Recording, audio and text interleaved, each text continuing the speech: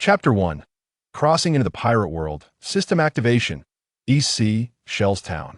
Naval Base, G-153. Noon. The sun blazed down upon the earth, causing the air to shimmer with heat waves. In this moment, on the vast training ground, a somewhat disheveled figure was sprinting madly under the relentless sun.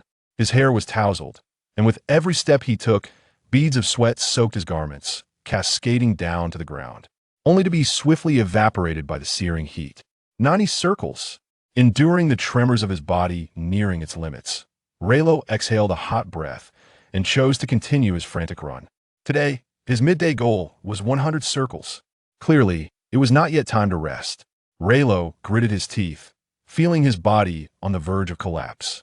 His posture was distorted, his legs felt unbearably heavy and unresponsive.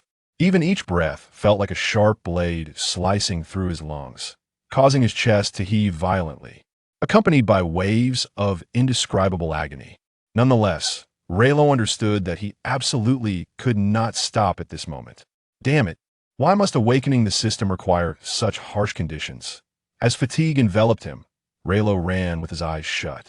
At that moment, a virtual blue panel materialized in his mind, displaying several lines of bold text. System activation level, 99.999999 activation requirement. Reach the limit state 1,000 times. Today's goals: 10,000 squats completed, 10,000 push-ups completed, 100 circles in progress. Completed attempts, 999. Final activation time. Limit, 1 hour. Indeed, Rayleigh was a traveler. A year prior, he had crossed into the world of pirates and obtained his own system.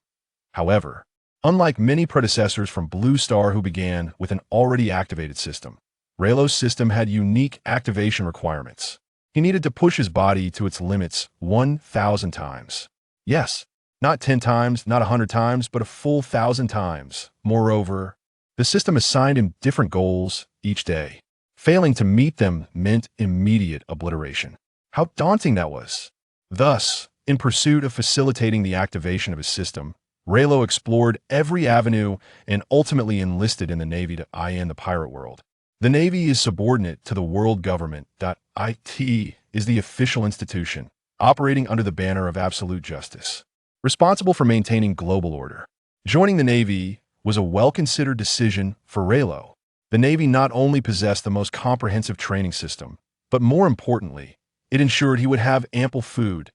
Yes, Rayleigh understood that to repeatedly push his body to its limits in this world dominated by power and class, he had to find the best mess hall. Compared to the meager meals of commoners or the perilous existence of pirates adrift at sea, becoming a naval officer was his optimal choice. After all, to ensure soldiers gave their all, the Navy would undoubtedly provide adequate rations. Only 10 circles left, and my system will be fully activated.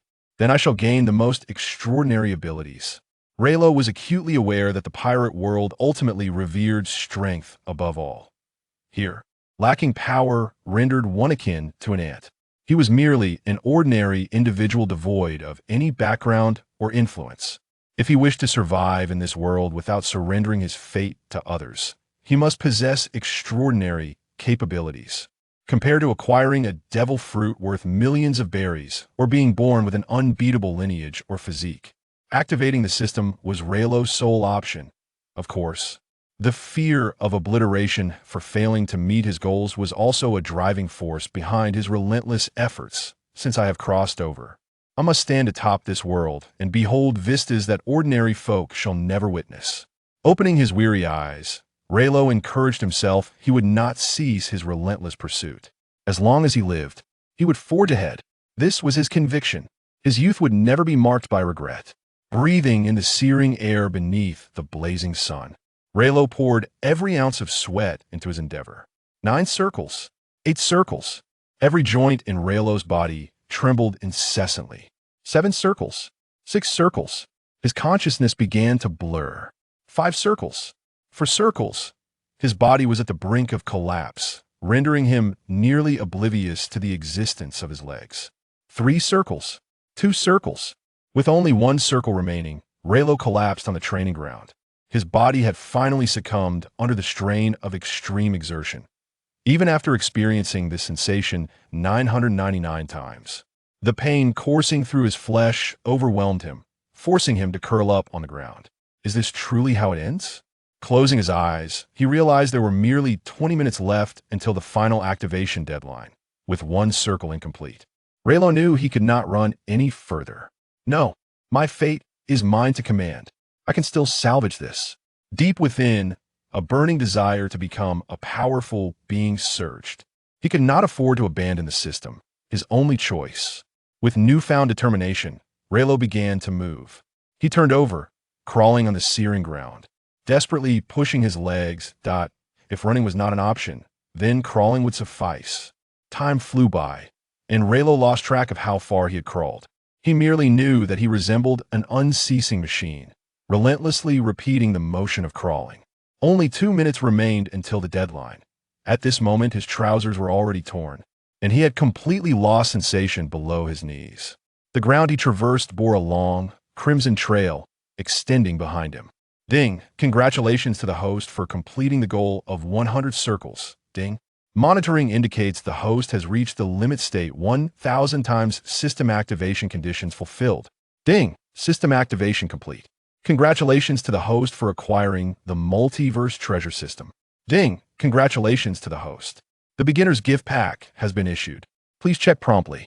Suddenly, several emotionless mechanical voices echoed in his mind. Rayleigh froze in disbelief. The system had successfully activated. Immediately, a wave of relief washed over him. His exhausted body relaxed instantly, feeling as pliable as a lump of clay, collapsing onto the ground. System, your timing is impeccable. Rayleigh closed his eyes. At that moment, the original blue panel in his mind vanished, replaced by a brand new attribute interface. Host, LoxD. Rayleigh affiliation, Navy talent, none items, none abilities, none stamina. LV050100 martial arts. LV00100 swordsmanship. LV00100 hockey. LV00100 for the time being, disregarding the discomfort in his body. Rayleigh immersed himself wholeheartedly in the exhilaration of acquiring the system. Though aware of his weak foundational attributes, he still examined the panel no less than 10 times. However, he soon discovered a perplexing issue. What is this? Why is my name LoxD Rayleigh? Chapter 2. The D Clan, Life Restored. Rayleigh. I am of the Rocks clan. The frown on Rayleigh's brow deepened immediately. His original identity was somewhat unique, being the abandoned child of a pirate. Approximately 16 years prior, he had floated ashore in a wooden tub that had been carried by the waves to Shell's town. Inside the tub, there was only a tag that could be hung around his neck, inscribed with the name, Rayleigh. To his astonishment, he discovered that he was indeed a member of the D Clan. The attribute panel could not possibly be mistaken. Rayleigh surmised that he must have some connection to the legendary and formidable Rocks pirates. After all, according to the original narrative, following the catastrophic battle at God Valley decades ago, the Rocks pirates had been utterly dismantled, and Rocks himself had vanished without a trace. Logically, it was improbable that he had fathered Raylaigh's original self many years later. That would be exceedingly remarkable. Thus, the most likely explanation for Rayleigh's identity was that he was merely a descendant of Rocks. Ah, the D Clan. I never imagined that beneath my ordinary exterior lay such a remarkable lineage. Lying on the ground, Rayleigh felt a subtle thrill within him. In the world of pirates, the D Clan was regarded as the natural enemies of the gods, a group that could never be overlooked. Each member bearing the will of D was laden with unknown burdens and was notoriously formidable. The realization that he bore the blood of the D Clan suggested that his future was destined to be extraordinary. Indeed, acquiring this system felt incredibly satisfying. After taking a deep breath to suppress the excitement within, Rayleigh turned his attention to the lower section of the attribute panel. There, 4 special icons were arranged. From left to right, they were Universal Treasure Book, Spatial Backpack, and the Lottery Wheel. The Lottery Wheel was in a gray, locked state, while the Universal Treasure Book and Spatial Backpack were vividly colored. Rayleigh focused on the Universal Treasure Book. System, what is the Universal Treasure Book? As a former enthusiast of online novels, Rayleigh was not unacquainted with system operations. Among the three icons, only the one labeled Universal Treasure Book intrigued him. Ding. The Universal Treasure Book is a specific function of the system. It contains the blueprints for all items and abilities across countless realms. Ding. The host can utilize the Universal Treasure Book to instantly create any desired treasure or ability. Ding. Crafting items requires certain special materials, which can be obtained by defeating enemies or completing specific tasks. Ding. A special reminder. The stronger the enemies defeated and the more challenging the tasks completed, the more exceptional the materials obtained. The system's explanation was straightforward, and Rayleigh understood immediately. Goodness, am I not akin to a master craftsman? Moreover, a master capable of synthesizing items at will. As long as I possess the materials, I can forge countless powerful treasures. With the Universal Treasure Book, could I not create overpowered items or abilities such as Pokeballs, Rinnegan, H-Gyoku, or Zampakit in the pirate world? At this moment, Rayleigh could hardly contain his excitement. This function was truly remarkable. Ding. Host, the beginner's gift pack has been distributed. Would you like to open it? The mechanical voice of the system echoed once more. The beginner's gift pack is indeed a valuable item. I must open it immediately. Rayleigh responded swiftly. Ding. Congratulations, host, for opening the beginner's gift pack. Ding. Congratulations, host, for receiving the exceptional talent, Life Restoration. 2 opportunities to forge treasures, 10 bottles of stamina-boosting potion, 300,000 berries, and 1 medium-quality pirate ship. Life Restoration, a top-tier talent in the pirate world, granting the power to freely control one's body. Opportunities to forge treasures, allows for 2 free crafting sessions of system-specified items, designs randomly selected by the system. Stamina-boosting potion, a miraculous potion that increases stamina. Each bottle adds 500 points to stamina. 300,000 berries. Berries, the designated currency in the pirate world, can be exchanged for experience points at a ratio of 1,000. 1. Medium-quality pirate ship, a vessel capable of sailing the seas. And essential for any pirate crew, can be fused with other ships for upgrades. The system's mechanical voice continued to resonate in Rayleigh's mind. He was momentarily stunned. Good heavens. This gift pack is extraordinarily generous. Rayleigh had not anticipated that the system would bestow upon him such a plethora of benefits, including a top-tier talent. As an avid fan of the sea, he had long coveted the ability of Life Restoration. With this talent, he could swiftly digest and absorb food with but a thought. In the original story, every time Luffy fought to exhaustion, he would gorge himself on food to regain his strength, all thanks to his Life Restoration ability. System, immediately grant me Life Restoration. Ding. Congratulations, host, for successfully acquiring Life Restoration. As a warm current surged through him, Rayleigh felt a wave of hunger wash over him, urging him to eat after his extreme exertion. At this moment, Rayleigh was confident that even if a devil fruit were placed before him, he could devour it without a second thought. The intense hunger revitalized his previously fatigued body. Soon, he could no longer contain his eagerness to explore the other rewards. He mustered his strength and rose from the ground of the training field. Then, he sprinted towards the town outside the naval base at full speed. The commotion caused by activating Life Restoration was too conspicuous. Rayleigh did not wish to draw attention to himself immediately after awakening the system. Thus, he resolved to find a good place to eat in the town. Shell's Town. On the left side of the town's main street stood a small tavern. The tavern was not large, consisting of only 1 floor, yet it housed a dozen dining tables. At this moment, it was the peak of lunchtime. The tavern buzzed with lively conversation, filled with the clamor of patrons. 8 or so tables were laden with delicious dishes, clearly indicating a thriving business. Aunt Shia, hurry, bring me something to eat. Suddenly, a figure burst through the tavern's door. Chapter 3, Crafting Treasures, Balumeb. Rayleigh, what on earth have you done to your clothes? Upon noticing the disheveled state of Rayleigh, who had donned a once pristine outfit now marred with stains and dirt, the tavern's proprietress, Aunt Shia, instantly recognized him. He was the town and Appo's wayward child, having grown up within its streets.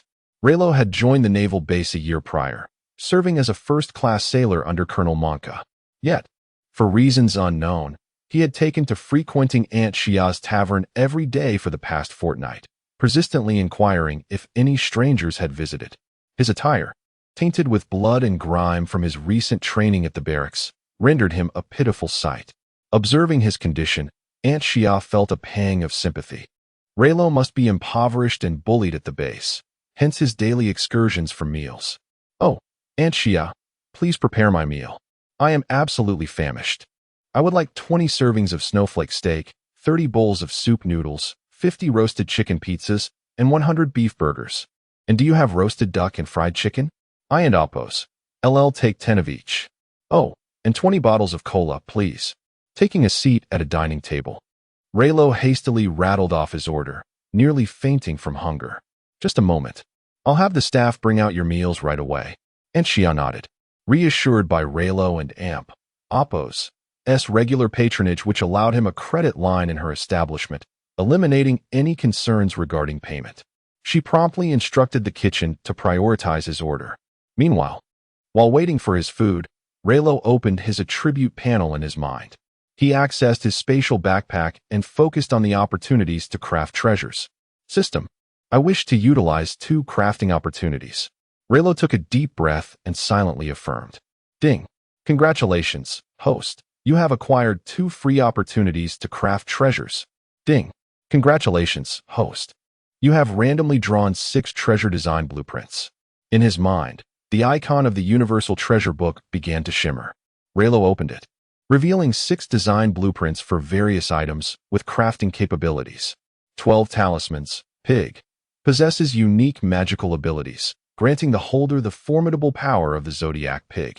Characterized by an intimidating gaze. 1,000 forged steel blade. Ganjiang. A divine weapon forged by a master swordsmith. Noted for its ability to slice through iron as if it were mud, an imperceptible blade imbued with divine power. Demon Sealing Wave. Rice cooker. Under the Demon Sealing Wave, neither gods nor demons can escape. A sealing artifact, notable for requiring a life sacrifice upon use. Millennium Soul Bone. Left arm bone. A remnant of a fallen soul beast, endowed with unique powers, enhancing the user and Oppos' strength 5-fold. Bamboo Dragonfly. A headpiece that allows the wearer to control flight at will, requiring no additional power, characterized by the ability to travel wherever desired. 12 talismans. Rabbit. Possesses unique magical abilities, granting the holder the formidable power of the Zodiac Rabbit, characterized by rapid teleportation. Oh, it seems the treasures designated by the system are of remarkable quality. After reviewing the treasures available for crafting, Rayleigh fell into deep contemplation. Among the 6 treasures, aside from the Bamboo Dragonfly and the Demon Sealing Wave, the other 4 appeared exceedingly beneficial for him. However, with the system activated, the paramount focus now was to bolster his strength. Yet, according to the system panel, his martial arts and swordsmanship levels were both at 0, indicating a complete lack of proficiency. Thus, the optimal choice for swiftly enhancing his combat prowess would be the talismans. Rayleigh directed his thoughts toward the 2 talismans, the pig talismans for speed and the rabbit talismans for offense. If I could possess these 2 talismans, I would have some means of self-protection in the world of pirates. System: craft the pig and rabbit talismans. With unwavering resolve, Rayleigh commanded the system to commence crafting. Ding. Congratulations, host. The 2 talismans have been added to the Universal Treasure Book and can be retrieved at any time. Hearing this, a faint smile played upon Rayleigh and Amp Oppos' lips as he opened the Universal Treasure Book. Indeed, the design blueprints for the talismans had materialized into tangible artifacts. They were flawless, resembling exquisite works of art. As he examined the talismans closely, Rayleigh couldn't help but marvel inwardly. Your meals are ready. At that moment, the tavern staff began placing various dishes before Rayleigh. I'm diving in, overwhelmed by hunger. Rayleigh cast aside his excitement over the talismans the instant he caught the aroma of the food. He seized a freshly butter-seared steak and, without a thought for its heat, shoved it into his mouth. Following that, he devoured the food voraciously, arms flailing like windmills in sheer delight. Gradually, the din of the tavern's patrons faded. As nearly every customer turned to witness Rayleigh's frenzied consumption, their expressions a mix of disbelief. At that moment, Rayleigh paid no heed to their gazes, wholly engrossed in his meal, continually channeling life energy to replenish his stamina. Burp. Approximately 30 minutes later, Rayleigh let out a satisfied belch and rubbed his belly. At last, he felt sated. Rayleigh, are you all right? Is your body able to handle such a feast? Aunt Xia, handing him a stack of napkins, looked at him with concern. I'm fine, Aunt Xia. I've just been training too hard lately. By the way, where's Li Xiang? I haven't seen her helping out today. Wiping his mouth with a napkin, Rayleigh glanced around the tavern and inquired. Li Xiang was Aunt Xia's only daughter. However, Rayleigh's interest in her stemmed from her unique role in the original story as the little girl who delivered food to Zoro.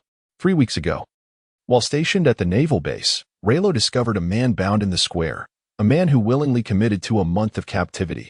That man was none other than the pirate bounty hunter, Roronoa Zoro, the first crew member of the Straw Hat Pirates. The reason Rayleigh had been frequenting the tavern was to witness the historic moment of Zoro's recruitment through Li Xiang, as a devoted fan of the sea. Li Xiang made some rice balls today and went to the naval base to see our benefactor. Aunt Xia leaned closer to Rayleigh and whispered, wary of being overheard. After all, the townspeople were aware that Roronoa Zoro had crossed paths with Colonel Monka's reckless son. If Li Xiang's visit to Zoro were to be discovered, it could lead to trouble. Rayleigh, having grown up under Aunt Xia's watchful eye and having always treated Li Xiang kindly, prompted her to speak up. Wait. Rayleigh's heart raced. Did this mean today was the day Luffy and Zoro would meet? It seemed he had to return to the naval base immediately. Truth be told, Rayleigh was reluctant to miss the historic moment of Luffy and Appo's encounter with Zoro. Damn it, I and Appo's am so hungry. They better treat us for free. Before Rayleigh could settle his bill and depart, a gruff voice suddenly boomed from outside the tavern. Is that the mad dog, Rayleigh? What are you doing here? Rayleigh looked up and beheld a man with golden hair, clad in a purple suit, striding in with an air of utmost arrogance. Trailing behind him were 2 naval soldiers. Barumab, Rayleigh and Appo's gaze sharpened. This individual was none other than the son of the axe-wielding Colonel Monka, stationed at the G-153 naval base. In Shell's town, Barumab had long exploited his father and Appo's formidable reputation, wielding it like a shield to intimidate others and act as a powerful enforcer. Chapter 4. Balumeb, you are worthless. Alas, upon catching sight of Balumeb in the tavern, Aunt Xia's heart sank with dismay. Despite the slender frame and golden locks of this dandy clad in a purple suit, he was notorious in the town for his debauchery. Leveraging his father's status as Colonel Monka, the commander of the G-153 naval base, he frequently dined in Shertzi town without paying and even extorted protection fees in his father's name. It was rumored that he had harassed several young women in the town, making him a quintessential scoundrel of the area. Moreover, Aunt Xia and Appo's heart grew heavier with the troubling news that young Rayleigh had clashed with this Ne and Appo's well after joining the naval base. Oh dear, is that not Master Balumeb? Without hesitation, Aunt Xia stepped forward, placing herself between Balumeb and Rayleigh before the latter could respond. With a menu in hand, she forced a smile and greeted, Master Balumeb. It has been far too long. You seem to have grown quite gaunt. Pray, what would you like to eat? Today it's on the house. Truth be told, Aunt Xia held a deep disdain for this rogue. After all, it was his dog that had caused a ruckus in her establishment, prompting the pirate hunter Zoro to intervene and defend Li Xiang, ultimately leading to a fateful wager that bound him to the naval base. In her heart, she loathed this scoundrel. Yet, every time Balumeb ventured into town, he was invariably accompanied by 2 burly officers, their muscles bulging like tree trunks. If Rayleigh were to provoke them today, he would undoubtedly suffer the consequences. Thus, to spare Rayleigh from trouble, Aunt Xia forced a smile despite her revulsion. Ha ha ha, the esteemed Madame Xia speaks truthfully. Master Balumeb, your absence from town has been felt by us all. Come, let us dine together with the common folk. Ha ha, Master Balumeb. You carry yourself with the same grandeur as Colonel Monka, exuding an air of authority with every gesture. Aunt Xia's voice rang out robustly, dissipating the previously tense atmosphere in the tavern. The patrons, who had fallen silent, began to chatter once more. It was clear that failing to flatter this rogue could spell disaster for all present. Did I ask for your opinions, you lowly peasants? I am inquiring about my father's mad dog. Rayleigh, today marks the erection of my father's grand statue. Why are you not at the base and instead loitering here? Humph, do you wish to taste my father's iron axe? Balumeb disregarded the flattery around him, his brow furrowing as his gaze fixated on Rayleigh. In the naval base, Rayleigh, being of humble origins, could hardly tolerate Balumeb's nefarious exploits.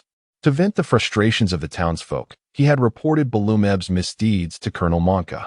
Though Monka tended to overlook Balumeb's antics, he could not abide any reduction in the town's tributes. Thus, he had chastised Balumeb on several occasions, cementing the enmity between the two.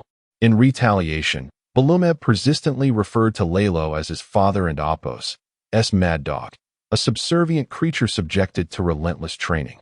What do I need to report to you, a worthless wretch, about where I choose to dine? Besides, the statue's construction begins in the afternoon. I shall return in time. Faced with Balumeb's repeated provocations, Rayleigh chose to stand his ground instead of retreating.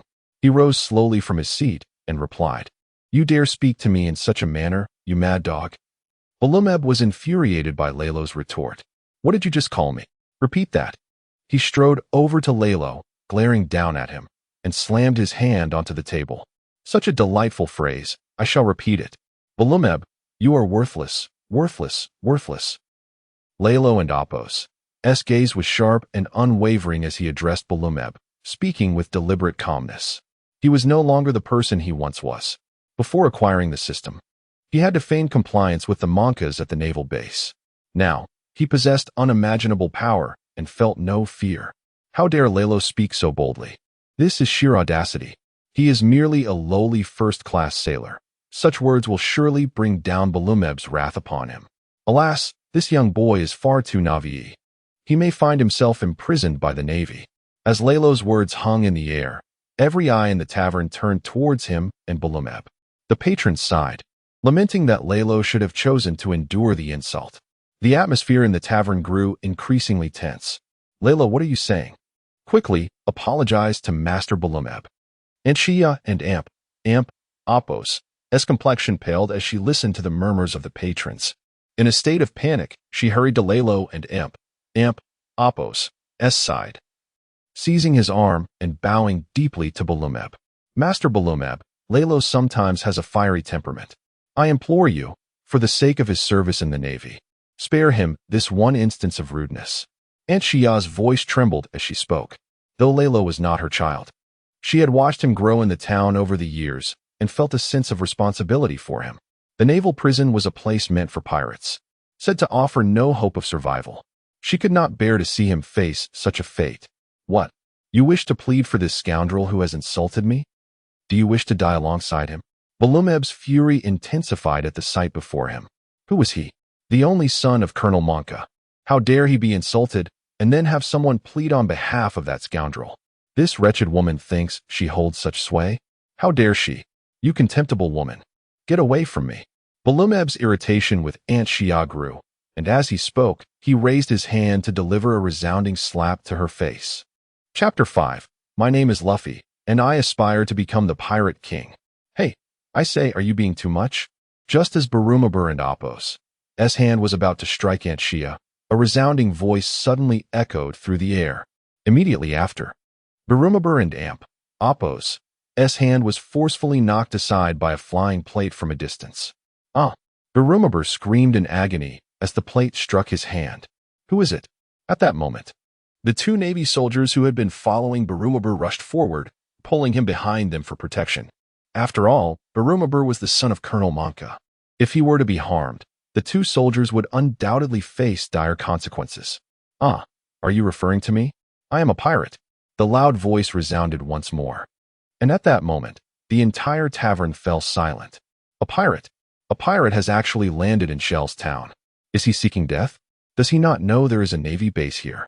Everyone turned to the direction from which the voice originated, only to discover that it came from the back door. Simultaneously, upon hearing the voice, Rayleigh furrowed his brow. Even if the owner of that voice had not intervened, He would have stepped in to protect Aunt Shia, who was being unjustly targeted by Barumabur. However, the tone and inflection of that voice felt so familiar. Just then, the back door swung open, and 3 figures emerged. Upon seeing the leading figure, Rayleigh was momentarily stunned. His skin prickled with goosebumps. It was him, dressed in a red vest, washed-out blue shorts, and a pair of sandals, along with that iconic straw hat. This person was none other than the protagonist of the world of One Piece, the wielder of the Hito Hito no Mi, mythical Zoan type, Nika form, the future liberator. Joy Boy, the sun god, Nika, Monkey D. Luffy. Luffy. In that moment, Rayleigh could no longer contain his astonishment and exclaimed, "Ah, do you know me?" Luffy tilted his head in confusion. How did this person know his name? He did not recognize him at all. Kobe, do you know him? Luffy turned to a short, chubby boy with pink hair standing beside him. Mr. Luffy, I don't know him either. Kobe replied, startled. He had been with the Alrita pirates for the past 2 years, and although he wished to join the Navy, he didn't know a single Navy officer. I've admired Mr. Luffy for a long time. As for how I know your name, that's a bit of a secret. Rayleigh, unsure how to explain, fabricated a casual excuse. Oh, all right. Luffy was not one to pry too deeply. After all, he had already noticed Rayleigh's attitude towards Barumabur upon entering. He seemed like a good person. Rayleigh, Mama. At that moment, a petite girl rushed out from behind Luffy and Kobe. It was Leisha. Leisha had just led Luffy and the others through the back door of the tavern and witnessed the conflict between Barumabur and Rayleigh, who was about to strike her mother. Thankfully, Mr. Luffy intervened. Leisha, seeing her daughter return safely, Aunt Shia bent down, arms open wide, ready to embrace her. Who are you? At this moment, the intense pain in Barumabur's hand had subsided somewhat. He finally regained his composure and asked, his voice tinged with bravado. Why can't you understand? I already told you. My name is Luffy, and I am a man aiming to become the Pirate King. Pirate. Barumabur's eyes widened, his heart racing. How could there be a pirate daring to come to Shell's town? This was utterly unbelievable. Did they not know the prowess of his father, Axehand Monka? He had captured the notorious Captain Kuro. Were they seeking their demise? Moreover, was this pirate here to entertain them? To become the Pirate King? How absurd. However, suddenly, Barumabur sensed that the situation was not so straightforward. This pirate dared to disregard the Navy base. His arrival in town must be for a specific purpose. This was an opportunity to gain favor in front of his father.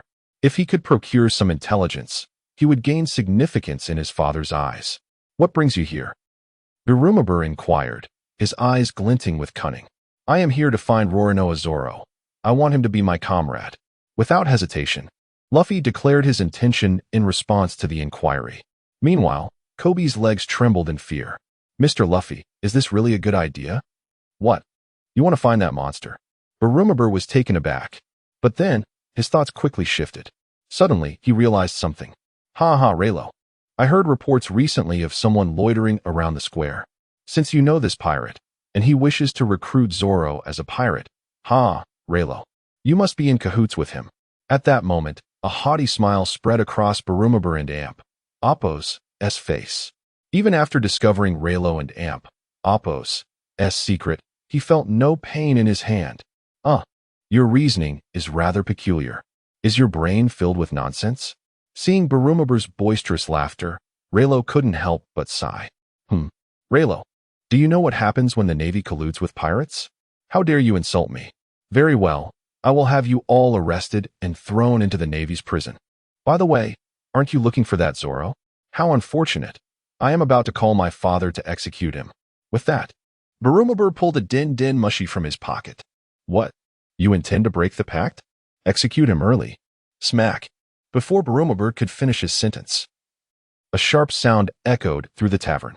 Rayleigh and Appo's hand slammed down on the table, causing a deep crack to spread across its surface. Barumabur, what nonsense are you spouting? Rayleigh glared at Barumabur, a fierce intensity burning in his eyes. This man truly needed to be taught a lesson. You are a complete scoundrel. At this moment, even Luffy could not contain himself. What do you intend to do? Although Barumabur was startled by Rayleigh's sudden action, he showed no signs of fear. I warn you, If you dare to lay a finger on me, I will ensure Zoro becomes a corpse. Ha ha ha. As he spoke, Barumabur was about to press the den mushi.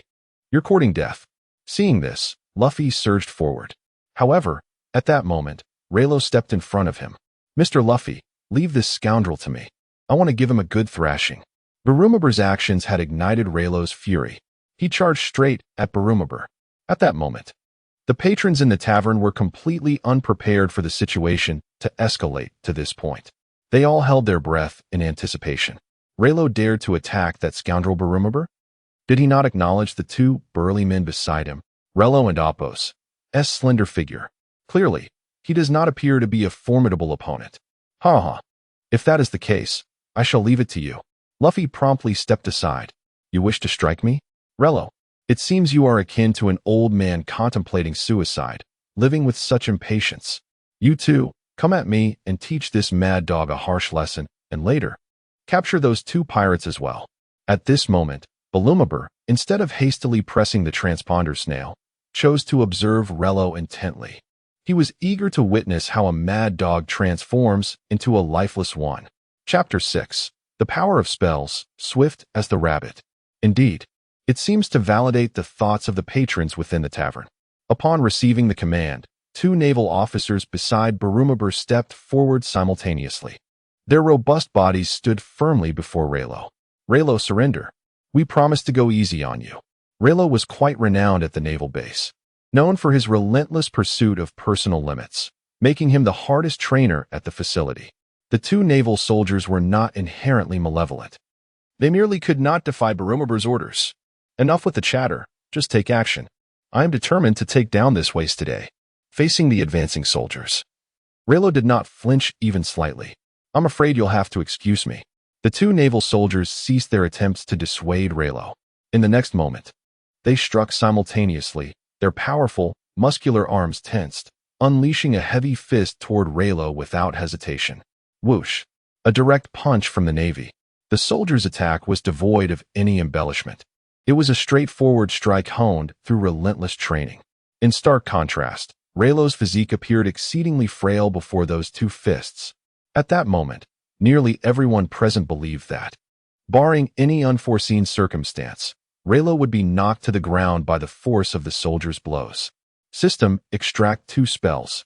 However, at this juncture, a virtual panel materialized in Rayleigh and Apos' mind.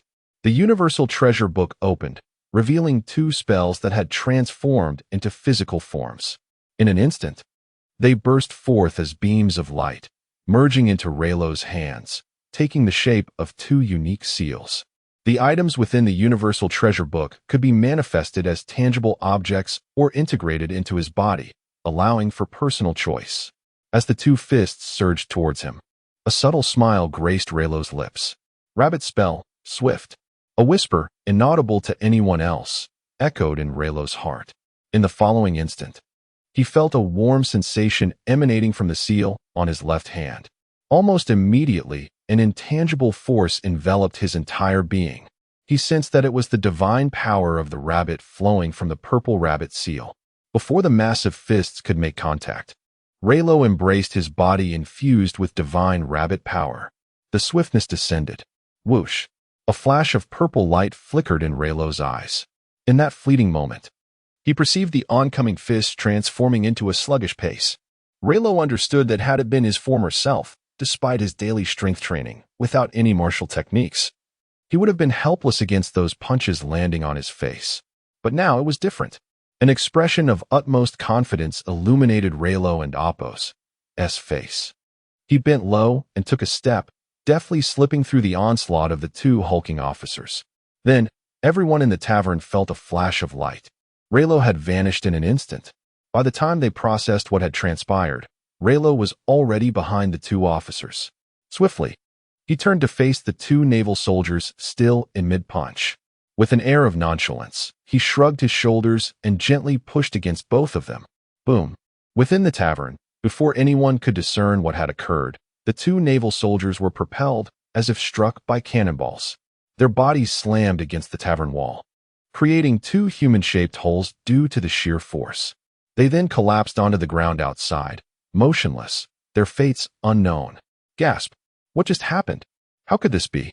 Why were the two soldiers sent flying? Rayleigh did this. Does he possess such formidable strength?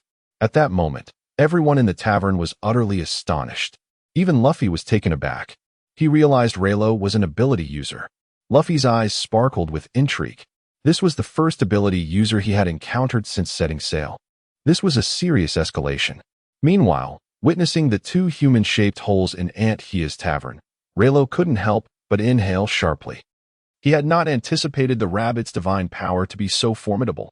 The unparalleled speed granted Rayleigh an unexpected momentum. What he initially intended as a gentle push resulted in knocking the two naval soldiers unconscious and wreaking havoc on Aunt Hia's establishment. The power of spells was indeed terrifying. Just the rabbit spell of swift power possessed such incredible capabilities. He longed to know how potent the pig spell, with its tremendous destructive force, could be. He eagerly anticipated the display of such might. After all, employing the divine power of the pig against the worthless Barumabur was hardly necessary. All of this transpired in the blink of an eye. What sort of monster are you? At that moment, Barumabur, holding a din mushy, had just comprehended the situation when he realized that Rayleigh stood before him. Now, Barumabur was completely bewildered. He had assumed Rayleigh would surely endure a severe beating, perhaps even face death. Yet, this fellow had effortlessly dispatched two robust naval soldiers in an instant. What? What did you just do? Barumabur was trembling with terror. What a joke. Those two were the strongest warriors he had carefully selected from the navy. Each could easily handle 10 foes. It was precisely because of them that he could act with impunity in this town, bullying anyone he pleased. And now, just like that, they were taken down by this brat. Had he not lost his long-standing support? Gazing at Rayleigh, who was so near, Barumabur felt a palpable disdain in his eyes. It was as if Rayleigh held no regard for him whatsoever. Under the immense pressure, Barumabur suddenly felt his legs weaken. Wait, no. Yet, just as his legs faltered, Barumabur quickly recalled that his father was the axe-wielder Monka. This Rayleigh was merely a dog in his father's base. Even if those two useless soldiers fell, as long as his father remained, no one would dare to bully him. What was there to fear? In the span of a single second, Barumabur drew an indescribable courage from his father. Instantly, he regained his bravado. Rayleigh, what is that look in your eyes? Is this how you regard me? I'll have you know, my father is the great Colonel Monka, the axe-wielder. If you dare to touch me today, I will ensure you suffer unbearably. Come on, hit me. Rayleigh, do you dare strike me? Come on, hit me right here. Come on. At this moment, having pieced everything together, Barumabur shouted defiantly, amidst his overwhelming fear and excitement. The purple suit combined with his golden hair made his face appear grotesquely distorted. Barumabur pointed at his own face, yelling incessantly at Rayleigh. He was convinced that as long as Rayleigh wished to remain in the navy, he would never dare to lay a finger on him. Are you frightened? Have you lost your courage? Ha ha ha. Allow me to inform you. Ah, bang. Yet, just as Barumabur was about to utter another word, Rayleigh ultimately deprived him of that opportunity. Barumabur merely perceived a shadow darting before his eyes, followed by a multitude of dazzling stars and a wave of dizziness. Ugh! Barumabur emitted a muffled groan, and subsequently, he toppled over, rigid as a board. At that moment, his nose was distinctly askew, blood gushing forth uncontrollably. Under Rayleigh and Amp, Appo's formidable punch, half of Barumabur and Amp, Appo's teeth had become loose and dislodged. It was truly the first time encountering such an unusual demand, but since you have raised it, I must retaliate. Thereafter, Rayleigh flexed his fist, and amid the somewhat dazed gazes of the onlookers, he discarded Barumabur as if he were mere refuse, casting him out of the tavern. Chapter 7. Rayleigh, be my companion. As Rayleigh exited the tavern, he realized that Beliameb had long vanished, having fled with surprising speed. Observing this, Rayleigh let out a cold snort. Hey, what is your name? Are you a person with abilities? At that moment, Luffy also stepped out of the tavern, his face brimming with excitement as he scrutinized Rayleigh. Gazing at this remarkably familiar figure, Rayleigh felt a surge of emotions. Who would have thought that he would meet Luffy in such a manner? I am Rox D. Rayleigh, I suppose you could call me a tool craftsman, he replied. A person whose name also contains? Luffy exclaimed, astonished. He was aware that his own name bore that, but he hadn't expected to encounter another. What a delightful twist of fate. However, a tool craftsman?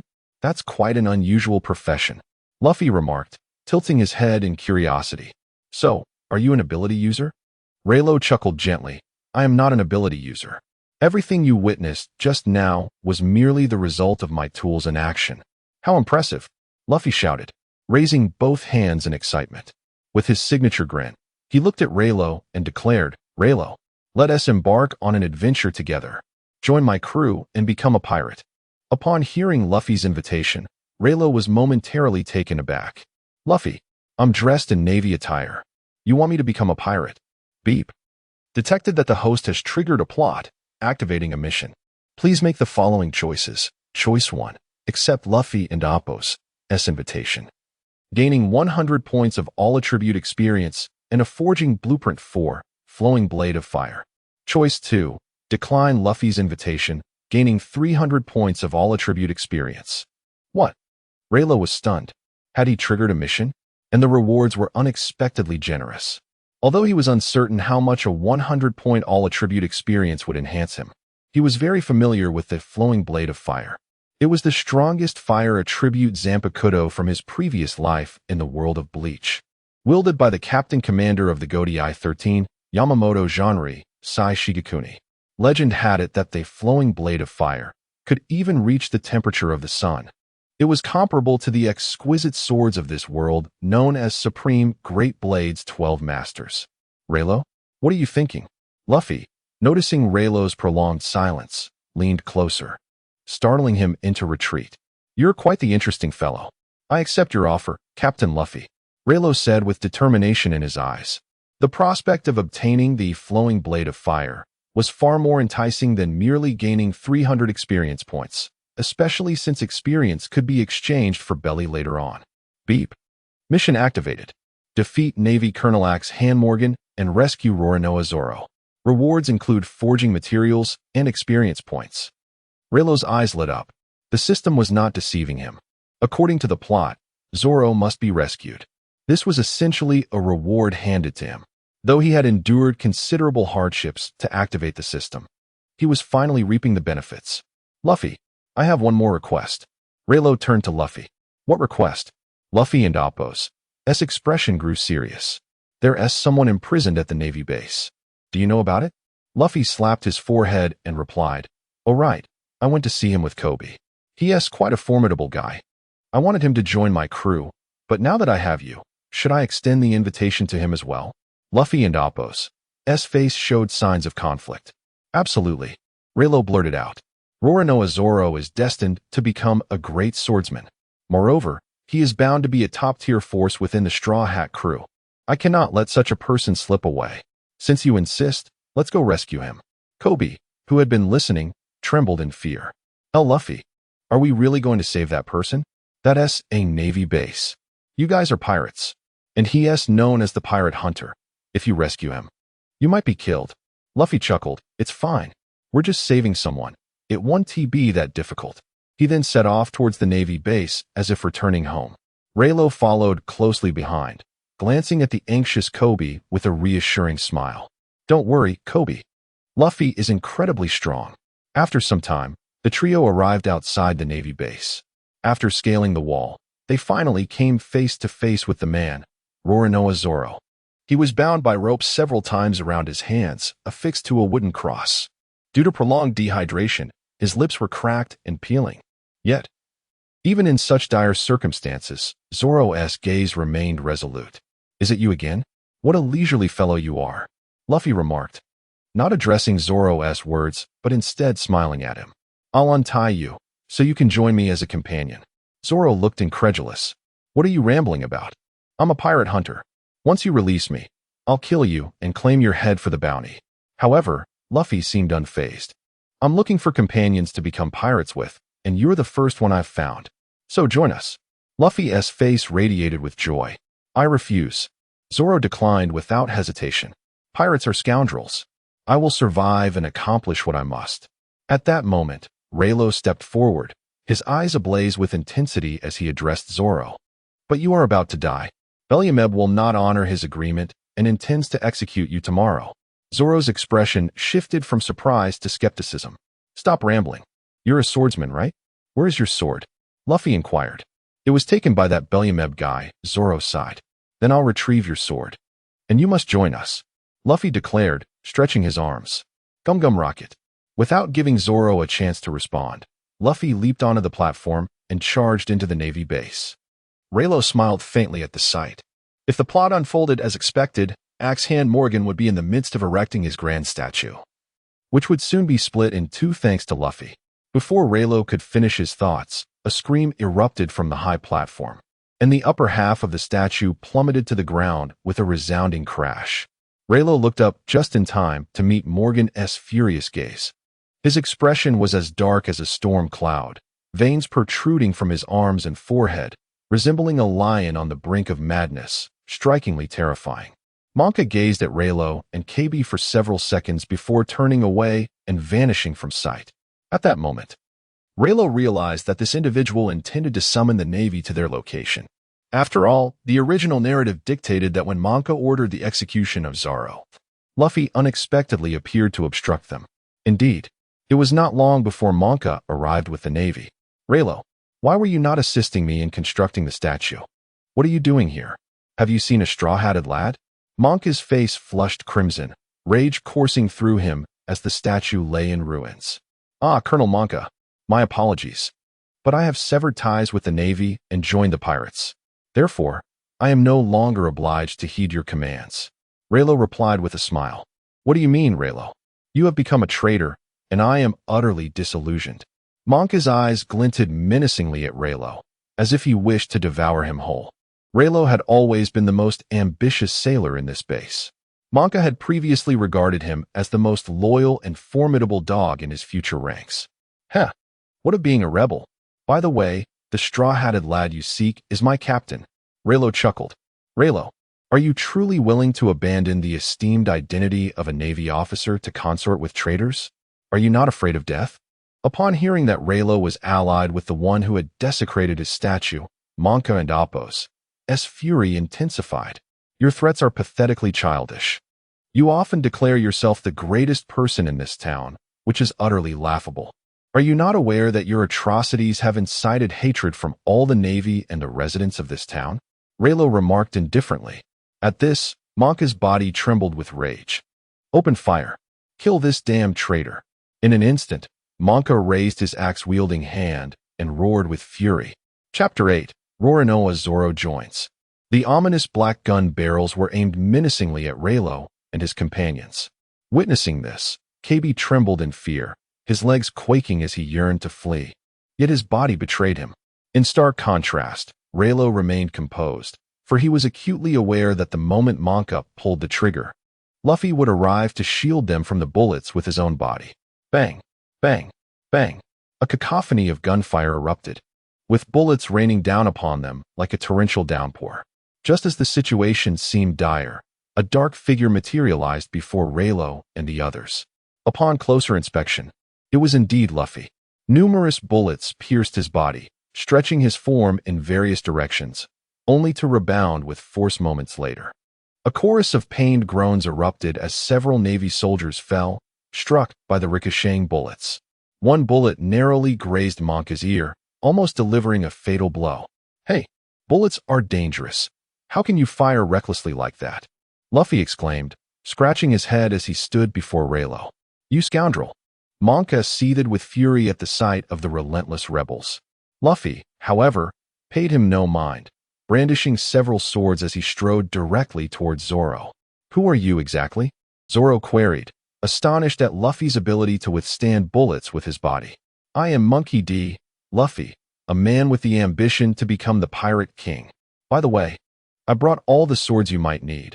I wasn't and Appo's. Sure which one you preferred. Upon hearing this, Zoro grinned, an aura of decisiveness radiating from him. Pirate King, you say? That is indeed an impressive dream. All three of these swords belong to me. I am a master of the three-sword style.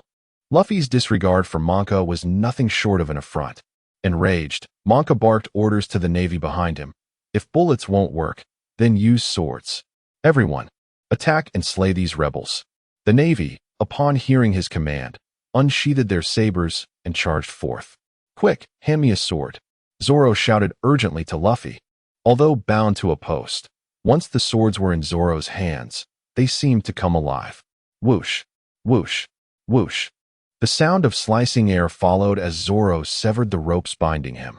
Immediately, he deflected the simultaneous strikes from several Navy soldiers. With a glint of menace in his eyes, Zoro glared at the soldiers behind him. Any of you who dare move will meet your end. This singular declaration sent shivers down the spines of several Navy men. Zoro's legendary reputation as a fearsome beast had long been known throughout the East Blue. He was truly terrifying. Luffy, is it? Now that I have clashed with the Navy, being a pirate doesn't seem so bad. But let me be clear, my ambition is unwavering, and I shall see it through to the end. I intend to become the world's greatest swordsman. If you obstruct my path to this ambition, prepare to pay the price. Zoro and Appo's gaze turned towards Luffy as he flashed a wicked grin, resembling a wild wolf. Luffy's eyes sparkled with excitement. The world's greatest swordsman? Huh? A companion of the Pirate King must at least be of that caliber. Zoro grinned back. You certainly have the audacity to say that. In that case, whether infamous or renowned, I shall make my name known across the globe. Meanwhile, Monka's fury intensified as he observed Zoro blocking so many Navy soldiers. What are you doing? Kill them. Under Monka's oppressive presence, the Navy was compelled to strike at Zoro once more. Zoro crouched down. Rubber, rubber. Whip. Suddenly, Luffy's leg elongated, and with a swift kick, he sent several soldiers flying. Zoro watched the fallen Navy soldiers, recalling Luffy's incredible ability. What on earth are you? Zoro asked, bewildered. Luffy chuckled. I ate the gum-gum fruit. I am its user. Not far away, Monka overheard Luffy's words and muttered to himself. So he truly is a devil fruit user? The Navy soldiers around him exchanged fearful glances. Monka, just one Zoro is already too much for us to handle. Adding a rubber man into the mix is utterly chaotic. They are not adversaries we can contend with. The short, stout man with pink hair appeared less threatening, yet the formidable Rayleigh stood beside him. And his reputation in Shelt's town was not to be underestimated. Monka's expression darkened. Anyone who spoke of retreating, raise your weapons, and end your own lives. I do not require such subordinates. The Navy soldiers, though seething with indignation, could only remain silent. Luffy, with a serious demeanor, leaped over the Navy ranks, charging towards Monka. Bang! Monka blocked Luffy and Appo's advance with his axe, taunting, You, with no standing, are unworthy to engage with me. However, before he could finish, a shadow darted past Monka, and in an instant, a kick sent him crashing against a wall. Rayleigh? Luffy exclaimed, astonished by the speed of his companion. Leave Monka to me, Rayleigh declared, a hint of disdain in his voice. I endured many insults and humiliations under his command. Now is my chance for revenge. Luffy paused, then smiled. Very well. Teach him a good lesson. Rayleigh nodded and advanced towards Monka, who was struggling to rise from the wall. Upon realizing it was Rayleigh who had injured him, Monka and Appo's rage surged. Rayleigh, you scoundrel! How dare you lay a hand on me? You must be tired of living. Rayleigh smirked. Monka, I am merely reclaiming the interest owed to me over these years. You shall be my opponent now. Monka stared in disbelief before bursting into laughter. You think you can match me? You, not even a devil fruit user, will find it easy for me to dispose of you. Hearing this, Rayleigh's lips curled into a sly grin. Oh, Monka, have you ever heard of the Electric Eye? Monka frowned, puzzled by the remark. What nonsense is this? Electric Eye? Is he a devil fruit user too? No, he has been just a regular Navy soldier all these years. If he were a user, it would have been revealed long ago. Before Monka could finish his thoughts, two beams of laser light erupted from Rayleigh and Appo's eyes, shooting directly at Monka and Appo's chest. Monka gasped in shock and hurriedly raised his axe in defense. The lasers struck the axe, causing it to glow red from the intense heat. Wow, how cool. Rayleigh, I didn't know your eyes could shoot lasers. Luffy exclaimed, his eyes sparkling with excitement as he gazed at Rayleigh, who simply smiled back. Curse you. Rayleigh, when did you become an ability user? At that moment, Monka glared at Rayleigh with a dark expression. Rayleigh met Monka's gaze and replied, I am not an ability user. I am a tool master. Humph, it matters not what you are. Today, you shall all perish here. As soon as the words left his mouth, Monka raised his crimson axe and charged towards Rayleigh, intent on delivering a lethal blow. Monka's massive and muscular frame stirred up a fierce wind as he swung the axe down towards Rayleigh's head. Should this strike land, Rayleigh would undoubtedly be cleaved in two. Yet, Rayleigh remained unfazed, standing there calmly. Meanwhile, Monka was filled with immense confusion. Why isn't this fellow running away? Does he possess the confidence to withstand my strike? Or perhaps, this brat has been rendered speechless by fear.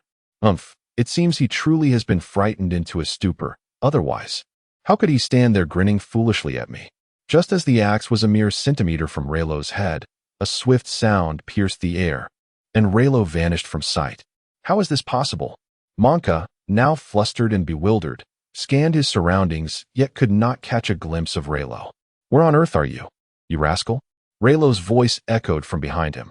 Monka hastily turned around, only to see two beams of light hurtling towards him, piercing through his chest. Gasp! Monka felt a sharp sweetness in his throat, and before he knew it, he was kneeling on the ground, blood spilling from his lips. Chapter 9. I have a pirate ship, the Mary. How could this be? In a moment of unconsciousness, Monka managed to squeeze out these few words with the last vestige of his strength. Then, he collapsed to the ground with a resounding thud. Could it be? Colonel Monka has been defeated. It is truly unbelievable. These fellows are remarkably powerful. However, we have finally liberated ourselves from Monka's tyranny.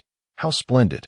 To the astonishment of Luffy and the others, Monka's naval subordinates unexpectedly tossed their weapons into the air, erupting in cheers. This group of Navy soldiers is rather peculiar. They seemed so joyous at the defeat of Colonel Monka. Luffy scratched his head in confusion. Luffy, they were merely fearful of Monka.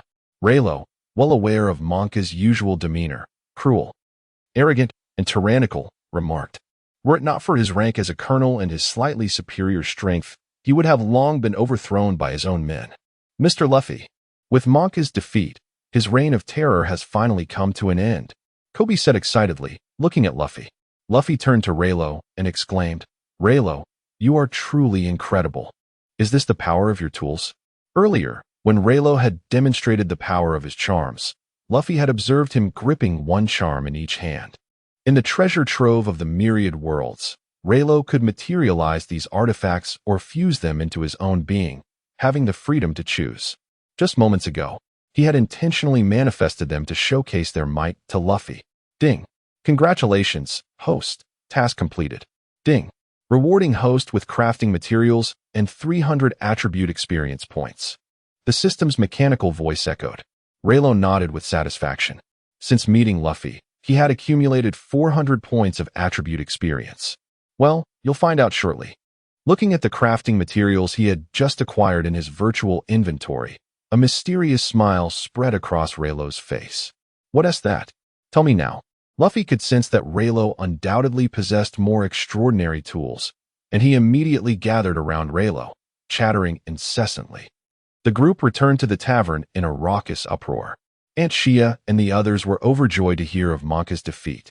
Aunt Shia promptly prepared several lavish feasts for Luffy and his companions. Luffy, didn't you say you wanted to become the Pirate King? You must have gathered quite a few people by now. And how can you two eat so much? Zoro remarked in astonishment as he observed the mountain of bowls and dishes before Luffy and Rayleigh. There are only the three of us in the crew right now. Zoro, I tell you, the more you eat, the stronger you become.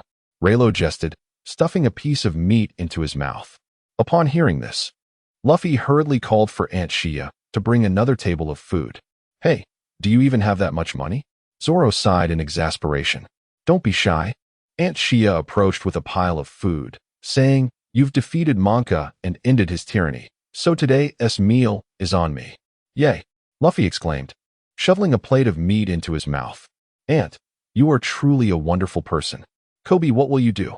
Although you were just a deckhand on the pirate ship, you've technically set sail. The Navy's scrutiny is quite rigorous.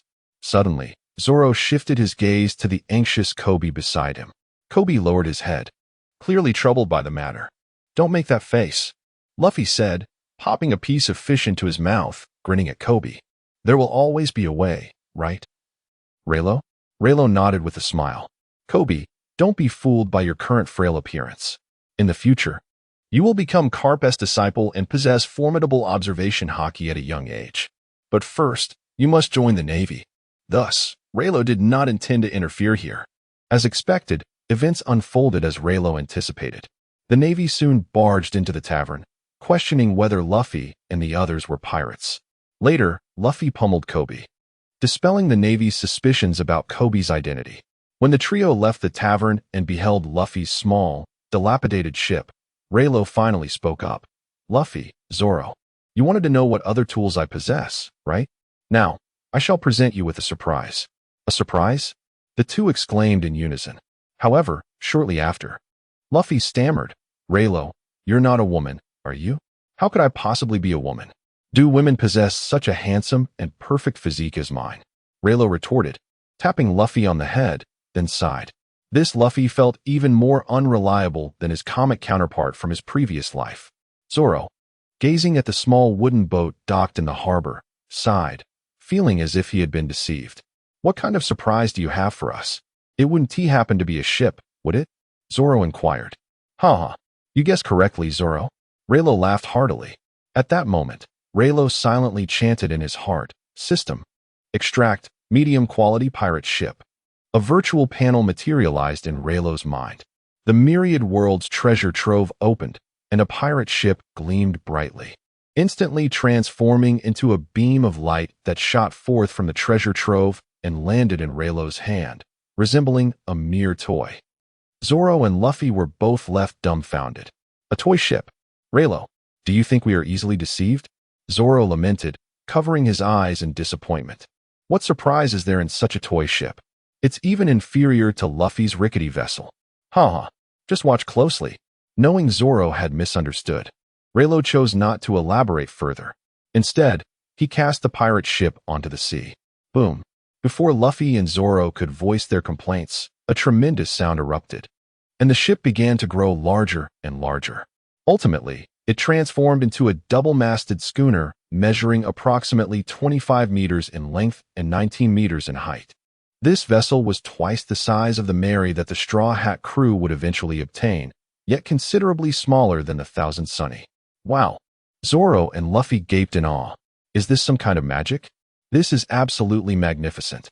"Luffy, this ship has a total of 4 levels. The first level from the top is the kitchen and dining area. The second level is the lounge. The third level is the training room." Zoro, "You might find this place particularly appealing. The bottom level is still undecided. We can add whatever is needed later. What do you think?" Rayleigh said, suppressing his laughter at the astonished expressions of the two. "Rayleigh, you, the tool master, are truly remarkable. We have our own ship now." At this moment, Luffy could no longer contain his excitement. He wrapped one arm around Rayleigh and Zoro, while extending the other arm to grasp the ship's railing.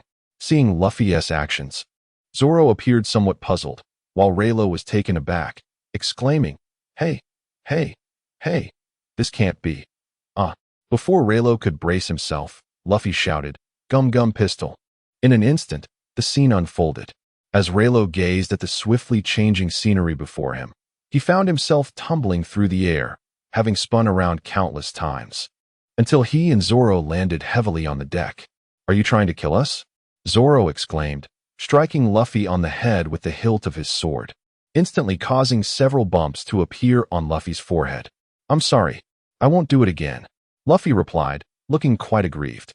Meanwhile, Rayleigh chuckled heartily, clutching his stomach in disbelief at the surreal experience of living out a scene from a comic. "How about it, Captain? Shall we set sail?" Rayleigh inquired as he positioned himself at the helm. "Set sail." Luffy nodded enthusiastically, raising his arms high above his head at the bow of the ship. Zoro hoisted the sails, and thus, Rayleigh steered the vessel gently toward the open sea. This marked Rayleigh's inaugural journey upon the ocean, evoking an endless sense of novelty within him. The salty, damp breeze caressed his face, while the ship swayed rhythmically upon the waves, filling him with exhilaration. "Hey, Rayleigh, did you build this ship?" What do you plan to name it? Luffy turned back from the bow, grinning at Rayleigh. After a moment of contemplation, Rayleigh recalled that in the future, Luffy would possess two ships, the Mary, acquired after meeting Usopp, and the Thousand Sunny, obtained in Water 7. However, he remembered the fate of the Mary, which would ultimately be destroyed. Let us call it the Mary, Rayleigh blurted out, suddenly reminded of the sorrow he felt when he witnessed its destruction in the anime during his previous life. After all, this pirate ship could potentially merge with others to upgrade. In the future, if they encountered the Mary, they could simply fuse the two. Mary, huh? Luffy pondered for a moment before nodding. If you think that name is fitting, then let us go with it. Chapter 10. The Dominance of the Buggy Pirate Crew. The Mary slowly sailed across the sea, with Rayleigh at the helm and Zoro keeping watch. Previously, Zoro had suggested taking the wheel, but Rayleigh had firmly rejected the notion. What a ridiculous idea. Zoro was notoriously directionally challenged. Entrusting him with the helm would likely lead the ship astray. Having consumed a stamina-enhancing potion awarded by the system, Rayleigh felt his vigor surge, elevating his stamina by 2 levels. He then exchanged 300,000 berries for experience points at a ratio of 1,001, investing it into the enhancement of his haki, which subsequently advanced to level 4. Rayleigh believed that soon they would encounter a user of a natural-type devil fruit, making mastery of haki absolutely crucial. Opening his attributes panel, he observed, Host, Rayleigh D. Rocks, Affiliation, Pirate, Talent, None Items, None Abilities, None Stamina, LV5, 4540, Martial Arts, LV3, 4540, Swordsmanship, LV3, 4540, Haki, LV4, 4540, pleased with his stats. Rayleigh contemplated 2 uncertainties. First, did the haki in the interface refer solely to Conqueror's haki, or did it encompass all 3 types? Secondly, how did one actually release haki? Luffy had trained for 2 full years under the Pirate King Rayleigh to master all 3 forms of haki. His battles against Kakuri had honed his observation haki to the point of foresight, and during the Wano arc, he had learned the flowing cherry blossom technique, even mastering Conqueror's haki during his fight with Kaido. All of this indicated that only through relentless combat could one truly unleash their haki's potential. Zoro, shall we spar? Rayleigh asked with a mischievous grin, eyeing the drowsy swordsman beside him. He intended to test his haki in combat against Zoro. Spar? Zoro smirked as he unsheathed his sword. I saw you fight Monka before. You seemed impressive. I too wish to experience what it is like to battle a strong opponent. Rayleigh beckoned Zoro with a gesture. Come on then. Zoro bit down on one of his swords and assumed a stance, launching himself towards Rayleigh like a cannonball. The 3 blades struck in seamless succession. Rayleigh infused his body with the power of the rabbit talisman, narrowly evading 1 blade, but the other 2 came at him from unexpectedly acute angles. True to his reputation, Zoro was formidable. Rayleigh dared not underestimate him, retreating while dodging the onslaught. What's wrong? Don't hold back just because we're comrades. Be more serious, or you might get hurt. Zoro felt slighted by Rayleigh's evasiveness, thinking he was being underestimated. Rayleigh chuckled lightly. I know you aim to defeat Mihawk and become the world's greatest swordsman. Zoro paused, taken aback that Rayleigh knew of Mihawk. Seizing the opportunity, Rayleigh had already stepped back several paces, creating distance. Sensing the shift, Zoro's muscles tensed, an aura of menace radiating from him, coalescing into a palpable form. Onigiri. In an instant, the 3 swords were upon Rayleigh. How swift! Rayleigh summoned all his strength, channeling it into his arms while simultaneously activating haki, causing them to shimmer a deep purple-black. Before he could fully process the situation, Zoro's blades connected with his arms. Clang! The sound echoed like metal striking metal. What just happened? Zoro stared in disbelief at Rayleigh, who was equally astonished. Was this the power of armament haki? Rayleigh could feel a haki meter in his vision slowly depleting, currently around 180, diminishing by 20 each second, indicating he could maintain armament haki for 9 seconds. In his moment of distraction, he had already wasted 5 seconds. Without hesitation, Rayleigh activated the Rabbit Talisman's power, vanishing from his spot and reappearing behind Zoro. Zoro sensed the killing intent from behind and quickly turned to strike. only to have his blades blocked by Rayleigh's arms. Rayleigh's punch halted mere inches from Zoro's face, the force of it ruffling Zoro's hair. "You are truly strong," Zoro remarked, sheathing his sword. "Why are your arms so hardened?" "That is armament haki," Rayleigh replied with a smile. "Armament haki? I don't quite understand. Can you teach me?" Zoro inquired, curiosity piqued. Rayleigh shook his head with a wry smile. "This is something I discovered through my own efforts. Whether I can replicate it next time remains uncertain. It's even less likely I could teach anyone else. However, this sparring session has given me some insight into my haki. When we encounter natural-type devil fruit users later, I will be prepared to face them." "Hey, Rayleigh.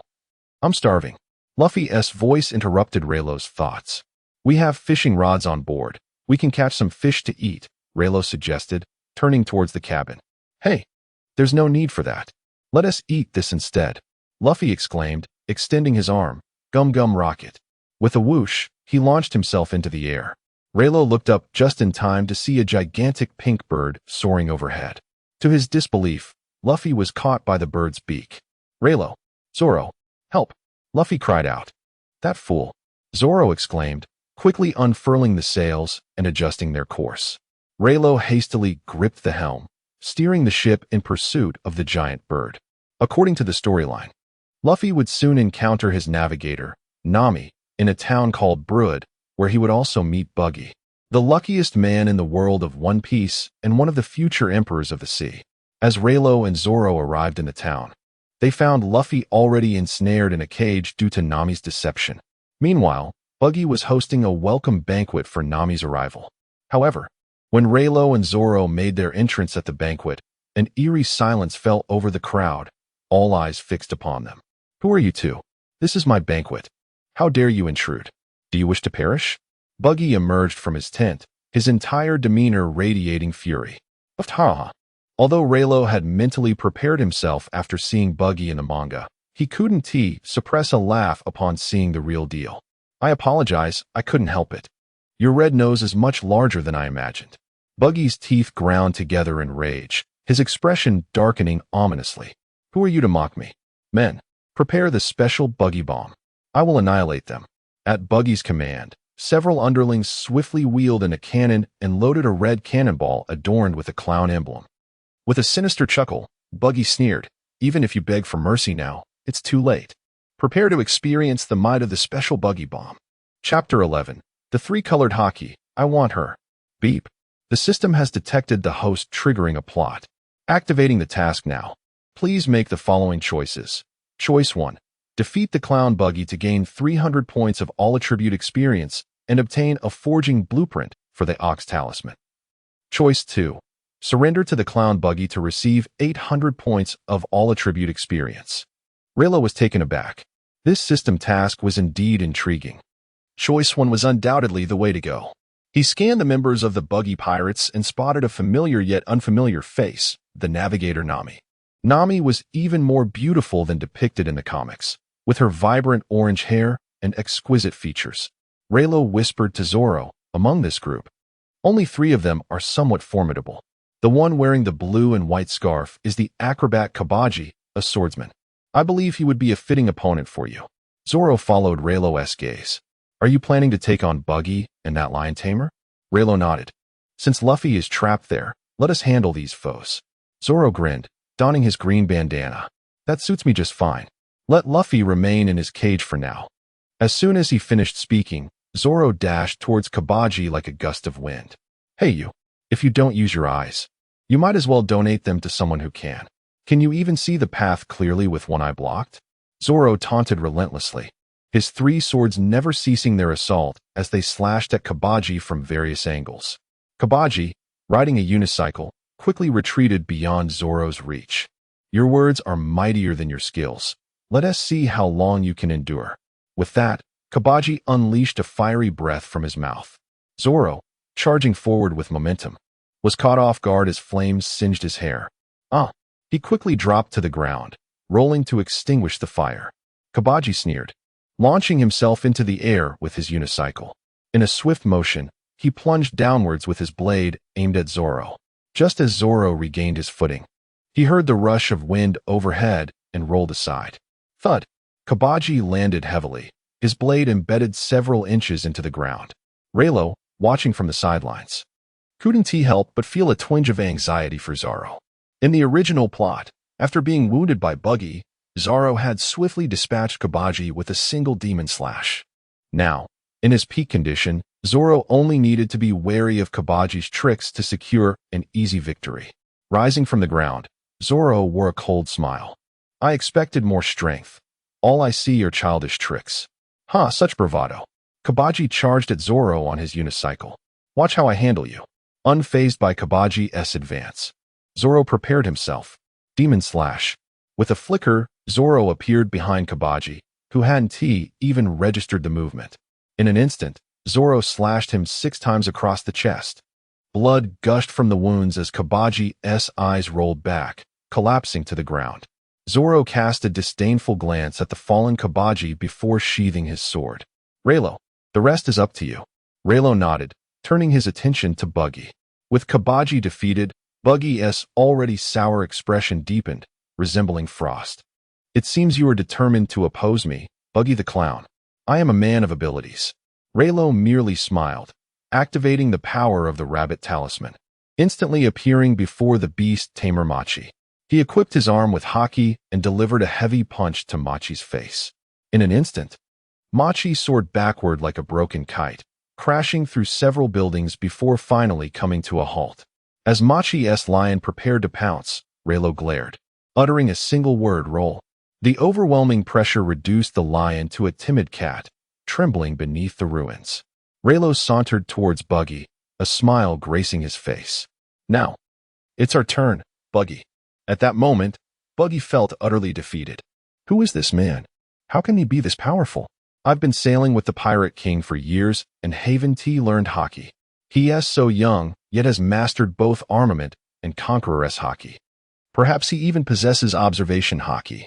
Such a person should be in the New World, not slaughtering weaklings in a novice village. Now, the once boastful Buggy felt a tinge of fear. Humph, let me tell you, I am a well-known pirate. Out of respect for your inexperience, I shall not pursue this matter further.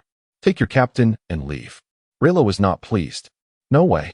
In my eyes, you are not a pirate, but merely a walking ox talisman. If I do not defeat you, how can I obtain the forging blueprint? Rednose, stop the nonsense and come at me. Rayleigh taunted, beckoning with his fingers. Buggy, infuriated by the insult, unleashed his hands towards Rayleigh, brandishing sharp knives. Rayleigh activated the rabbit talisman's ability, disappearing from sight and reappearing before Buggy. He launched a punch at Buggy. In response, Buggy activated the power of the chop-chop fruit, disassembling his body to evade Rayleigh's strike. Immediately, 2 knives veered back towards Rayleigh's back. At that moment, Rayleigh felt an unusual sensation. Everything around him became vividly clear. Although Buggy's knives were behind him, he could perceive their trajectory distinctly. Is this observation haki? Rayleigh swiftly sidestepped, then unleashed armament haki, landing a rapid punch on Buggy. Buggy flew backward like a cannonball, crashing into his tent, reducing it to rubble. This is impossible. This guy is far too strong. Buggy scrambled from the debris, utterly astonished. I surrender. Just tell me what you want, and I shall grant it without wasting words. Rayleigh pointed at the orange-haired woman in Buggy's crew. First, release our captain. Second, I want her. Chapter 12. Launching Buggy into the sky, Usopp. Me? Nami gazed at Rayleigh, her charming face flushed with a hint of embarrassment and astonishment. What was wrong with this guy? How could he audaciously say that in front of everyone? Did he defeat Buggy just to win my favor? But isn't this our first encounter? Yet, he truly possesses remarkable strength, and there's a certain charm about him. I wonder if he is wealthy? His prowess seems formidable. If it's him, he might be able to defeat that man. The thought made Nami's cheeks burn even more. Buggy glanced at Nami, then at Rayleigh. So, the young man is fond of this woman. Why didn't he say so earlier? I would have gladly offered her to him. How about we use this as an opportunity to become friends? Humph, you aren't worthy. Rayleigh shot Buggy a disdainful look before turning his attention back to Nami. Hey, Nami, come here. Eh? How does he know my name? Nami thought, feeling intimidated yet inexplicably drawn to him. She hurried to Rayleigh's side, her face now even redder. With Nami behind him, Rayleigh felt unencumbered and activated the rabbit charm spell, instantly appearing before Buggy. Buggy, fly away. With a single punch from Rayleigh, Buggy soared into the air like a kite severed from its string, spinning wildly before vanishing as a mere pinpoint in the sky. Zoro and Nami stared at Rayleigh, as if he were a monster. Rayleigh, how could you be so strong? Zoro exclaimed, jealousy etched on his face. Ever since he set sail and got lost, most of his adversaries had succumbed to his three-sword style. Even against Luffy, he felt confident in battle. Yet before Rayleigh, Zoro sensed an insurmountable gap. Damn it, I'm still too weak. Rayleigh understood that Zoro belonged to the type of person who grew stronger when faced with formidable opponents. Unwilling to accept defeat, Zoro would dedicate himself entirely to training if he desired to grow stronger. At your current strength, it's impossible to fight the world's greatest swordsman, Dracula Mihawk, Rayleigh remarked as he approached the iron cage holding Luffy. Utilizing his armament haki, he grasped the cage lightly. Boom. The iron cage crumbled in Rayleigh's hands as if it were mere tofu. Even I would have to exert all my strength to deal with Mihawk. With a thud, Zoro exaggeratedly sank to the ground, despair evident in his eyes. He never anticipated he could be so powerless. Rayleigh disregarded Zoro's plight, knowing he wouldn't succumb to despair over this setback, but would instead train even harder in the future. Nami, we need to find some allies first. Would you like to join us? Rayleigh asked with a smile. Nami hesitated, initially inclined to agree, but her expression suddenly darkened as if recalling something. No, I have my own matters to attend to, she shook her head. Rayleigh understood her intentions and turned to Luffy. This guy is destined to become the strongest navigator in the world, and if you wish to be the pirate king and reach the final island, she is indispensable. Luffy's eyes lit up. That is amazing. You must be Nami. I'm Luffy, the man destined to be the pirate king. Let us become pirates together. I will absolutely not be a pirate. Nami's eyes and tone were resolute. Thank you for saving me, but I must go. With that, she picked up 2 bags of treasure from Buggy's crew and headed towards the port. Rayleigh watched her departing figure without trying to retain her. Even if Nami stayed now, she would eventually leave alone to confront Arlong. Rayleigh, is it all right that she left? Luffy expressed disappointment as he observed Nami's retreating silhouette. It's fine. One day we shall meet again. When that time comes, Nami will willingly board our ship. Luffy chuckled. Then it's settled. Let us prepare to set sail for the next destination. As they journeyed to their next location, Rayleigh was exhilarated by the forging diagram of the Ox Charm he spotted in the Universal Treasure Tome. The Ox Charm grants immense strength.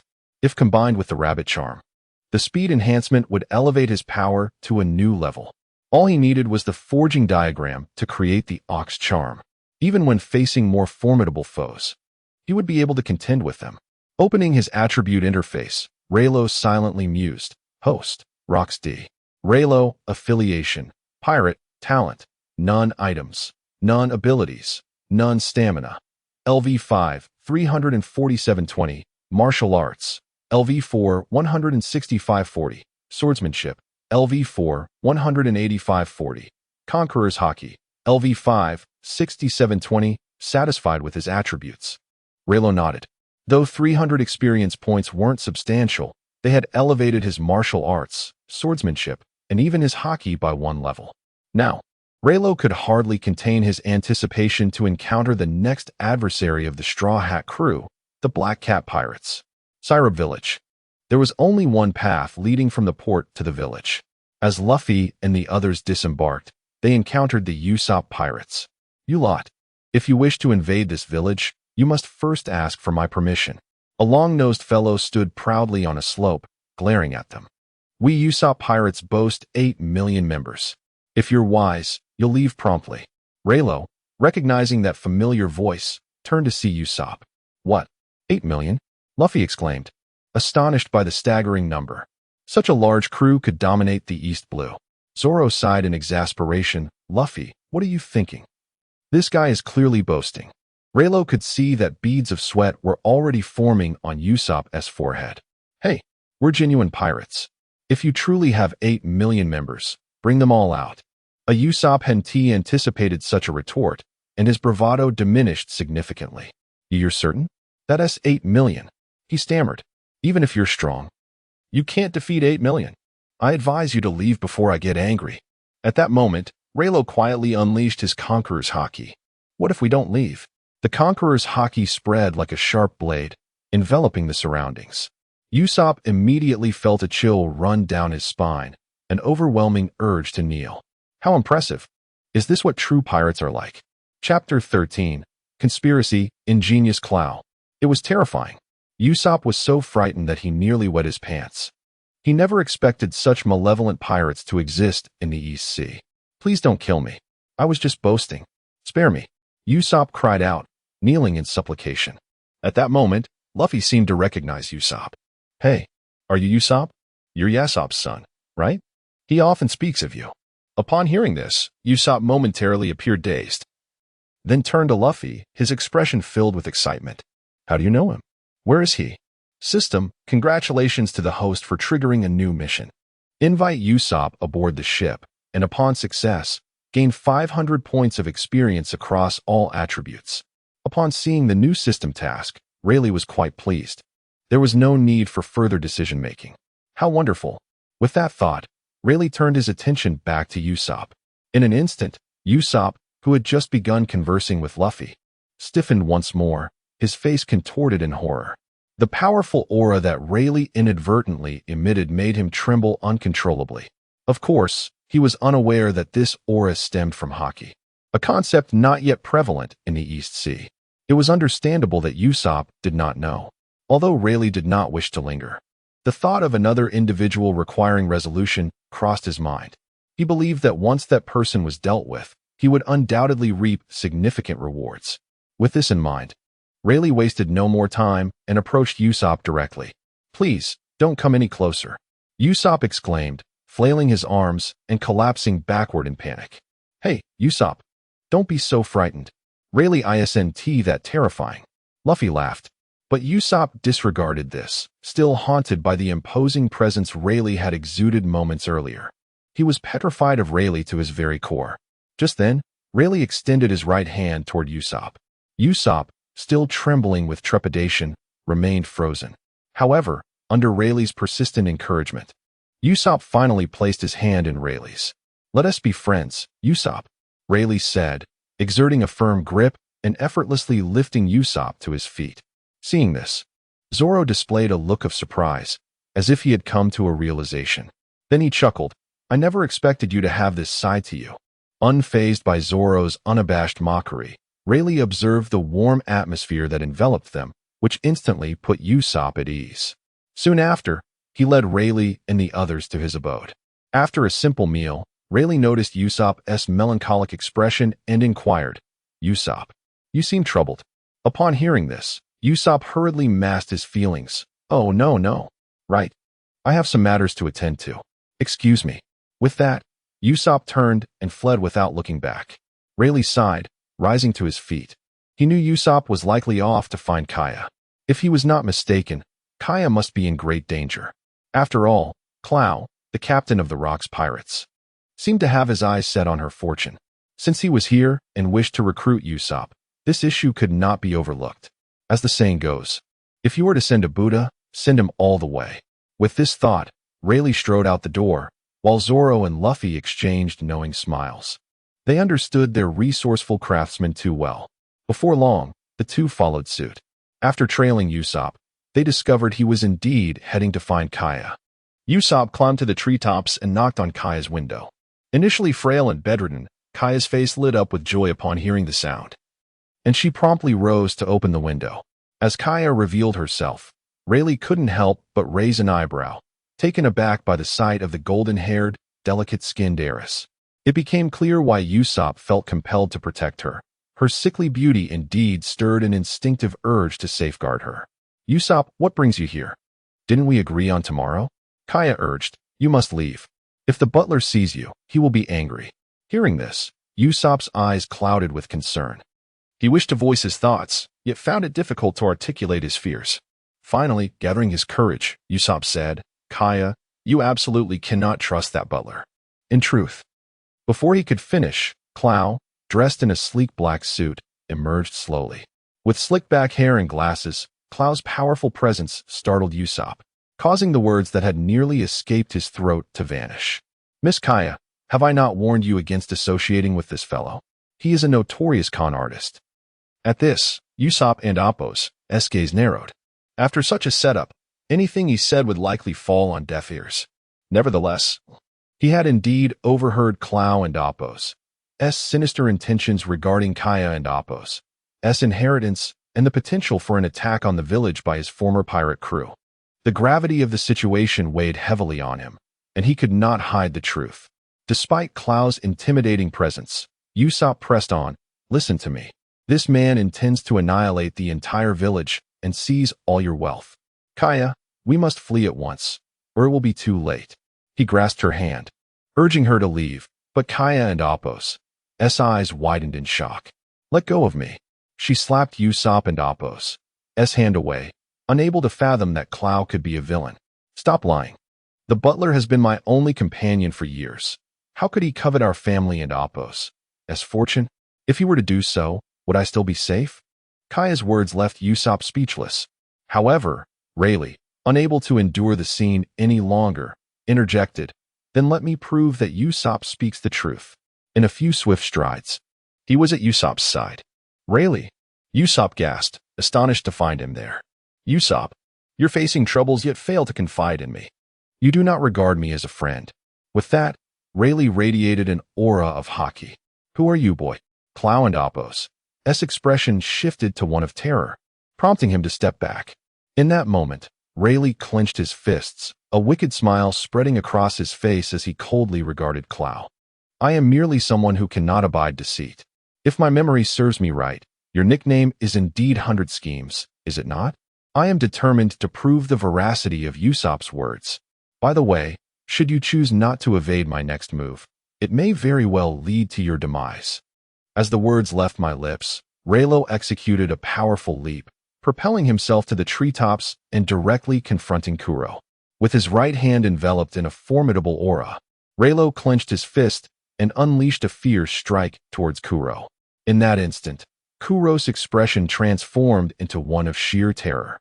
He felt an overwhelming pressure emanating from this seemingly small figure before him. Indeed, if he did not evade, his fate was sealed. Recognizing this, he swiftly employed the silent step, a lethal assassination technique characterized by cat-like agility, allowing him to narrowly escape the fatal blow. Witnessing this, Kaya could not help but adopt a grave demeanor. Chapter 14.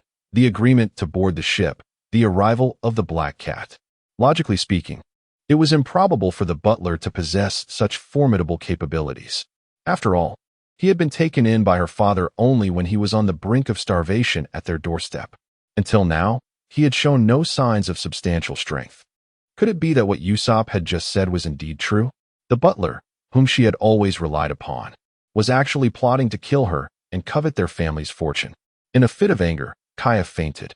At that moment, seeing the dire situation, Kuro leaped out the window and fled overseas. Upon witnessing Kaya's collapse, Usopp jumped through the window, scooping her up and laying her gently on the bed. "Rayleigh, a fellow just ran away. Let us capture him." Luffy and Zoro, who had been following Rayleigh, caught sight of the confrontation between Rayleigh and Kuro from a distance. When they saw Kuro escaping, they attempted to pursue him but were halted by Rayleigh. "He is a pirate. There's no need to chase him. Let him gather his crew. Don't you yearn for a grand battle? We can then relish the joy of combat with a pirate crew." At this, excitement illuminated Luffy and Zoro's faces. Hearing this, Usopp, who was in the room, rolled his eyes in disbelief. What on earth was wrong with these three? They had just offended a pirate crew and could still laugh. Usopp sighed helplessly. Subsequently, he exited Kaya and Appo's room, looking somewhat despondent. At that moment, Rayleigh approached him. "Usopp, I understand your desire to protect Kaya, but your strength is too feeble. Would you like to join our ship and become my crew member?" Simultaneously, upon hearing this proposal, Luffy's eyes sparkled with enthusiasm. "Yes, Usopp, join my ship. Let us grow stronger together." Usopp, who had been feeling increasingly dejected, was taken aback by Luffy and Rayleigh's words. "Is it true? I can be your crew member?" He had witnessed Rayleigh's overwhelming aura, a presence that only the mightiest of pirates could possess. To be invited by such a pirate to join his crew was indeed a tremendous honor. However, after a moment's reflection, Usopp hesitated. He gazed towards the distant village, where wisps of smoke rose into the air. He could not allow those pirates to harm his fellow villagers. They had once enjoyed a peaceful and stable existence. Now that the butler had fled, he would undoubtedly summon others to massacre the village. If their offense towards the pirate crew brought about their demise, he would never forgive himself. At this moment, Luffy seemed to perceive Usopp's concerns. He patted Usopp on the shoulder. "Since I am inviting you to join my crew, I will not let you face this alone. We will handle it together." Rayleigh added, "Trust our captain. He is destined to become the Pirate King." Upon hearing this, Usopp looked up at Luffy and Rayleigh, tears welling in his eyes. "I am so grateful to you both." He expressed his heartfelt thanks to them. After a moment of contemplation, he wiped his tears and said to Luffy and Rayleigh, "As long as I can drive those pirates away, I will set sail with you. But first, I must warn the villagers to take shelter. We have no idea what kind of ruthless pirates are approaching." Rayleigh did not oppose this. It might be Usopp's only chance to connect with the villagers. Let him seize this opportunity, for once they set sail, there would be no further chances. "Go, Usopp. We will take care of those pirates." Zoro chimed in. Seeing that Luffy and the others did not object, Usopp dashed off. Upon reaching the village, he shouted, "Everyone, run. The pirates are coming. We must escape." Usopp cried out repeatedly, yet the villagers dismissed his warnings. After all, Usopp had been known for his wild tales and eccentric behavior for quite some time, and some even mocked him. Ultimately, after shouting until he was nearly hoarse, Usopp coughed violently, his heart racing. He could not fathom why the villagers were not fleeing upon hearing of the pirates' approach. Usopp understood that perhaps he had lost their trust. Therefore, he must completely block the pirates outside the village. Otherwise, the villagers would indeed be in grave danger. With this in mind, Usopp ran towards Luffy and the others. Soon, he arrived before Rayleigh, Luffy, and Zoro, just as a pirate ship appeared on the horizon. It was the Black Cat Pirates. Before long, several pirates had already disembarked, including the hippotist Usopp had seen that day. As he watched the group of pirates advancing towards them, Usopp felt a wave of fear wash over him. He contemplated fleeing but was seized by Rayleigh, who said, "As our crew member, being so cowardly is unacceptable. Usopp, if you wish to grow stronger, you must overcome your fear and stay here. Our future adventures will be thrilling." Upon hearing this, Usopp found his resolve strengthening. Though his legs still trembled, he was no longer paralyzed by fear. At this moment, Kuro led a group of pirates forward. Upon encountering Luffy and the others, a cold glint flashed in his eyes. "What a pity. You have lost your last chance to escape. I will tear you to pieces." After saying this, Kuro produced a pair of claw-like weapons from his pocket, his eyes narrowing as he regarded Rayleigh as if he were gazing at corpses. Meanwhile, Zoro and Luffy were exhilarated at the sight of the gathering pirates. This would be the first opportunity for a thrilling battle since they set sail. However, Usopp and Appo's legs felt weak, and he silently prayed that the pirates would not approach. Gradually retreating, "Rayleigh, let us get started. Shall we take on this fellow first?" Zoro and Luffy were eager to engage. "You two stay back. I'll handle this guy," Rayleigh interjected, placing himself in front of them. With that, two talismans merged with his body, and Rayleigh leapt into the air with a single powerful push. Upon witnessing this, the members of the Black Cat Pirates furrowed their brows. This individual's leaping ability appeared astonishingly formidable. They soon sensed something was amiss as Rayleigh began to kick off from one foot to the other, hovering in the air. He showed no intention of descending at all. The onlookers were filled with astonishment. How could that fellow soar through the sky? The captain is no ordinary person. Perhaps we should retreat for now. Indeed, Captain, a gentleman avenges not in haste. There is no need for urgency. Just as the words left his lips, a harrowing scream pierced the air and blood spurted forth. The young man who had spoken was suddenly struck by Clo's claw, leaving 4 deep gashes across his chest. Witnessing this, everyone fell silent, too fearful to utter another word. Clo adjusted his glasses, a glint of coldness in his eyes. "A bunch of useless fools. Do not let me hear such feeble words again." It is merely the application of some physical techniques, leveraging the air to maintain altitude, and yet you are all reduced to this state of terror. With that, he executed the moonwalk. Clo2 stepped onto the air, instantly soaring upwards. He, like Rayleigh, was suspended in midair. This was the moonwalk, one of the Navy and Oppos's 6 styles. It was utterly astonishing to discover that their captain possessed such mastery of the Navy's techniques. It was simply beyond belief. At this moment, Usopp's eyes nearly popped out of his head. Were these two truly human? How could they defy gravity? Meanwhile, upon witnessing Clo's display, Rayleigh could not help but furrow his brow in concern. Chapter 15. The Defeat of Crocodile. This fellow is stronger than I anticipated. In the original storyline, Crocodile has yet to showcase the full extent of his Navy's 6 styles. This world, after all, is undeniably real, and everything here may differ from what I know. Beep. The system has detected the host triggering a plotline and has activated a task. Please make the following choices. Choice 1. Eliminate Crocodile and obtain the final forging material for the Bull Talisman. Choice 2. Surrender to Crocodile and receive 800 points of all attribute experience. What? Do I need to surrender to deal with this scoundrel? System. I choose 1. Without hesitation, Rayleigh made his decision. If he could eliminate this adversary, the Bull Talisman would be successfully forged. The thought of the talisman and Oppos's formidable power brought a smile to Rayleigh and Oppos's face as he said, Crocodile, is it? I prefer not to involve the villagers in our battle. How about we take this fight to the skies? With that, Rayleigh summoned his strength and launched an attack towards Crocodile. This move was infused with a potent aura, with dark haki wrapping around his arm, startling Crocodile to the brink of plummeting from the air. Although Crocodile managed to evade Rayleigh's assault at the last moment, the pressure from the displaced air still inflicted damage on his internal organs. At that moment, Crocodile realized the vast chasm between him and Rayleigh. In an instant, he leaped towards the ground, knowing he could not afford to confront this formidable opponent. Upon landing, Crocodile adjusted his glasses and coldly declared, "This one is yours to handle. I will deal with them alone." Upon hearing this, the crew members were momentarily taken aback. But when they grasped the gravity of the situation, their eyes nearly bulged out in shock. Their captain had entrusted them with this daunting task. "Hey, Captain, you can't be serious. You left the strongest one to us," they protested. Yet, Crocodile's cold gaze, laced with murderous intent, silenced them. "What good have I nurtured you for all these years? Can't you handle a single opponent?" Faced with this reprimand, the crew members of the pirate group retreated, their expressions grim. They found themselves in a predicament, unable to confront either Rayleigh or their captain. Crocodile wasted no time and headed directly towards Zoro and Luffy, leaving Rayleigh, the immensely powerful foe, to contend with his crew of inept members.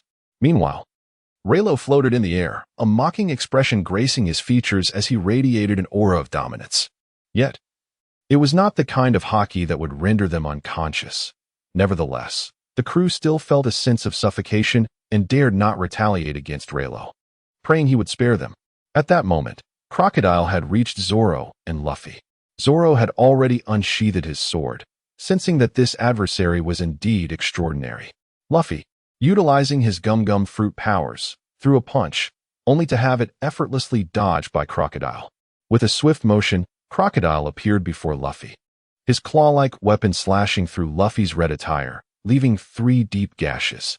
Seeing this, Luffy's expression turned serious. He too began to recognize Crocodile's formidable nature. Just then, Zoro, witnessing Luffy's peril, launched an attack towards Crocodile. The two engaged in a fierce exchange, trading blows for several rounds, yet neither could gain the upper hand.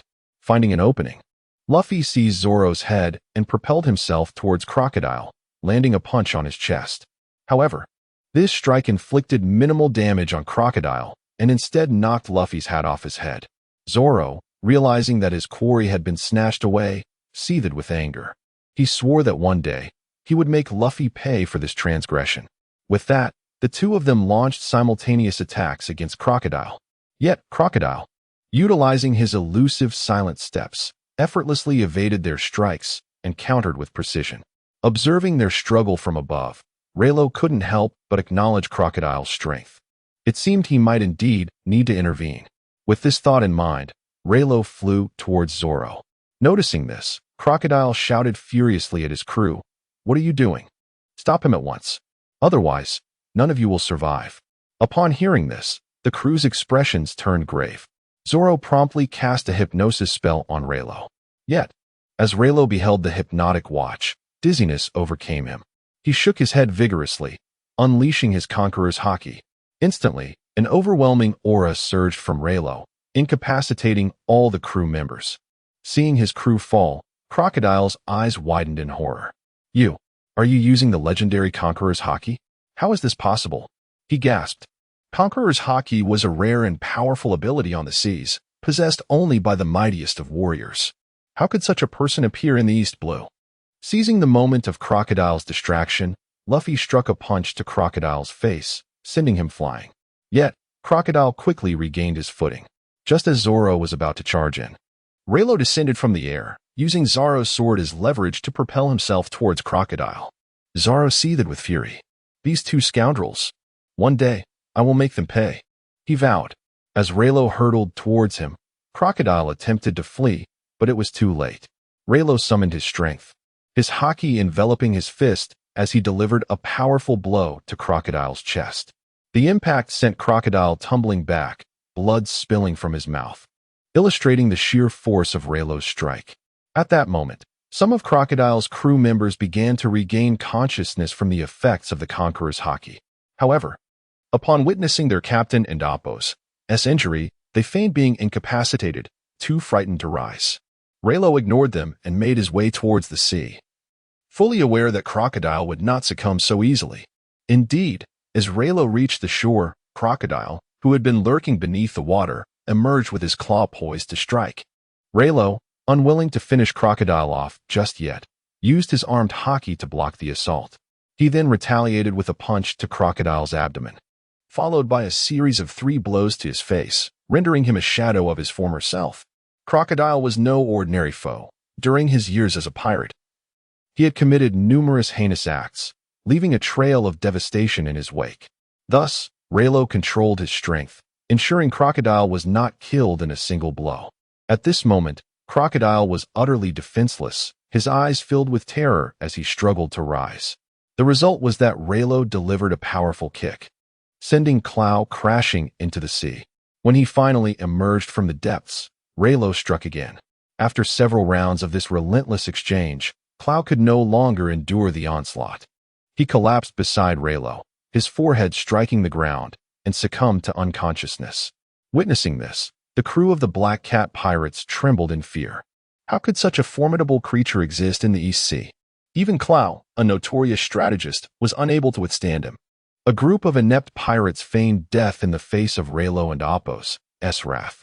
In response, he executed a swift kick, sending them plummeting into the ocean. The hypnotist, adorned with heart-shaped glasses, met his demise beneath the waves. This village is under the protection of the Straw Hat Pirates.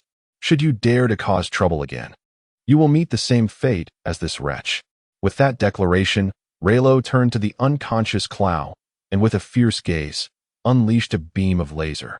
In an instant, 2 gaping holes were seared into Clow and Appo's chest. There was no chance of revival, as the sight of 2 fallen leaders struck terror into their hearts. The remaining members of the Black Cat pirates desperately swam away, not daring to look back. System, congratulations, host.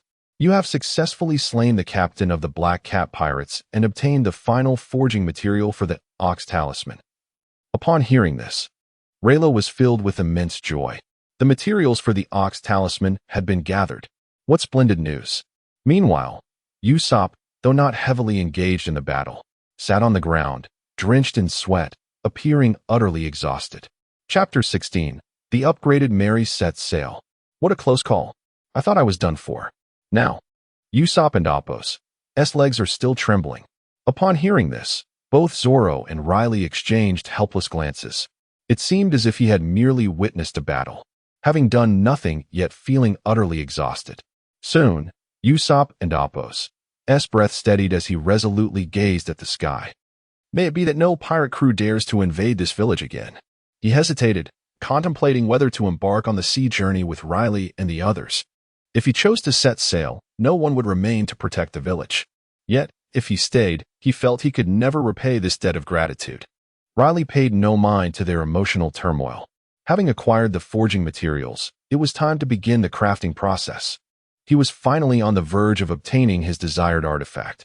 With this thought, he silently instructed the system to commence the forging of the Ox Talisman. Ding! Congratulations, host. The Ox Talisman has been integrated into the Universal Treasure Guide.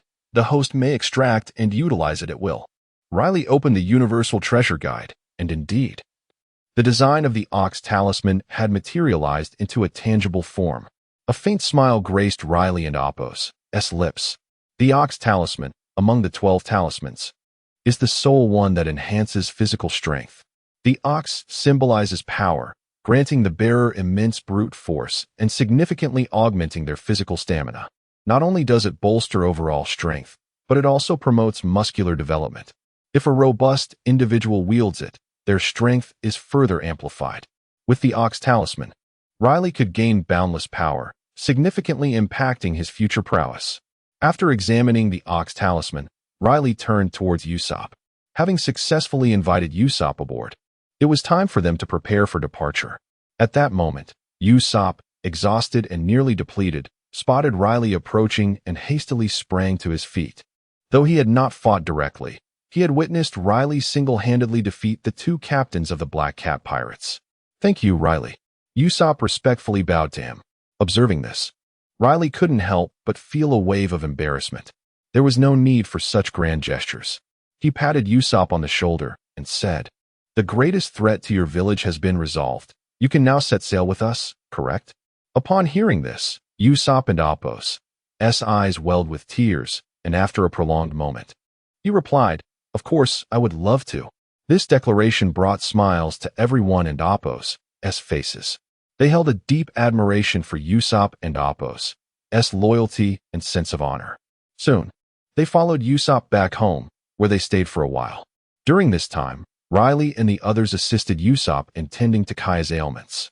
The bond between Usopp and Kaya blossomed rapidly, and she had begun to depend on him. However, Rayleigh did not wish for Usopp to remain by her side indefinitely. After all, his system issued tasks in a trigger-based manner, necessitating the progression of the narrative. Once Kaya's health was restored, they would have to leave and resume their voyage. Once Kaya recovered, she promptly instructed her new steward, Mary, to craft a ship for the Straw Hat crew, naming it the New Mary. A few days later, they arrived at the seaside dock. In addition to their old Mary, there stood a robust new Mary. Luffy's eyes sparkled with excitement. As the captain, Luffy had a particular obsession with ships. Upon seeing the new Mary, Rayleigh felt their old ship was somewhat too small. "System, is it possible to merge our current ship with this new one?" Rayleigh silently inquired. "Ding. Certainly. Would you like to merge the old ship with the new one immediately?" "Merge. Let us proceed with the merging." Rayleigh had awaited this moment. He aimed to enhance the Mary. Not only did he intend to merge here, but he also wished to integrate other ships they encountered in the future. Henceforth, his ship would be the Golden Mary. In an instant, a radiant glow enveloped them as the system swiftly merged the 2 ships. Subsequently, the hull of the old Mary expanded significantly. "Rayleigh, did you create this with your tools?" "This is extraordinary," Luffy exclaimed, overflowing with excitement at the sight of the upgraded Mary. "Of course. After all, I am a craftsman." Rayleigh chuckled. Meanwhile, Mary gazed at the suddenly fused ships with a hint of confusion. These pirates were indeed remarkable. She hoped Usopp would return safely after embarking on the ship. Before long, the members of the Straw Hat crew prepared to set sail. Just as they were about to board, Kaya emerged slowly from the village. She appeared somewhat uncomfortable with Usopp's departure. "Can't you stay with me a little longer? I feel like my body isn't fully recovered yet." Upon hearing this, Usopp immediately replied, "Of course." However, before he could finish his sentence, Rayleigh struck him on the head with a fist. Usopp clutched his throbbing head, tears flowing freely. Too afraid to speak further. "I sincerely apologize, Miss Kaya. We have already delayed here for quite some time. I am quite familiar with your condition." and barring any unforeseen circumstances, you should be fully healed. If any issues arise, we will continue your treatment upon our return from the sea. Kaya's expression grew somber at his words. Though she felt reluctant, she did not wish to burden Usopp. Ultimately, she sighed and said, "Then you must promise me that you will return. When you do, I shall host you with great hospitality." Rayleigh and the others readily agreed. Subsequently, Rayleigh dragged Usopp onto the Mary as if he were a limp rag doll. Once aboard the significantly larger Mary, Luffy eagerly began rolling around on the deck. He had long dreamed of possessing such a vast ship. Zoro felt a sense of satisfaction. His training space would now be much larger. Quickly, Zoro entered the training room on the third floor. Rayleigh and Appo's strength was formidable, and he wanted to seize the opportunity to develop more techniques. Meanwhile, upon boarding, Usopp and Appo's tears flowed incessantly. It was unclear whether he cried for leaving his home or from the pain inflicted by Rayleigh and Appo's earlier blow. Usopp, at times of farewell, we must say our goodbyes so that our next meeting won't feel awkward. At this moment, Rayleigh approached Usopp from behind, placing a hand on his back. Hearing this, Usopp and Appo's tears finally ceased. With determination, he waved vigorously in Kaya and Appo's direction. Thus, as Luffy commanded the ship to set sail, the upgraded Mary slowly departed from the small island. However, they would forever cherish the memories of this place. Chapter 17. The Floating Restaurant Baratai. A few days later. System. Open the attribute interface. As soon as the words left his mouth, the attribute interface gradually unfolded in Rayleigh and Appo's mind. Host. Roxdy.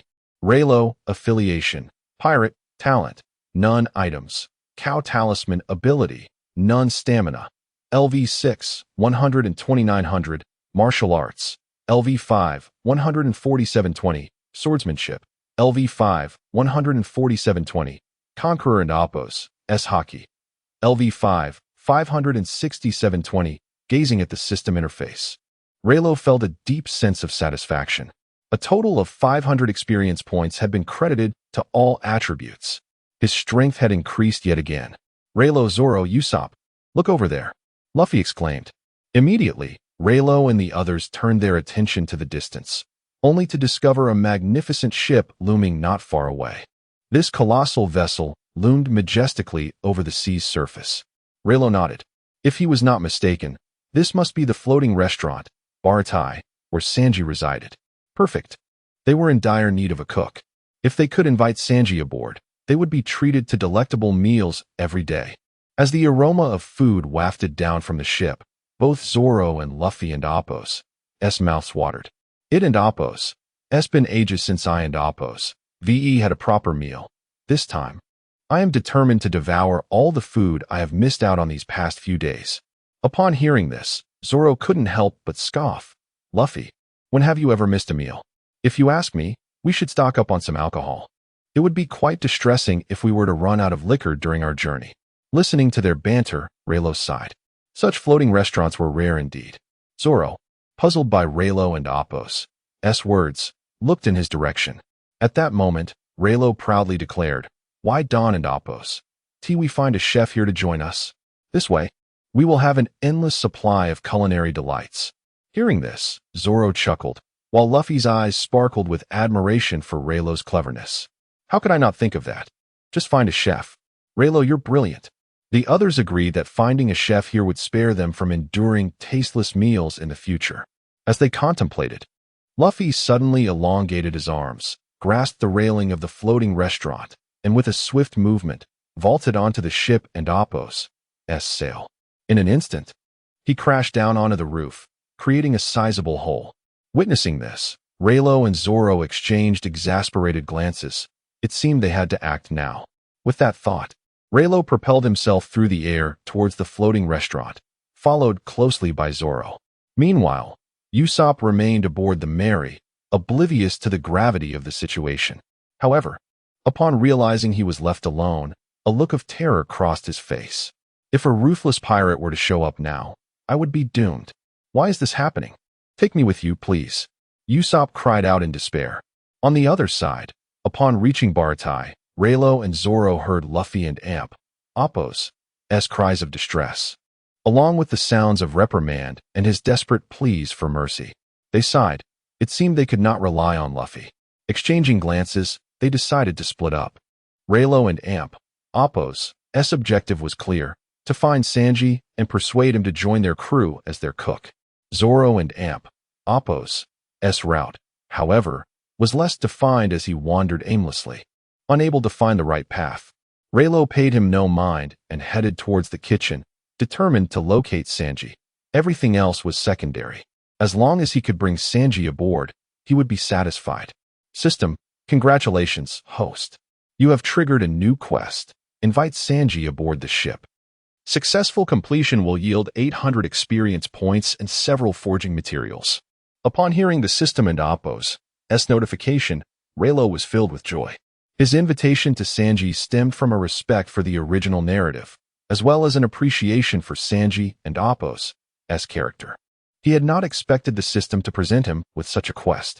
Truly, the saying held: if one wishes to eat well, one must seek out a cook. With renewed vigor, Rayleigh made his way toward the kitchen. However, just as he was about to enter, a burly chef blocked his path. This is Chef Zeph and Appo's kitchen. Not just anyone can enter, he declared, brandishing a spiked club. In the next moment, Rayleigh unleashed a hint of his haki, causing the hefty chef to stagger back 3 steps. Rayleigh strode boldly into the kitchen, and the chef dared not obstruct him. A look of shock crossed the chef's face. The overwhelming aura he had just sensed was likely the Conqueror and Appo's haki, a power known to be possessed only by the strongest pirates. Yet why would such a formidable pirate venture into the East Blue? Could it be that he was seeking trouble? Upon entering the kitchen, the other chefs were bewildered, mistaking him for a new recruit. It wasn't long before Rayleigh spotted a blonde-haired cook, a cigarette dangling from his lips as he chopped vegetables. It was Sanji. Without hesitation, Rayleigh approached and patted Sanji on the shoulder. Sanji glanced at Rayleigh with suspicion. Unfazed, Rayleigh directly proposed, "How about joining us as our cook, Sanji?" Sanji, taken aback, thought to himself, "Who is this guy to demand that I become his cook? How rude." With that thought, Sanji did not turn back. He immediately launched an attack towards Rayleigh. Believing this move would catch Rayleigh off guard, he was mistaken. In the blink of an eye, Rayleigh merely shifted his foot, stepping down on Sanji and Appo's raised leg. Sensing Rayleigh and Appo's extraordinary prowess, Sanji and Appo's expression shifted to one of seriousness. He set down his knife and executed a swift kick with his left leg, delivering an attack tenfold more powerful than before. Yet, despite this, Rayleigh effortlessly countered every strike. Enraged, Sanji alternated between left and right kicks, but for Rayleigh, they were mere tickles. Though Rayleigh held back, he still left Sanji in a state of disarray. The two fought fiercely, neglecting the chaos they created in the kitchen, which quickly became a battleground between Rayleigh and Sanji. Chapter 18: The Battle of Chef Zeph and His Apprentice. At this moment, Sanji and Appo's desire to confront Rayleigh seemed utterly absurd. Rayleigh had not even exerted his full strength. Yet Sanji was left panting and exhausted. Indeed, Sanji and Appo's leg techniques were remarkable, but they proved futile against Rayleigh and Appo's sorcery, rendering him defenseless. Panic set in for Sanji as he regarded Rayleigh, bewildered by the purpose of his presence. With such strength, if he sought to create trouble for the floating restaurant, they might not be able to thwart him. Meanwhile, the timid Usopp cautiously approached the floating restaurant, stealthily climbing aboard. He had to locate Rayleigh and Zoro. The area was rife with pirate ships. If one were to seize them, he would stand no chance of retaliation. As Usopp ascended, he searched fervently until he spotted a group clad in chef uniforms outside a cabin, accompanied by the sounds of a fierce battle within. Upon glancing in, he immediately confirmed that Luffy and the others were indeed inside. After all, who else possessed the innate talent to engage in combat within mere seconds? Usopp strode in angrily, exclaiming, "Hey, how long will you all continue this ruckus? Hurry up and procure some food so we can set sail." However, before he could finish, he opened his eyes to find only Rayleigh and a man with yellow hair. Usopp was puzzled. If the other two were absent, Then who was this person battling Rayleigh? Just then, a commotion erupted from the upper kitchen level, and a gaping hole appeared as Luffy, entangled with Zeph, crashed down from the roof. Rayleigh was taken aback, wondering how Luffy had managed to ascend to the cabin and bring Zeph down with him. Meanwhile, Zeph, using his wooden leg, was striking Luffy's head like a wooden fish. "I say, you stubborn brat, how much more destruction do you intend to wreak upon my restaurant before you relent?" Luffy, tugging at Zeph's beard, retorted loudly, "I've already said I'll compensate you, but I can't stay here." Hearing this, Zeph struck even harder. "Do you have money to pay now? If you're not working here, what will you use to repay me?" Luffy was indignant, his body puffed up with frustration. "I've told you, once we find the great treasure, I will repay you tenfold. So please let me go." Their brawl continued, leaving Rayleigh and Sanji somewhat perplexed. However, Usopp appeared to comprehend the situation entirely.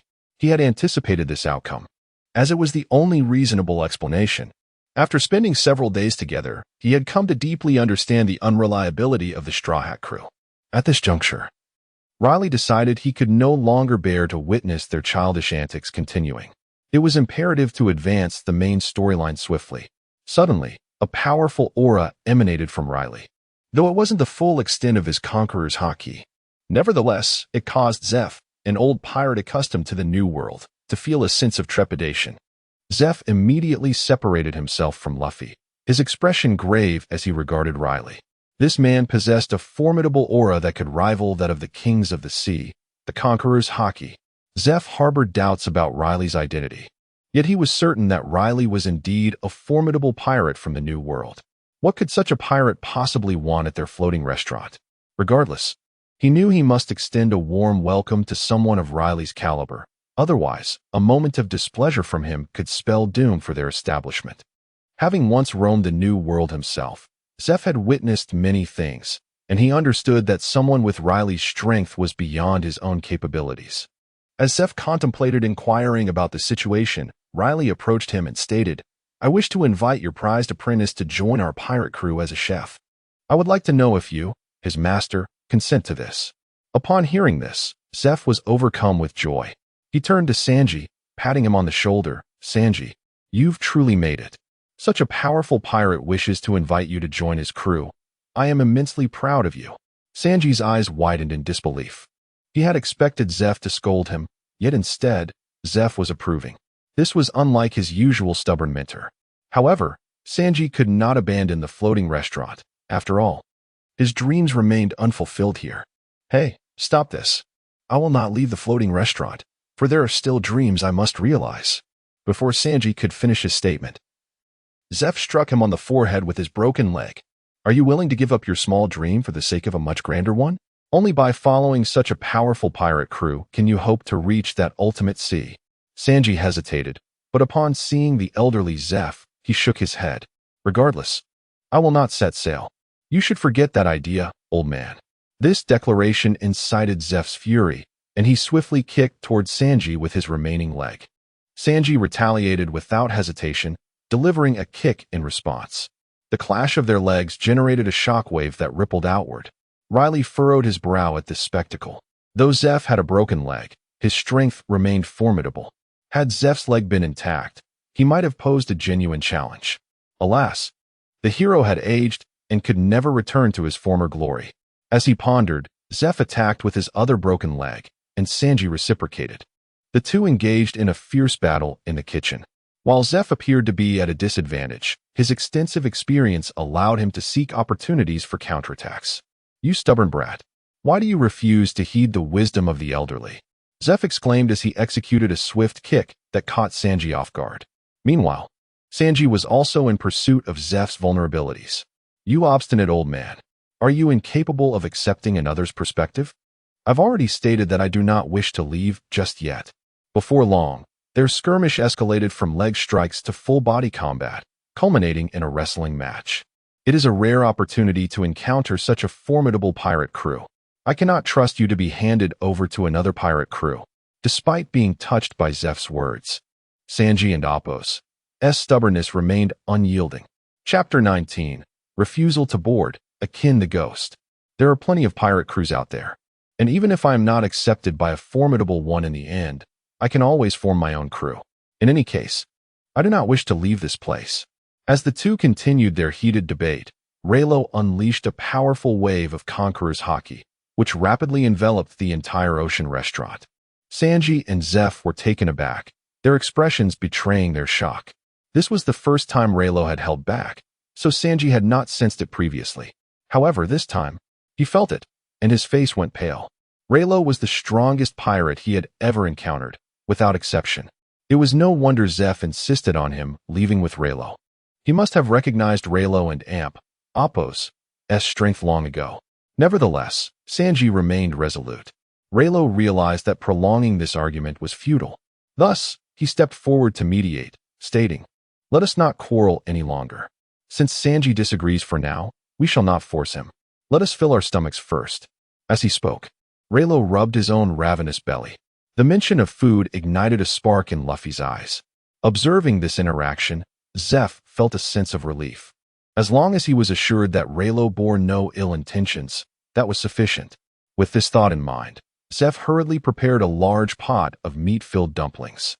Upon seeing the steaming pot, Luffy's eyes shone with delight, and he immediately grabbed the pot and began to devour its contents. At that moment, Rayleigh and Usopp exclaimed in unison, "Do not eat from the pot." Soon after, the group joyfully indulged in their meal. Throughout the feast, Rayleigh repeatedly invited Sanji to join, but each time he was met with a firm refusal. Even Luffy attempted to coax him, but Sanji remained unmoved. Just then, a blood-curdling scream echoed from outside the restaurant. Rayleigh and Sanji rushed out to investigate. They found a portly chef standing over a gaunt and ghostly man, exclaiming, "Do you know where you are? How dare you intrude? If you wish to dine without paying, you must first consult your grandfather." Rayleigh and Appo's gaze fell upon the emaciated man beneath the chef and Appo's foot, and he was taken aback. It was Akin the ghost. Rayleigh held no disdain for Akin. On the contrary, he admired his loyalty and dedication, even to a flawed captain. Had it not been for the absence of Akin in the main storyline, Rayleigh would have considered bringing him aboard. With a mere glance, Rayleigh signaled the hefty chef to step back, and the earlier display of haki had instilled a sense of caution in the chef. Akin, noticing Rayleigh, trembled slightly. Recognizing that the haki exhibited was indeed Conqueror and Appo's haki, a power known only to the top-tier warriors of the East Blue, a unique ability of the Grand Line. Rayleigh's mastery of such a force was unexpected. Why would a pirate of his caliber come to the East Blue? The chef removed his foot, and Rayleigh presented a plate of dumplings to Akin, saying, "Eat. Once you are done, leave this place swiftly. We will not assist you in any matter." Akin paused, momentarily taken aback, but hunger soon overcame him, and he began to eat voraciously. Rayleigh then returned inside, leaving Akin to his meal. Watching this scene, Sanji furrowed his brow. Feeling a stir within, he could not bear to see others suffer from hunger, and Rayleigh and Appo's act of kindness resonated deeply with him. Sanji hesitated, contemplating whether to join Rayleigh. A person of such strength could undoubtedly lead him to his dreams of exploring the seas. However, he ultimately shook his head. He could not abandon Zeph at this critical moment, as he needed support. At least, he would ensure Zeph's departure before he could leave without worry. He was still young and had time to wait, but Zeph might not have many years left. With this in mind, Sanji prepared a large plate of fried rice for Akin, intending to leave, but Akin grasped his foot desperately. Sanji was about to retaliate when he saw Akin and Appo's tear-streaked face. Pleading, "Please, save our captain. If you can rescue him, our treasures and riches are yours to take." Upon hearing this, Sanji kicked Akin away, stating, "Gold and silver mean nothing to me. I cannot save you. Finish your meal and leave quickly." Akin's eyes filled with despair. "But our captain is starving. Can you bear to stand by and do nothing?" These words halted Sanji in his tracks. A chord within him was struck, and he turned back coldly, saying, "If someone is starving at sea, we cannot ignore it. Bring him here." Akin's eyes brimmed with tears of gratitude. Meanwhile, Rayleigh, standing at the doorway, interjected coolly, "Sanji, you must keep your wits about you. While I cannot speak for this individual, I have heard tales of their captain, a notorious scoundrel known far and wide. Do you truly believe they will be grateful?" Akin panicked at this, fearing Sanji might change his mind. He bowed his head vigorously against the deck, exclaiming, "No. We will not repay kindness with malice. Please, save us." Sanji, however, disregarded Rayleigh's warning. Taking a deep drag from his cigarette, he replied, "In this world, there are too many good and bad people. I cannot be bothered to distinguish. All I know is that hunger brings great suffering." With that, Sanji stepped inside, while Akin continued to bow in supplication behind him. Observing this, Rayleigh sighed, but it mattered little. Clit was merely a wretched pirate. If he dared to cause trouble, they would simply eliminate him. With that thought, Rayleigh turned away, no longer concerning himself with Akin. Throughout this time, Rayleigh continued to invite Sanji aboard, but after careful consideration, Sanji ultimately declined. This decision left both Rayleigh and Luffy feeling a twinge of disappointment. It seemed their attempt to recruit Sanji might very well fail. They could only hope that Clit's impending arrival might salvage the situation. As things stood, the likelihood of Sanji joining them was virtually non-existent. The group enjoyed their meal and passed the time when suddenly, a chef approached with urgent news. Chapter 20. The Great Pirate, Creek. Boss Zeph, trouble is brewing. A ship is approaching us, and it appears to be the notorious pirate, Creek. Upon hearing this, Zeph furrowed his brow. It seemed that the person who had just invited trouble was indeed Captain Creek. Although Creek was merely a pirate of the East Blue, his presence in the Grand Line would likely lead to his demise. However, if chaos erupted here, it would certainly be troublesome. Fortunately, with Rayleigh present, Zeph felt confident that Creek would not pose a significant threat. After all, Rayleigh was a genuine pirate of formidable strength, possessing the rare conqueror's haki. Zeph had to find a way to ensure Rayleigh would take Sanji with him. Only then could Sanji's dreams be realized. Before long, the fearsome Ajin brought Creek before them. At that moment, Creek appeared pale and weak from hunger. With a sullen expression, he knelt before them and bowed deeply. "Please, grant me a morsel of food. You may take all the gold and treasures from my ship. If you save me, you shall be my greatest benefactors." As he spoke, Creek prostrated himself 3 times before them. Without hesitation, Sanji entered the kitchen and prepared a large bowl of fried rice for Creek. Rayleigh observed coldly from the sidelines. If Sanji did not learn a lesson, he would never grasp the treachery of human nature. Zeph, on the other hand, was not particularly concerned but supported Sanji's actions. After all, they had sworn an oath not to let anyone go hungry. Upon seeing the steaming bowl of fried rice, Creek disregarded all decorum and devoured it hungrily. In a matter of minutes, the entire bowl was consumed. However, once he had received sustenance, a sinister glint appeared in Creek's eyes. He kicked Sanji away, causing him to spit blood, which filled Zeph with anguish. In a flash, Zeph retaliated, launching an attack on Creek. Yet, Creek's armor was too robust, and Zeph's right foot, having been injured, lacked power. In the next moment, Creek sent Zeph flying with a single kick. Witnessing this, Luffy's eyes blazed with fury. Though he often appeared foolish and carefree, he was particularly sensitive to acts of ingratitude. "Hey, what are you doing? He just fed you. Why repay kindness with malice?" Upon hearing this, Creek smashed his fist into the deck, rising to confront Luffy with a furious glare. "Do you think I am the kind of person who would express gratitude for a mere meal?" He then shouted to his crew outside, "What are you waiting for? Gather all the provisions here. I will regroup and set sail for the Grand Line." At his command, the crew, now well fed, cheered and began to seize the food. Fortunately, the cooks were not pushovers. They could hold their own against ordinary pirates. A fierce battle ensued between the chefs and the pirates, but ultimately, the chefs were outmatched and soon fell. At that moment, Sanji emerged from the debris, kicking the pirates away one by one. "If you're hungry, I can feed you as much as you need. But if you dare to squander the old man's hard work, I will not let you leave here unscathed." With those words, the atmosphere grew tense. Suddenly, Ajin stepped forward. "Captain Creek, they just saved our lives. We should not repay their kindness with enmity. We could easily trade our treasures for their food. There is no need for conflict." Creek's eyes narrowed with malice as he kicked Ajin away. "When did you become so soft-hearted? Where is the fearsome Ajin that everyone trembles before? Surely, you are not swayed by a single meal." Seeing this, Sanji's brow furrowed in concern, and he aimed a kick at Creek. However, Creek remained unfazed, effortlessly sending Sanji flying. You worthless fools are wasting my time. Clear this place out. With that, Creek lifted his foot to stomp on Sanji. Before Creek's foot could descend, Rayleigh unleashed his haki, causing Creek to stagger backward in shock. He fell to the deck, trembling under Rayleigh and Appo's formidable presence. Rayleigh slowly stood up, declaring, "Even pirates must uphold a code of honor. You need not repay those who saved your life, but to repay kindness with malice is unacceptable to anyone."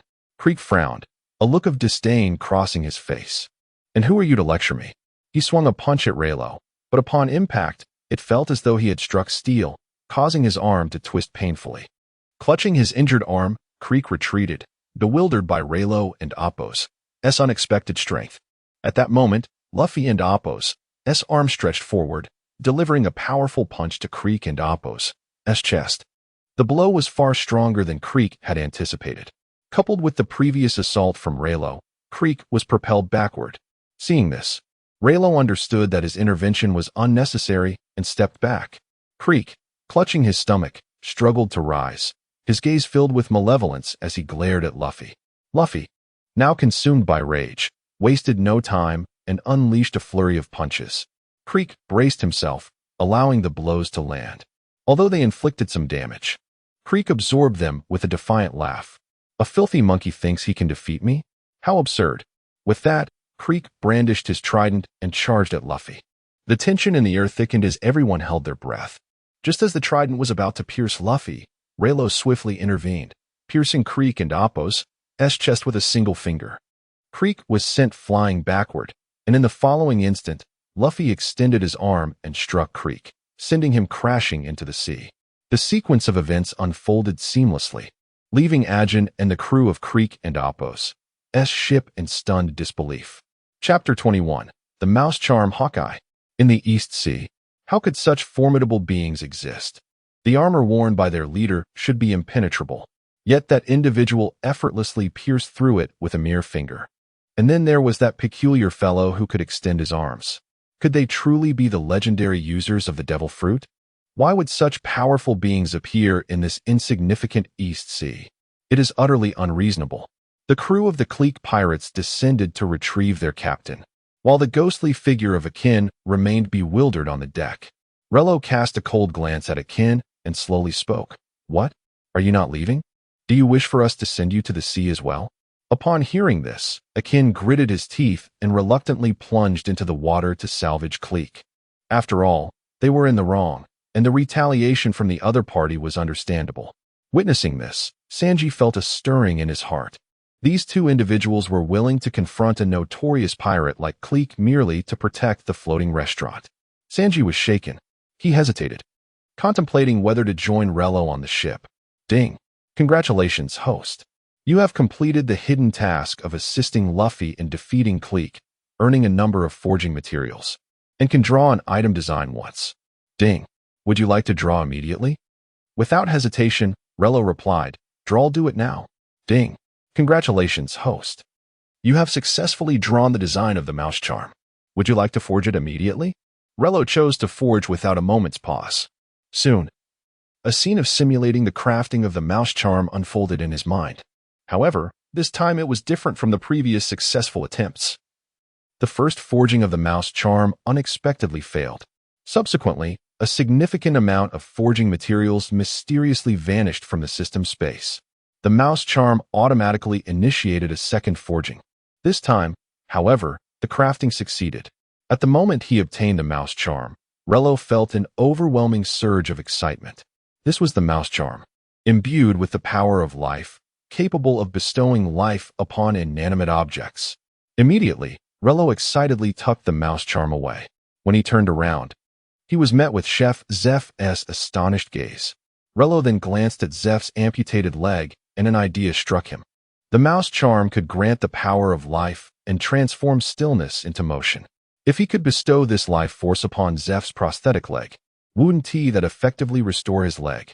With this thought, Rayleigh turned to Sanji and said, "Sanji, I know you are reluctant to board our ship because of Chef Zeph's condition, but if I can heal his leg, will you have no more reservations?" Upon hearing this, Both Sanji and Zeph were visibly moved. Rayleigh's formidable strength had already been witnessed by Zeph. Thus, he harbored no doubts about Rayleigh's capabilities. Having lost his leg for over a decade, he longed to regain it. Zeph then knelt on one leg, bowing deeply to Rayleigh. Observing this, Rayleigh helped him up, stating, "Old man, my healing of your leg is entirely on account of Sanji. As long as Sanji agrees to join us on the ship, that will be your greatest gratitude." Tears welled in Zeph's eyes, and after a moment of hesitation, Sanji said, "If you can truly heal the old man's leg, I am willing to join your ship." Upon hearing this, Rayleigh and Luffy were elated. From now on, they would no longer have to worry about food while at sea. Luffy joyfully clapped Rayleigh on the shoulder, exclaiming, "Rayleigh, you truly are amazing. You've managed to bring the chef onto the ship so easily." Rayleigh sighed at his dim-witted captain's statement. Were it not for the fortunate draw of the mouse charm design, it would not have been so effortless. Rayleigh then took out the mouse charm from the universal treasure and affixed it to Zeph's leg. In an instant, Zeph's leg transformed into a human-like form. Suddenly, Zeph was restored to his former self, able to move freely. After Rayleigh stowed the mouse charm away, everyone present was left in astonishment, their eyes reflecting disbelief. Zeph, too, felt a touch of the miraculous. Could such extraordinary devil fruit powers truly exist in this world? It was simply incredible. Zeph tested his leg with a kick, finding it indistinguishable from a real one. He immediately knelt again, bowing deeply to Rayleigh. "Your immense kindness I shall forever remember, Rayleigh." Hearing this, Rayleigh helped him up, saying, "No need for such formality. We have yet to express our gratitude for gifting us such a fine crew member in Sanji." They both laughed heartily. Meanwhile, Luffy whispered from behind Rayleigh, "Rayleigh, I think I'm the captain here. That is something I should say." At this, Rayleigh could only chuckle helplessly. "Look at the sea. What is that? Is it a person?" Just then, a commotion arose from outside. Upon hearing this, Rayleigh furrowed his brow and promptly stepped outside. At that moment, Zoro was already standing on the deck, gazing at something in the sea. Luffy joined him, hopping about like a monkey. Once they discerned the figure, Luffy could not help but shout, "Wow, that person can float on the sea." The three of them stared intently at the figure. There stood a man with a large sword on his back and a small beard, slowly drifting toward the floating restaurant. Just then, the last remaining ship of Clique halted in front of him, blocking his path. Suddenly, the man slowly drew his sword from behind and with a swift motion, cleaved Clique and Appo's massive ship in two. Witnessing this, both Zoro and Luffy displayed expressions of astonishment. "How is that possible? Incredible!" Luffy marveled, while Zoro gritted his teeth. For the person who had arrived was none other than the world-renowned greatest swordsman, Hawkeye Mihawk, the man he had longed to challenge throughout his life. However, witnessing this scene, Zoro was acutely aware of the vast chasm between their strengths. His hands trembled with anticipation. Rayleigh discerned Zoro's desire to battle Hawkeye, yet he understood the insurmountable gap between them. Zoro could not win. Having encountered the world's greatest swordsman, if he did not seize the opportunity to challenge him, it would be unlikely that he would ever have such a chance again. With this thought in mind, Zoro swiftly darted toward Hawkeye. Observing this, Rayleigh did not hinder him, but stood quietly in place. Although he knew Zoro would inevitably lose, this was a necessary experience for him. If Zoro did not undergo this trial, he could not grow rapidly. After all, recognizing the disparity between oneself and a master is an indispensable part of growth. As Zoro approached, Hawkeye did not even spare him a glance, continuing to drift forward. Zoro, however, did not attack recklessly. Between men, one must confront head-on. "Mihawk, I have sought you for a long time. Accept my challenge. I aim to defeat you and become the world and Appo's greatest swordsman." At that moment, Zoro stood upon a floating deck, his sword pointed defiantly at the hawk-eyed Mihawk. Chapter 22. Hawkeye vs. Zoro. Upon hearing these words, Mihawk finally cast a proper glance at Zoro. In an instant, he flashed forward, landing on the deck where Zoro stood. Once steady, Hawkeye surveyed Zoro with a glimmer of delight in his eyes, though his expression remained as indifferent as ever. "My great sword does not slay the nameless. For you, a small knife will suffice." With that, he produced a small pencil-sharpening knife from his cloak. Zoro and Appo's eyes reflected a grave seriousness at being reduced to facing such a diminutive weapon. It was an immense humiliation. After a moment's contemplation, Zoro leaped forward, unleashing 3 strikes towards Hawkeye. Yet, Hawkeye merely deflected them with his small knife, and despite Zoro's utmost effort, he could not inflict even the slightest wound on Hawkeye. I had anticipated a more impressive display from you, but it seems you are rather ordinary, Hawkeye remarked, swiftly altering the trajectory of his small knife. In that split second, he pierced 3 holes in Zoro's chest, blood gushing forth. Zoro staggered back, clutching his chest, blood spilling from his lips as a grave expression overtook him. He had unleashed his 3-sword style, only to have his defenses shattered by Hawkeye with a mere small knife. Was this truly the world and Appo's acknowledged greatest swordsman? The disparity was indeed staggering. As these thoughts crossed Zoro and Appo's mind, he steadied himself with his sword, a determined glimmer igniting in his eyes. He gazed at Hawkeye and declared, "Perhaps I have disappointed you, but in facing you, I shall give my all." With that, Zoro assumed his 3-sword style stance, his muscles rippling with power as he surged towards Hawkeye. Watching from a distance, Rayleigh and Luffy wore solemn expressions as they regarded Zoro. They understood that this was Zoro's decisive strike, a gamble on his beliefs. Even if he could not defeat his adversary, he would fight to the death, for it was his lifelong ambition. Hawkeye too sensed Zoro's seriousness, adjusting the position of his small knife, a sign of his own earnestness. In the next moment, Zoro and Appo's assault arrived. 3-sword style, 3,000 worlds. As the words left his lips, a formidable slash erupted forth, splintering the surrounding deck with a creaking sound, as if it were on the verge of exploding. At this juncture, Hawkeye's expression shifted to one of gravity. This opponent seemed far stronger than he had anticipated. Yet, he did not intend to draw the black blade at his back. Instead, he swept his small knife forward, and in an instant, a wave of white light radiated outward, causing the surrounding waters to churn violently, blood splattering beneath the knife's gleam. When the light dissipated, a deep gash marred Zoro's chest, blood seeping out and dripping onto the deck. Meanwhile, Hawkeye remained entirely unscathed, not even a speck of dust upon him, revealing the vast chasm between them. It was understandable. After all, he was the world's foremost swordsman, one of the 7 warlords of the sea, Dracul Mihawk. No swordsman roaming these waters had ever succeeded in besting him. Over the past 2 decades, not a single challenger had succeeded, and those who could even compel him to draw his sword were exceedingly few. Witnessing this, Luffy's eyes widened in astonishment as he gripped the railing tightly, veins bulging in his hands.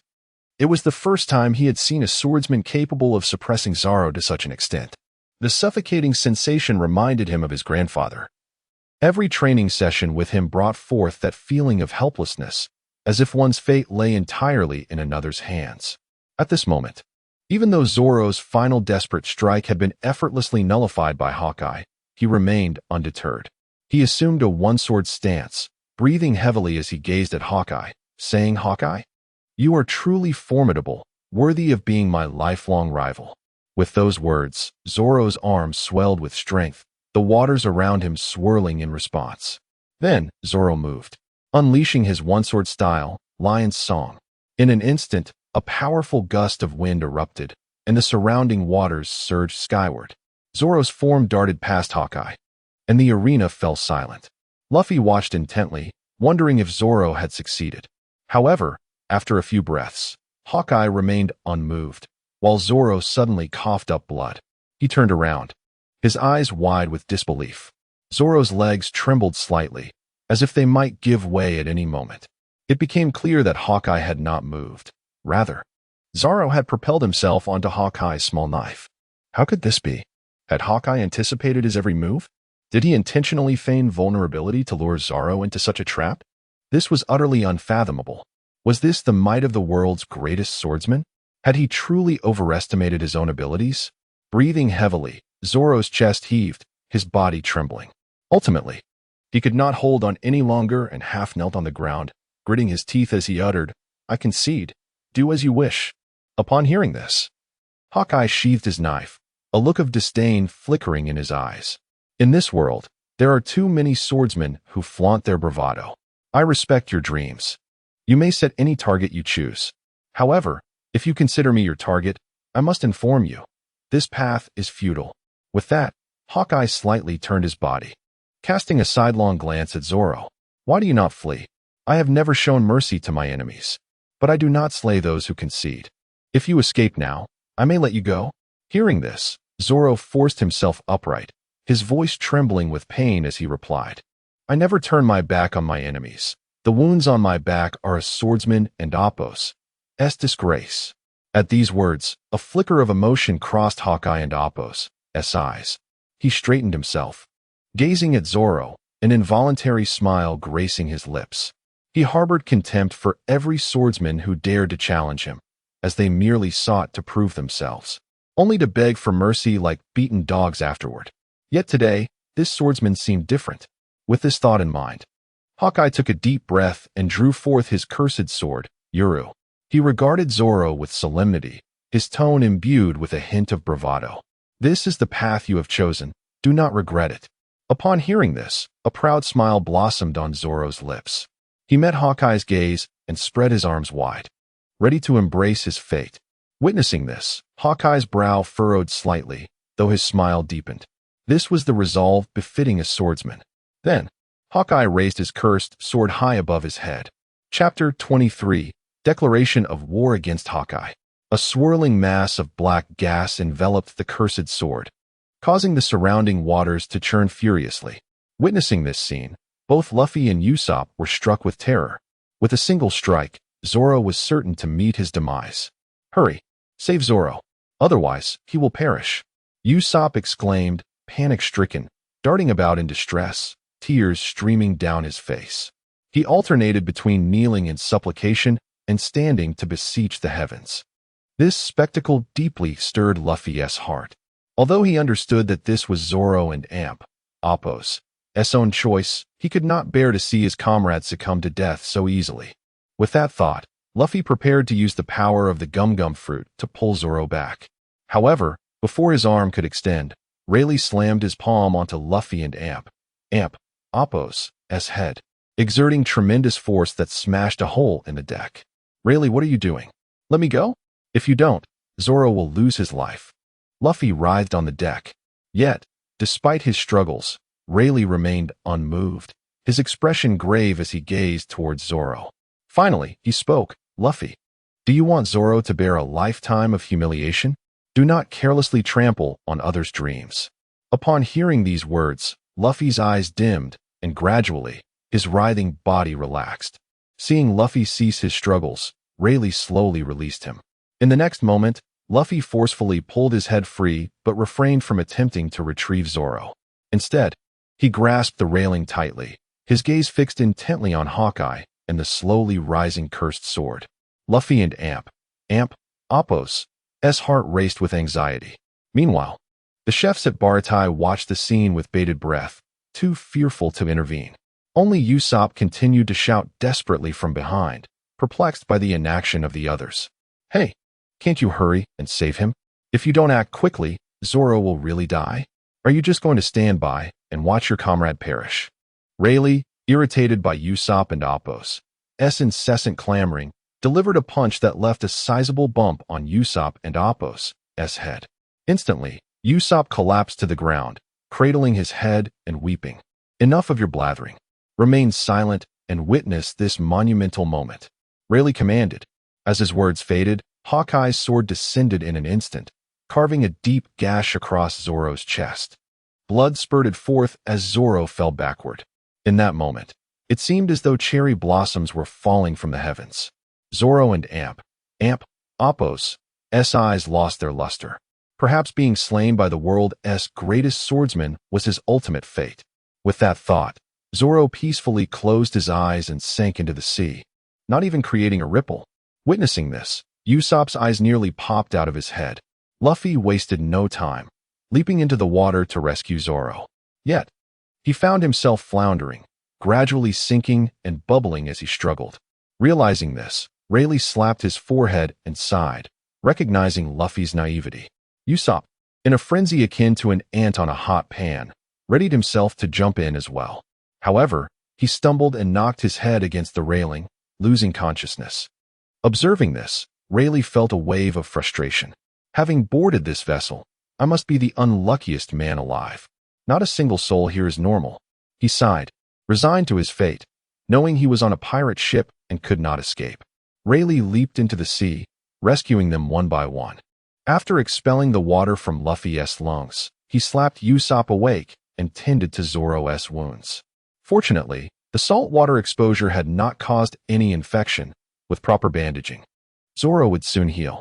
After a short while, Zoro slowly opened his eyes, unmasking the humiliation etched on his face as he gritted his teeth and wept.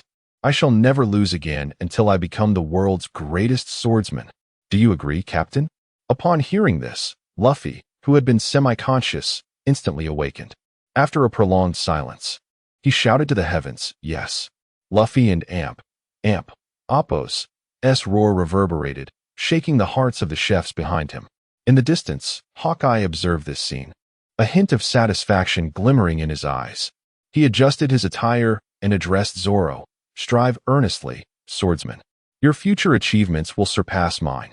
With that, Hawkeye tipped his hat and turned to leave. However, Rayleigh's voice cut through coolly. To injure another's comrade and attempt to depart unscathed is rather unseemly. Wouldn't you say? Hawkeye narrowed his eyes, turning back to Rayleigh, visibly displeased. What? Do you intend to betray your comrades, Will? At this, a flicker of Conqueror's haki manifested within Rayleigh. Sensing this, Hawkeye's pupils constricted, his expression betraying his surprise. He had not anticipated encountering a user of Conqueror's haki in this small East Blue. This ability was the pinnacle of power in the world, surpassing even the devil fruits. Those who could awaken it were invariably titans of the sea, typically found in the New World. Even among the few haki users in the Grand Line, those wielding Conqueror and Appo's haki were exceedingly rare. The revelation of such a power in the East Blue, a region known for its weaker warriors, astonished him. Nevertheless, possessing a partner of such strength could be advantageous. Perhaps he ought to impart a word of caution to this brash newcomer. With a slight smirk, Hawkeye addressed Rayleigh. You witnessed the fate that befell your comrade moments ago, did you not? One should learn from history. Rayleigh's eyes darkened at Hawkeye's words. He placed his foot on the railing, fixing his gaze on Hawkeye. Hawkeye, enough of your idle chatter. Are you actually scared? With that, Rayleigh's arrogance became apparent. Hawkeye's expression shifted slightly, prompting Rayleigh to continue. Today, your legend may very well meet its end. At this declaration, everyone aboard the Sea Restaurant was rendered speechless. Rayleigh had the audacity to speak such words to the world's greatest swordsman. If he provoked this formidable figure, their fates would surely mirror that of cliques. Instantly, panic ensued. Hey, don't say such things. What if he comes after our ship too? Please, someone save us. The chefs huddled together, alarmed. Chapter 24. The blade as fiery as the flame, a master of the sword. In no time, the chefs either fled or succumbed to despair. At this moment, Gifu and Sanji also turned their gazes towards Rayleigh, yet their eyes betrayed no hint of fear. Their faith in Rayleigh was unwavering. They believed that what he claimed he could accomplish, he would indeed achieve.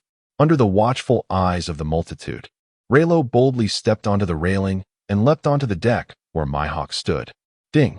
The system has detected that the host has triggered a plot, unlocking a new task. Please make a choice. Choice 1. Kneel and plead for mercy from Mihawk, gaining 1,000 points of all attribute experience. Choice 2. Wound Mihawk, gaining 800 points of all attribute experience and acquiring the forging blueprint for the supreme great blade, Songyunxia. Upon hearing this, Rayleigh needed no deliberation. The disparity of 200 points of experience paled in comparison to the value of the forging blueprint for Songyunxia. Without hesitation, he chose to inflict harm upon Mihawk. However, defeating the world and Appo's greatest swordsman was no trivial task. Yet, it was not entirely beyond the realm of possibility for him to challenge. At that moment, he lacked a sword of unparalleled quality to rival the great swordsman. The system commenced the forging of the soul-cutting blade, fiery as the flame. After completing numerous tasks, Rayleigh had accumulated a significant amount of forging materials in his spatial backpack. Furthermore, he had previously obtained the design blueprint for Fiery as the Flame. Rayleigh was confident that with this formidable blade in hand, wounding Mihawk would not be an insurmountable challenge. After all, it was the most powerful and ancient of flame-type soul-cutting blades, possessing unparalleled attack power among its kind. Ding! The forging of Fiery as the Flame has commenced, successfully extracting the soul-cutting blade blueprint. Ding! The materials required for the soul-cutting blade have been prepared, commencing the smelting process. Ding! The forging of the soul-cutting blade was successful. Now included in the Universal Treasure Catalog. The mechanical voice of the system resonated repeatedly. Soon, Fiery as the Flame was successfully forged. With a reliable weapon in his possession, Rayleigh felt a surge of confidence. He slowly raised his head and addressed Mihawk. Mihawk, it seems I mentioned earlier that your legend is about to come to an end.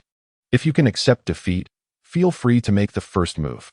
Seeing Rayleigh and Appo's calm demeanor, a rare look of gravity crossed Mihawk's face as he drew the small blade he had previously used against Zoro. If you wish to compel me to wield my demonic sword, you must first demonstrate your worth. In response, Rayleigh ceased his words and commanded the system to extract the soul-cutting blade. Instantly, a dark red blade materialized in his hand, wreathed in flames. The moment it was summoned, it resembled a fiery beast, as if it contained countless vengeful spirits imprisoned within. Rayleigh then swung downward, and the flames on the soul-cutting blade immediately dissipated, revealing an ordinary katana. Mihawk and Appo's eyes widened in astonishment. Although the blade appeared to be an ordinary katana, he could discern at a glance that it was anything but simple. Its quality was on par with the supreme great blade, and perhaps even surpassed the demonic sword, Yoru, that loomed behind him. Upon witnessing this, Mihawk's expression darkened. Your blade is commendable, but I wonder if its swordsman can do it justice. No sooner had he spoken than Mihawk positioned his small blade for an attack. Rayleigh held his sword horizontally before him and summoned his rabbit divine power, swiftly appearing before Mihawk. Mihawk's eyes widened in shock. He could scarcely track Rayleigh and Appo's movements. In an instant, Rayleigh was before him, a speed that even he could not hope to match. With a downward strike, Rayleigh forced Mihawk to exert all his strength to defend himself, yet his small blade was sent flying. In that moment, Mihawk realized he had underestimated his opponent. He quickly retreated, but Rayleigh deprived him of any respite. His speed was astonishing, leaving spectators like Zoro and Luffy agape. They could hardly believe that Rayleigh was not merely holding his ground, but was actually dominating the world's greatest swordsman, leaving Mihawk with no opportunity to counterattack. Mihawk sought to draw Yoru, yet he could find no moment to do so. Just then, Rayleigh darted behind Mihawk, his soul-cutting blade slicing forth a trail of fire. Mihawk, your initial error may haunt you for a lifetime. Upon hearing this, Mihawk's pupils contracted, and he swiftly propelled himself backward, narrowly evading the lethal strike. However, Rayleigh and Appo's attack cleaved the deck beneath Mihawk in two, forcing them to engage in battle upon the water and Appo's surface, granting Mihawk a fleeting moment of reprieve. Mihawk quickly skimmed across the water, retreating as he drew Yoru. Crack! The clash of Yoru against Rayleigh and Appo's soul-cutting blade sent forth waves of energy, propelling the surrounding seawater into the air. The immense force sent the Baratai restaurant flying several hundred meters, nearly toppling all aboard into the sea. The onlookers were left in awe, astonished to witness Rayleigh matching the world and Appo's greatest swordsman.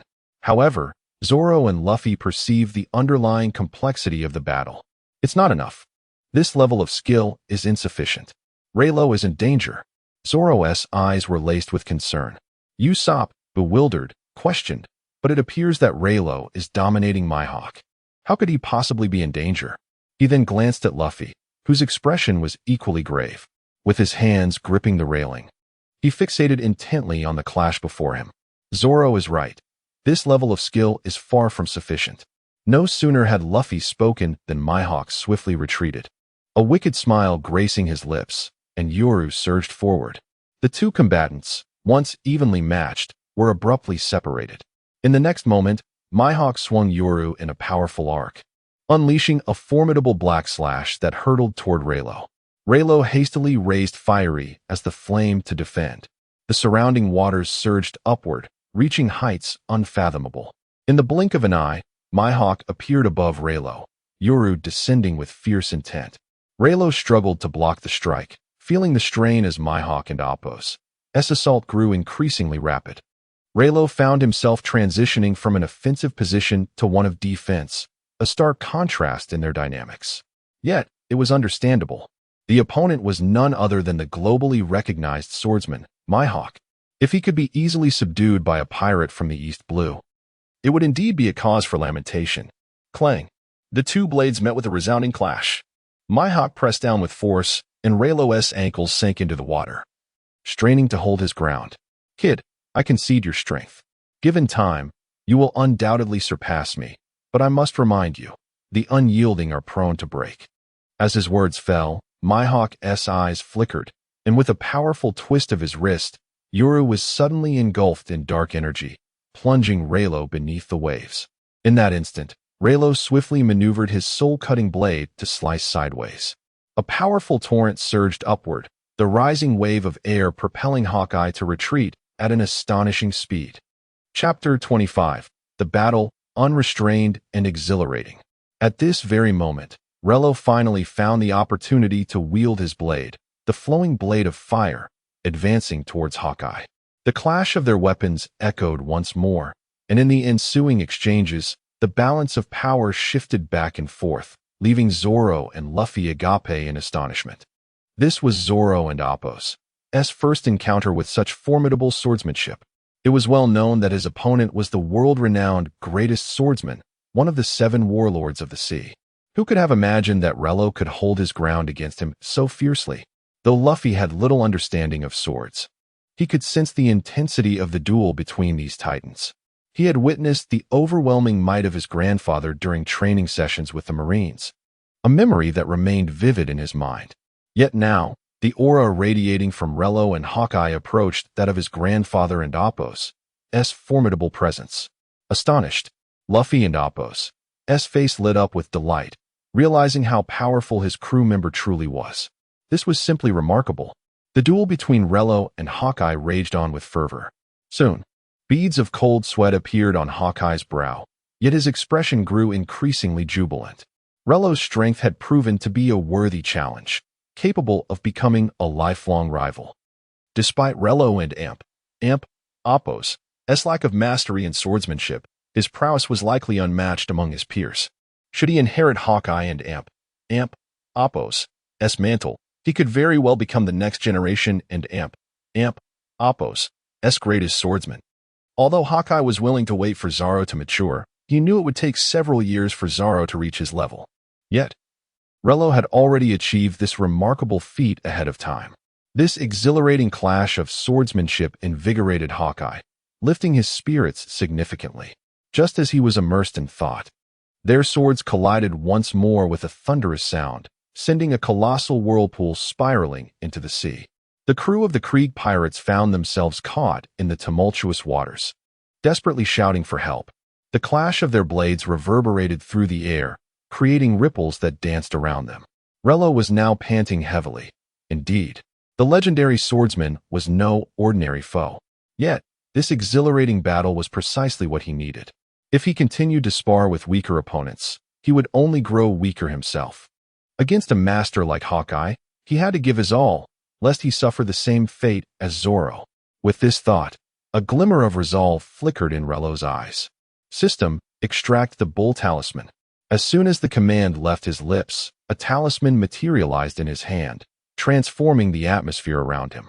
Hawkeye's brows quivered slightly as Rayleigh's wrist suddenly thickened, unleashing a surge of power that sent Hawkeye flying. Hawkeye gritted his teeth, feeling the sting of the impact in his palm, causing him to lose grip on the cursed sword, Yoru. Seizing the moment, Rayleigh lunged forward and snatched Yoru from Hawkeye. In an instant, he swung the blade towards Hawkeye, but Hawkeye's speed was no less remarkable. His pupils contracted as he swiftly analyzed Rayleigh's trajectory. evading the strike just in time. Yoru sliced through the air, parting the waves as if cleaving the sea itself in two. Witnessing this spectacle, Zoro, Luffy, and even the chefs were left in a state of disbelief. How could such a powerful warrior exist in the East Blue? Was he a pirate who had descended from the New World? Do not speak carelessly. He is a formidable force capable of matching Hawkeye blow for blow. Such prowess is beyond even the great pirates of the New World. Zoro's eyes widened in astonishment. His admiration for Hawkeye was profound. But now Rayleigh occupied a more significant place in his heart. The fact that Rayleigh could stand against the world-renowned greatest swordsman was astonishing. Though Hawkeye may have underestimated him, this only served to highlight Rayleigh's potential. If he were to continue growing, he might even surpass the greatest swordsman in the world. Meanwhile, Usopp knelt on the ground, his expression vacant, overwhelmed by the realization of the extraordinary beings he had aligned himself with. Was this truly the extent of human power? At that moment, the waves began to coalesce once more, but the tremendous surge they had just produced had propelled the massive ship of the floating restaurant thousands of meters away. Now, all that remained of Rayleigh and Hawkeye was a mere black dot on the horizon. Suddenly, Luffy extended his arm, grasping a distant pillar, and soared toward them, bringing Zoro along for the ride. Unprepared, Zoro's head collided with the railing, nearly knocking him unconscious. He couldn't help but think to himself that one day, he would have to take down Luffy. Luffy halted at a distance of less than 100 meters from Rayleigh, landing firmly, while Zoro crashed onto the deck. Glaring at Rayleigh with resentment, he swore again that he would have to take down Luffy. However, at this moment, the battle between Hawkeye and Rayleigh had escalated from a mere exchange of sword techniques to a clash of haki. Although neither had fully unleashed their haki, the resulting shockwaves left Luffy and Zoro in awe. This was a combat style they had never before witnessed. Was this truly the strength of the world's greatest swordsman? It was terrifying. Yet, Rayleigh and Hawkeye wore expressions of exhilaration. It had been ages since they had encountered such a formidable opponent. Their haki radiated outward, causing the ocean's surface to bulge ominously. Zoro and Luffy exchanged worried glances, uncertain of what was emerging from the depths. In the next moment, a colossal sea cow slowly rose from the ocean floor, its gaping maw aimed at them. Seeing this mountain-like sea creature, Luffy and Zoro's eyes widened in disbelief. He feared that Rayleigh was about to be devoured by the beast. Meanwhile, Sanji, observing from a distance, frowned with concern, his gaze fixed on Rayleigh. This sea creature dwarfed any they had previously encountered and could rival even the Sea Kings. They were truly in peril now. Sensing the approaching threat, Rayleigh and Hawkeye turned their cold gazes toward the sea cow. The creature, initially eager for a meal, trembled at their fierce stares. In unison, Rayleigh and Hawkeye commanded, "Get lost." As soon as the words left their lips, the massive sea cow let out a pained cry and, without a second thought, dove back into the depths, fleeing swiftly. Observing this, Rayleigh furrowed his brow. If he was not mistaken, that should be the sea cow Moo Moo, one of Arlong's subordinates. Chapter 26. The Power of the Mouse Talisman, Bestowing Life. To their astonishment, their battle had managed to draw a manatee from such a distant place. The clash of ambitions was so powerful that it could influence creatures deep in the ocean, a phenomenon that was nothing short of extraordinary. The spectators in the distance stood in awe, having never witnessed such a confrontation of wills. Indeed, it was as impressive as the tales had foretold. Spectacular ripples surged through the air, marked by dark streaks, while the surrounding waters transitioned from a furious boil to a torrent cascading skyward. This breathtaking scene left the chefs aboard the floating restaurant in utter disbelief. Was this truly the extent of human power? It was terrifying. How had these two formidable beings come to the East Sea? Enough talk. We should quickly devise an escape plan. Gifu and Sanji bore grave expressions. Sanji stepped forward, his brow furrowed. Today, they had indeed encountered significant figures. Joining them on this voyage would surely be exhilarating. Upon hearing this, Gifu's eyes flickered. Oh, only by aligning with such a pirate crew could one hope to traverse the new world and find the ultimate sea.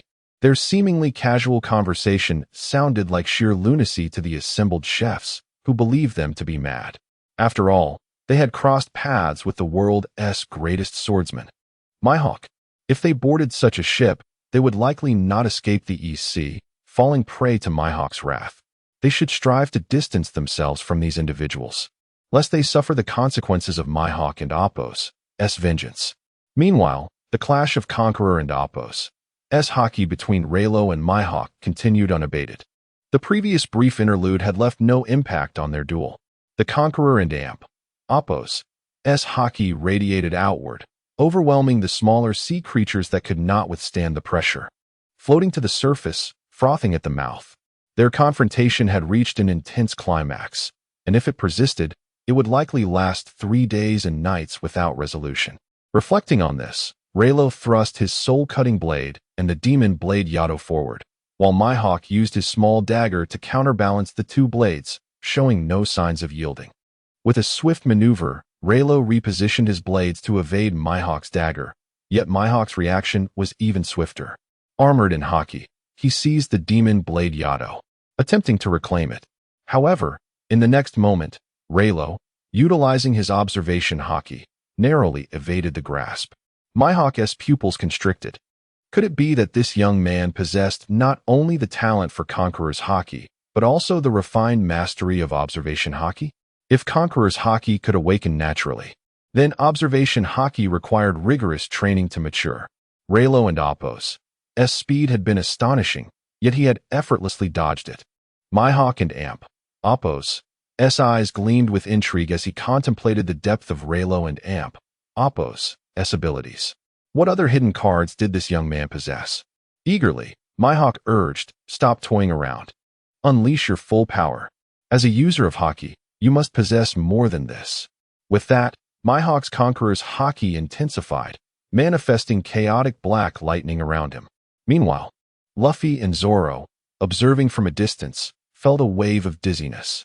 Were it not for their superior willpower, they might have succumbed to the overwhelming pressure. Mihawk declared, "Did you not hear me? If you do not unleash your full strength, you will surely perish." In response, Rayleigh chuckled, "Truly, you are Zoro's lifelong goal. You appear calm and collected, yet you resemble our foolhardy captain quite a bit. However, I must remind you, we are not merely sparring." With that, the atmosphere around Rayleigh shifted dramatically, his gaze turning icy. System, extract the mouse talisman. Immediately, a medallion appeared on Rayleigh's arm.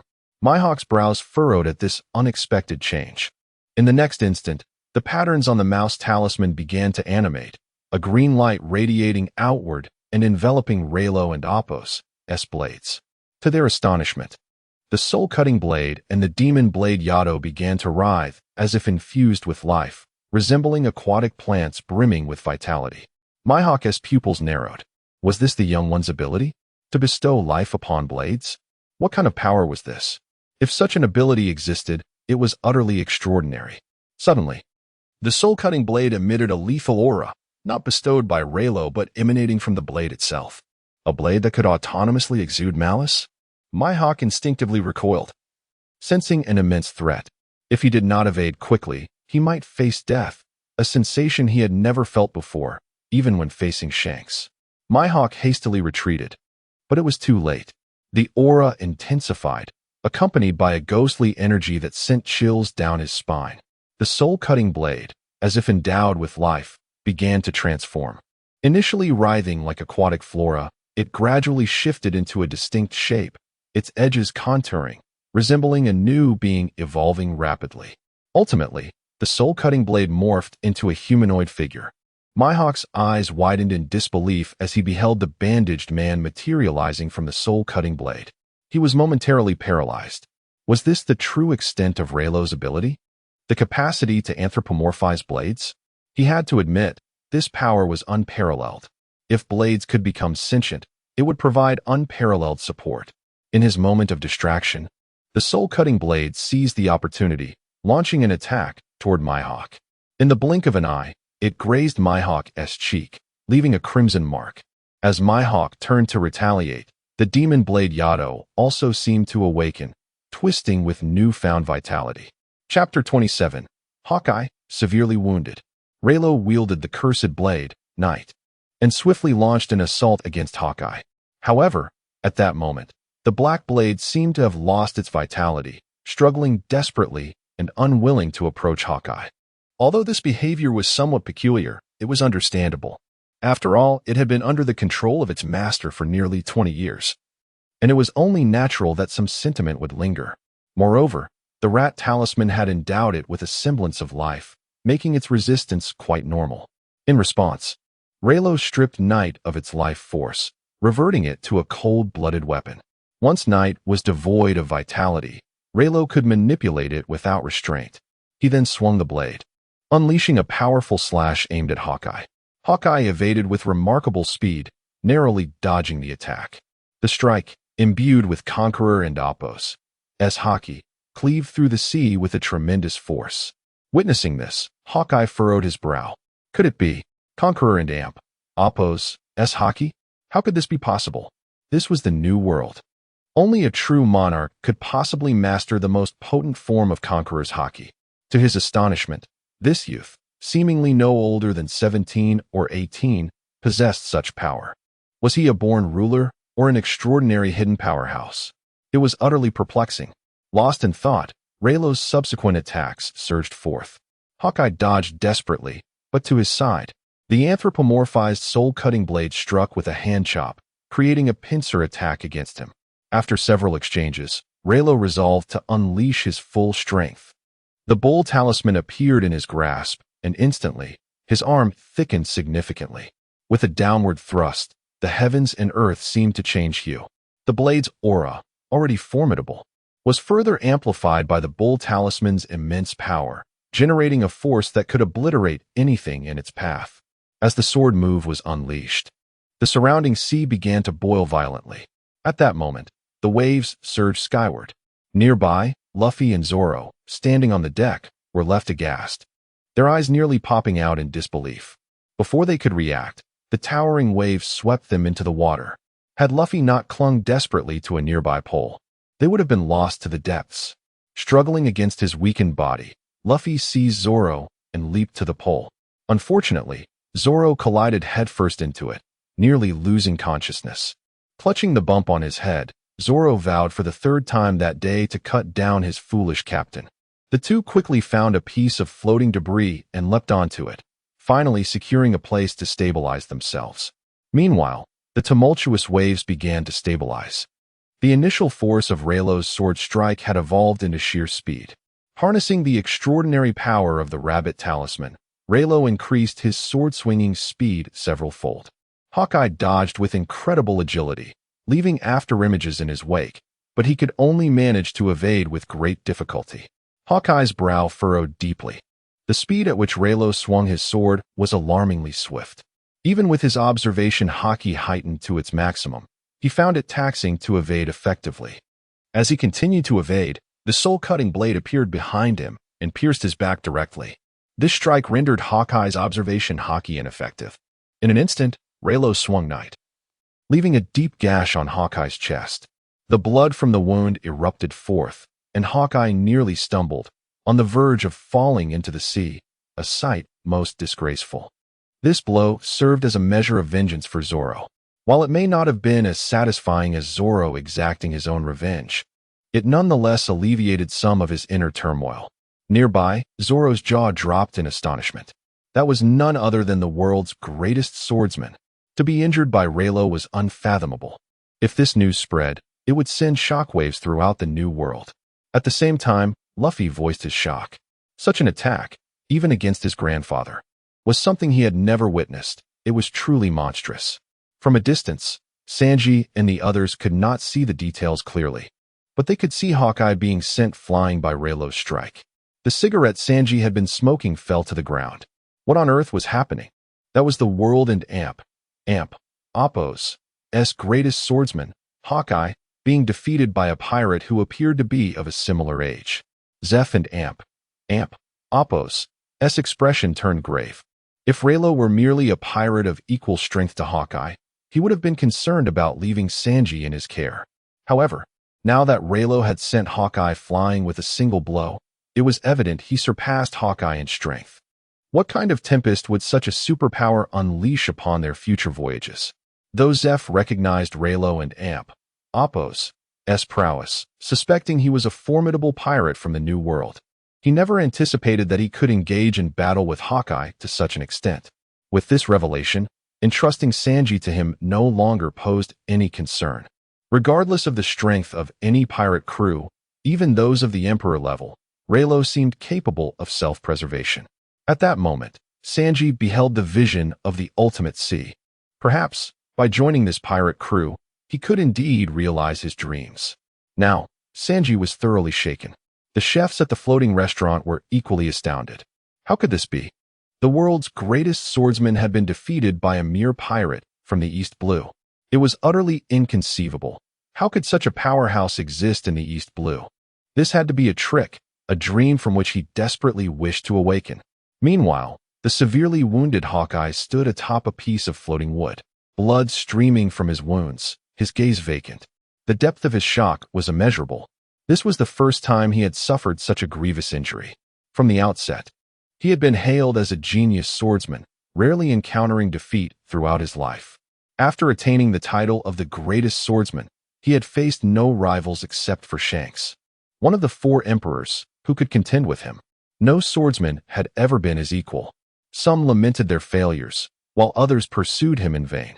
Yet today, he found himself bested by Rayleigh's blade. Though it was not in a contest of swordsmanship, but rather due to the capabilities of a devil fruit. A loss was still a loss. He bore no grievances, only a lingering question.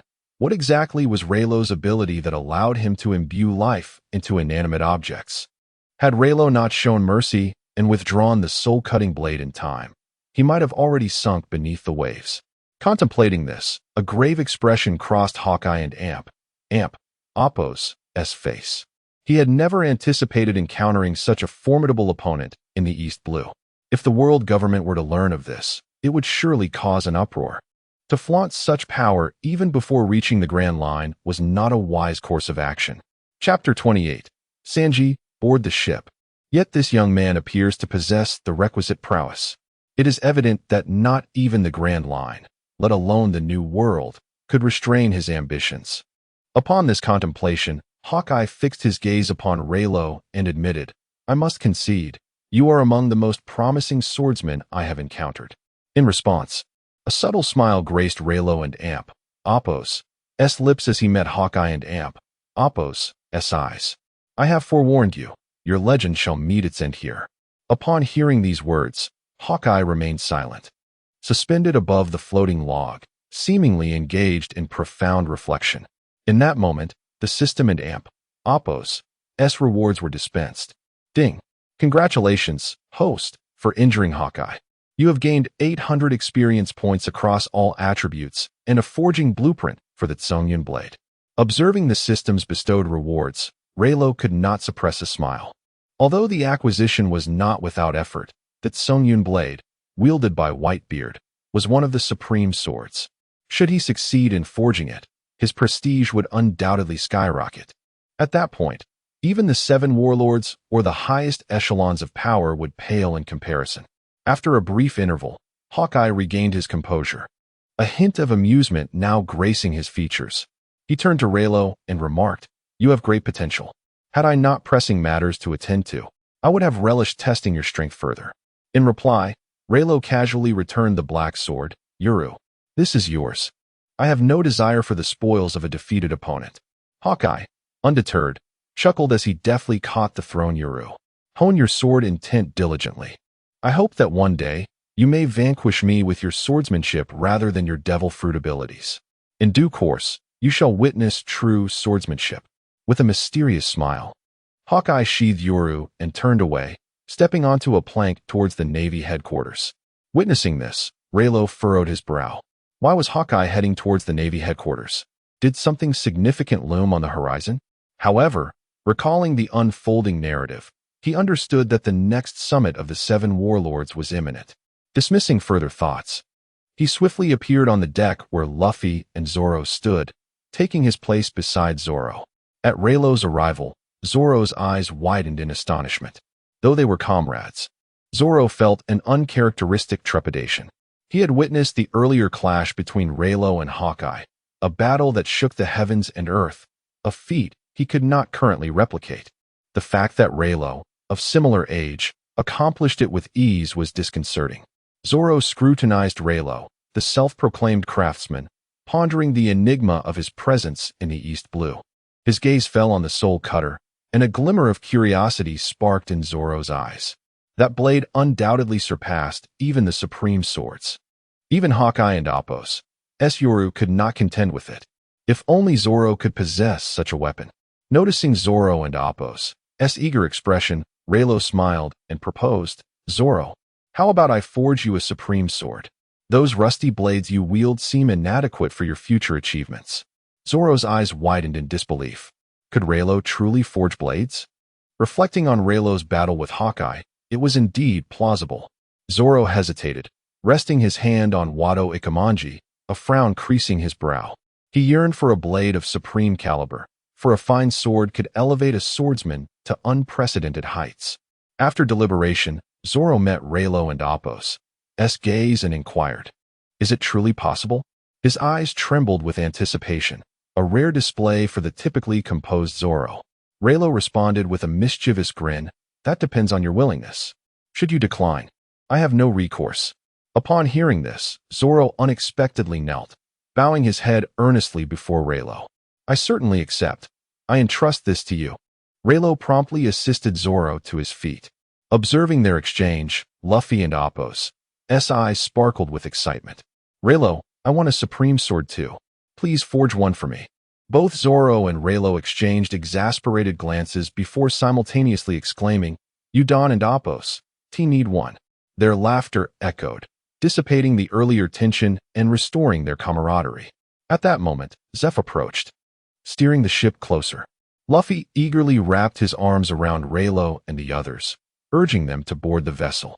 Rayleigh, quick-witted, evaded Luffy and Appos' grasp, landing deftly on the gangplank. However, Zoro was less fortunate.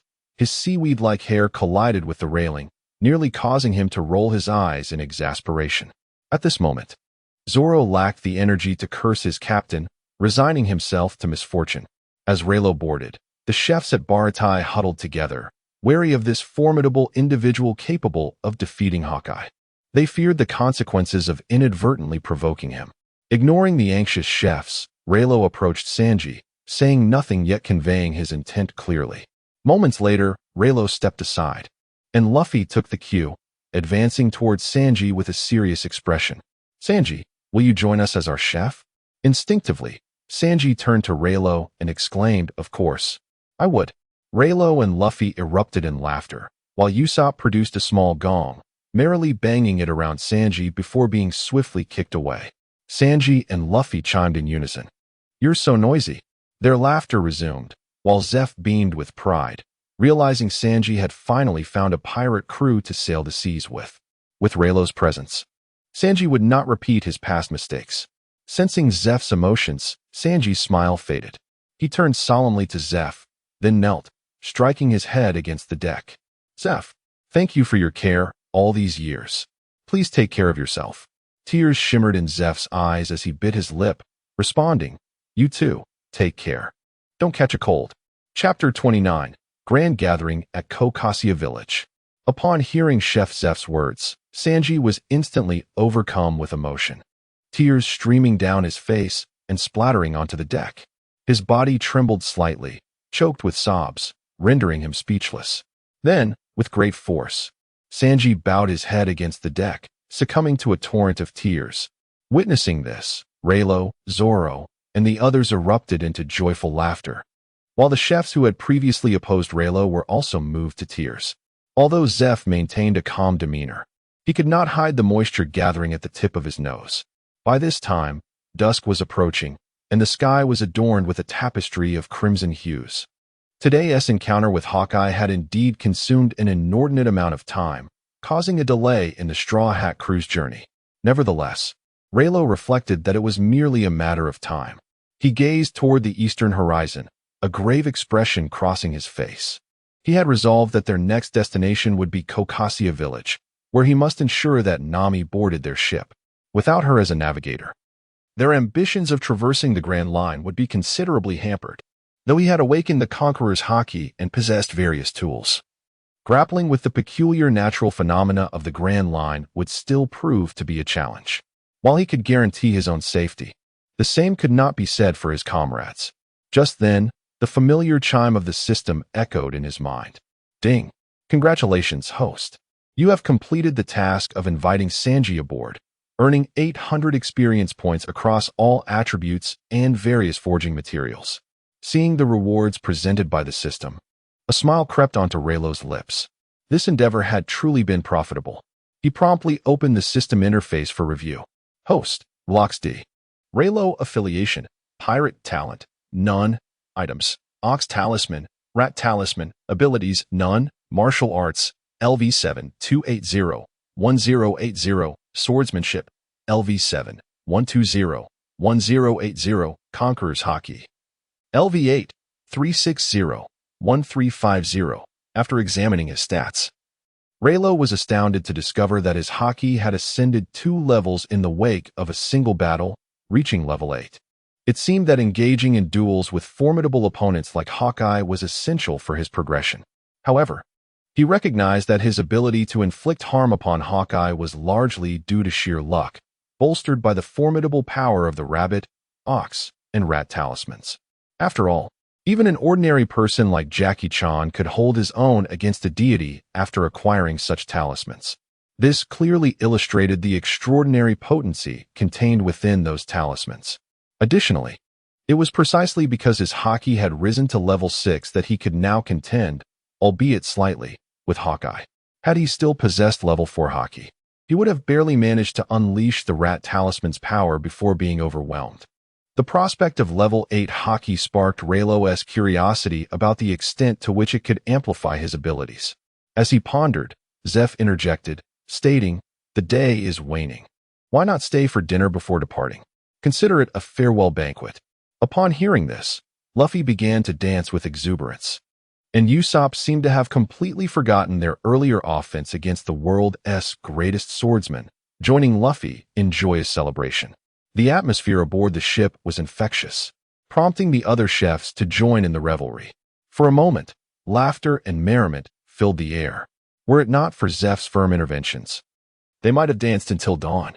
Before long, a sumptuous feast was prepared. Luffy and the others gazed at the array of dishes with gleaming eyes, diving into the meal with fervor. Both Luffy and Rayleigh, endowed with the power of life restoration, nearly devoured the entire stock of the floating restaurant. The chefs watched in disbelief as their supplies dwindled before their eyes, plates being polished clean within mere seconds. If this continued, they would soon be left with nothing but dirt to eat. Fortunately, aside from Luffy and Rayleigh, the appetites of the others remained relatively normal.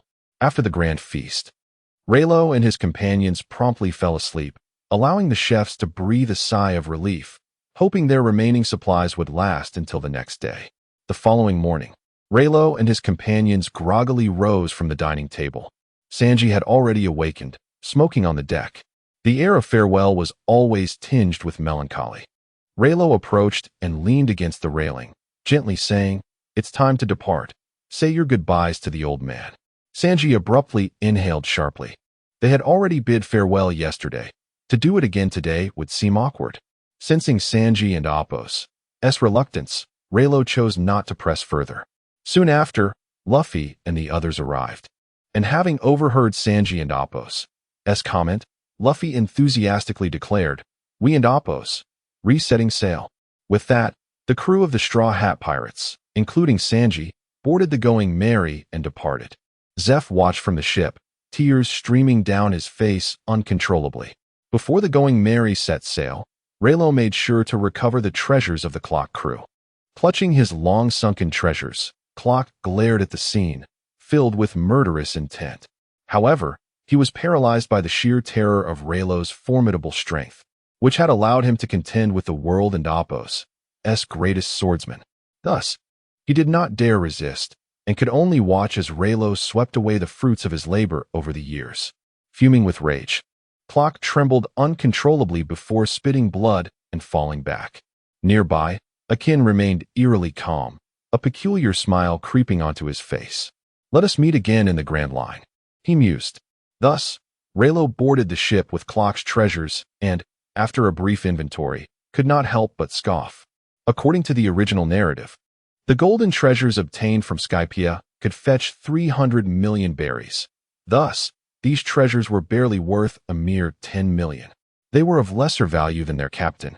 After stowing the treasures away, Rayleigh took a seat, and with everyone in place, Luffy announced that they would continue their voyage. The sails unfurled, and the Going Merry set forth. Rayleigh glanced back at Clock and then at the Bartai restaurant, noting that with Zeph present, Clock was no match. After all, Zeph was a pirate from the New World. It was inconceivable that he could not defeat a third-rate pirate like Clock.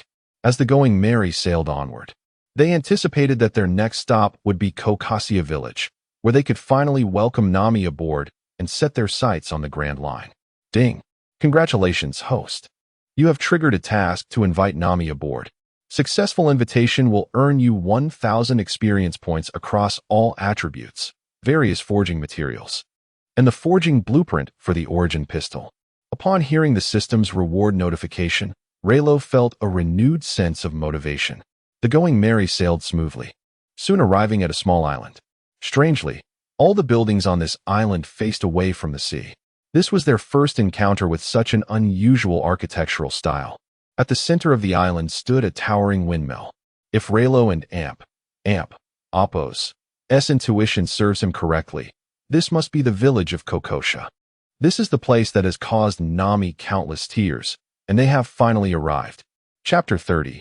To the road, Koko Village. Rayleigh resolved to eliminate Arlong and his crew to avenge Nami. Upon arriving at a new island, Luffy began his usual cries for meat, rallying the crew to disembark. Rayleigh and the others felt helpless. Even he was still stuffed from the banquet the previous night. Luffy's insatiable appetite puzzled them all. As they stepped onto the small island, they were met with an eerie silence, for there was not a soul in sight. What could be the fate of the dilapidated structures surrounding them? Was this place truly abandoned? The desolate atmosphere dampened Luffy's spirits. Usopp, standing cautiously behind Sanji with his slingshot at the ready, remained vigilant, fearing the sudden appearance of a monster. Rayleigh chuckled at Usopp's bravado, recalling the truth behind his boastful words. Koko Village indeed housed monsters. Sanji lit a cigarette, displaying a hint of caution, a habitual response from years of outsmarting the mice in the kitchen. Meanwhile, Zoro appeared notably relaxed, merely scratching his nose and yawning, still recovering from his injuries inflicted by Mihawk. Though Rayleigh possessed the means to heal Zoro's wounds instantly, he refrained, considering it an affront to the pride of a swordsman who would never accept sympathy. As the group strolled leisurely forward, a fishman suddenly emerged from around a corner, confronting them with a grave expression. Had they not been seen before in Koko Village? Were they perhaps pirates from the outer seas? Why had no reports been received? You lot, stop right there. Do you know whose territory this is? I'll give you one chance to scram. Upon hearing this, Usopp's eyes nearly bulged with fear as he urged, we should leave quickly, or we might lose our lives. Luffy, Zoro, and Sanji glanced up at the imposing fishman, assessing him. He looks rather large. I wonder if he is tasty, Luffy mused. Sanji agreed. Indeed, cooking him would be quite a hassle. Zoro then chimed in. I'll help you cut him into smaller pieces.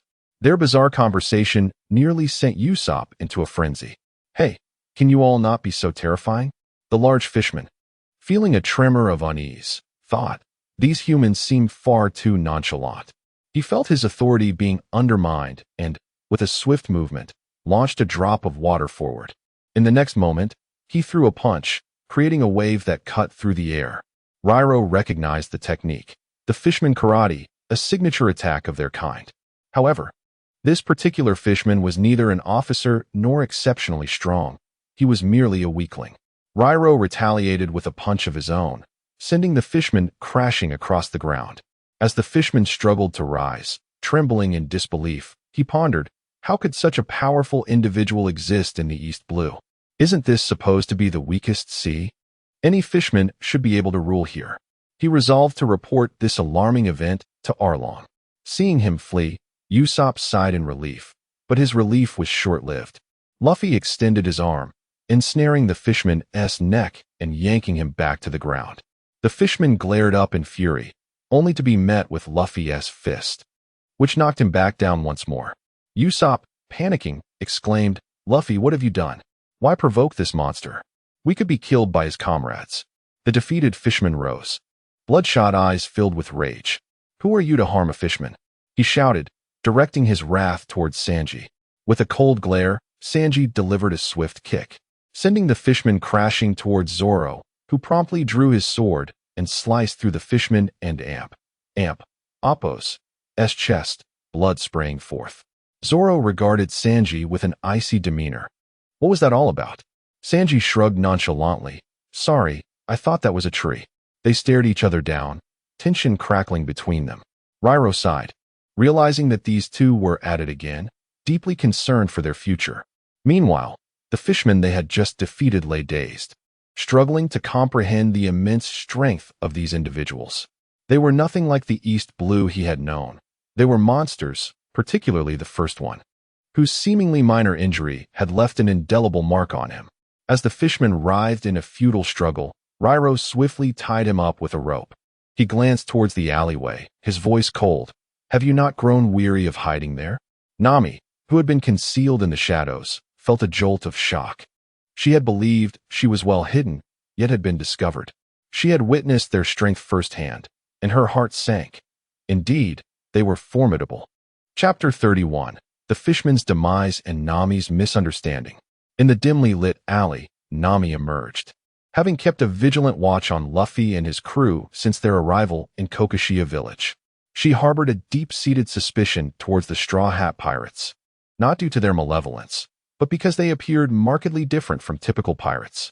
It was only after they had vanquished the fishmen that Nami felt a flicker of emotion stir within her.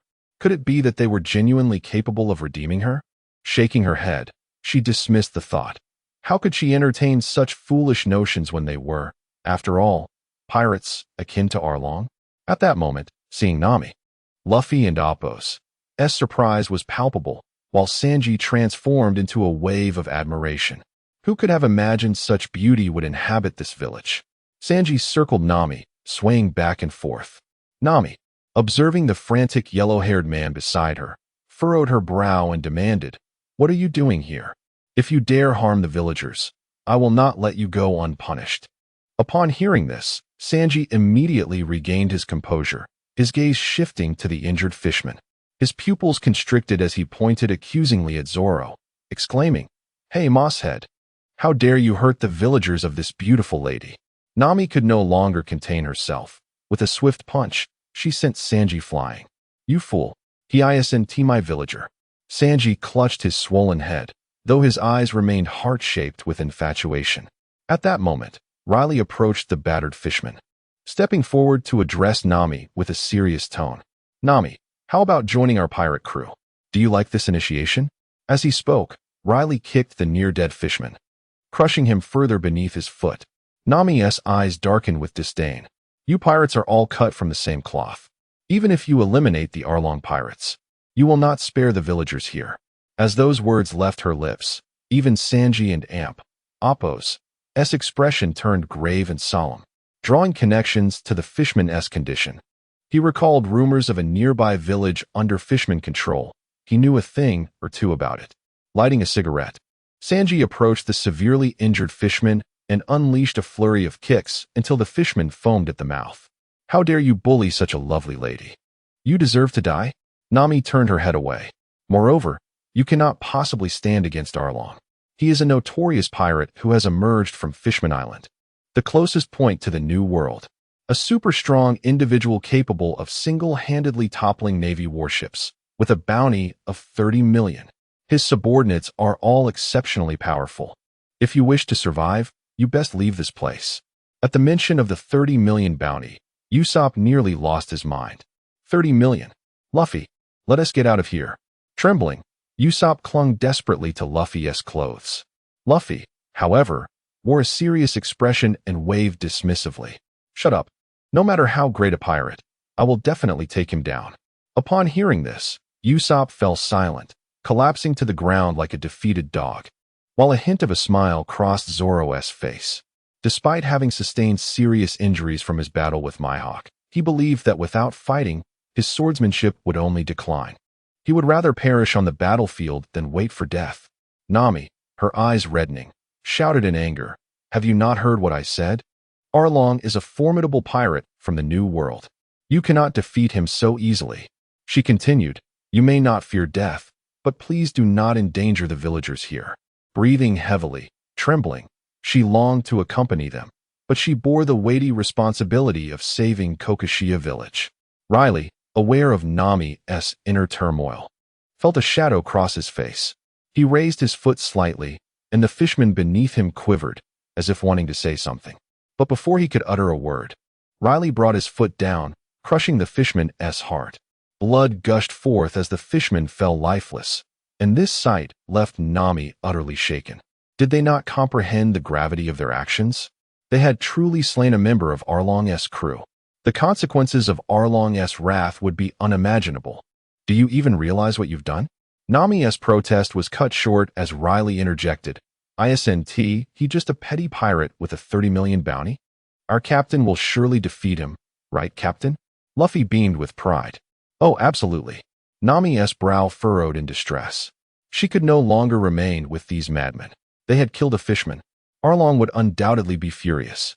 She had to warn the villagers to ensure their safety, or else they would face the bloodbath that Arlong would unleash. Resolute, Nami dashed towards the village, just as Usopp had once warned the villagers. She went from house to house, explaining the dire situation. Yet, as her words reached the villagers, they merely shut their doors coldly. Panic gripped Nami's heart. Indeed, they still misunderstood her. After all, in their eyes, she was merely a traitorous errand runner for Arlong.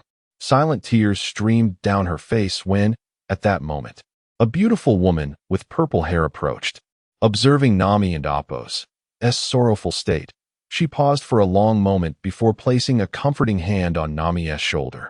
"Don't cry. We will not leave. If we intended to leave, we would have done so long ago." Nami turned, her eyes widening in shock as she recognized her sister. Nojiko, the only person who had been by her side during this tumultuous time. She collapsed into Nojiko's embrace, tears flowing freely. Meanwhile, Luffy and the others were perplexed.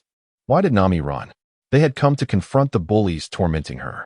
Rayleigh lowered his voice, "Let us go see." With that, he strode into the village, followed closely by Luffy, while Zoro dragged the despondent Usopp along towards Kokoshia village. Usopp, tears streaming down his face, protested, "Don't touch me. I have this sickness where I feel dizzy as soon as I step on the island." Upon entering the village, they found it eerily deserted, with all doors tightly shut. Luffy, momentarily bewildered, pondered, "How strange. Why are these people closing their doors during the day?" Chapter 32, Nami and Appo's despair, the villagers and Appo's uprising. At this moment, Sanji lit a cigarette and inhaled deeply.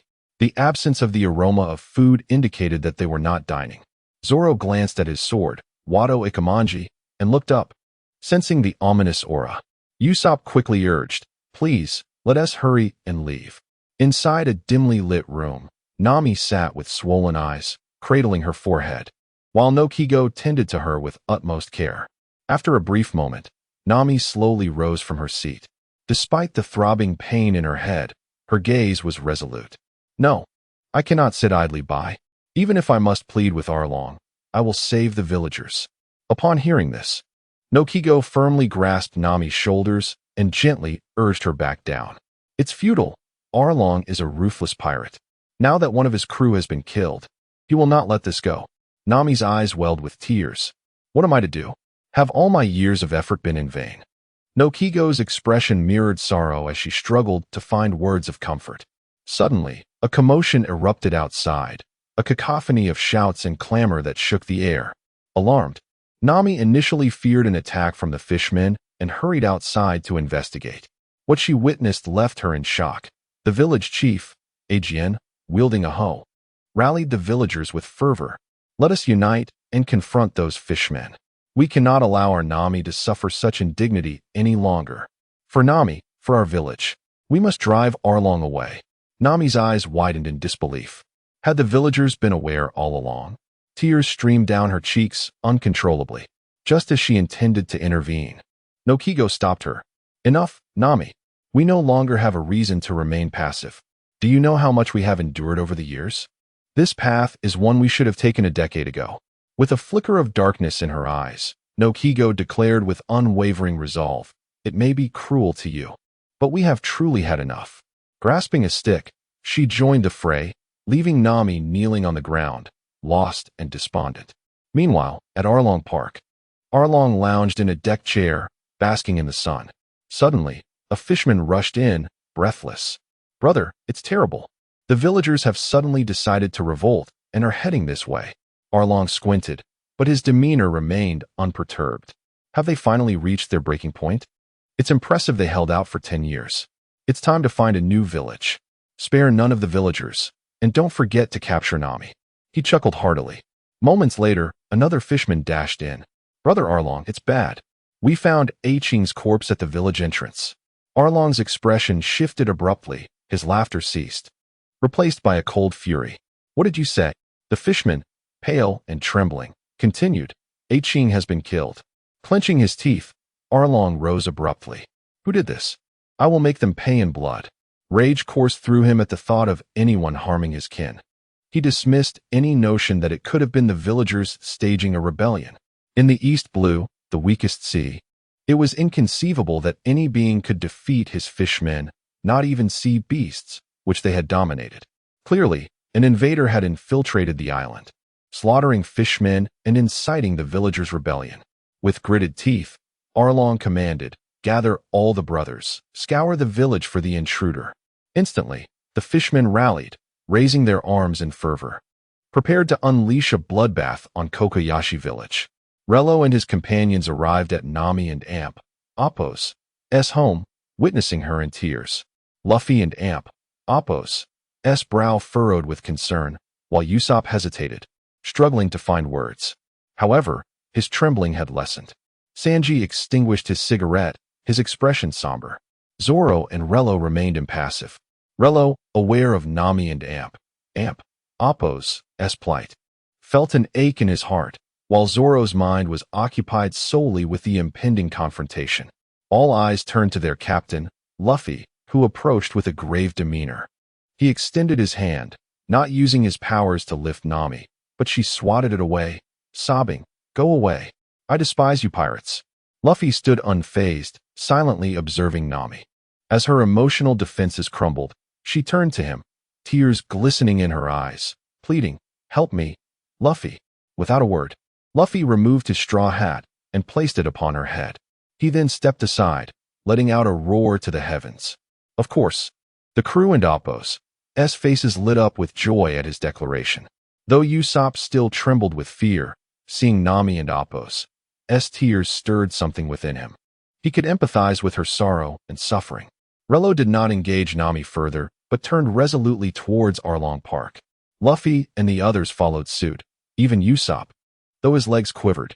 As they marched on, Nami and Appo's tears flowed anew, but she quickly wiped them away. Like Nokigo, she seized a stick and joined them. She could not bear to let her friends shoulder this burden alone. In her heart, she had embraced Rayleigh and his companions as allies. Both allies and villagers were resolved to confront Arlong. How could she, as a central figure, remain uninvolved? With determination, Nami quickened her pace. Soon, Rayleigh and his group reached Arlong Park, where the villagers were already clashing with the fishmen. The battle was one-sided. The villagers' efforts were futile against the fishmen. Their tools barely grazed the fishmen, while the latter effortlessly sent them flying with a mere flick of their hands. Chapter 33. Arlong in shock, Luffy strikes. The disparity in power was overwhelmingly vast. Should the battle persist, the repercussions were all too predictable. At this moment, the villagers of Kokoyashi had already suffered grievous injuries. If this continued, a river of blood would inevitably flow. For Nami, this would be yet another devastating blow.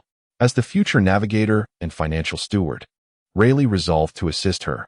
With this thought in mind, Rayleigh unleashed his Conqueror and Appo's haki, the purple aura rapidly expanding in a web-like formation. At this juncture, the consumption of his haki began to diminish, depleting 20 points per second. While considerable, it sufficed to handle these fishmen. Rayleigh and Appo's Haki swiftly enveloped the area beyond Arlong Park. In an instant, the fishmen froze, their expressions blank, before collapsing, frothing at the mouth. Consequently, Rayleigh retracted his haki, though some villagers were inadvertently harmed. A brief slumber would serve them well, preventing any hindrance during the impending confrontation.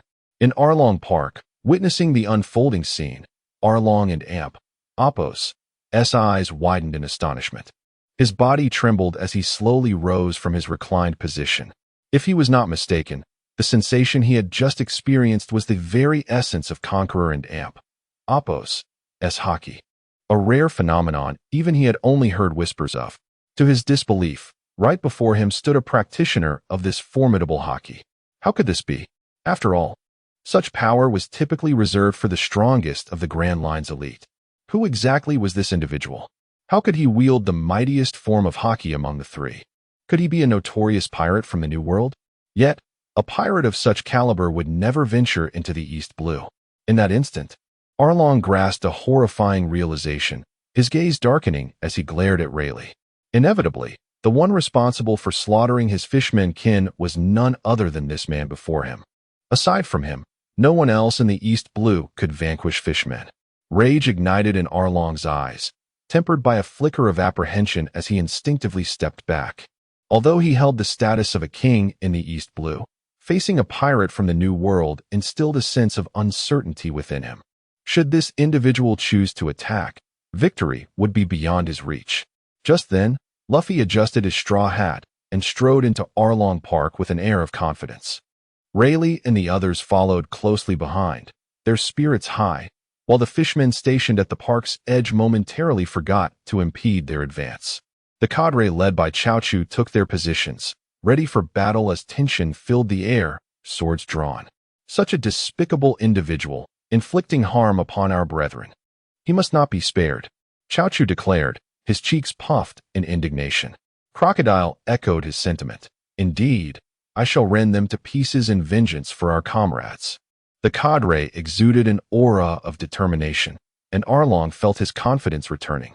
Hearing their words, Luffy and Apos' face lit up with excitement.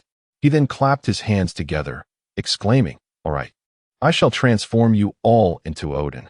Sanji chimed in, "Indeed, with so many ingredients, it will take quite some time to prepare."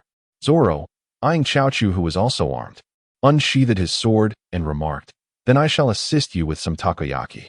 Usopp added, I seem to have developed a condition that makes me dizzy at the sight of fish." Rayleigh dragged Usopp into Arlong Park as if he were a rag doll. Upon entering, the fishmen bristled with hostility. Both sides stood ready for combat, the air thick with tension. Luffy pointed forward, addressing Rayleigh. "Hey, Rayleigh, go defeat them." This declaration left Zoro and Sanji momentarily stunned, nearly causing them to stumble. Rayleigh frowned slightly, thinking, "Come on, you are the captain. It is your duty to lead." Upon hearing this, Luffy and Apos' expression shifted awkwardly. After witnessing Rayleigh and Apos' formidable prowess on multiple occasions, he had begun to rely on Rayleigh and Apos' strength, a troubling development. With each battle, his first thought was of Rayleigh.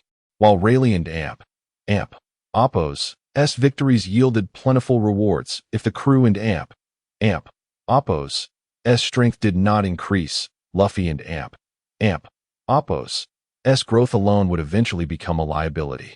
After a moment of contemplation, Luffy struck his forehead with his palm, exclaiming, "Oh, I am the captain. The strongest should be my responsibility." With a proud grin, he stepped forward, fists at the ready, directing his attention at Arlong. "Hey, long-nosed guy, your opponent is me." Arlong, upon hearing this, felt a wave of relief. Since it was not Rayleigh confronting him, his confidence surged once more.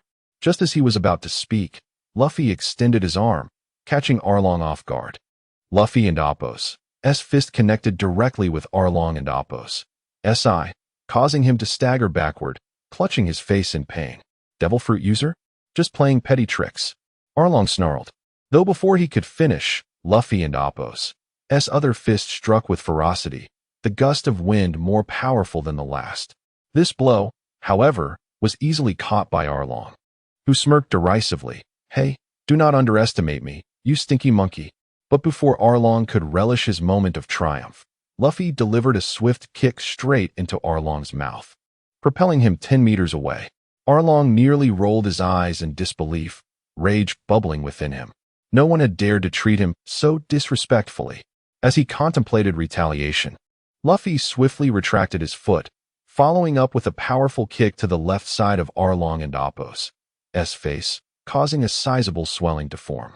Arlong clutched his injured cheek, his teeth grinding in frustration. This insufferable monkey had dared to humiliate him repeatedly. Just as he pondered this indignity, Luffy and Appo's fist slammed into Arlong and Appo's abdomen, forcing a bitter mouthful from him. Before he could recover, Luffy's fist collided with his nose, unleashing a flurry of rubbery punches that left Arlong with no opportunity to retaliate. After a relentless series of attacks, Luffy finally paused, breathless, and remarked, "Wow, this guy is surprisingly tough." Chapter 34. Tension rising, each displaying their skills. Upon hearing these words, Arlong slowly lifted his gaze, a flicker of anger evident in his eyes. He gritted his teeth and declared, "Kid, you have truly provoked me. Are you really prepared to stand against our Arlong pirates?" In response, Luffy and Appo's expression remained resolute, revealing no hint of fear. Zoro and Sanji stepped forward, ready for battle at a moment and Appo's notice. Even Usopp gravitated towards Luffy, seemingly emboldened by an immense resolve, although he quickly retreated again. Rayleigh stood silently behind Luffy, his gaze fixed on Arlong. The moment Arlong felt Ryuo's stare, a look of terror crossed his face. Since arriving in the East Blue, he had never experienced such a chilling sensation before. At that moment, a bloodthirsty glint appeared in Luffy's eyes as he replied to Arlong, "So what? You bullied our navigator." This statement brought tears to Nami's eyes as memories of her past treatment towards Luffy and Rayleigh flooded back, filling her with regret. Determined, she stepped into Arlong Park, ready to fight alongside Luffy. With that, Luffy and his companions advanced a few steps forward, while several of Arlong and Appo's subordinates encircled them. "You are the first to dare speak to our captain like that," Crocodile snarled, clenching his fists and striding forward with long strides. "TCH, we don't even need Captain Arlong to handle you weaklings. We can take you down ourselves," chimed in the timid Hachi. The atmosphere grew increasingly charged with hostility. At last, at a certain moment, the fishmen of Arlong Park brandished their swords, charging towards Rayleigh and the others. Their aggressive demeanor was quite formidable. However, before they could reach Rayleigh, Zoro slowly donned his bandana, unsheathing his sword. Gradually, Zoro assumed a stance, a shadow flickering in his eyes. "One sword style, lion's song." As his voice faded, a roar akin to a lion echoed through the air. The fierce wind howled as the fishmen surged forward, only to be sent sprawling in all directions. Their cries of despair echoed as they fell to the ground. Zoro's strike had effortlessly dispatched a third of the fishmen. Witnessing this, Arlong furrowed his brow. Disbelief etched on his face. How is this possible? The East Blue is supposed to have only a handful of strong warriors. Why can anyone here stand against us fishmen? At that moment, Sanji took a deep drag from his cigarette, watching Zoro steal the limelight. With an indifferent expression, he extinguished his smoke and lifted his right leg, unleashing a series of rapid kicks at the approaching fishmen. His speed was such that even Rayleigh could only catch a glimpse of the blur. It appeared that Sanji's diable jam was beginning to reveal its prowess. With his relentless kicks, yet another third of the fishmen were sent flying, landing in the pool with blank stares. Seeing this, Arlong's subordinates were left dumbfounded. Is this truly the combat strength found in the East Blue? Crocodile exclaimed in shock. While the East Blue did host a few pirate factions, most had ventured into the Grand Line, leaving only the weaker ones behind. How could so many strong warriors still remain? For years, Arlong had roamed the East Blue unchallenged, even sinking naval warships. They had never faced such humiliation before. At that moment, the remaining fishmen found themselves frozen in indecision, unable to advance or retreat. To move forward would mean a fate similar to their fallen comrades, while retreating would risk abandonment by Captain Arlong, who had no tolerance for weakness. Just as they grappled with their dilemma, Luffy stepped forward, clenching his fists, eager to eliminate the fishmen in one fell swoop. However, just as he was about to strike, Rayleigh intervened. Stepping forward, Rayleigh exhaled a breath of frustration and said, "What kind of captain strikes at mere minions? Your true opponent lies over there." He gestured towards Arlong, who instinctively took a step back at the gesture. Realizing his own cowardice, Arlong gritted his teeth in self-reproach. Yet, it was understandable. He had just witnessed the formidable might of Rayleigh and Amp, Oppos, as Conqueror and Amp, Oppos, as Haki, capable of incapacitating a multitude of fishmen in an instant. That overwhelming aura was enough to make even him feel a sense of unease, leaving him questioning whether he could withstand it. If Rayleigh chose to engage him, he was uncertain if he would emerge victorious. However, when it came to an ordinary devil fruit user, it was a different story. While devil fruits could enhance one's fundamental combat abilities, lacking training to bolster physical prowess or develop the fruit and Oppos' capabilities rendered the fruit a mere burden. Observing the rubbery figure of Luffy, Arlong deduced that he likely neglected physical training, unlike himself, who had honed his strength through countless battles. Despite not possessing the innate talents of Jinbei, with decades of combat experience, Arlong believed his power would not falter against any pirate in the East Blue. Yet, it was Rayleigh, the user of Haki, who made him particularly wary. Arlong cautiously observed both Rayleigh and Luffy, especially the former, while Luffy, in turn, fixed his gaze on Arlong, determination blazing in his eyes. Rayleigh was right. He should not waste his strength on the weaklings. His true target was the one who had tormented Nami. With that thought, Luffy flexed his wrists and stepped forward, declaring, "Then I'll leave these guys to you, Rayleigh." Upon hearing this, Rayleigh did not respond but revealed a sinister smile. Dealing with this rabble was a trivial task. With that, he stepped forward, and the remaining fishmen, still bewildered, were met with Rayleigh and Amp, Oppos, unleashed Conqueror and Amp, Oppos, Haki. A torrent of purple energy surged forth, and within a mere second, the band of fishmen was obliterated at Rayleigh and Oppos' hands. One by one they fell, their eyes rolling back as they lay motionless on the ground, some foaming at the mouth, while others lay lifeless. In that moment, the Haki gauge above Rayleigh and Oppos' had diminished by 40 points. All of this transpired in just 2 seconds. Against such feeble foes, he felt no strain. Had he unleashed his power for another second, even Arlong and Oppos' subordinates would have likely succumbed to his Haki. After all, his Haki was on par with that of the great swordsman, Mihawk. Though Mihawk had undoubtedly held back, the thought of this filled Rayleigh with a sense of pride. Chapter 35. Captain Usopp, the Provocation Technique. At merely level 6, he could already hold his own against Hawkeye. Now, at level 8, he faced the fishmen with effortless ease. As his Haki level ascended, his Haki gauge reached an impressive 500, having only utilized 40 thus far, leaving him with a substantial 460 in reserve. Although such a level of Haki might prove challenging against the 3 admirals of the Yonko, it was more than sufficient for dealing with these inferior pirates, requiring little effort on his part. Witnessing this scene, Arlong's eyes darkened with fury. He clenched his fists and launched an attack toward Rayleigh without a second thought. No longer concerned about whether Rayleigh was a Haki user. Consumed by rage, Arlong felt he could not show fear before these lesser pirates. Otherwise, they would be unable to establish themselves in the East Blue. As Arlong approached, Rayleigh remained remarkably composed. Before Arlong could close the distance, Luffy's fist met his own. The 2 fists collided, creating a wave of pressure that momentarily compressed the air around them. In that instant, they appeared evenly matched. Arlong's fist twisted while Luffy's rubber arm bent under the strain. Both fighters staggered back, blood dripping from Luffy's knuckles onto the ground, while Arlong suffered multiple fractures in his fingers, gritting his teeth in pain. Determined, Arlong set about reattaching his shattered bones. "You have truly enraged me," he declared, glancing at the countless fallen fishmen in Arlong Park. He could no longer contain his wrath. Stretching his limbs, he turned to Luffy. "Today, we are going to fight fiercely." As he spoke, Kuro stepped forward, cracking his knuckles. How dare you provoke the Arlong pirates?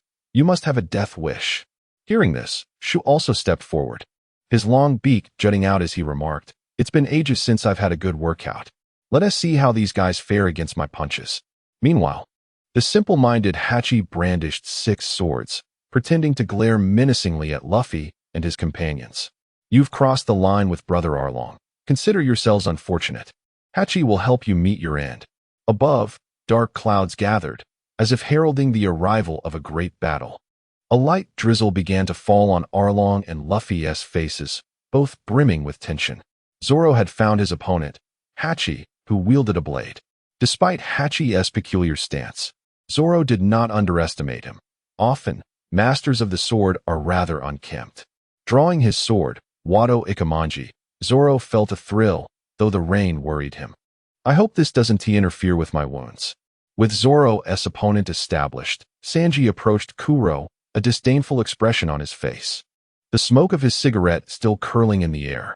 Extinguishing it, he readied himself for battle. Kuro, observing Sanji's demeanor, remained serious. He had witnessed Sanji's prowess and would not allow himself to be complacent. Aware that underestimating his foes could lead to a fate akin to that of the fallen fishmen.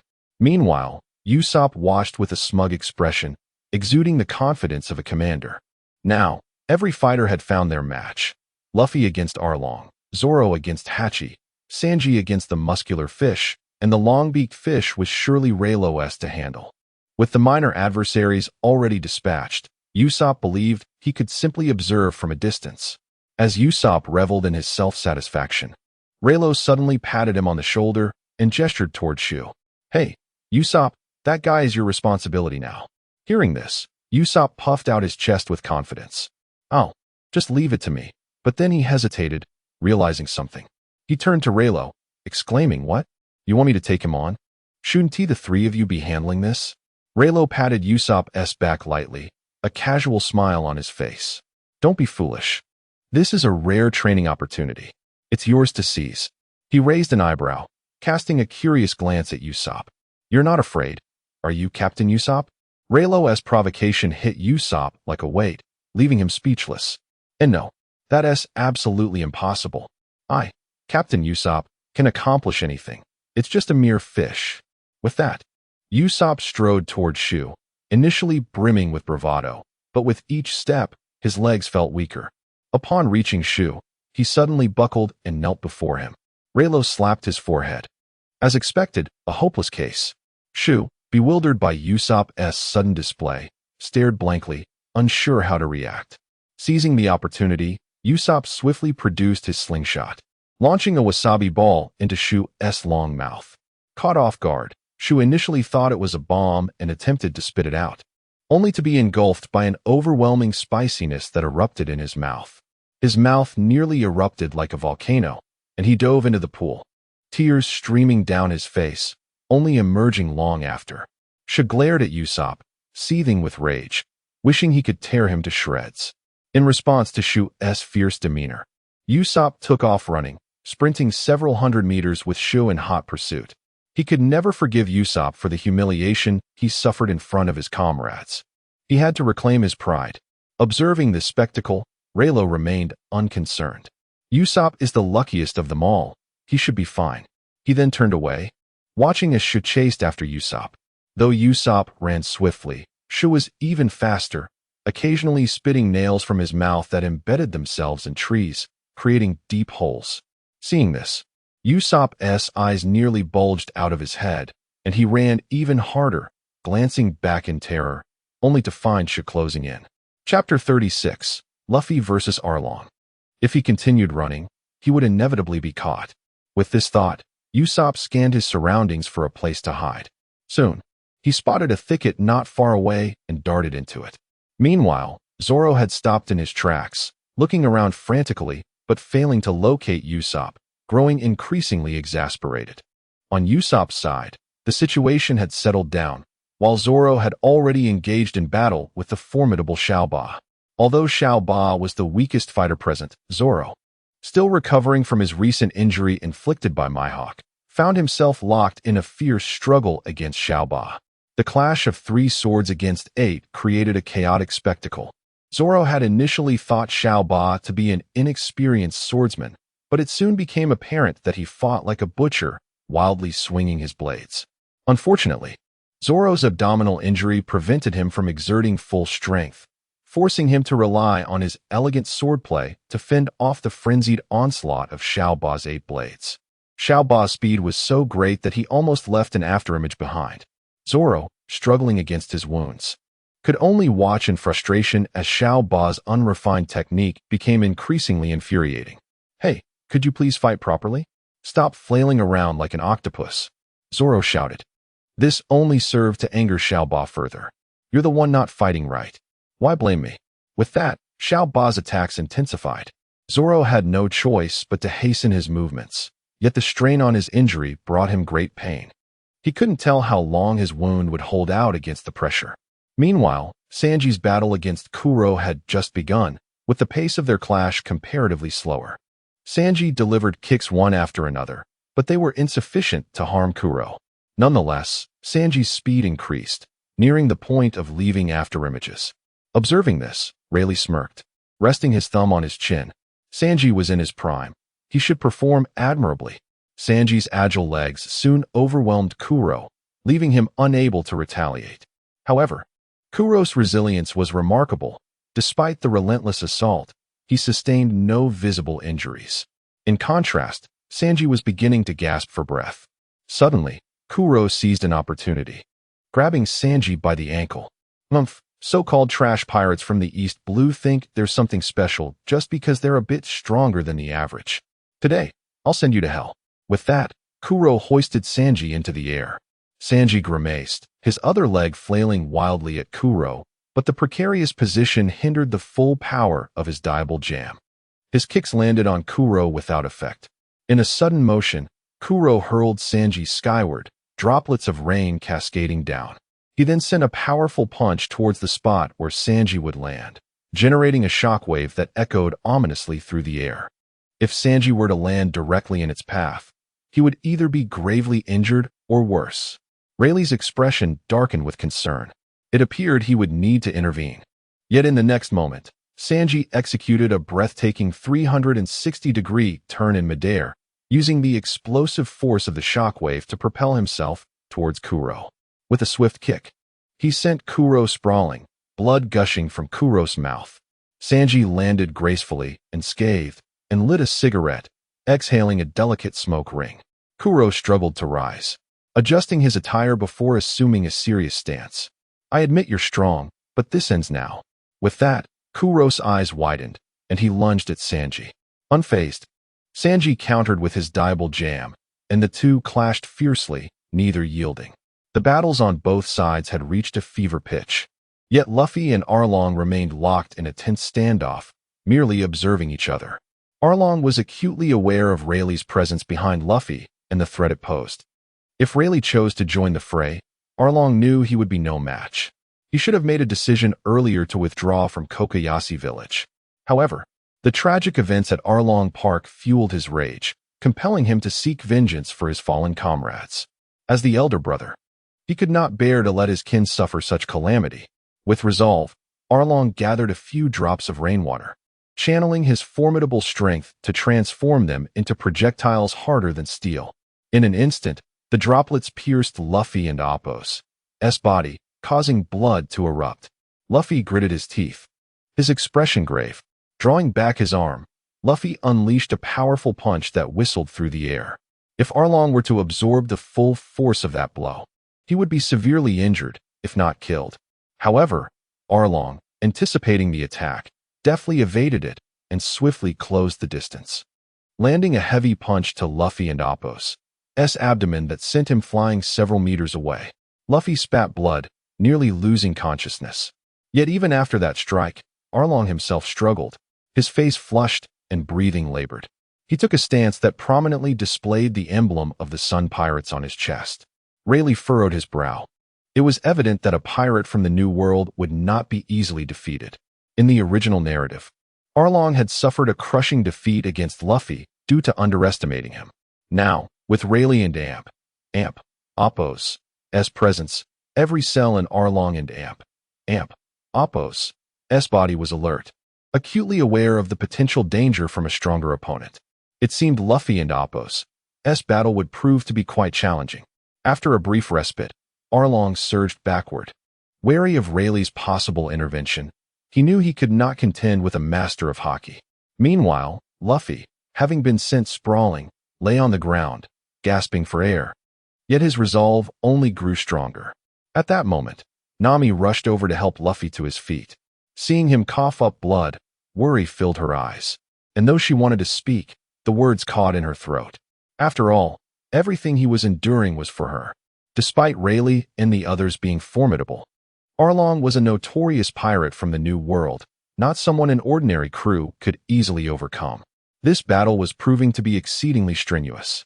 If it continued down this path, not only would Luffy and his crew face death, but Arlong would show no mercy to anyone, and even the villagers of Kokoyashi would be unable to escape his wrath. Chapter 37: The Source of Destruction and Suffering. On the other side, the battle between Zoro and Shachi raged on. The relentless rain and gloomy sky exacerbated Zoro's injuries, with blood seeping through the bandages and trickling down his clothing. If left untreated, the wounds could become infected and pose a serious threat to his life. Witnessing this, Shachi couldn't and Apos' help but let out a proud laugh, brandishing his knife menacingly at Zoro. "You are indeed a resilient swordsman, but alas, I shall show no mercy. The fishmen you dispatched were my kin, and I will exact vengeance for them, blow by blow." With that, Shachi unleashed his 8 tentacles, which spun rapidly towards Zoro in a chaotic assault.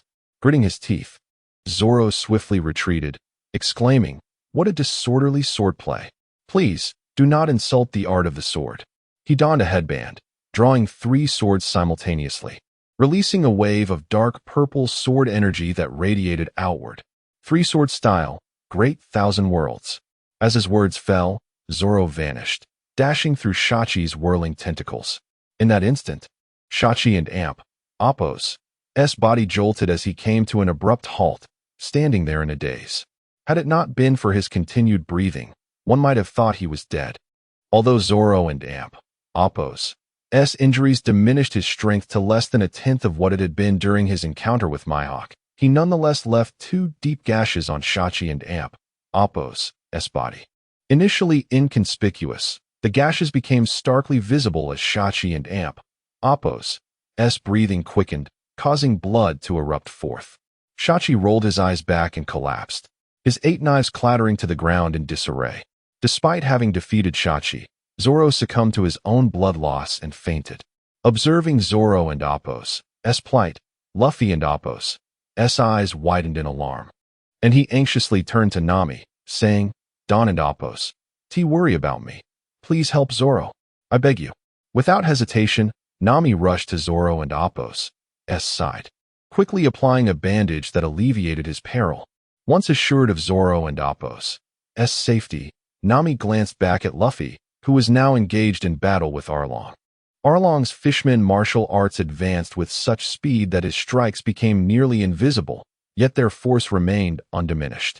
The air crackled and hissed as it was sliced through, while Luffy, more cautious than ever, dodged desperately. Remarkably, he emerged unscathed amidst Arlong and Apos' furious onslaught.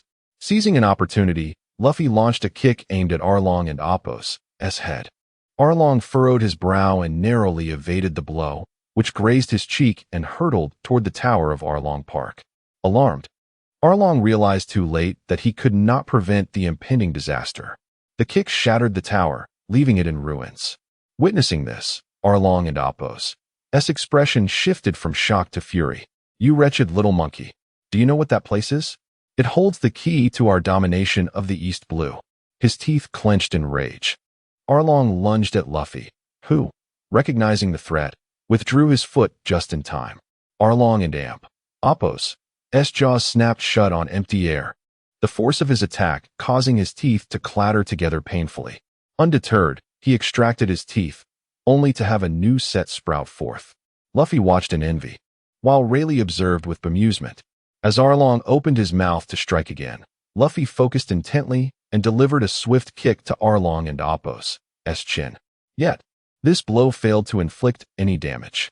Arlong caught Luffy and Appo's ankle and hurled him away. In the next moment, Arlong conjured 3 droplets of rainwater and sent them hurtling toward Luffy. Mid-air, Luffy executed a spin, kicking Arlong back as he soared through the air. Wiping the blood from his mouth, Arlong's eyes burned with rage. His muscles bulged as he launched a powerful punch at Luffy's head. Just as Luffy landed, he was caught off guard and struck squarely in the face, sending him flying. Fresh blood sprayed forth as he soared through the air, and Arlong and Appo's excitement grew as he prepared to taunt Luffy. However, he was left speechless when he saw where Luffy landed, right in the heart of his storied blueprints, essential for his conquest of the East Blue. In that moment, Luffy crashed into the tower, creating a gaping hole as the already damaged structure crumbled further. Emerging from the debris, Luffy found himself surrounded by a scattering of maps, which fell into the sea like autumn leaves. Nami, witnessing the scene, felt tears well up in her eyes, unable to comprehend the sight before her. The nightmare that had haunted her for over a decade was crumbling before her very eyes. Overwhelmed with grief, she wept inconsolably. Meanwhile, Zoro regained consciousness, glancing anxiously towards the tower. Just then, Luffy leaped into the air, his expression resolute as he faced the stunned Arlong. From this day forth, Nami will no longer draw maps for anyone. She is my navigator, and no one shall force her to do anything against her will. Do you understand, Longnose? Chapter 38, Luffy's Growth. As these words echoed, all eyes turned towards Luffy. Some of the more resolute villagers struggled to rise, their eyes reflecting unwavering determination. Defeat Arlong, someone boldly proclaimed, and soon the sentiment spread like wildfire among the crowd. They placed all their hopes upon Luffy. Emerging from the ruins, Luffy declared with steadfast resolve, "Oh, don't worry." Witnessing this, Arlong gritted his teeth in fury. "You filthy monkey! How dare you destroy years of my hard work? This is unforgivable." With clenched fists, he seethed with rage. Yet, in the blink of an eye, Luffy launched a powerful punch. Arlong, caught off guard by the sheer speed, had no time to evade. The blow struck him squarely in the chest, precisely where the Jolly Roger of the Sun Pirates was emblazoned. Arlong's muscles caved in instantly, and he was sent hurtling backward, spitting blood, before crashing to the ground, his eyes rolling back in defeat. However, the exertion took its toll on Luffy, leaving him breathless and struggling to support himself as he coughed violently. The onlookers were left in stunned disbelief. They never imagined someone could defeat Arlong in the East Blue. They had all witnessed Arlong's might. He could effortlessly overturn warships, far surpassing the capabilities of an ordinary human. Yet, had that Straw Hat Kid truly dispatched Arlong with a single punch? It was utterly inconceivable. After a brief moment, Luffy rose to his feet, striking his fists together and gazing at Arlong with a challenging glint. "Hey, is that all you and Appo's got?" With a crack of his neck, he readied himself for battle. After some time, Arlong managed to stir. He slowly propped himself up, revealing a glint of cold malice in his eyes. Then, he reached into the debris, rummaging until he retrieved a massive, serrated weapon. With a swift motion, he faced Luffy and declared, "Did you really think I would be so easily defeated? Don't be foolish. No matter how formidable your allies are, you shall not escape Arlong Park today." No sooner had he finished speaking than Arlong surged forward, launching an attack at Luffy. Luffy barely dodged, the jagged weapon slicing through the air and cleaving the debris in two. Luffy winced, inhaling sharply. "Phew, that was close." Arlong sneered. "Humph, you're nothing but a jumping monkey." He swung again, unleashing a powerful slash, but Luffy evaded once more with remarkable agility. Arlong, undeterred, pressed on with his assaults, each strike narrowly missing Luffy, igniting Arlong's fury. His attacks intensified, growing faster with each attempt. The villagers watched in anxious apprehension, their hearts pounding for Luffy's safety. They prayed fervently for his well-being. Meanwhile, Rayleigh observed with a grave expression. Luffy's rate of growth appeared alarmingly swift. Just moments ago, he had been vulnerable to a single blow from Arlong. Yet now he was matching Arlong in his prime. It seemed they would need to engage in more battles to further hone their skills. With ample combat experience, the Straw Hat crew's progress would undoubtedly accelerate. Rayleigh continued to observe the clash between Luffy and Arlong. Arlong's onslaught grew increasingly fierce, while Luffy, having exhausted much of his energy, found himself on the defensive. In contrast, Arlong radiated confidence, his body surrounded by a green aura. Each swing of his weapon stirred the air around him, generating formidable slashes. Luffy found himself at a disadvantage, for his rubber fruit powers were particularly vulnerable to sharp objects before he mastered Haki. A direct hit would undoubtedly spell disaster for him. At that moment, Arlong's rage consumed him. His sole focus was to eliminate Luffy. Meanwhile, in the forest, Usopp was left barely clinging to life, his body battered and bloodied. Just then, Sha seized Usopp with a single hand.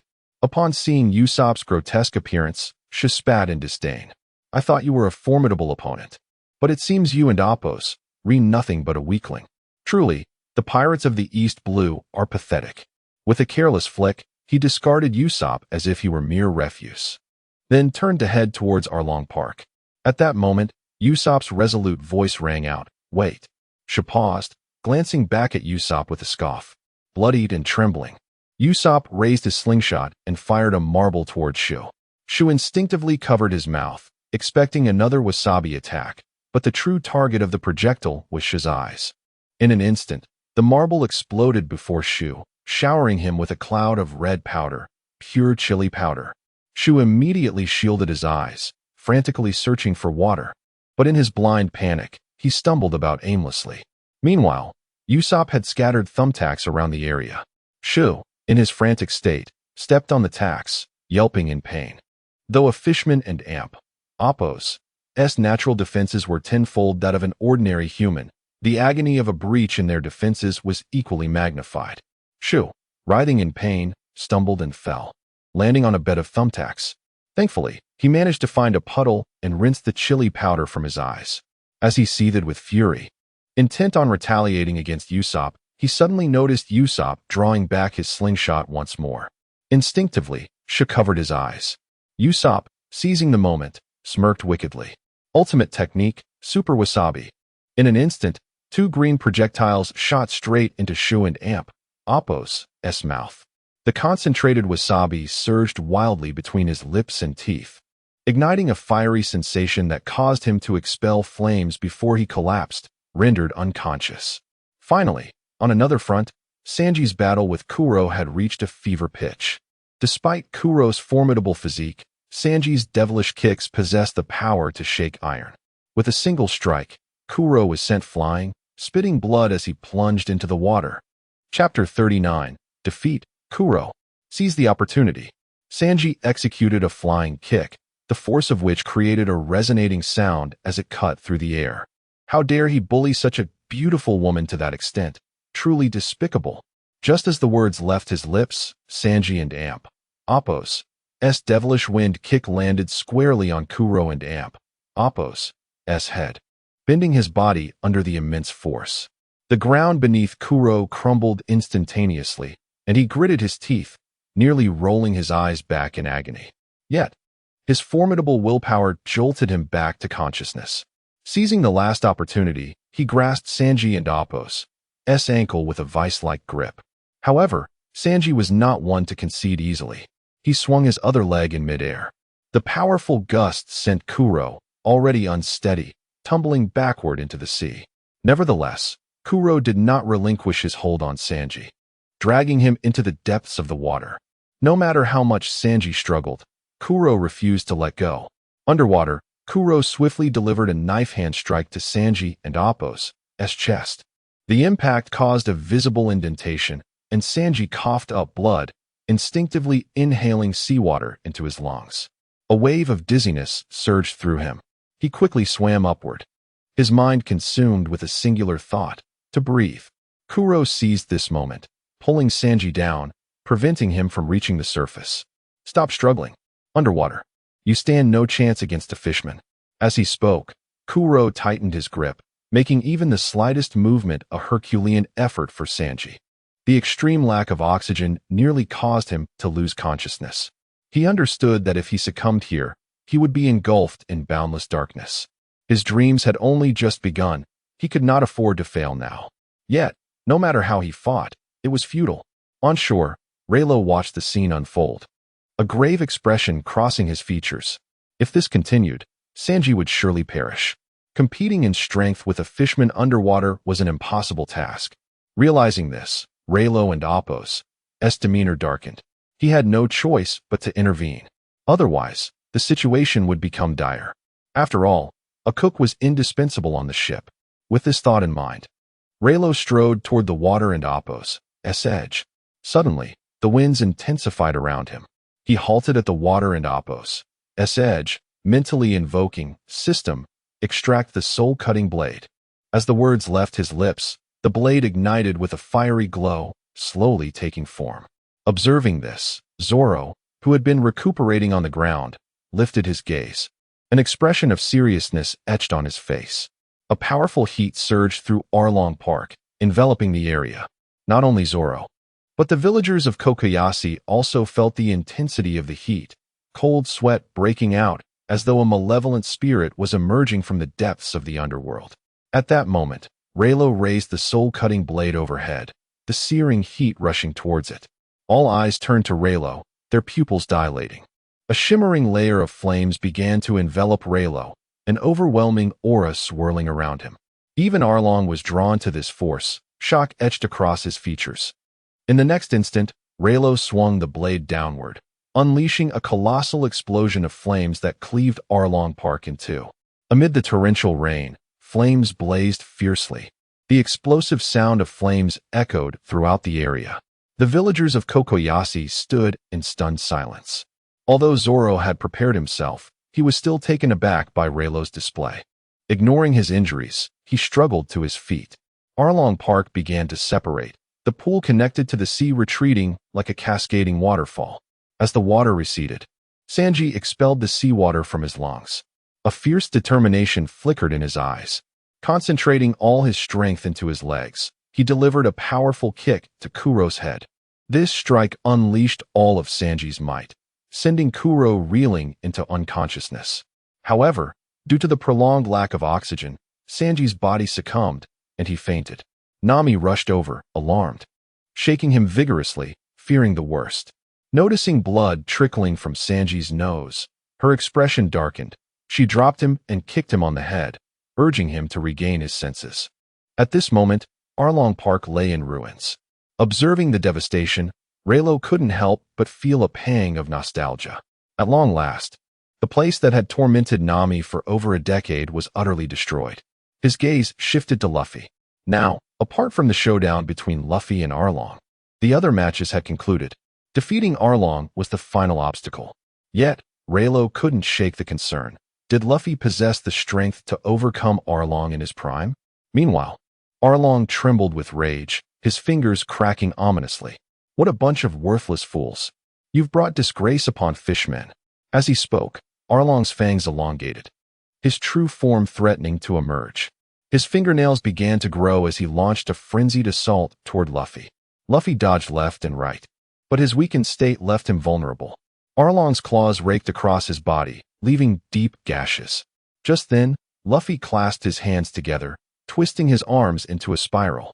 He charged at Arlong, unleashing a torrent of power that whipped the air into a whirlwind. Sensing danger, Arlong's expression hardened as he prepared to counter with a serrated blade, hoping to intimidate Luffy. But in the next moment, Luffy's fists collided with Arlong's chest, driving him back and causing him to spit blood. The serrated blade flew from Arlong's grasp as he staggered, blood spraying into the air. Witnessing this, Rayleigh was taken aback. Luffy's performance seemed astonishingly powerful. Had he overestimated Arlong's capabilities? Surely, Arlong should possess more strength than this. Or perhaps Luffy had grown even stronger with his rage. Truly, a man of destiny. The villagers stood in awe, witnessing the scene unfold. As Arlong was injured, the dark clouds looming over them appeared to dissipate in that very moment. Chapter 40. Empowerment. The power of the Ox Talisman. Just as they were preparing to celebrate, the seemingly defeated Arlong suddenly twitched his fingers and sat up, trembling. This unexpected turn of events plunged the hopeful villagers back into despair. Before Luffy could retract his arm, Arlong seized it, and in the next moment, he bit down hard on Luffy's arm. Blood gushed forth, and Luffy cried out in excruciating pain, his wails echoing in the air. Seeing this, Rayleigh furrowed his brow, ready to intervene, but Luffy swiftly delivered a kick to Arlong's head, breaking the grip of his teeth. Luffy withdrew his arms, now bloodied and mangled. Had it not been for his quick reflexes, he might have lost both hands to Arlong's vicious bite.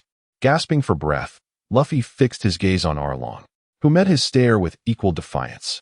The tension in the air intensified, yet both fighters were too injured to launch the first strike. After a brief pause, however, Arlong's body vanished from sight. At that moment, while Luffy was still regaining his composure, Arlong appeared behind him and bit down on his shoulder. The searing pain elicited a desperate scream from Luffy. All eyes turned to Luffy, brimming with concern. Blood flowed freely from his shoulder, and if he did not retaliate soon, he would be gravely injured or worse. With this thought in mind, Luffy extended his arm and delivered a punch to Arlong's abdomen, attempting to send him flying. Yet, this time, Arlong refused to release his grip, and Luffy, weakened by pain, could only endure Arlong's hold.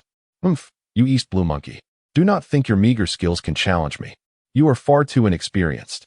Luffy and Appo's fists rained down upon Arlong, yet no matter how hard he struck, Arlong remained determined to hold on, intent on seeing who would succumb first. Rayleigh's expression darkened at this sight. If this continued, Luffy would eventually bleed out. He realized this might be Luffy and Appo's limit. Just then, the system and Appo's notification chimed in. Ding. Congratulations, host. You have triggered a plot quest with the following choices. 1. Abandon Luffy and ally with Arlong to gain 1,300 experience points in all attributes. 2. Assist Luffy in defeating Arlong to gain 1,000 experience points in all attributes and a random forging blueprint. Hearing this, Rayleigh frowned. Was it necessary to maintain an air of mystery even when offering rewards? Casting aside the idea of allying with the trash that was Arlong was out of the question. Without hesitation, he chose option 2. Once the task was confirmed, Rayleigh cast a cold glance at Arlong and silently commanded, "System, extract the Ox Talisman." As his words fell, a chilling talisman materialized in Rayleigh's hand. He then coldly declared, "Luffy, catch this." Startled, Luffy turned just in time to see a stone-like object hurtling toward him. Although confused, he trusted Rayleigh and extended his arm to grasp the Ox Talisman. In an instant, Luffy felt an overwhelming surge of strength course through him, revitalizing his once weak body with vigor. With this newfound energy, he clenched his fists and let out a primal roar, causing his muscles to swell dramatically, and the ground beneath him to buckle. Witnessing this transformation, Arlong and Appo's eyes widened in disbelief. He could not fathom why this once feeble monkey was suddenly brimming with vitality. Could it be the boy who wielded haki again?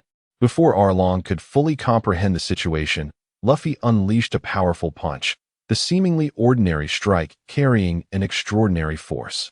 Arlong's body twisted as he was propelled through the air, blood spilling from his mouth as he collapsed, convulsing on the ground. Yet, Luffy was far from finished.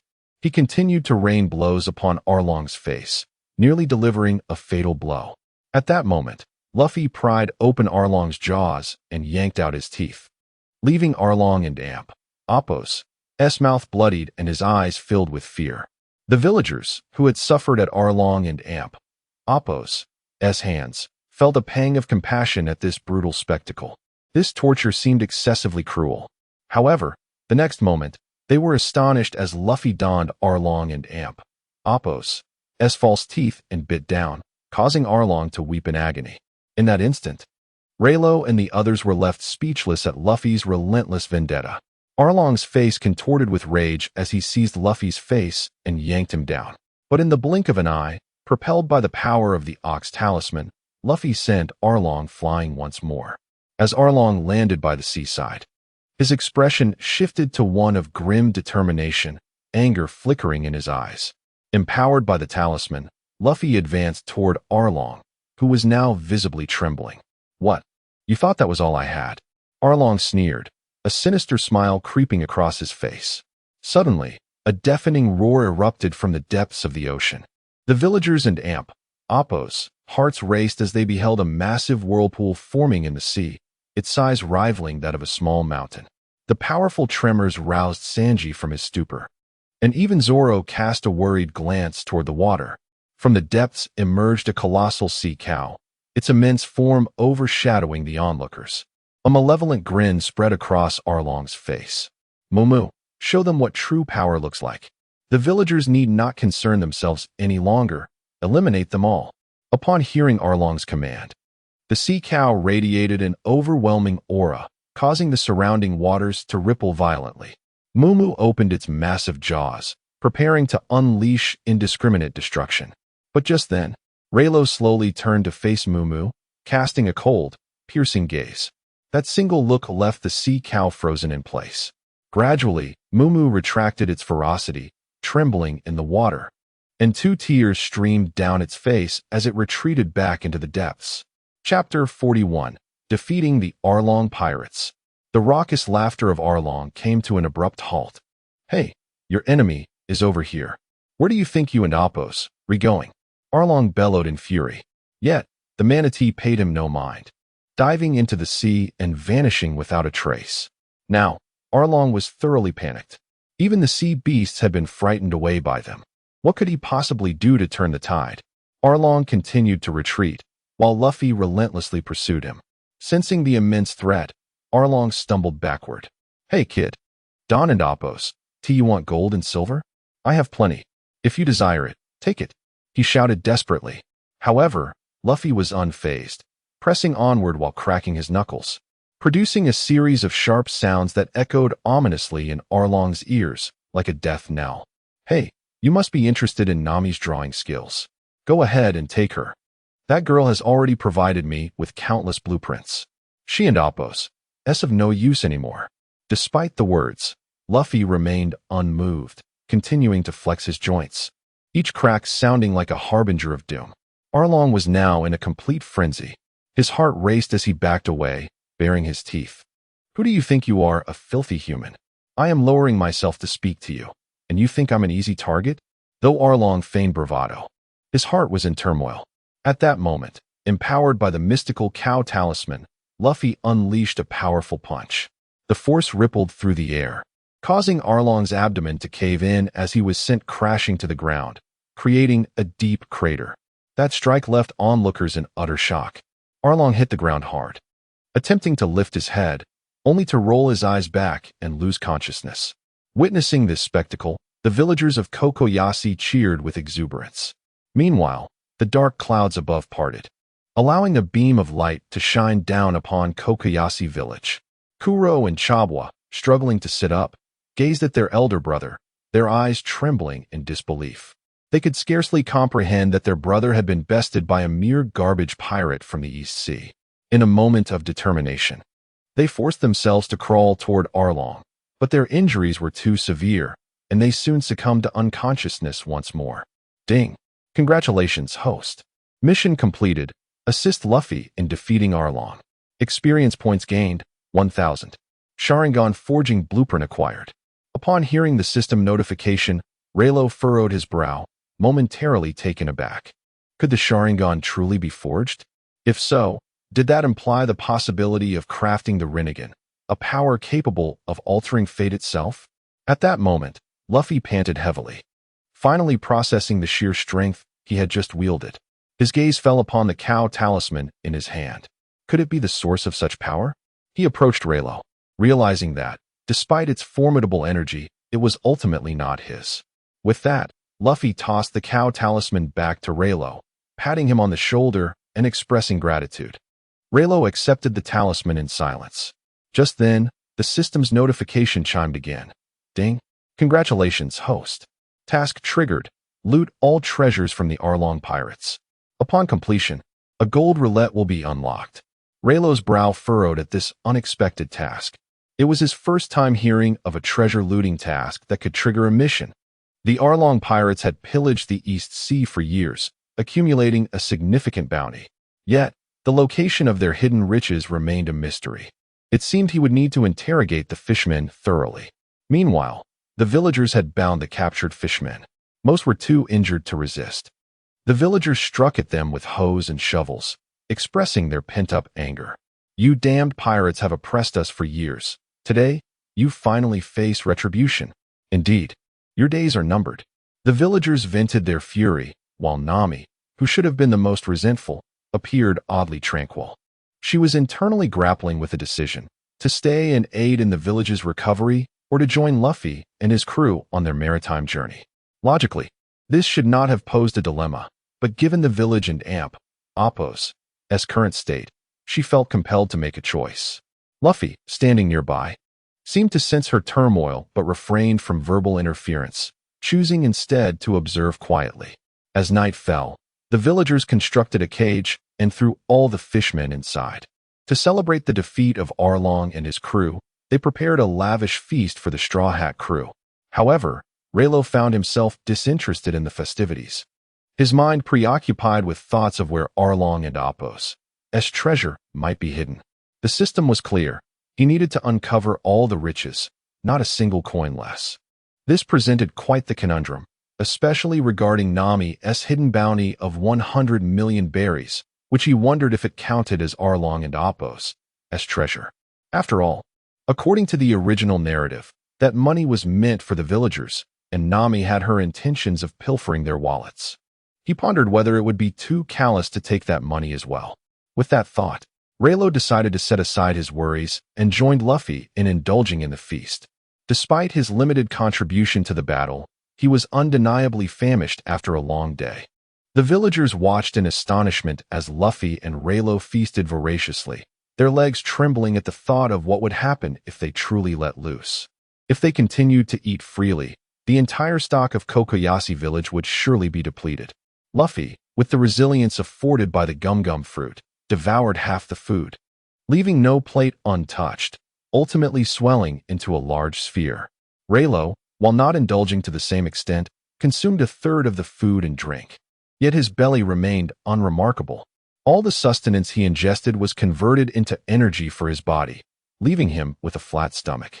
Ultimately, the villagers, unable to sustain the gluttony of the two, resorted to using oranges as a meager accompaniment to their drinks, thus alleviating their immediate crisis. Chapter 42: Colonel Mouse and the Treasure.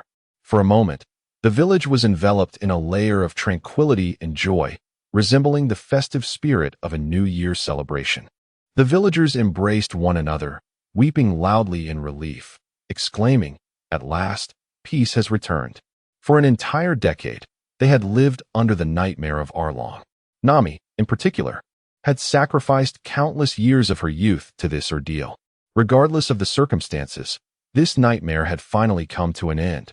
The villagers joyfully celebrated throughout the night. But early the next morning, they received alarming news. "Look, several warships are approaching us." The villagers and Appo's expressions turned grave upon hearing this. Ajian rushed over, asking urgently, "From which direction are the warships coming?" The messenger, fear evident in his face, replied, "They are coming from the east, from the direction of Arlong Park." Upon hearing this, Ajian clenched his fists, trembling all over. Seeing this, Rayleigh quickly deduced the situation. The Navy's ships, boldly approaching from the direction of Arlong Park, were undoubtedly aligned with Arlong. Beside Rayleigh, Nami's eyes also glimmered with indignation.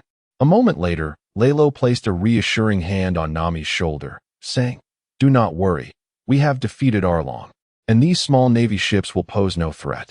With that, Rayleigh stood up, while Luffy and Zoro remained fast asleep, and he saw no need to wake them. If all went as expected, the one arriving should be Colonel Mouse. He had colluded with Arlong for years and was exceedingly greedy. Perhaps he knew the whereabouts of Arlong's treasure. With this thought in mind, Rayleigh made his way toward Arlong Park. Meanwhile, Colonel Mouse had already landed in Kokoyashi village. Observing the desolation of Arlong Park, his brow furrowed. Although he had received word of a pirate invasion in Kokoyashi village, he was taken aback by the extent of the destruction. Moreover, Arlong was nowhere to be found. The bloodstains on the ground indicated a fierce clash between the pirates, suggesting that Arlong had either fled or been captured. Initially shocked, Colonel Mouse soon revealed a sinister smile. I did not expect you to meet such a fate. However, considering you have supported me for so many years, I shall assist you by excavating your treasure. Over the years, Colonel Mouse had been in cahoots with Arlong and was well aware of the treasure and Apo's hiding place. He had not received any reports indicating that Arlong and Apo's crew had escaped Kokoyasi village, likely having been annihilated by the invading pirates. While he was oblivious to the identity of these powerful foes, he assumed they had not discovered the treasure. With this in mind, Colonel Mouse promptly summoned several sailors and instructed them to begin digging. Colonel Mouse had presumed that the pirates had departed, unaware that a figure in the shadows was watching them intently. Soon, Colonel Mouse led his group of sailors to the swimming pool area of Arlong Park. He commanded the soldiers to commence excavation. After approximately half an hour, the exhausted sailors had yet to unearth anything. Observing from the shadows, Raylough's expression turned solemn. They had already dug over 20 meters deep, yet the treasure remained elusive. Could it be that Arlong had relocated it? Rayleigh decided to wait a little longer. After another 10 minutes, the soldiers were drenched in sweat from exhaustion. At this moment, Colonel Mouse jumped into the pit and began to sift through the surrounding soil. Suddenly, a valve appeared before him. With all his strength, Colonel Mouse turned the valve, causing the entire Arlong Park to tremble, slowly shifting apart. In the gap that emerged, a vast accumulation of gold, silver, and berries lay hidden. Rayleigh estimated that, if converted entirely into berries, this treasure would amount to an astounding 1 billion berries. It was unlikely that Kokoyasi village alone could generate such wealth through rent. This treasure was likely plundered by Arlong during his retreat from Fishman Island. Transporting all this treasure would be a challenge. It remained uncertain whether the Mary could bear such a load. However, contemplating this was futile. The priority was to secure the treasure first. With this thought, Rayleigh swiftly positioned himself above the deep pit, declaring, "You have worked hard. The treasure is now mine." Startled, Colonel Mouse furrowed his brow and glanced back in terror, nearly forgetting that he was in a pit dozens of meters deep. By the time Colonel Mouse looked up again, he saw a handsome young man gazing down at him. Fear flickered in Colonel Mouse's eyes as he realized the gravity of the situation. He attempted to scramble up the rope ladder, but Rayleigh swiftly severed the rope. Colonel Mouse and Apo's eyes widened in horror, and the surrounding sailors scattered in panic, overwhelmed by fear. And with the air in the pit becoming stifling, several sailors fainted. Colonel Mouse's legs turned to jelly, leaving him speechless. Despite the height being only 20 to 30 meters, without assistance, he could not climb out. The figure before him was likely the one who had obliterated the Arlong pirates. If such a formidable opponent were to obstruct their ascent, it would be nearly impossible for them to escape. The Navy soldiers above would undoubtedly fall victim to this powerful individual. In a state of dread, Colonel Mouse contemplated his options. "If you let me go, all this money will be yours." Upon hearing this, Raylough's eyes glimmered with disdain. "Foolish man, if I do not spare you, then the treasure remains mine." Colonel Mouse, filled with despair and fury, drew his pistol and aimed it at Rayleigh. Despite his rapid firing, he could not land a shot, as the bullets whizzed harmlessly past Rayleigh, who remained seemingly motionless. Bored with the exchange, Rayleigh decided he had had enough of the game and leaped down into the pit. Chapter 43. Scavenging Treasures, Duplicating Fruits. Upon reaching this point, the expression of Colonel Mouse was one of sheer terror. In the next moment, Rayleigh's foot came crashing down upon his head, trapped beneath Rayleigh's soul. Colonel Mouse struggled momentarily before succumbing to unconsciousness. With a swift kick, Rayleigh sent Colonel Mouse flying, then turned his attention to the gleaming treasures before him. The gold and silver were indeed plentiful, yet it was the bills of berries that piqued his concern, some of which were on the verge of decay. He pondered the rationale behind Arlong and his crew burying the currency underground, resulting in a foul stench emanating from the bills. Rayleigh shook his head in dismay, attempting to console himself with the thought that perhaps this was merely the unpleasant odor of money, likely due to the dampness causing the bills to mold. Gazing at the treasures, Rayleigh found himself uncertain whether he had fulfilled his mission or how he might transport the bounty away. Just as he hesitated, a prompt from the system chimed in. "Ding, Congratulations to the host for completing the task of scavenging Along's entire treasure. Unlocking the gold roulette. Each draw requires the expenditure of 10 million berries. Excess berries can be stored in the system space. Would you like to proceed with the lottery? Upon hearing the system's notification, Rayleigh did not hesitate to choose the lottery option. After all, the treasures were far too plentiful to exhaust in the near future. While spending 10 million berries on a draw seemed extravagant, it was undoubtedly worthwhile. After all, money was meant to be spent. With that thought in mind, Rayleigh stored the treasures in the system space before commencing the lottery. Ding! The host has successfully drawn for the first time, triggering an absolute luck chance. Ding! Congratulations to the host for acquiring the duplication fruit. Would you like to obtain its power? Upon hearing the mention of the devil fruit, Rayleigh felt a jolt of excitement. Since the inception of his system, he had long desired a fruit of such nature, and now it appeared he was finally about to consume a devil fruit. Specifically, one as seemingly overpowered as the duplication fruit. Could it be true that with this fruit, he could replicate anything at will? If that were the case, such power would be extraordinarily formidable. Without a moment's hesitation, Rayleigh opted to acquire the ability. Ding! Congratulations to the host for obtaining the power of the duplication fruit. The fruit interface has been successfully unlocked. The host can currently consume 3 fruits. Upon awakening all 3, the capacity can increase to 7. Rayleigh could hardly contain his surprise. He had anticipated that acquiring such an overpowered fruit would be a stroke of luck.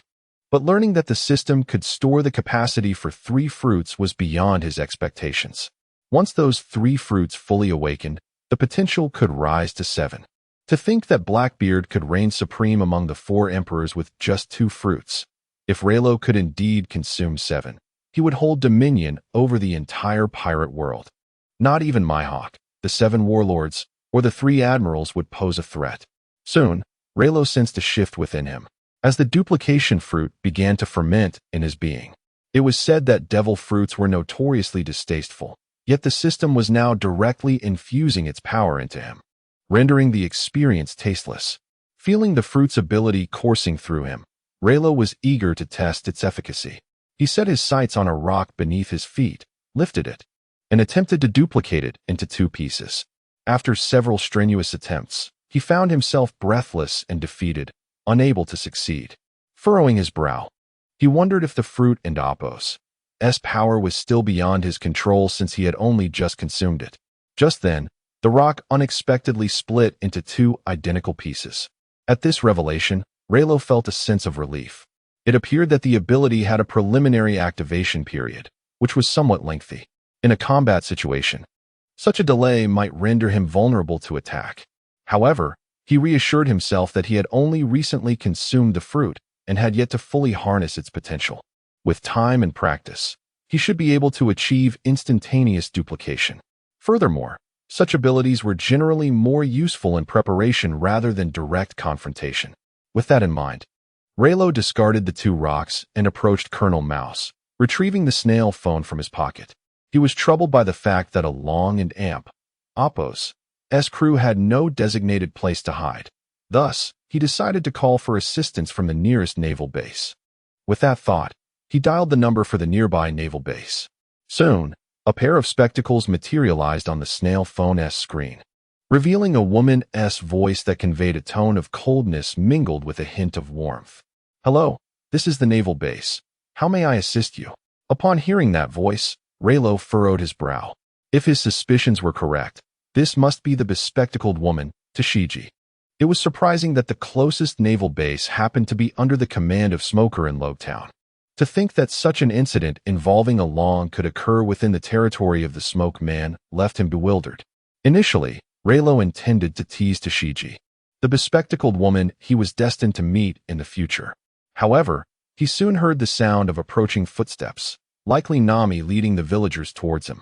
Realizing this, Rayleigh promptly stated, "Please send someone to Kokoasia village to retrieve the individuals. Such notorious pirates have been operating right under your noses, and you remain oblivious. Smoker is hardly competent. Oh, and your colleague, Colonel Mouse, who colludes with pirates, has been subdued by me. I kindly request that the Navy refrain from such blind ignorance in the future if you would." With that, Rayleigh placed the snail phone down, ensuring the receiver remained nearby to facilitate their ability to locate his position. Indeed, it was not entirely Smoker's fault for failing to detect the rampant piracy. The East Blue was neither vast nor small, and a single oversight could easily lead to miscommunication. It was commendable enough that Smoker managed to maintain order in Logtown. Just as Rayleigh hung up the snail phone, he heard Luffy's voice call out, "Hey Rayleigh, where are you? Is there an enemy? Don't keep it all to yourself." Upon hearing this, Rayleigh bent his leg and leaped into the air. The villagers, witnessing Rayleigh emerge from the deep pit, collectively sighed in relief. Thank goodness he is unharmed. Otherwise, we would bear the burden of guilt for eternity. Let us see the true face of that despicable Colonel Mouse. With that, they retrieved a rope ladder and descended to capture the remaining Navy personnel, placing them alongside a Long and damp Appo's crew. Chapter 44, Nami, the Final Decision. The villagers did not inquire about the purpose of the pit. Naturally, Rayleigh remained silent, as revealing the truth would not benefit them financially. After all, the 100 million berries that Nami had scavenged were not included in Arlong's treasure. They were simply grateful for that. The villagers hoisted Rayleigh high in celebration of their victory, yet none noticed that Nami was sorrowfully leaning against a tree, silently weeping. Rayleigh keenly observed this, as did Luffy. However, neither approached Nami, understanding that she was grappling with a profoundly difficult decision. As the festivities settled down, the villagers set Rayleigh down, and soon, noon arrived. It was then that they realized someone was missing. Luffy furrowed his brow, Sanji lit a cigarette, and Zoro tended to his beloved sword. Moments later, their eyes widened simultaneously. Usopp. They finally recognized that Usopp had not been seen since the previous night. Considering that he had faced a fishman officer alone, they worried that something might have happened to him. With this thought, they all rushed out to search. The villagers joined in the search throughout the village. After an entire hour, they finally discovered Usopp fast asleep in a hollow, alongside Chu, who was either unconscious or worse. The villagers bound Chu and placed him in a cage, while Rayleigh delivered a sharp slap to awaken Usopp.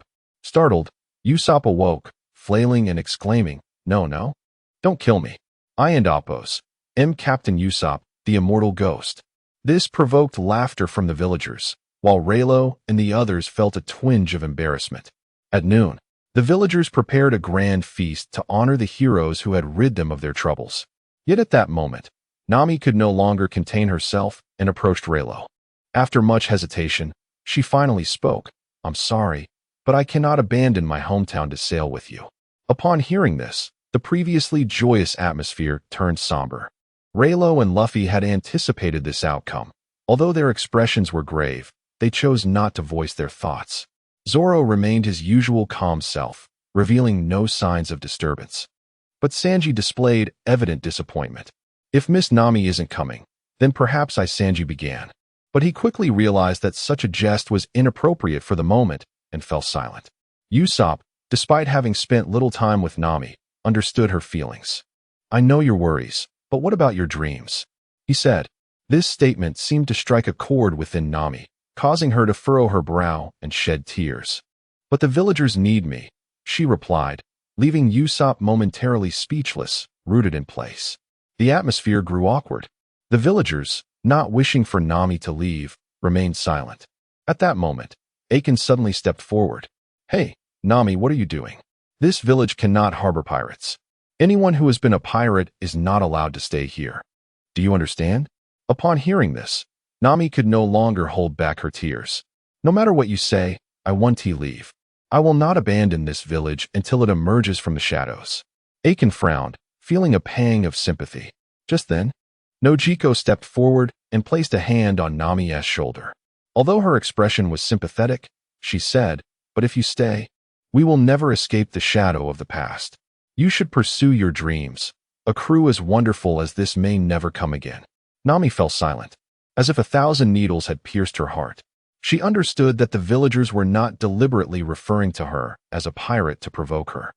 They merely wished to encourage her to join Luffy and the others. Seeing Nami's internal struggle, Aiken approached her. "Enough said. Kokoyashi village does not welcome pirates. Leave, and return only when we no longer harbor our disdain for them." Upon hearing those words, Nami knelt on the ground, weeping. She had not anticipated that the villagers would pressure her to leave. She knew it was their kindness, that they did not want her to go. Yet they were willing to support her dreams. In the midst of this sorrowful atmosphere, a villager rushed in with alarming news. Not good. A fleet of warships is entering Kokoyashi village from the south, claiming to be here to hunt pirates. Upon hearing this, Usopp panicked, swaying and nearly fainting. "This is bad. The navy is here. Luffy, we must leave." Yet, Luffy and the others remained unfazed. Rayleigh was indifferent. As long as he was present, none could sway them. Zoro remained composed, affirming that as long as Luffy did not express a desire to leave, he would not budge. Sanji, too, remained calm, lighting a cigarette. It would be quite rude to leave while a lady is making a decision. Sanji's words successfully stirred Nami's heart. Gritting her teeth, she seemed to come to a final resolution. She then drew a dagger from her pocket and, in a frenzied motion, pressed it against her left arm, aiming for the Arlong pirates and Appos mark. Seeing this, everyone stood in shock. Sanji attempted to intervene, but hesitated. Luffy and Zoro were moved, but did not act. Nami's right arm was already marred, the original tattoo unrecognizable. She gritted her teeth and looked at Luffy, saying, "May I join your pirate crew now, Captain?"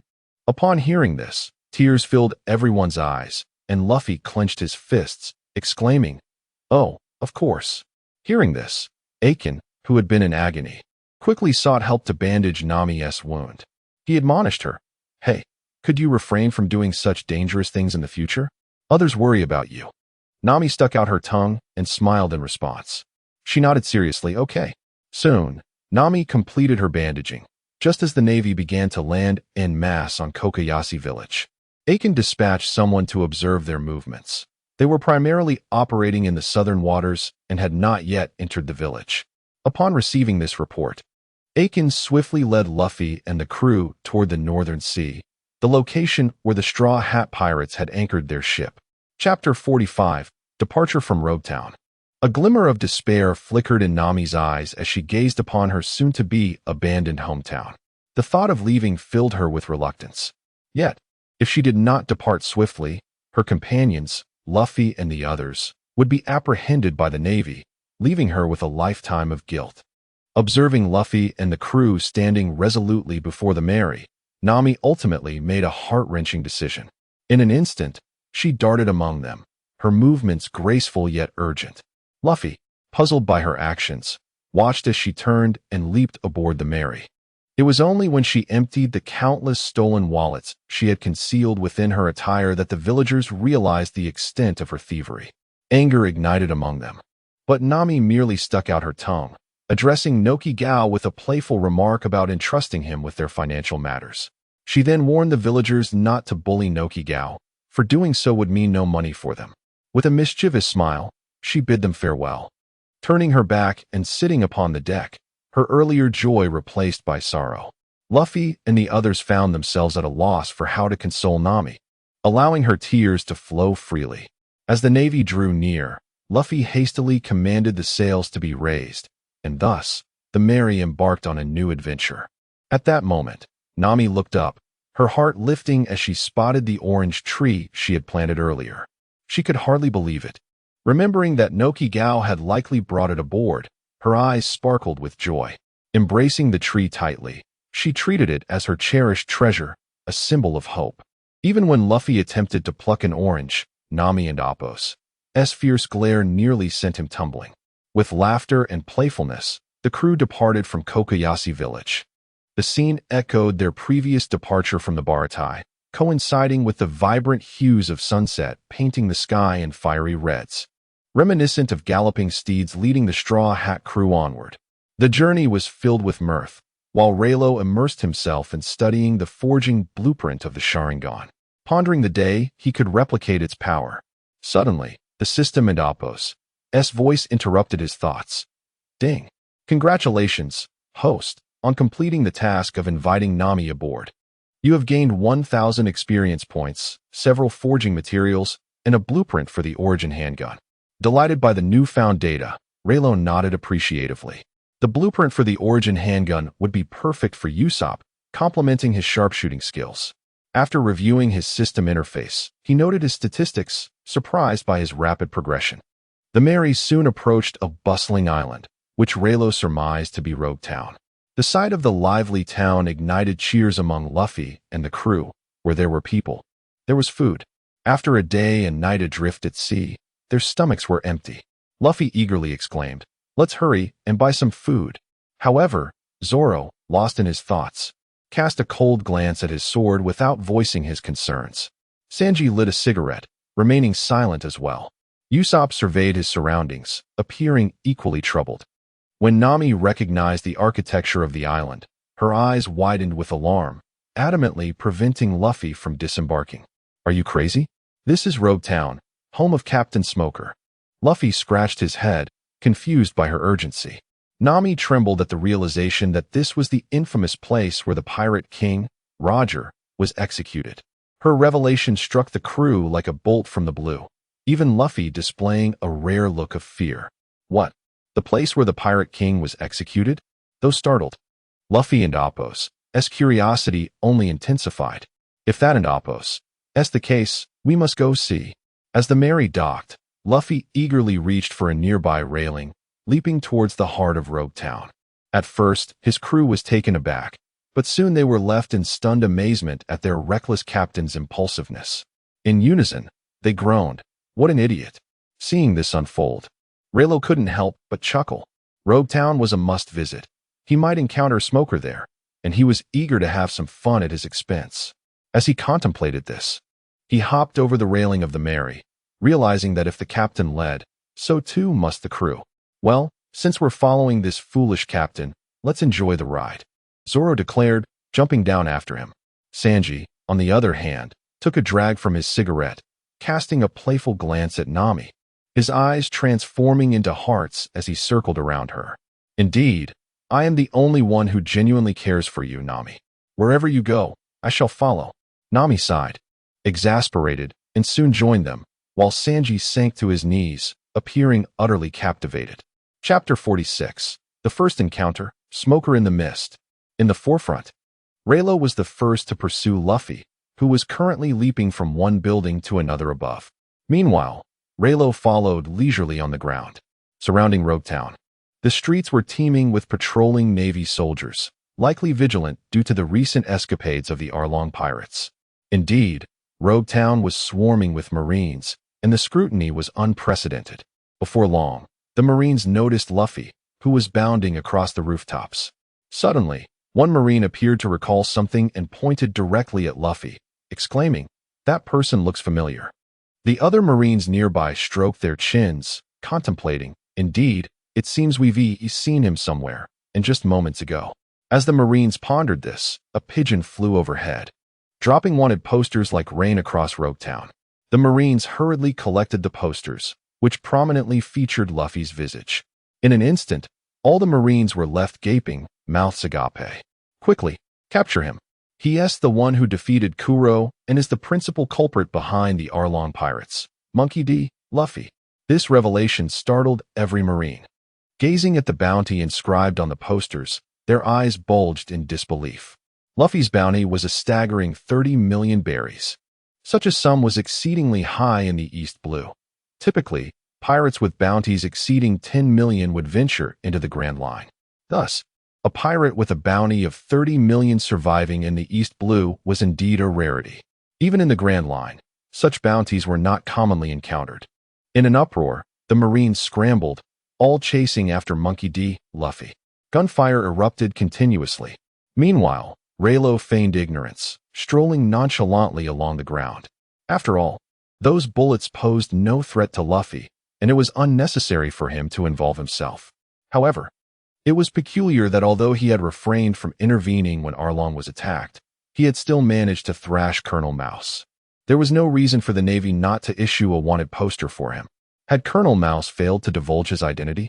As Rayleigh approached a street corner, a Marine suddenly tapped him on the shoulder. Rayleigh furrowed his brow and turned to glance at the soldier. The Marine held a nameless wanted poster, looking intently at Rayleigh. Upon examining the bounty displayed, Rayleigh noted with surprise that it read 10 million berries. Apparently, the Navy did not know his name. Thus, the wanted poster had not been widely circulated. "You are under arrest, pirate of the Straw Hat crew." Upon hearing this, Rayleigh disregarded the Marine and continued into an alleyway. The Marine, now somewhat incensed, drew his firearm and aimed it at Rayleigh. "Hey, don't try any tricks. Surrender immediately, or I will shoot." Before the Marine could finish, Rayleigh merely tilted his head slightly. In less than half a second, he unleashed a burst of Conqueror's Haki. Instantly, the Marine's eyes rolled back as he collapsed unconscious. Rayleigh folded the wanted poster and tucked it into his inner pocket. Since he was already wanted, venturing out with his true face would likely attract unwanted trouble. With this in mind, Rayleigh surveyed the unconscious soldier, then proceeded to strip him of his uniform, donning it himself. Thus, a makeshift Marine emerged from the alleyway, strolling down the main street without fear of harassment from the foolish Navy. Wearing the Marine attire, Rayleigh sauntered along, indifferently munching on lavish food and sipping beer while observing Luffy being pursued in a rather comical manner. He was thoroughly enjoying himself. At that moment, Luffy was merrily evading attacks atop the rooftops, driven by a singular purpose: to visit the site where the Pirate King was executed. He harbored no concern for anyone else, but for the Pirate King Roger, who was the father of his brother Ace and a figure he aspired to surpass. If he did not witness the place where Roger met his fate, this journey would surely lack significance. Meanwhile, Nami and the others, having just arrived in the heart of Rogue Town, grew anxious upon hearing the gunfire. It was evident that their foolish captain had been discovered. There was no choice but to rescue their bumbling captain, as misfortune had befallen them with such a fool in their midst. They wondered where Rayleigh had gone. Was he with Luffy? After searching high and low, Nami and her crew finally pinpointed Luffy's location, yet they could not find Rayleigh anywhere. Unbeknownst to them, Rayleigh was indulging in food and drink while disguised in a Marine uniform. At this moment, Rayleigh stood outside a bun shop, bargaining with the shopkeeper when suddenly, a familiar figure caught his eye. It was none other than Smoker, the Marine colonel stationed in Rogue Town. Rayleigh instinctively pulled down the brim of his hat, while Smoker happened to be purchasing buns nearby. Rayleigh relaxed, happily savoring his bun. Just then, Smoker exhaled a thick cloud of smoke and remarked, "You have quite the audacity to impersonate a Marine under my nose." Upon hearing this, Rayleigh's mouth froze mid-motion. He then lifted his hat, revealing a mischievous grin. "Oh, so you are Colonel Smoker, the incompetent officer who has ignored pirate incursions in the neighboring seas for 10 years? Is that correct?" Upon hearing this, Smoker's expression turned grave. Such occurrences transpiring right under his nose filled him with disdain. Although he was merely an ordinary Marine during Arlong's invasion of Kokoyashi Village, he had only recently taken command of the Marine base and risen to the rank of colonel. However, this did little to absolve him of his negligence during the pirate incursions. With a serious demeanor, Smoker stated, "It seems that call was indeed made by you. Thank you, but I harbor no gratitude for pirates. The only fate that awaits you in my hands is a one-way ticket to the undersea prison for rehabilitation." As he spoke, Smoker's hand began to transform into smoke. Yet Rayleigh remained unfazed, his mouth moving in a manner that irritated Smoker. What a presumptuous little brat. As soon as the words left his lips, Smoker's elemental hand lunged toward Rayleigh. However, the next moment, with a mere exertion of force, Rayleigh grasped Smoker and Appo's smoke-formed hand firmly. Chapter 47, Rayleigh vs. Smoker. Witnessing this scene, Smoker and Appo's pupils quivered in surprise. He never anticipated that the individual before him could grasp his elementalized arm. This should only be achievable through the use of Haki. As this thought crossed his mind, he observed the strands of black aura emanating from Rayleigh's hand, leaving him utterly astounded. Could this truly be the legendary armament Haki? How could it be? Such a rare talent in the seas. A grave expression surfaced in Smoker and Appo's eyes. He could hardly believe that a user of Haki could emerge in the East Blue. Could this person be a pirate retreating from the New World? Yet, if he were indeed a pirate, what would compel him to venture into the East Blue, a region notoriously devoid of resources and powerful figures? Although one could easily claim dominance here, the resources available would be exceedingly limited. With this in mind, Smoker swiftly elementalized his other hand and launched a punch towards Rayleigh. However, the blow appeared as feeble as a child in Apos' grasp in front of Rayleigh. With a slight exertion, Rayleigh effortlessly absorbed the strike. In an instant, Smoker transformed his entire body into smoke, enveloping Rayleigh completely. Rayleigh's vision was constricted, and he soon felt a struggle for breath. A serious expression flickered in his eyes. It seemed that Smoker possessed some formidable capabilities. The sensation of suffocation overwhelmed him, prompting him to retreat. Although he could use Haki to force Smoker to revert to his normal state, doing so would put Smoker in peril. Despite being a Navy officer, Smoker was a significant character in the world of pirates. Allowing him to exit the scene prematurely would be rather premature. Standing resolutely opposite Rayleigh, Smoker's gaze was unwavering. At that moment, the system's notification chimed once more. Ding! Congratulations, host, you have triggered a storyline mission. You may choose one of the following tasks. 1. Plead for mercy from Smoker and seek his forgiveness, earning 1,500 experience points. 2. Escape from Smoker and Apos' grasp, earning 1,200 experience points and a dog talisman design blueprint. Upon seeing the options presented by the system, Rayleigh couldn't and Apos' help but smile. Indeed, this fellow was an important character. However, the choices offered by the system lacked any real alternatives, prompting Rayleigh to choose the second option without hesitation, to escape from Smoker's clutches. In truth, achieving this would prove more challenging than defeating Smoker. After all, defeating Smoker merely entailed incapacitating him, whereas escaping would require evading Smoker's pursuit facilitated by his smoke fruit abilities. It would be quite difficult to elude him without departing from Lowtown. As Rayleigh pondered this, Smoker's expression twisted in anger. Observing Rayleigh's nonchalant demeanor ignited a fierce fury within him. He then attacked Rayleigh with fervor. The smoke around Smoker billowed and surged upward. Yet Rayleigh remained still, exuding an air of calm. Seeing this, Smoker furrowed his brow, his anger escalating. This arrogant young man dared to think he could leave.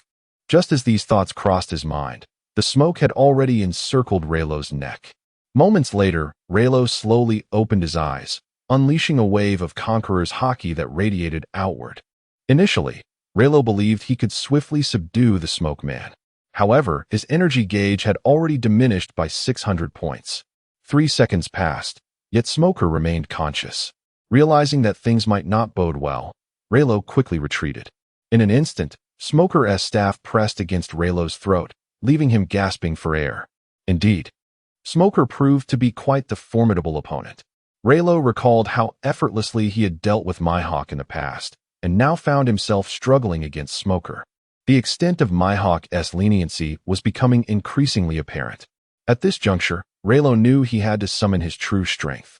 Otherwise, he might very well find himself trapped here. With this thought in mind, Rayleigh silently commanded the system, extract the Ox Talisman. As soon as he uttered the command, an Ox Talisman materialized in his hand, and his muscles surged with newfound power, enveloped in armament Haki as he directed a punch towards Smoker. That single blow sent Smoker flying 100 meters away, blood spewing from his mouth, nearly dissipating his smoke. Faced with armament Haki, Smoker's elementalization vanished instantly, blood trickling from the corner of his mouth.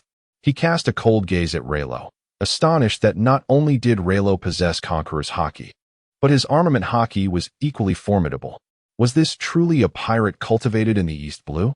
He had never encountered such a pirate in these waters. Half kneeling on the ground, Smoker coughed up blood, gasping for breath and momentarily paralyzed. Meanwhile, Rayleigh, having stowed away the Ox Talisman, displayed a hint of disdain in his eyes. If this was merely Smoker's prowess, it would be quite challenging for him to keep them here. With that, Rayleigh turned and strode away, disappearing from Smoker's sight. Only then did Smoker slowly rise to his feet. He had no doubt that had Rayleigh wished to finish him off, he would not see the dawn of the following day.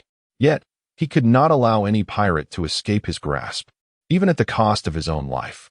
He would ensure that no pirate slipped away under his watch. At that moment, the Navy officers pursuing Luffy noticed Smoker's disheveled state and rushed over to assess his condition. "Colonel, Are you all right? Hearing the soldier's cries, Smoker, with a resolute expression, clutched his abdomen and commanded, "Do not concern yourselves with me. Ensure that not a single one of these pirates escapes. Go now." Upon hearing this, the Navy personnel promptly retraced their steps, resuming the pursuit of Straw Hat Luffy. However, none dared to shift their focus to chase after Rayleigh. They all recognized Smoker's formidable nature, and if someone as strong as Smoker could be heavily injured by Rayleigh, then confronting him would surely mean certain death. Of course, Smoker had no intention of sending his soldiers to their demise. After tidying himself, he grasped his staff and swiftly pursued the direction in which Rayleigh had departed. Meanwhile, although Rayleigh had not taken the same route as Luffy, he turned a corner and headed towards the execution platform of Roger.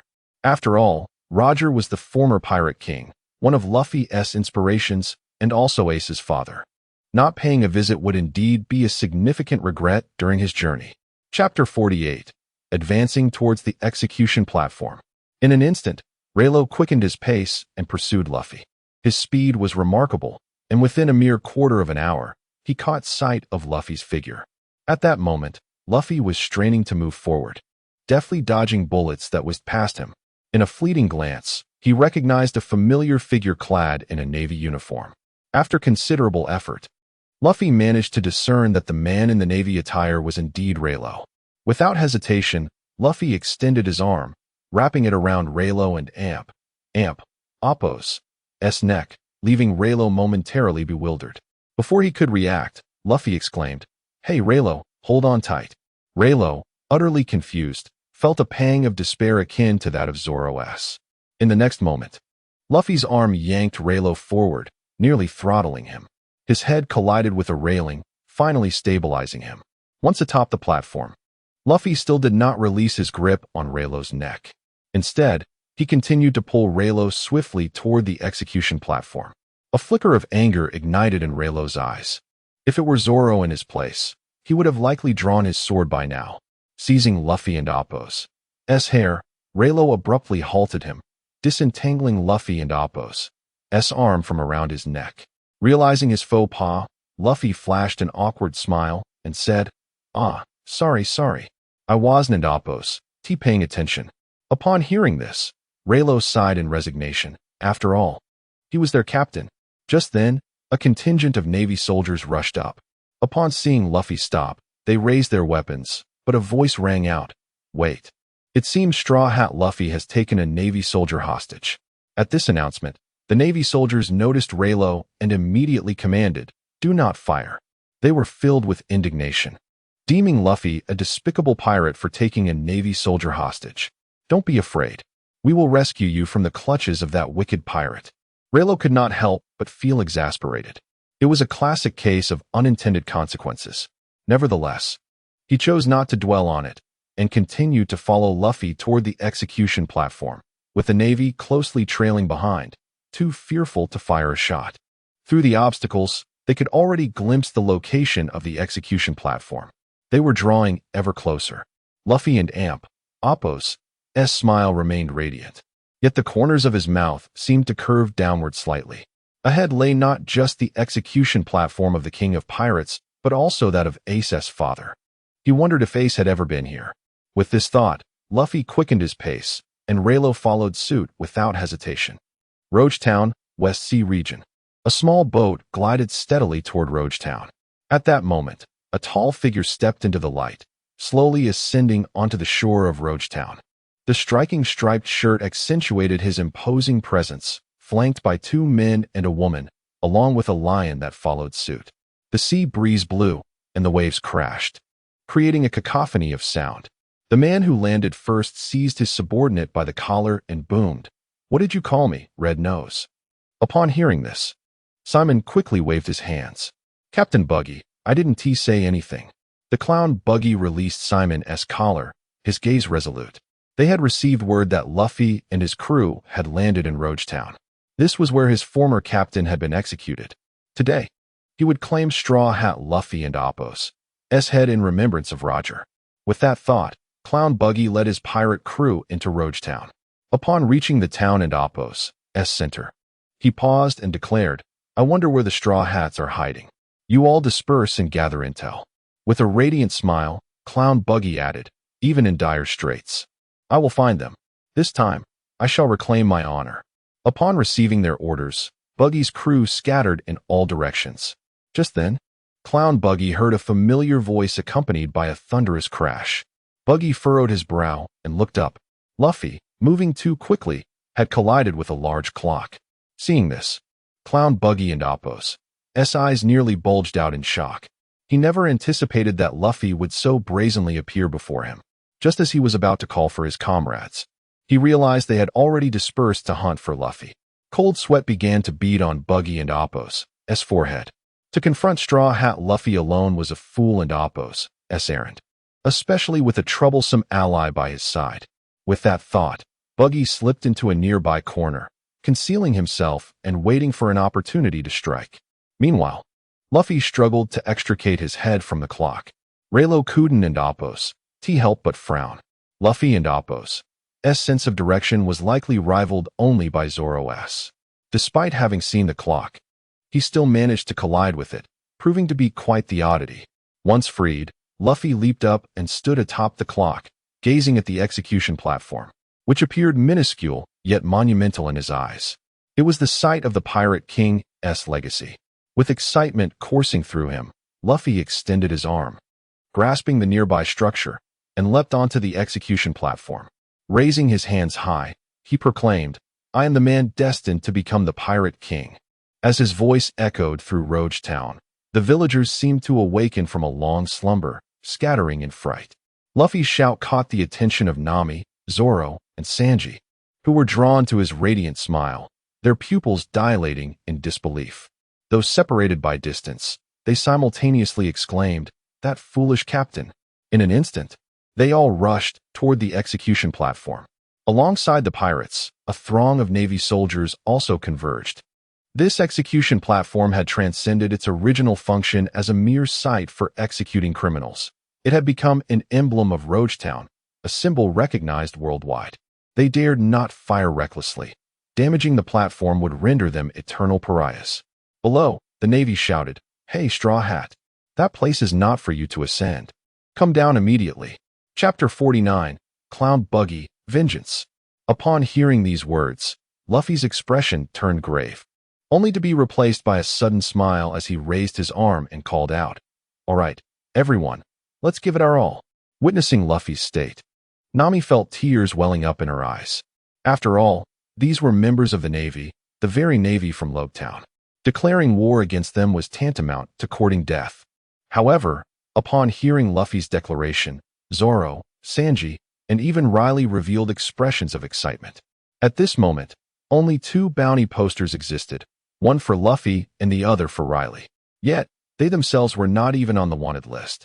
At their age, how could they let such a splendid opportunity to reveal their identities slip away?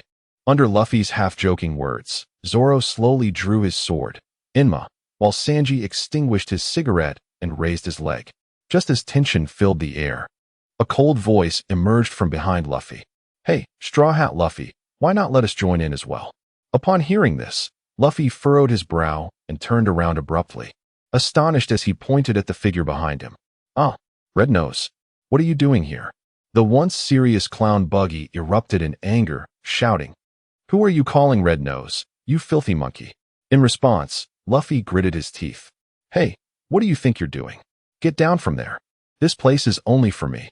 Buggy, nearly driven mad by Luffy's nonsensical words, retorted, What? Who do you think you are, ordering me around? The two glared at each other, tension thick in the air. However, unbeknownst to Luffy, Buggy had already made one of his hands vanish. As Luffy raised his arm, preparing to knock Buggy off, he suddenly felt his body weaken, collapsing backward. Seeing this, Rayleigh furrowed his brow. Buggy had used his other hand to attach a pair of seastone handcuffs to Luffy. In the next moment, Buggy secured Luffy to the execution platform. At this point, Rayleigh was perplexed. How had Buggy managed to split his body while holding seastone handcuffs? Realizing this, Rayleigh observed the white gloves on Buggy's hands, understanding the principle behind it. It appeared that seastone could also be insulated. Rayleigh shook his head, contemplating his next move, but decided to hold back. According to the original storyline, Luffy's father, Dragon, was supposed to come to his rescue. In the distance, dark clouds had already begun to gather ominously, indicating that Dragon had arrived at Lobe Town. The question remained, when would he make his move? At this moment, Luffy hung on the execution platform, his face contorted in rage, yet unable to break free from the cuffs. It was not solely due to the sea stone, but also because he did not wish to damage the execution platform, which had once been used by the former Pirate King. Seeing this, Sanji, Zoro, and Nami were all taken aback. They had not anticipated that Luffy could be so easily subdued by Clown Buggy. Zoro was the first to draw his sword, rushing to cut down the execution platform. However, before he could take 2 steps, he was blocked by Monchi. Not wanting to waste words with Monchi, Zoro swung his sword in his direction. But in the next instant, a lion intervened to block his path. Frowning, Zoro kicked the lion away and dashed forward. Just as Zoro was about to unleash an attack, a stunning woman suddenly appeared before him. Witnessing this, Sanji turned into a wave of emotions.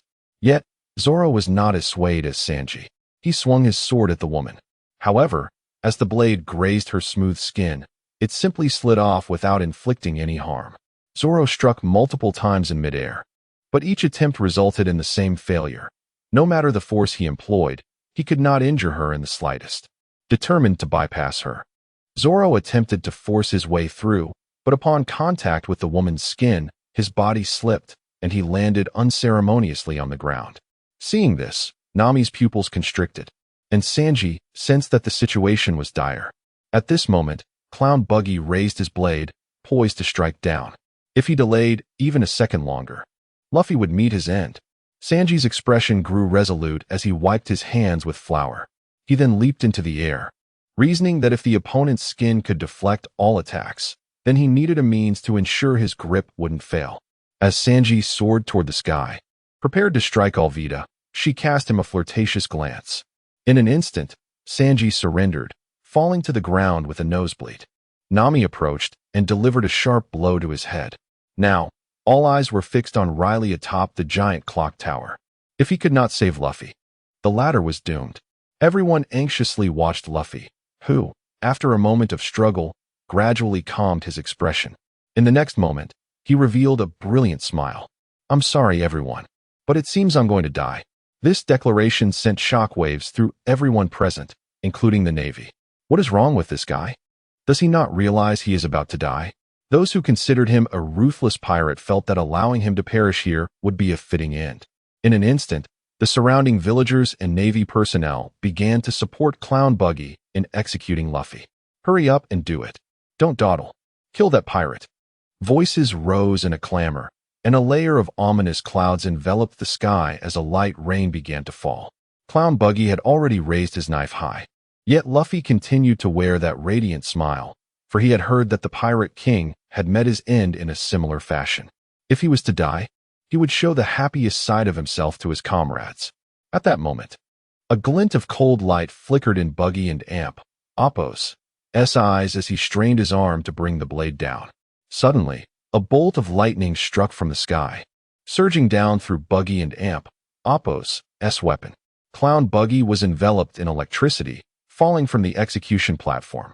At that moment, the platform was shattered by the lightning, and the cuffs on Luffy's wrists were severed. Luffy, who had prepared himself for death, suddenly opened his eyes, realizing he was still alive.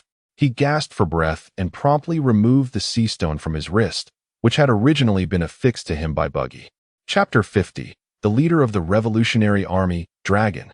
Thus, it was quite easy to bring him down. In no time, Luffy stood up from the ground, brushing off the dust from his clothes. He then pointed toward the seaside and shouted loudly, "Everyone, head towards the Eastern Sea. The great battle to escape from Rogue Town has commenced." As soon as he finished speaking, a radiant smile spread across Nami, Zoro, and Sanji and Appo's faces. The entire crew then began to sprint towards the Eastern Sea, where the Mary was anchored. Luffy brushed past a man clad in a green cloak, who happened to be his father, Monkey D. Dragon. However, this scene did not escape the watchful eyes of Rayleigh. Although the system had not issued any tasks, he felt compelled to inquire about Dragon. Luffy continued on without looking back, making his way toward the Mary. The surrounding villagers, startled by the previous thunder, scattered in fright. The chilly wind brushed against Rayleigh and Apo's face, accentuating the sinister smile upon it. Rayleigh descended gracefully from the grand clock, blocking Dragon's path. Upon seeing this unexpected figure before him, a grave expression flickered in Dragon's eyes. The way Rayleigh landed made it clear that he was no ordinary individual. Such agility could only be achieved through years of rigorous training. Yet, Dragon chose not to regard Rayleigh with much concern and continued his forward march. At that moment, Rayleigh unleashed his Conqueror and Apo's haki, which finally drew Dragon and Apo's attention. A serious look emerged in Dragon and Apo's eyes as he sensed the overwhelming aura emanating from Rayleigh. While many in the New World possessed greater haki than Rayleigh, in this East Blue region, there were only two individuals he could think of who could exude such formidable haki: his father, Garp, and himself.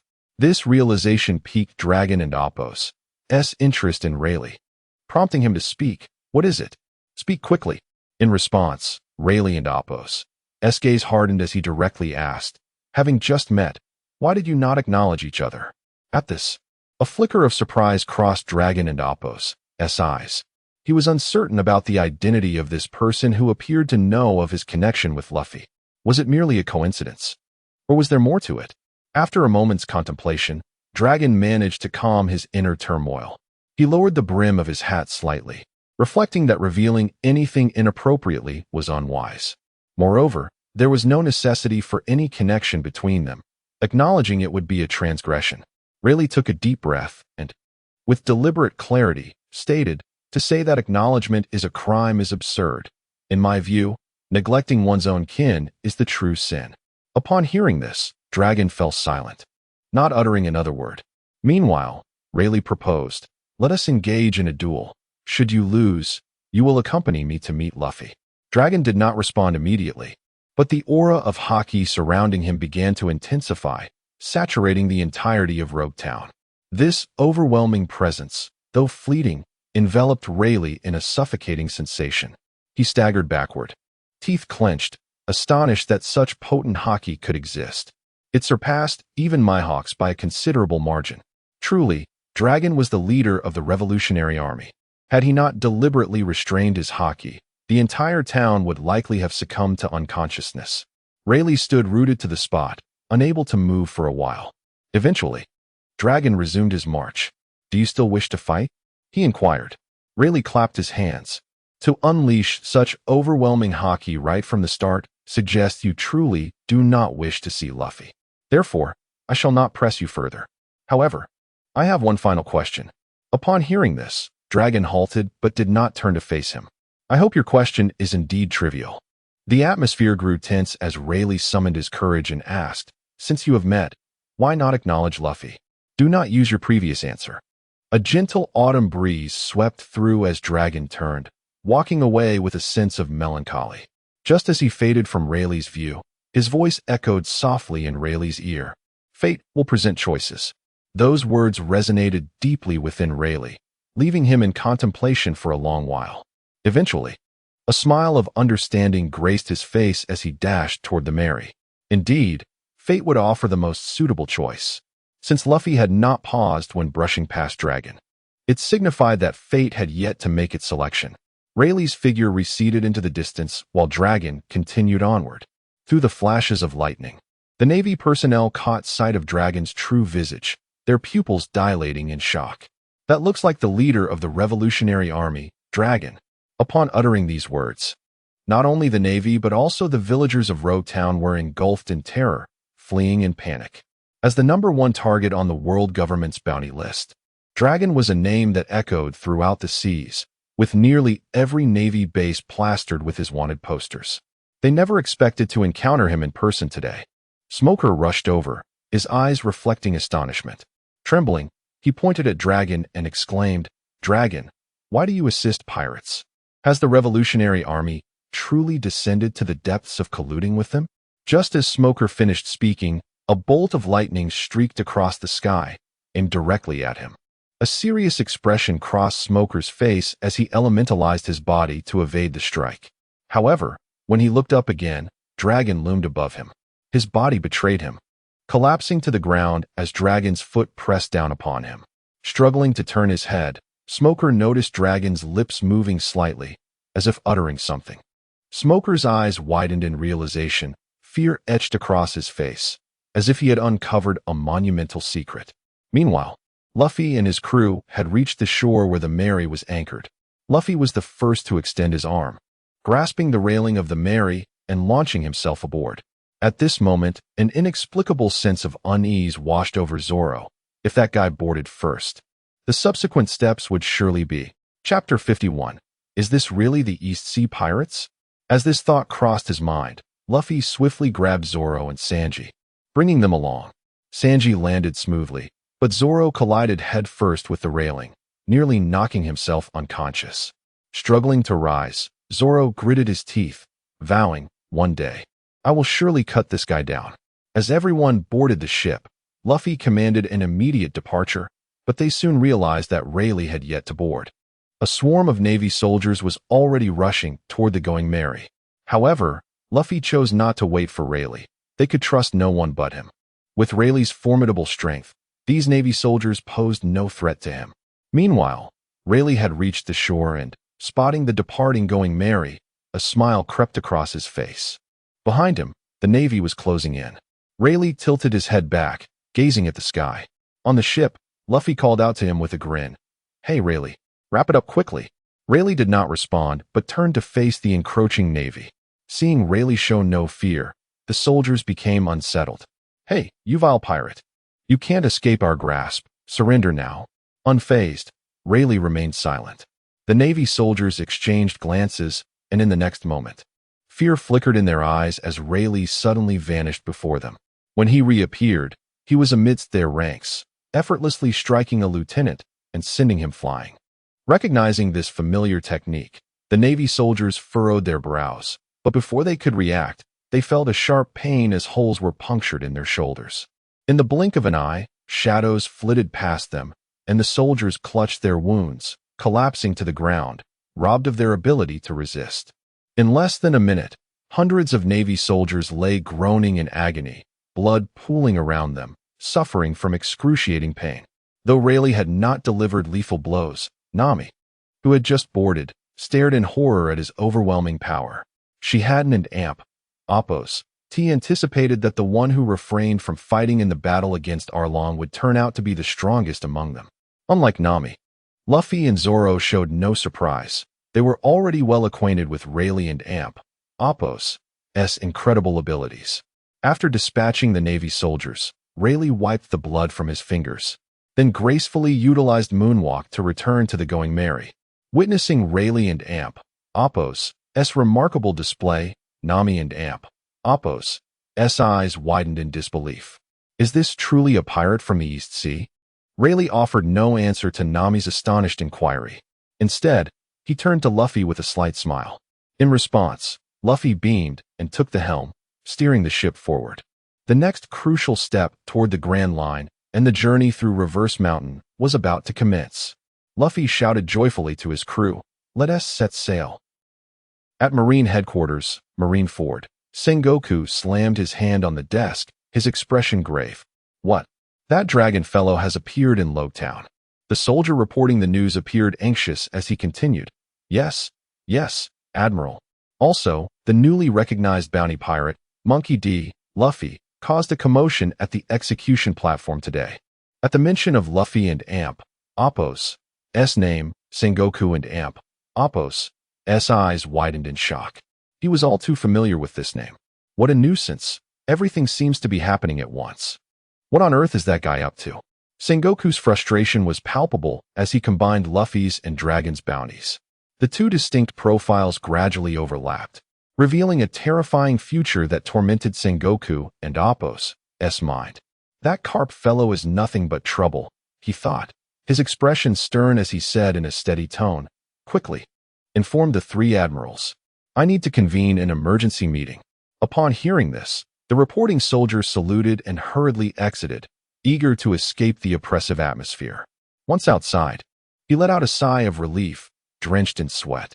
The previous tension had been stifling. He had witnessed Sengoku and Appo's wrath before, and though Sengoku never resorted to physical punishment, his mere presence was enough to suffocate them. Without delay, the soldier rushed to the task relay department to convey the orders to the three admirals. After he left, Sengoku scrutinized the two bounty notices, his eyes reflecting a hint of seriousness. Carp, this time, I can no longer contain it. Across the vast ocean, a middle-aged man clad in a white shirt pedaled a bicycle over the waves, dozing off and drooling as he rode. Occasionally, when passing islands, the residents would gasp in astonishment, fearing he might fall overboard. Just then, Akiji, deeply asleep, was abruptly roused by the shrill ringing of his snail phone. The incessant noise finally pulled him from his slumber. Groggy and disoriented, he fumbled through his pockets and retrieved a golden snail phone. This phone, crafted from pure gold, was a privilege bestowed upon each admiral by the world government, allowing them to issue the most severe commands, the buster call, with a mere press. As Akiji prepared to press the golden snail, he realized it was the one in his left pocket ringing instead. Rubbing his head and stifling a yawn, he muttered, "Good thing I didn't press it. That would have caused quite a stir." With that, Akiji tucked the golden snail back into his pocket and took out the ordinary snail from his other pocket to answer the call. Upon connecting, an urgent voice came through. "Excuse me, is this Admiral Akiji? The Admiral has summoned the three admirals for an emergency meeting. Please return to Marine Headquarters immediately." I repeat, the Admiral has summoned the three admirals for an emergency meeting. Please return to Marine Headquarters at once. Chapter 52, Summoning the Three Admirals for an Urgent Meeting. Upon concluding the call, the phone was abruptly hung up, and a trace of solemnity graced Akiji's countenance.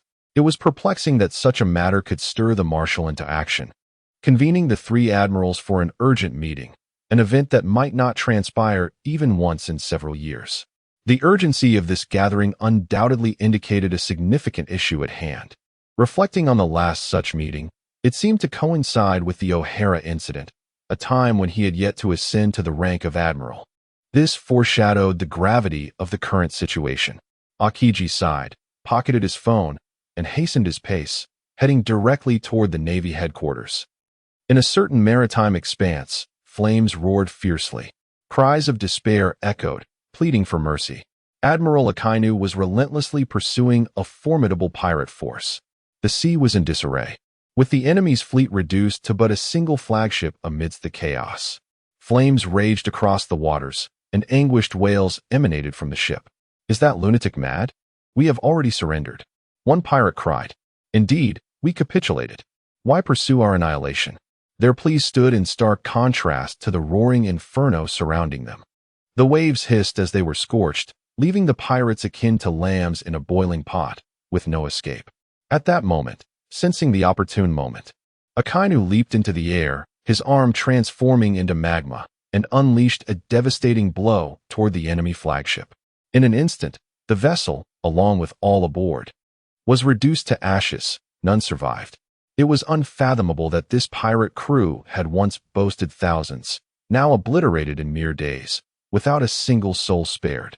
The cadre of vice admirals following Akainu bore expressions of grave concern.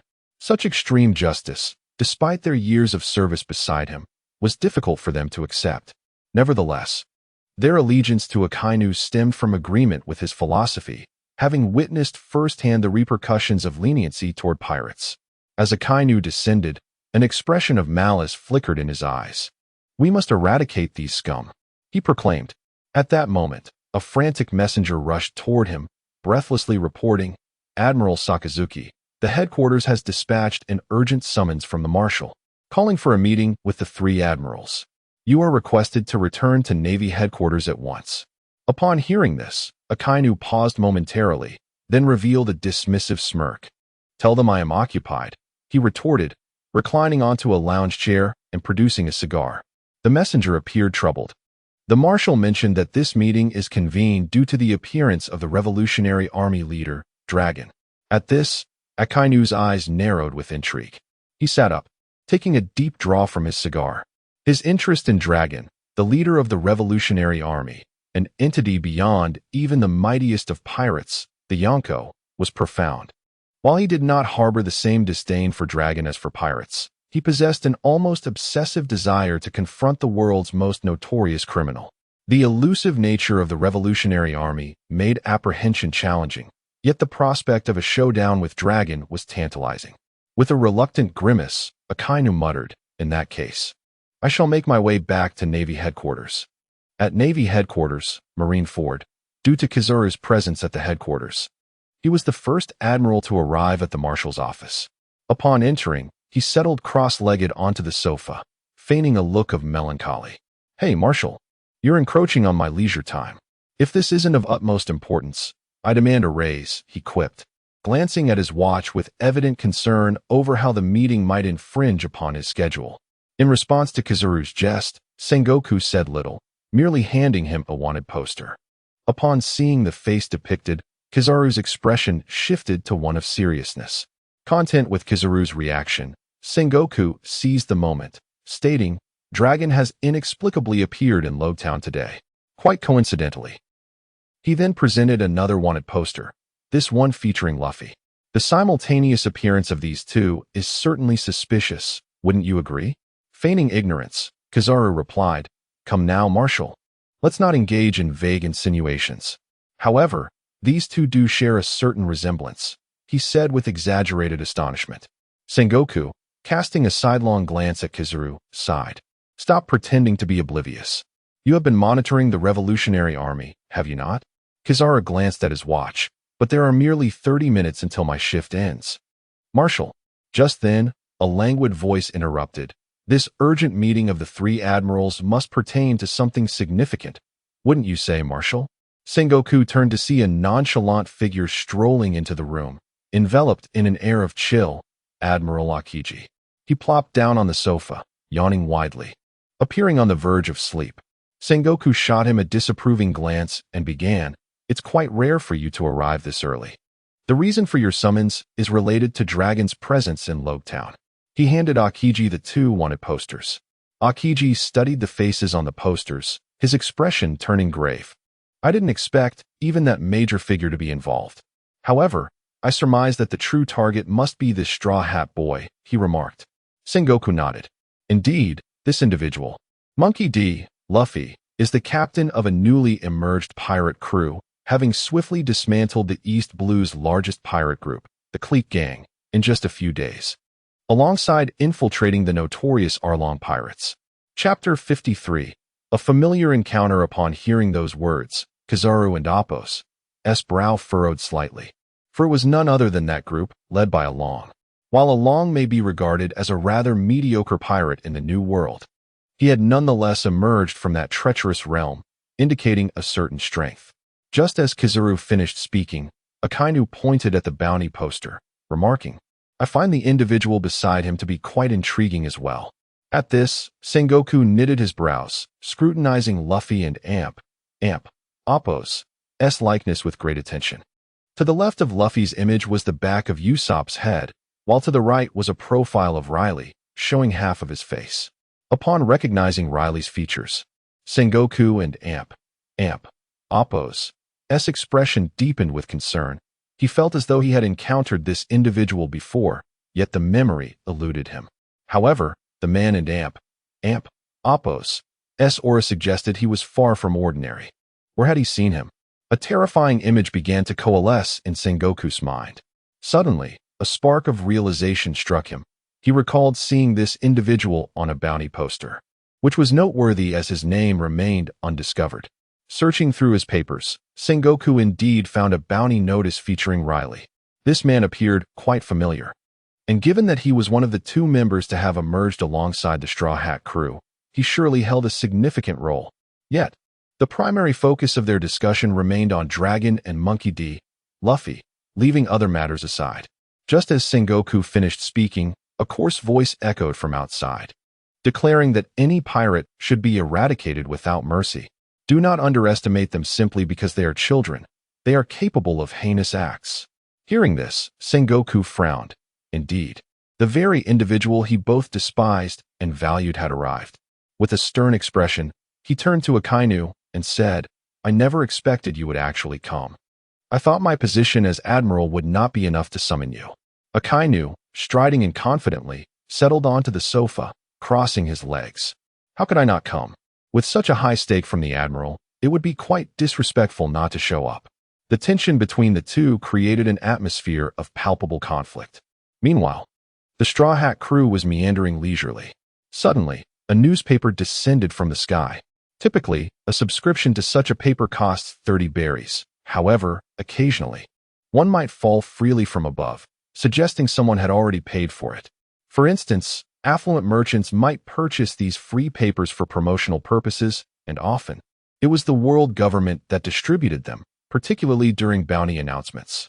Nami, noticing the free newspaper that had plummeted from above, fell into contemplation. What event could possibly warrant such a distribution? Had the government embarked on new endeavors recently? Dismissing her thoughts, she picked up the newspaper and returned to the cabin, as she still had navigational charts to draw, postponing her examination. At that moment, a curious Luffy picked up the newspaper, glancing around. His expression soon contorted, as he seemed unable to comprehend the content. After a prolonged inspection, he pointed to his bounty notice, exclaiming, "Everyone, look! I and Appos am in the newspaper." Upon hearing this, Usopp and Sanji could hardly believe their ears. How could their foolish captain be featured when neither of them was? It was utterly unacceptable. The three rushed over, vying for the newspaper, resulting in a scuffle. "Hey, let me see that. What nonsense. I'm the captain, so I should look first. But you've already seen it, you idiot." In the midst of their tussle, the newspaper was caught by the wind and landed squarely on Zoro's face, who, initially irritated, opened his eyes to discover the paper resting on him. With a look of annoyance, Zoro removed the newspaper, only to have his pupils constrict in sudden fear. He involuntarily stood up, drawing the attention of Rayleigh and the others. Luffy and the crew, now intrigued, approached him, questioning, "Hey, what's with the dramatics, Mosshead?" Upon hearing Sanji's remark, Zoro drew his sword, ready to engage the cook in a duel. "What did you say? Repeat that, you filthy chef." The tension between them escalated. But Rayleigh intervened, stepping forward to retrieve the newspaper. After glancing at its contents, his brow furrowed in disbelief. The situation had just become quite precarious. At that moment, Nami, alerted by the commotion, stepped outside and snatched the newspaper from Rayleigh and Appos' hands. Upon reading it, her hands trembled, and the newspaper fell to the ground as she knelt, covering her mouth and weeping silently. Seeing this, Sanji panicked, assuming the article must have offended her. He quickly picked up the newspaper, intending to tear it apart. How dare it make Miss Nami cry? This is unforgivable. However, as Sanji caught a glimpse of the content, his heart nearly stopped. His lips trembling as the cigarette he had been holding fell to the floor. How could this be? The three admirals have gathered at Marineford. This revelation ignited a look of terror in Zoro's eyes. The formidable presence of Mihawk had already struck fear into their hearts, and now the three admirals were involved, inexplicably linked to the infamous dragon. Though the reasons remained unclear, it was evident that they were now in grave danger from the Marines. After all, Dragon was regarded as the world's most wanted criminal, and being associated with him would spell doom for them. Despair was evident in the eyes of Rayleigh and the others. Yet, Luffy remained unfazed, nonchalantly picking his nose and asking, "Dragon? Is he the kind that flies in the sky?" Usopp, exasperated, lightly tapped Luffy on the back of his head. "Please, not now. This is hardly the time for jokes." With that, Usopp knelt down, quietly sobbing. The atmosphere aboard the ship had turned somber. They were all too aware of the significance of the three admirals. Dealing with the warlords had already proven difficult enough.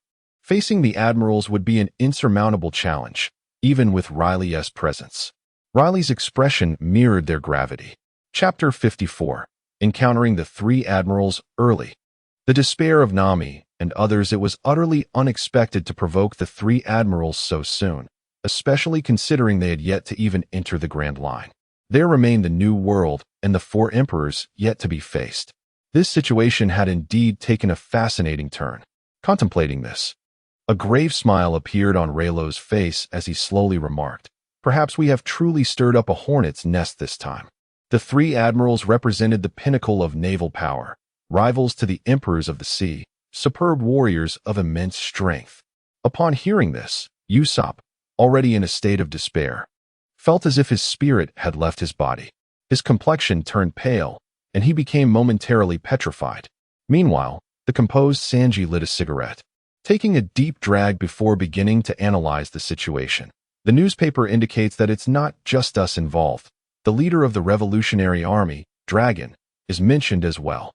They will likely direct their focus toward the Revolutionary Army. After all, the Revolutionary Army is a colossal entity that we cannot hope to surpass. In comparison, we are but a mere leaf afloat on a vast ocean.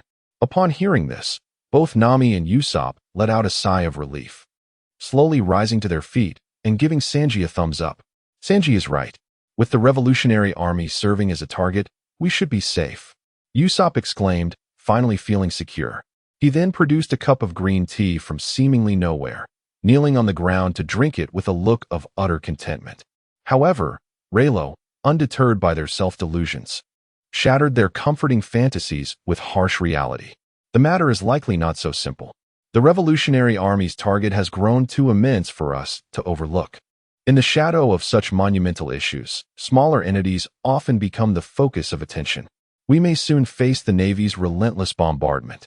Upon hearing this, Usopp's expression became blank once more, the cup of green tea slipping from his hands and shattering on the ground as he fell to his knees, weeping. Nami, in a state even more devoid of color than before, appeared ready to join the ranks of the undead. A heavy atmosphere enveloped the ship as everyone wore solemn and serious expressions. Only Luffy seemed perplexed, his face contorted in confusion before suddenly brightening up. "Oh, isn't that fantastic?" Before Luffy could finish his thought, he was set upon by the entire crew in a flurry of blows. "Come on, as captain. Can you not treat such matters so lightly? Angering Miss Nami is unforgivable." "Exactly. Can't you be a bit more serious? I'll chop you up." Before long, Luffy's head was adorned with a multitude of bumps from the blows. Trembling, he could only extend a hand in a gesture of surrender, murmuring, "I'm sorry." Seeing this, Rayleigh sighed deeply. He then placed his hands on the railing and gazed into the distance. It seemed the coming days would be anything but peaceful. "We must hurry to enter the Grand Line. Perhaps there lies a glimmer of hope." Upon hearing this, Nami instantly perked up, rushing to her quarters to retrieve the nautical charts, diligently comparing the sailing routes. Under Rayleigh's words, the daunting task of traversing Reverse Mountain to enter the Grand Line appeared significantly less intimidating.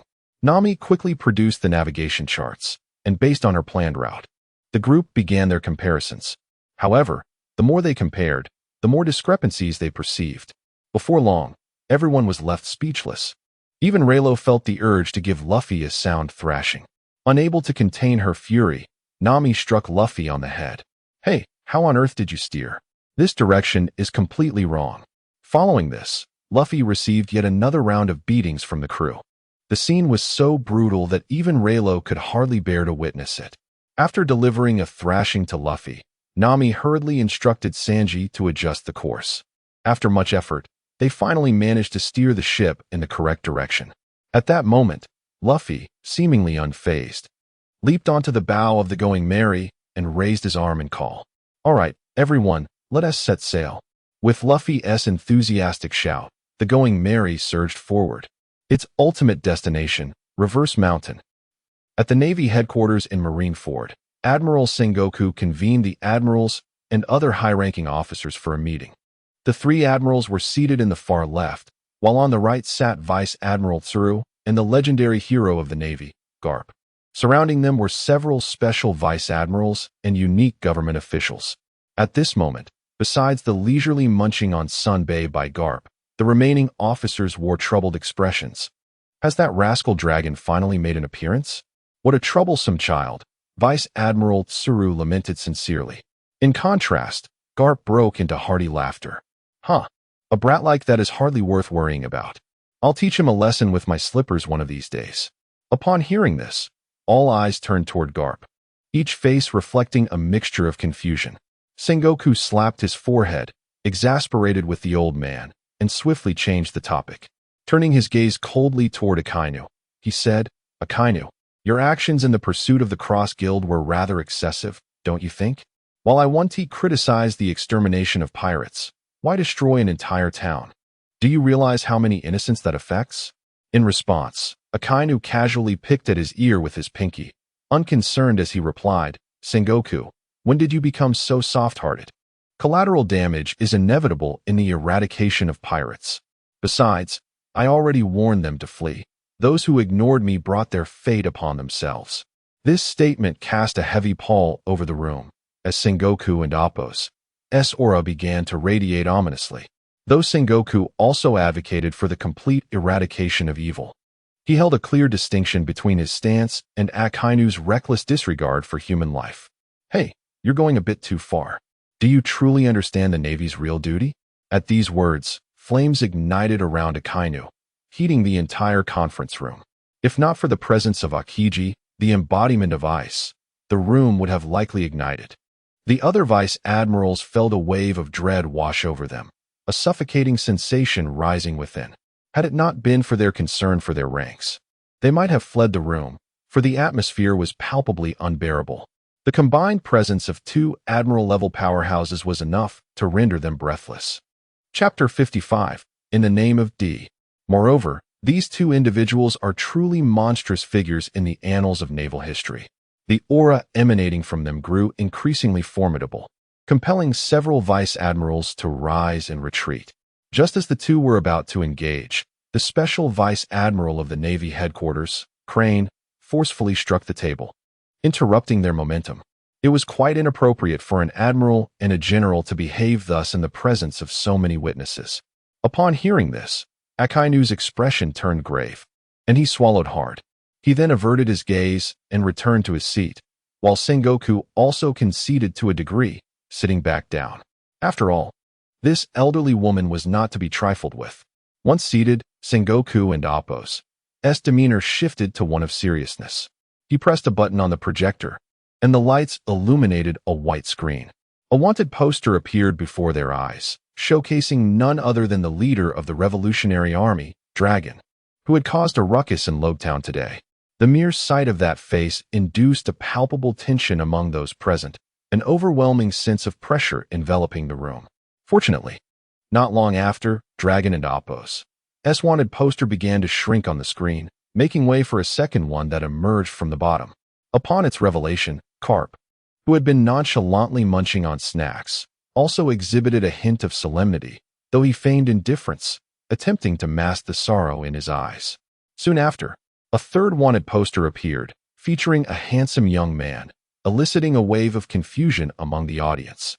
The bounty listed was a mere 10 million berries, which seemed rather modest even in the East Blue. However, what was peculiar was that this particular wanted poster bore no name. This anomaly was indeed curious. In a world government comprising dozens of nations, there should be no individual whose identity eludes their grasp, not even an orphan or a vagabond. Yet, this poster, astonishingly, was devoid of a name, which was quite extraordinary. As all three wanted posters were displayed, Sengoku pointed at the one belonging to Rayleigh with a long rod and stated, "The individual we are primarily discussing today is this one." At this pronouncement, the brows of all the vice admirals furrowed in concern. Even Carp, who had been enjoying his seafood, tilted his head in surprise. He had initially assumed that the focus of this discussion would revolve around either his son or grandson, but it turned out to be someone entirely unrelated, which caught him off guard. After all, Dragon was the most wanted individual stirring the world government, while Luffy had only recently made a name for himself by defeating both Kuro and Arlong within 3 days. Comparatively, that handsome young man seemed rather unremarkable. Nevertheless, the mere fact that they could not ascertain this individual's name was sufficient to warrant their attention. The vice admirals all scrutinized Rayleigh's wanted poster, and the three admirals exchanged curious glances. Akainu's expression grew serious as he pondered what qualifications this individual possessed to eclipse Dragon as the focal point of this discussion. Noticing the collective gaze converging upon him, Sengoku's eyes gleamed with a sharp intensity. He glanced at Carp and continued, "According to the intelligence we've gathered, this individual is a crew member of the Straw Hat Pirates. After thorough analysis, we have concluded that his name likely contains the letter." Upon hearing this, Carp's expression shifted, and a somber look emerged in his eyes. He understood the implications of Sengoku's words and realized he needed to exercise caution. The mention of the name left the vice admirals in a state of partial comprehension, while the three admirals furrowed their brows in concern. Although the surname was not exceedingly rare in the present day, the inability to uncover further details about this individual raised significant suspicions. The name was linked to a legend from 8 centuries ago, concerning a colossal kingdom whose denizens all bore the surname D and were adversaries of the celestial dragons. Whenever the name D was mentioned, the celestial dragons would be engulfed in unease. Fortunately, the number of individuals with the surname D had been increasing, posing no real threat to the celestial dragons, which led them to refrain from further inquiry. However, the sudden emergence of a pirate whose identity could only be traced to the name D heightened their vigilance. As Sengoku was about to elaborate further, Akainu stood up, preparing to leave. Observing this, Sengoku's brow furrowed in irritation. "Akainu, where do you think you're going?" I haven't finished speaking, he called after him. In response, Akainu's eyes reflected a cold determination.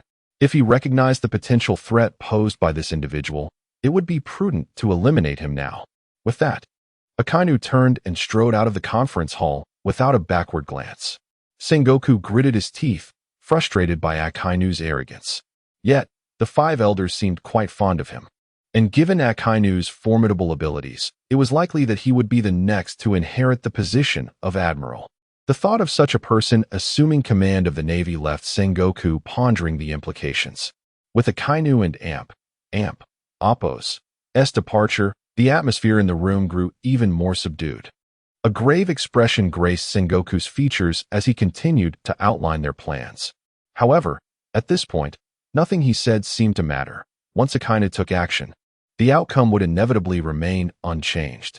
Across the vast expanse of the ocean, the Mary was sailing leisurely onward, drawing closer to Reverse Mountain.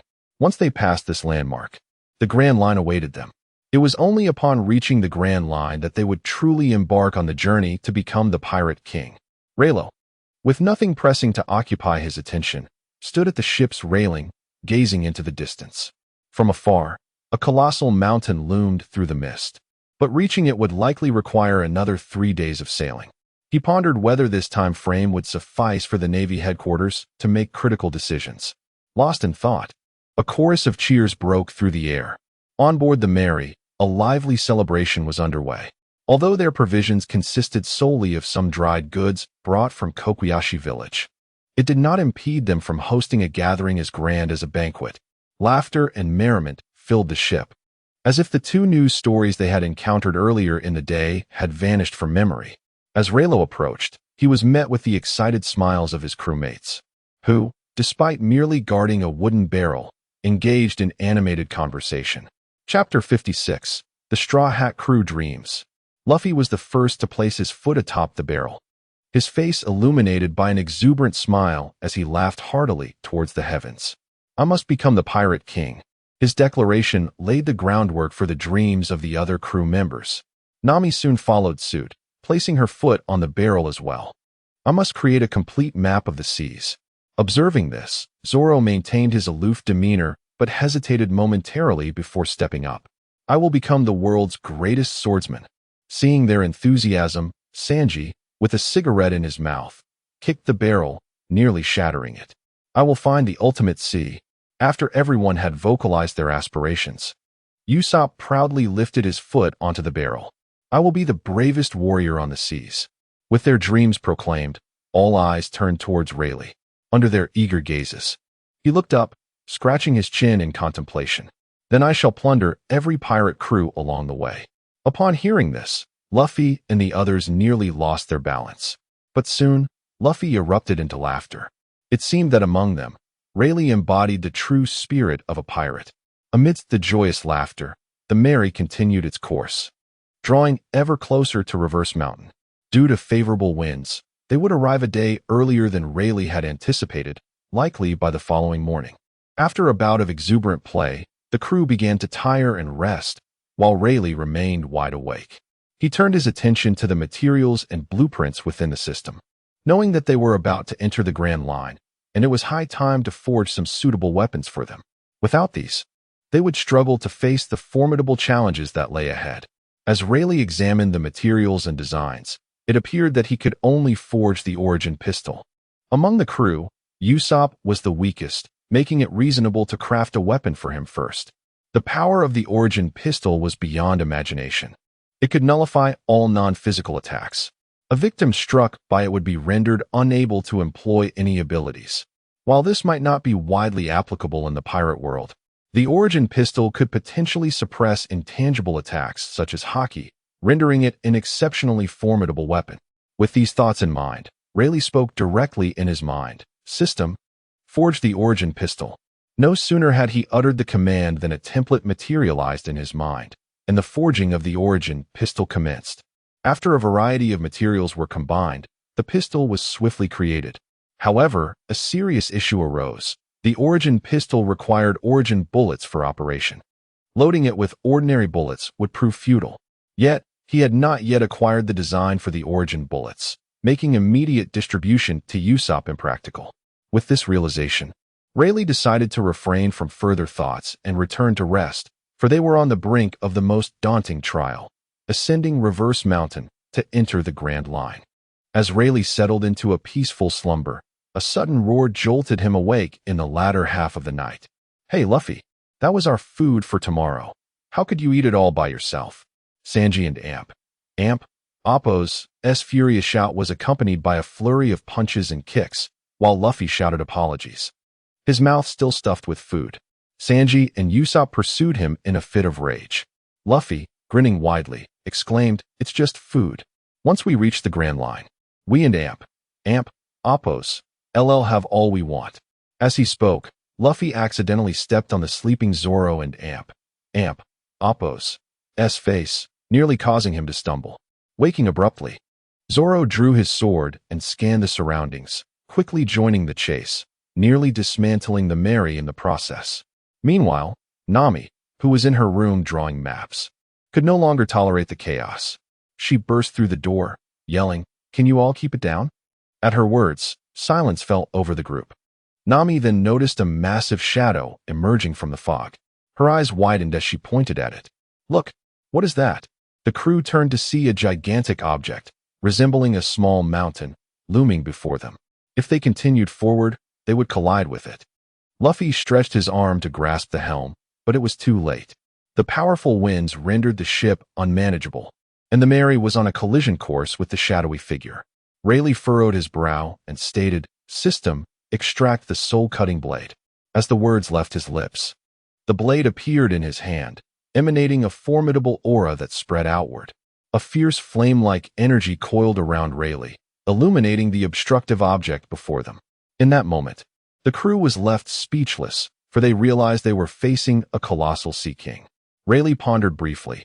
Such a massive creature should typically reside within the Red Line, making its presence outside of it quite illogical. However, there was no time to dwell on reason. Should they collide with this giant creature, the Mary would be reduced to splinters.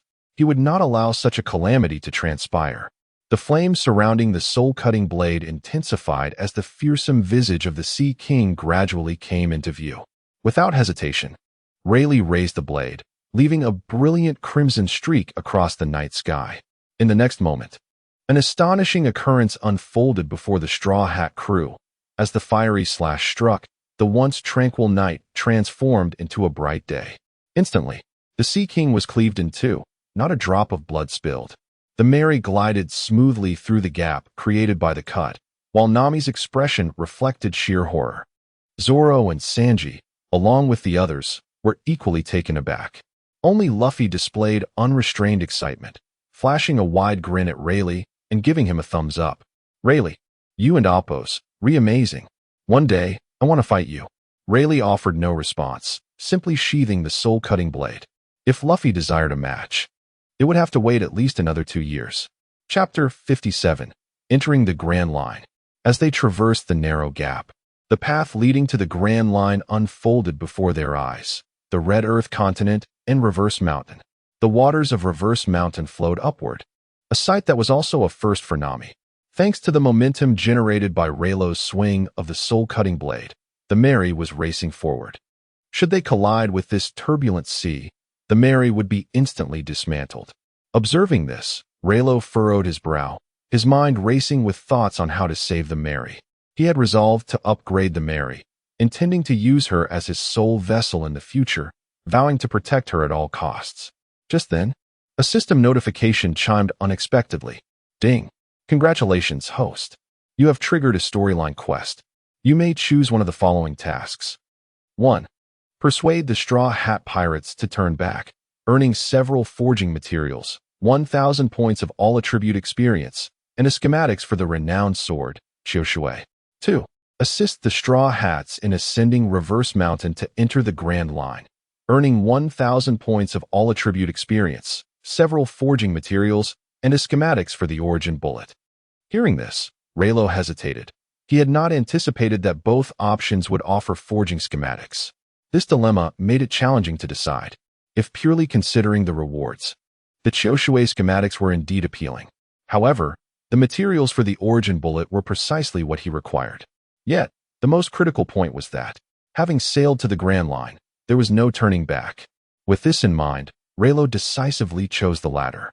However, the question remained, how would they ascend Reverse Mountain? The rushing waters flowed upward. Although designed to facilitate vessels' ascent, their current speed was perilously fast. If they collided, the Mary would be obliterated, let alone being carried upward by the waters. Contemplating this, Rayleigh pondered briefly, then took 2 steps forward and leaped into the sea. At that moment, he unleashed his Conqueror's Haki, and a wave of black energy surged upward. In an instant, the bow of the ship lifted 15 centimeters, successfully climbing the first step of Reverse Mountain, thus avoiding a collision. With the tumultuous currents propelling her upward, the Mary soared successfully. Witnessing this, everyone's eyes widened slightly. Although the ship had regained its course, Rayleigh had yet to return aboard. Zoro and Sanji prepared to jump in to rescue him. Just as anxiety filled the air, Rayleigh emerged, hoisting a severed Sea King's tentacle, leaping back onto the ship. However, due to its weight, the Mary began to sway perilously. Seeing this, Nami's eyes nearly bulged out. Although the predicament stemmed from Rayleigh's actions, he had rendered them an immense service, and she bore him no grudge. Rayleigh scratched his head, realizing that his well-intentioned actions had led to complications. The Mary swayed violently, on the verge of crashing into a nearby rock when Luffy inflated his body, narrowly averting the collision. However, the force he exerted caused the Mary to rock even more violently. Moreover, given that the Mary was slightly larger than in the original story, some rocks were simply unavoidable. Noticing this, Rayleigh frowned. If things continued this way, their vessel would surely be wrecked. With no other options, Rayleigh crouched down, channeling Armament Haki, which instantly enveloped the ship. In that moment, the vessel appeared to be clad in iron armor, impervious to the rocks it struck. However, this state could not be maintained for long. Rayleigh's Haki gauge began to dwindle. After 10 seconds had passed, despite the recent increase in duration, it had only risen to 30 seconds. With 20 seconds left to spare, if the Mary could not ascend Reverse Mountain during that time, he would be powerless. Left to fate, under the protection of Rayleigh's Armament Haki, the Mary surged forward, unstoppable. As they witnessed this, excitement sparkled in Nami's eyes. She glanced at Rayleigh, her admiration for him significantly deepening. However, her suspicion regarding his identity grew. How could such a formidable individual exist in the East Blue? After pondering this, Nami felt a wave of relief. Having such a powerful ally made the journey much easier. The Mary charged forth, nearing the summit, but Rayleigh's Haki gauge was nearing depletion. With just 3 seconds left, should they fail to ascend, the ship would be crushed by the rock above. Rayleigh and Appo's brow furrowed, beads of sweat cascading down. It was evident that trouble was imminent. At the peak loomed a massive rock, and Rayleigh surmised that they would not reach it in 3 seconds. Once his Haki dissipated, the Mary would be instantly dismantled. At that moment, Nami and the others also spotted the rock. With the Mary's current speed, could it withstand the impact? A sense of suffocation enveloped them. Zoro unsheathed his 3 swords, while Sanji prepared to deliver a powerful kick to shatter the rock. Yet, with their current strength, Such a feat seemed unattainable. However, just then, Rayleigh relinquished his hockey prematurely, conserving the final second of it for himself. System, extract the bull talisman, he declared. In the blink of an eye, a stone appeared in Rayleigh's grasp. Almost instantly, his muscles bulged as he executed the shave technique, arriving beside the colossal rock. With armament hockey enveloping his arm, he delivered a powerful punch that shattered the immense boulder into fragments. In that split second, the Mary surged upward, and Rayleigh and Apos' hockey was entirely depleted. The ship soared into the sky, and Rayleigh grasped the bow, propelling himself alongside it.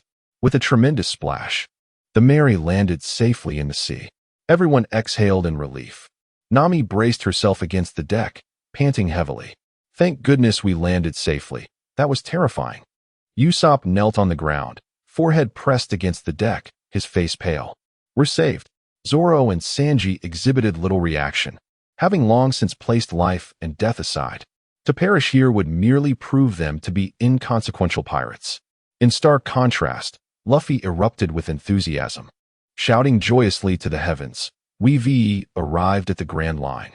Hearing this, the crew regained their spirits. Once they confirmed their safety, Usopp began to feel better. Chapter 58, The Mysterious Old Man. Standing up with a sense of triumph, Usopp patted his chest and declared, I knew it.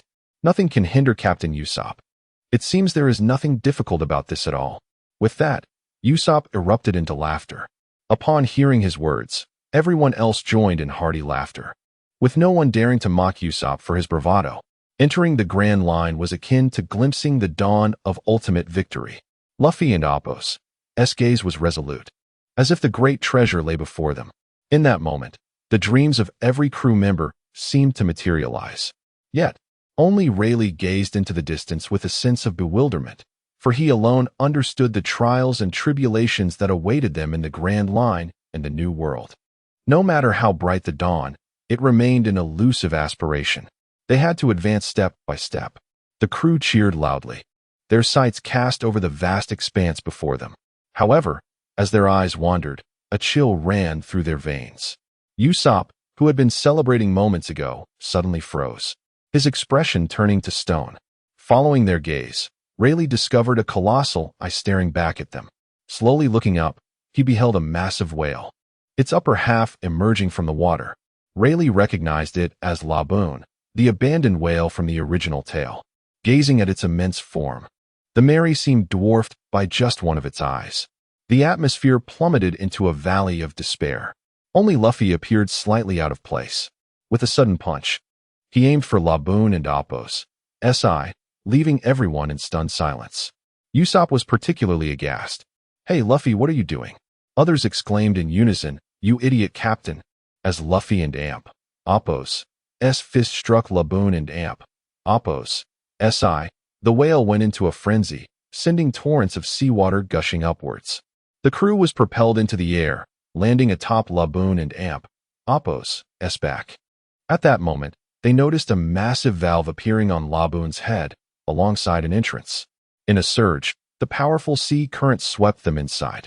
Rayleigh and Luffy, due to the force of gravity, were thrust out of the Mary. As they watched the ship being engulfed by Laboon's body, a grave expression crossed Luffy's face. He shouted, repeatedly pounding on Laboon and Apos' head. Hey, you beast! What have you done to my crew? Spit them out now. Luffy and Apos' relentless assault was halted by Rayleigh, who pointed towards the valve and suggested, let us enter through that valve. They must be inside. Upon hearing this, Luffy finally regained his composure and followed Rayleigh into the valve.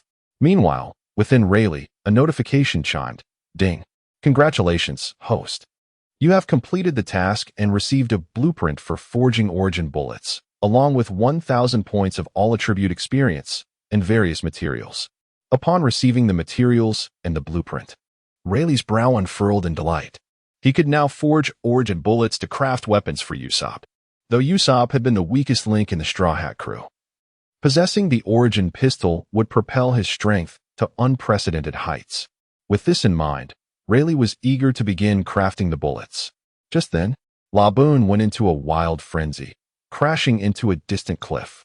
In the chaos, Rayleigh lost his footing and was pulled into the valve alongside Luffy, who stumbled upon the Mary docked not far away. The crew, having fainted, was saved by Rayleigh. As they regained consciousness and surveyed their unfamiliar surroundings, a serious expression washed over their faces. Zoro, clutching his head, gritted his teeth and muttered, "How detestable. One day, I will chop you down." Although Zoro did not specify whom he referred to, everyone understood and turned to look at Luffy. Seeing Luffy still grinning foolishly, Nami grasped his face and shouted, "What is so funny? We're being eaten. Do you even realize that?" Hearing this, sweat beaded on Luffy and Appo's forehead as he quickly apologized. Nami, lacking the strength to strike Luffy further, sighed in resignation. At that moment, they were astonished to find the surroundings illuminated brightly.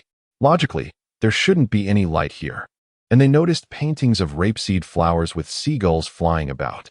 Yet, upon closer inspection, the seagulls were utterly still, and the paintings appeared vividly lifelike. Could it be that someone resided here? The thought sent a wave of seriousness through their eyes. Rayleigh then suggested, "Let us try sliding forward. Perhaps this place holds an exit." The crew found the suggestion peculiar. How could there be an exit inside a whale? However, given the design, it was not entirely implausible. They pondered who could be so cruel as to create such an environment within a whale's body, complete with electronic devices. Suddenly, Luffy exclaimed excitedly, "Then let us set sail." Heeding their captain's command, the crew unfurled the sails, only to discover that the water inside flowed inward, saving them effort. The deeper they ventured, the larger the space became, and the brightness increased. Everywhere was filled with decaying food, and alongside these provisions were supplies, further indicating that someone must inhabit this place. Yet, who could harbor such a twisted sense of humor to build a residence inside a whale? As they pondered, a flickering light from an oil lamp caught their attention. Beside it sat an old man, clad in a floral shirt and shorts, appearing fierce and muscular, clearly a formidable figure. Zoro and Sanji grew wary. Anyone able to reside within such a massive whale was undoubtedly not benign. However, the old man's expression shifted to one of concern as he coldly warned, "I advise you not to proceed. It could cost you your lives." At his words, the crew felt a tightening in their hearts. Was this man's true nature about to be revealed? Yet, Zoro defiantly retorted, "Who do you think will die?" The old man's eyes narrowed, revealing a menacing expression as he replied flatly, "Of course, it will be me." Chapter 59, Kuroka's shocked. Upon hearing this, everyone nearly lost their footing. Zoro, filled with indignation, struggled to suppress his anger for the sake of their safe departure and quickly inquired, "Who are you, and what brings you here?" The old man displayed a grave expression in response, causing a palpable tension to envelop the group. It felt as though a latent killing intent lingered in the air. Was this truly a formidable opponent? The atmosphere around them plummeted to a chilling silence as Zoro and Sanji adopted stances, ready for battle.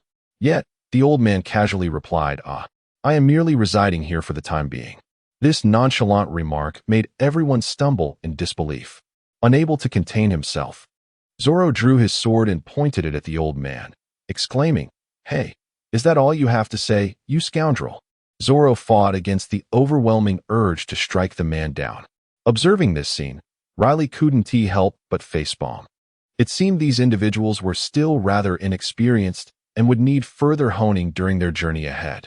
Zoro, as a swordsman, lacked composure, while Luffy, as captain, had yet to mature. Although Sanji appeared composed, he was easily swayed by beauty, a flaw that seemed insurmountable. Nami and Usopp's weaknesses were even more apparent, driven by fear and frailty of character. All of them required rigorous training. Otherwise, they would never uncover the great treasure, and Luffy would never become the Pirate King. However, the old man had once sailed alongside the Pirate King himself. Regardless of how long he had accompanied him, anyone capable of sailing with the Pirate King could not be an ordinary person. Though he had not fought in the original narrative, one could infer he was not weak.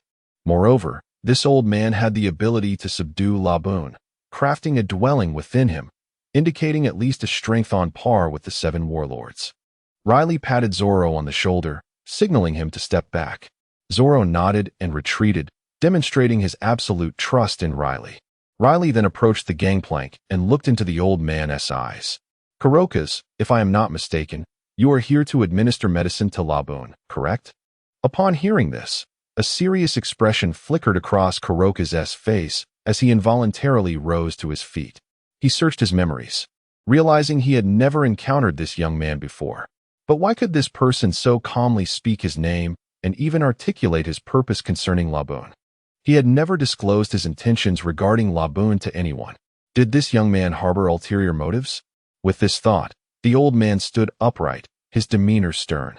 "Who are you, and what is your purpose here?"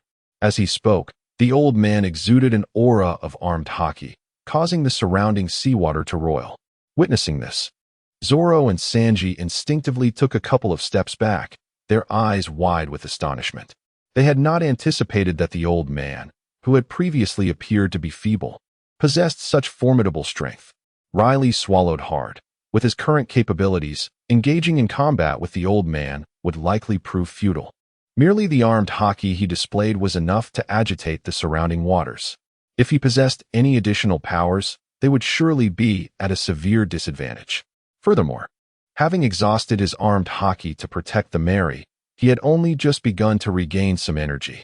If a confrontation ensued, he held no chance of victory. Contemplating this, a grave expression settled on Rayleigh's face as he spoke. "We have journeyed from the East Blue, and Laboon has inadvertently swallowed us. I have come to hear of your remarkable deeds. We do not wish to resort to violence to escape, as it would endanger Laboon. We seek your assistance." Upon hearing this, Kurokas narrowed his eyes, immediately recognizing Rayleigh's extraordinary nature. Rayleigh's steps were steady, and his aura remained composed. Undeterred even under the weight of Kurokas' potent armed haki, it was evident that even in combat, Kurokas would find it challenging to gain the upper hand. Even if he could prevail, Laboon would undoubtedly suffer. It appeared this young man bore no ill intent, and thus, Kurokas felt no need to escalate matters. He returned to his recliner, stating, "If you wish to exit, it is quite simple. Soon, it will be time for Laboon to relieve himself. You may follow the direction of his expulsion." At this, all present, including Rayleigh, bore expressions marked by incredulity. Did this mean they were to be treated as mere waste? Were it not for the overwhelming strength Kurokas had just shown, Zoro would have been inclined to attack him. As they hesitated, Kurokas gestured towards the original direction. "If you truly do not wish to exit through the waste, then wait until Laboon has finished and ascend towards the valve. However, your ship may remain here permanently." Upon hearing this, the group displayed a serious demeanor, realizing they faced a rather troublesome predicament. At Marine Headquarters, Marineford, Akainu summoned the kneeling fleet, preparing to depart from Marineford. However, as they set sail, the ships came to an abrupt halt. A fierce glint appeared in Akainu and Appo's eyes. Yet he did not inquire of his subordinate regarding the cause of the disturbance. He stood straight and approached the railing. Before him stood the last figure he wished to see, Monkey D. Garp. Garp stood atop the water, seemingly without support, yet remaining afloat. Observing this, Akainu's expression grew somber. Utilizing the moonwalk, he approached Garp to confront him. Neither spoke. After a prolonged silence, Akainu, unable to contain himself, broke the silence. "Hey, old man, what are you planning? Are you afraid that once I reach the East Blue, I might pose a threat to your son? Don't forget, you are a hero of the Navy. Don't let your selfish desires tarnish your heroic reputation." Garp chuckled dismissively at this remark. Moments later, his expression turned cold and serious as he replied, "Those fellows seem to have committed no heinous acts, Akainu." Hearing this, Akainu narrowed his eyes. He understood perfectly what Garp was implying. However, in his eyes, evil must be eradicated, and he would not spare pirates simply because they appeared benevolent. Chapter 60. The Poacher Emerges. The special relationship between the parties involved will not lead to any leniency. After a prolonged silence, Akainu opened his eyes, casting a cold gaze towards Garp. An innocent man may be wronged, but once one embarks on the path of piracy, they are destined to forfeit their chance at righteousness. If they were merely ordinary pirates, it would be one thing.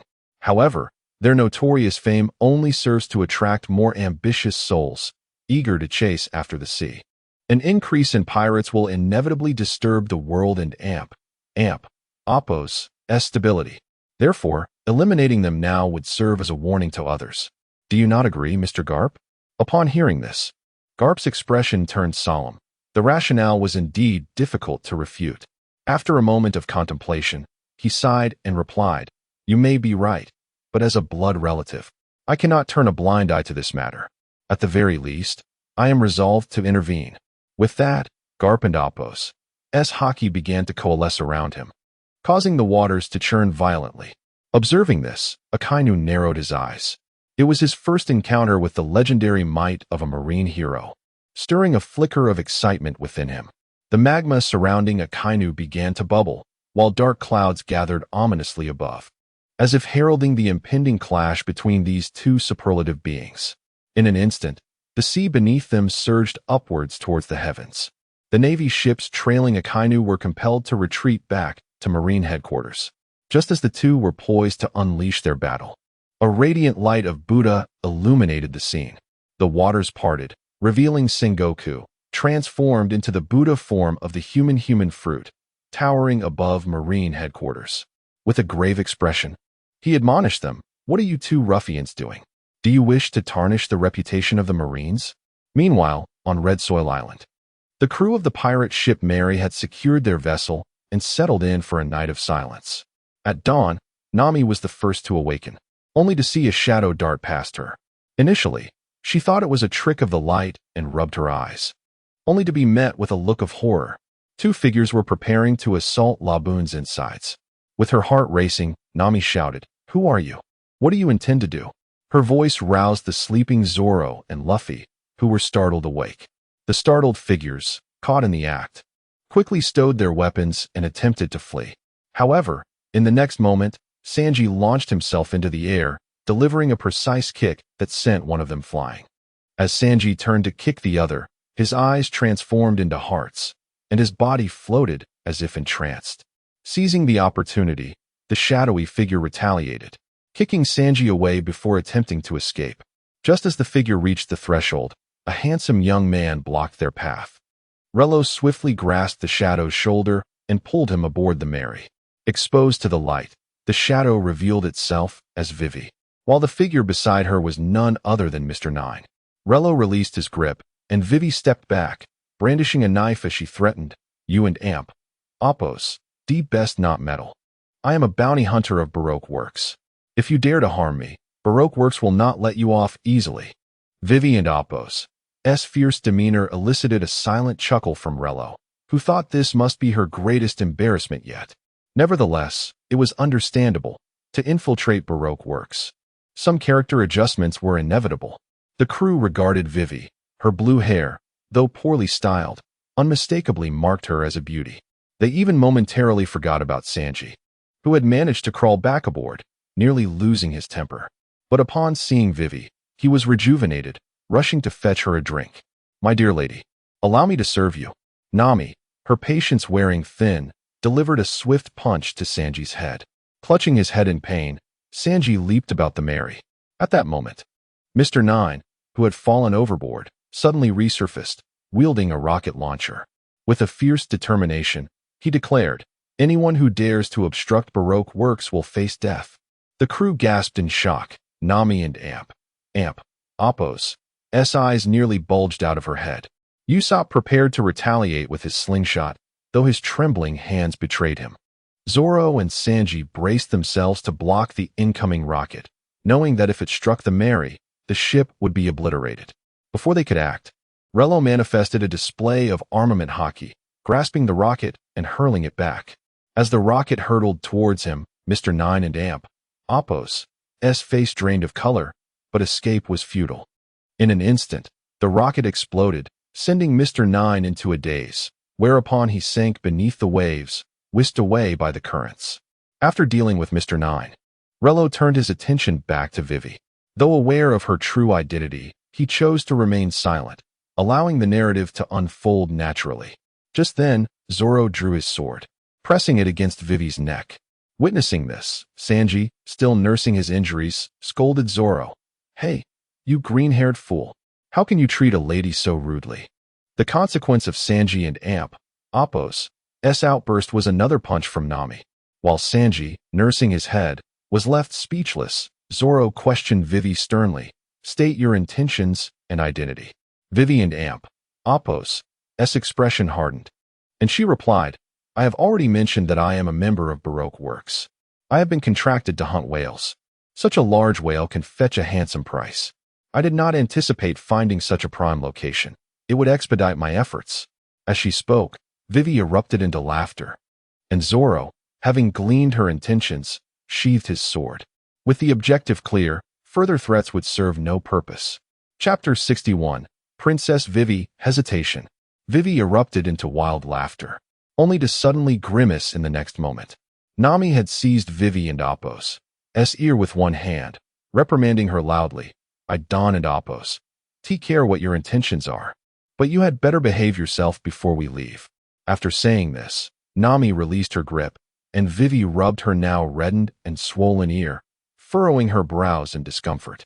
Confronted with Nami's intimidating aura, Vivi dared not act out again and could only wait quietly for her fate to be determined. The Straw Hat crew bound Vivi, and Rayleigh remained silent, pondering that this was perhaps the trial Vivi needed to face. Just then, the system notification chimed. Ding! Congratulations, host. Triggered a storyline task. Escort Vivi back to Alabasta. Upon completion, you will receive a Dragon Talisman Design Blueprint, 2,000 experience points across all attributes, and various forging materials. Hearing the system and Appo's announcement, Rayleigh frowned slightly, surprised that such a situation could trigger a system task. It seemed he could no longer afford to ignore it. However, escorting Vivi back to Alabasta required careful consideration. It was best not to raise any alarms. If they were to encounter the Baroque Works pursuit prematurely, it would spell disaster for his mission. After all, Crocodile was a formidable foe. With this in mind, Rayleigh chose to disregard Vivi, allowing her to fend for herself. He glanced at the sky, noting that Luffy had already relieved himself. Evening was approaching, and the tide was about to rise.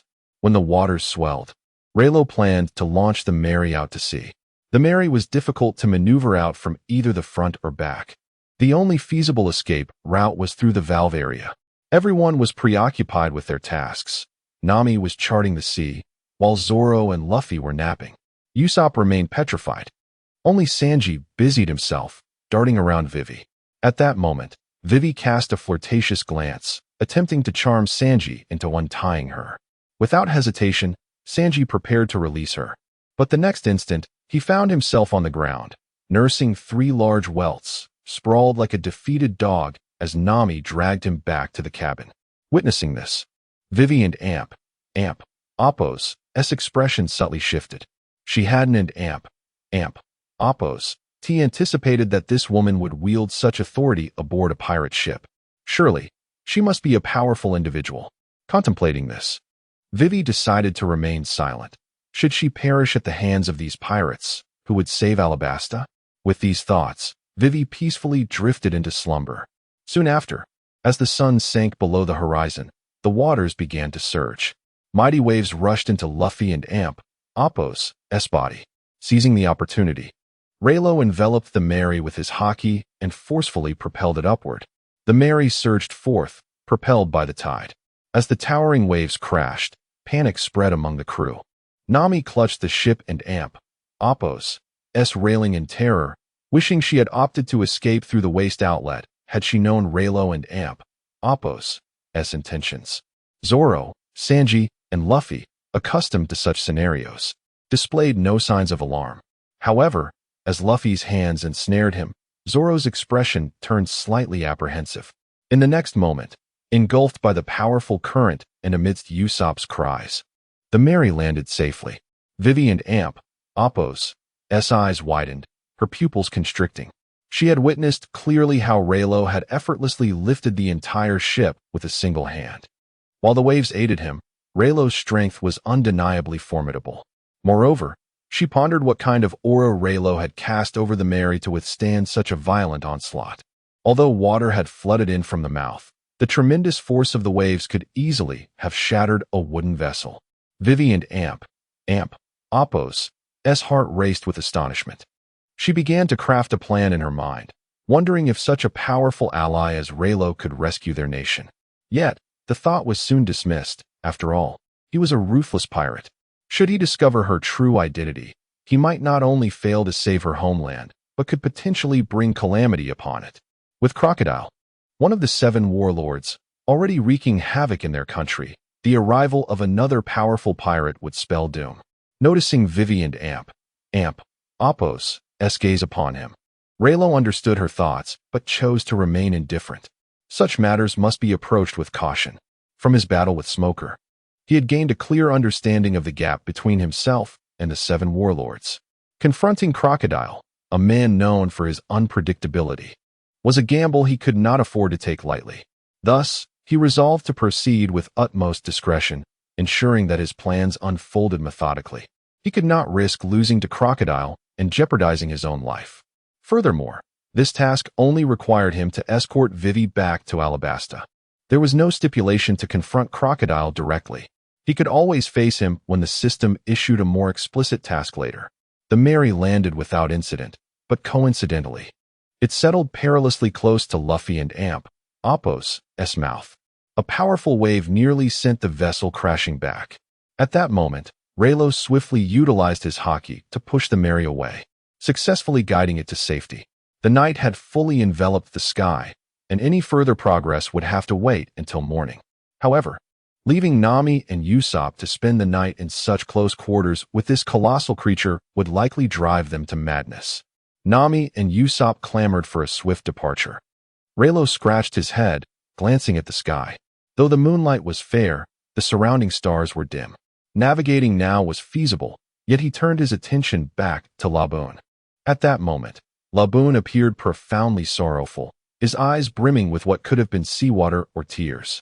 If he departed now, he might miss the final opportunity to ease Laboon and Apos' burdens. Who could say if Laboon might perish before reaching the red line? After careful consideration, Rayleigh compromised. Utilizing the last remnants of his haki, he pushed the Mary into the distance. In the rising tide, any reckless movement could lead to a collision with the red line, risking the disintegration of the Mary. Only by enveloping the Mary with his armament haki could he safely propel it away. Applying the final 10 seconds of his haki to the ship, Rayleigh struck the sea surface, and the Mary sailed forth upon the waves. Chapter 62. Changes in Alabasta. Vivi and Apos' escape. Witnessing this scene, a grave expression flickered in Vivi and Apos' eyes as her heart swayed with indecision. Should she implore this band of pirates to accompany her to Alabasta? Amidst her inner turmoil, she succumbed to sleep once more. As the Going Mary distanced itself from the gaping jaws of Laboon, tears of relief streamed down Nami and Apos' cheeks. Usopp, seemingly frozen in place, murmured weakly, "Thank heavens, we are at least alive." After a long day of exertion, the crew, fatigued, retired for the night following their evening meal. The next day, a ray of sunlight spilled onto the Going Mary as Vivi awoke.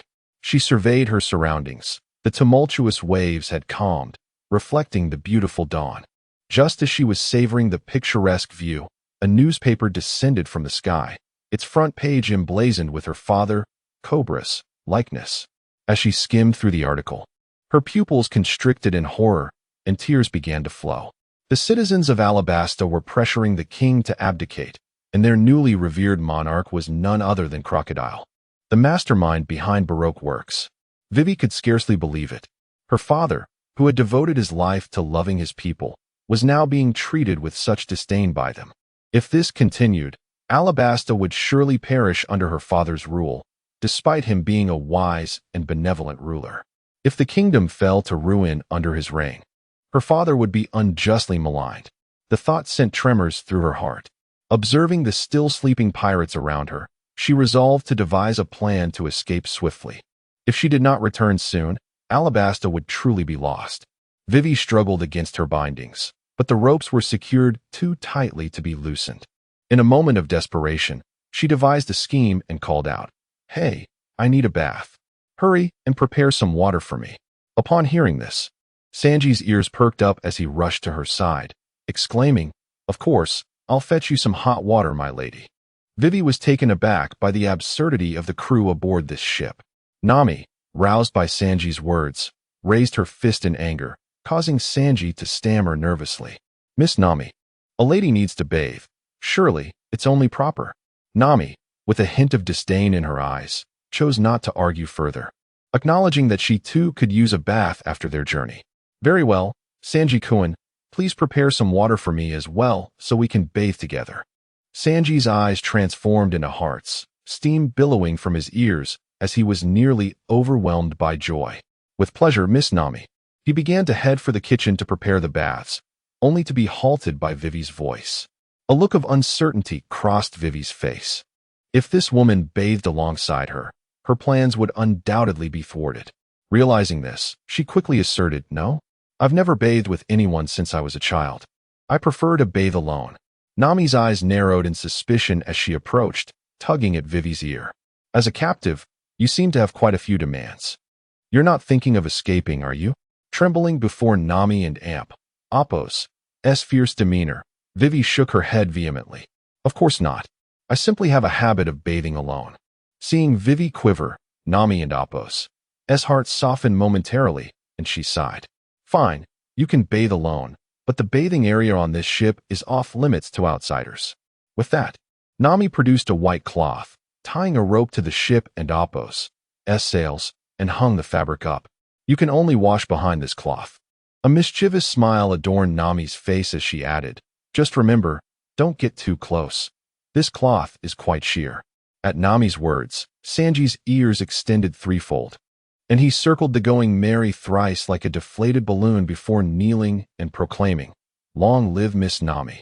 This outburst earned him Nami and Appo's unforgiving fist, nearly knocking him out.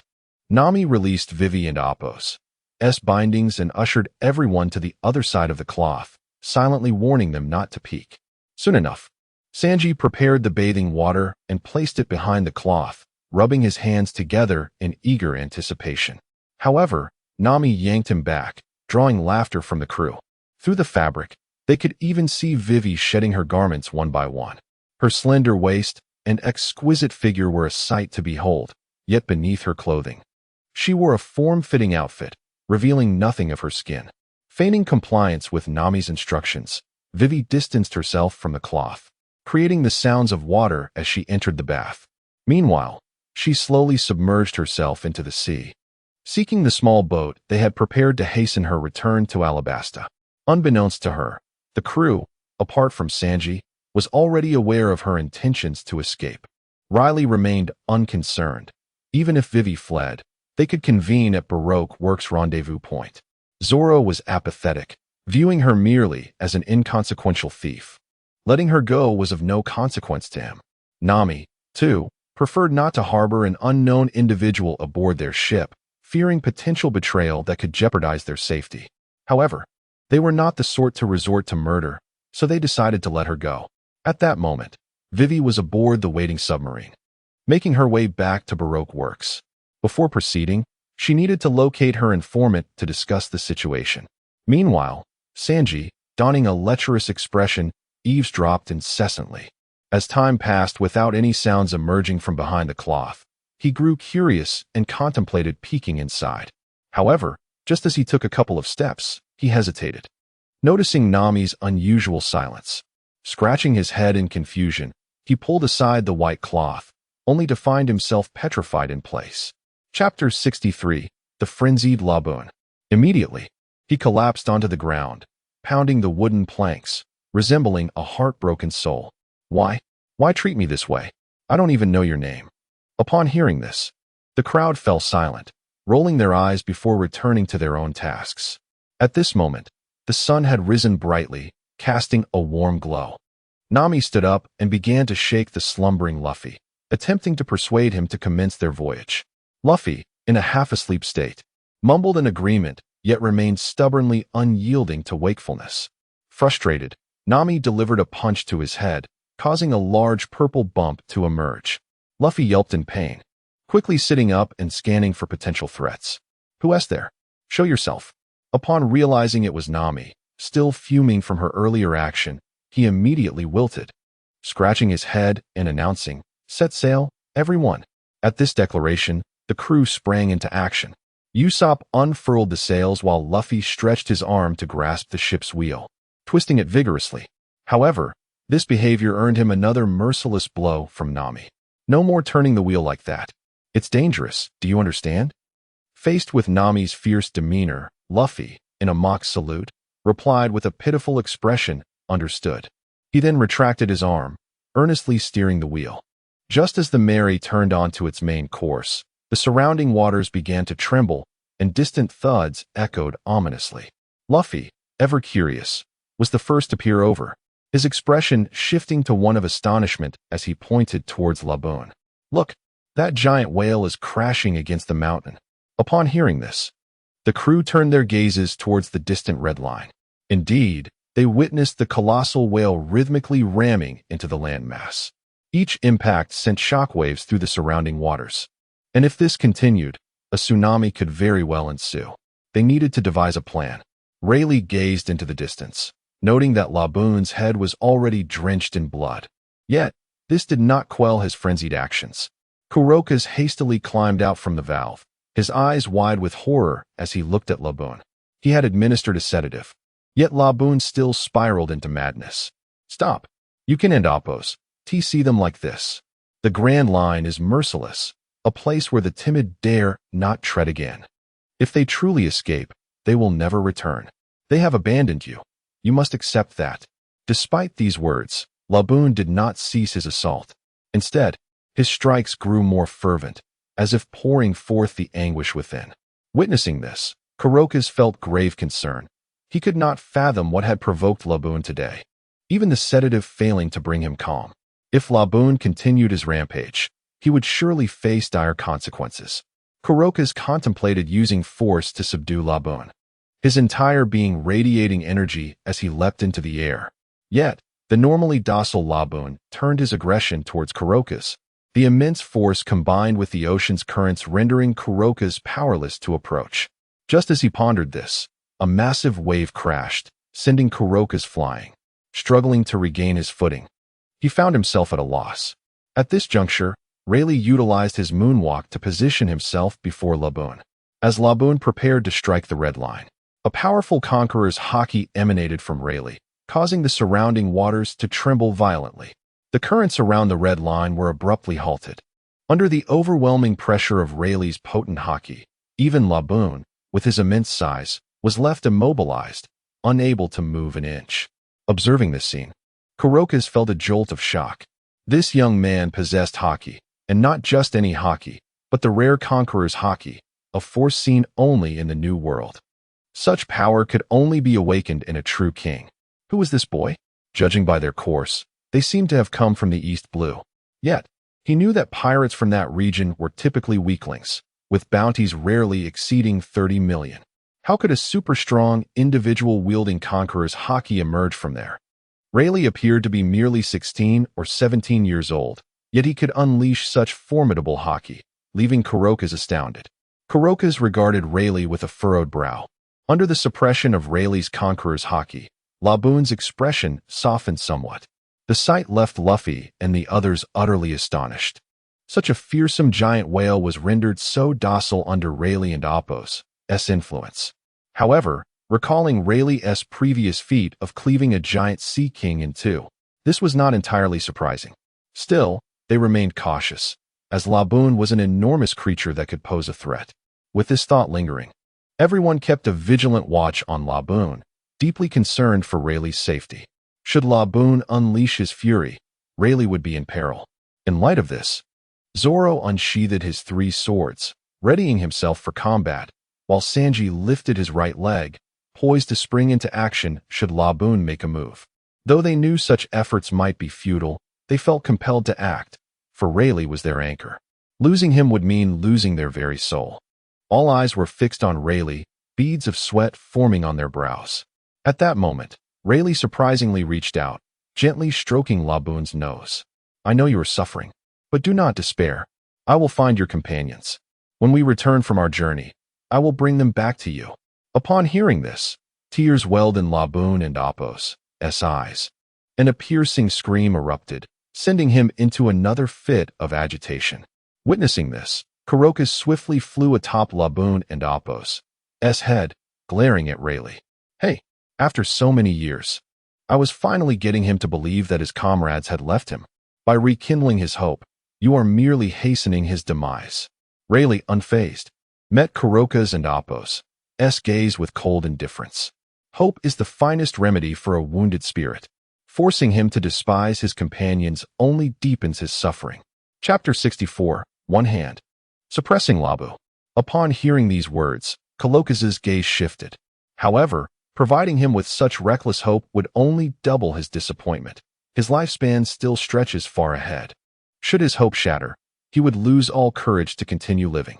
The only path forward is to discard the old and embrace the new, allowing him to completely forget those individuals if he is to survive. As these words left his lips, the atmosphere around them thickened with tension.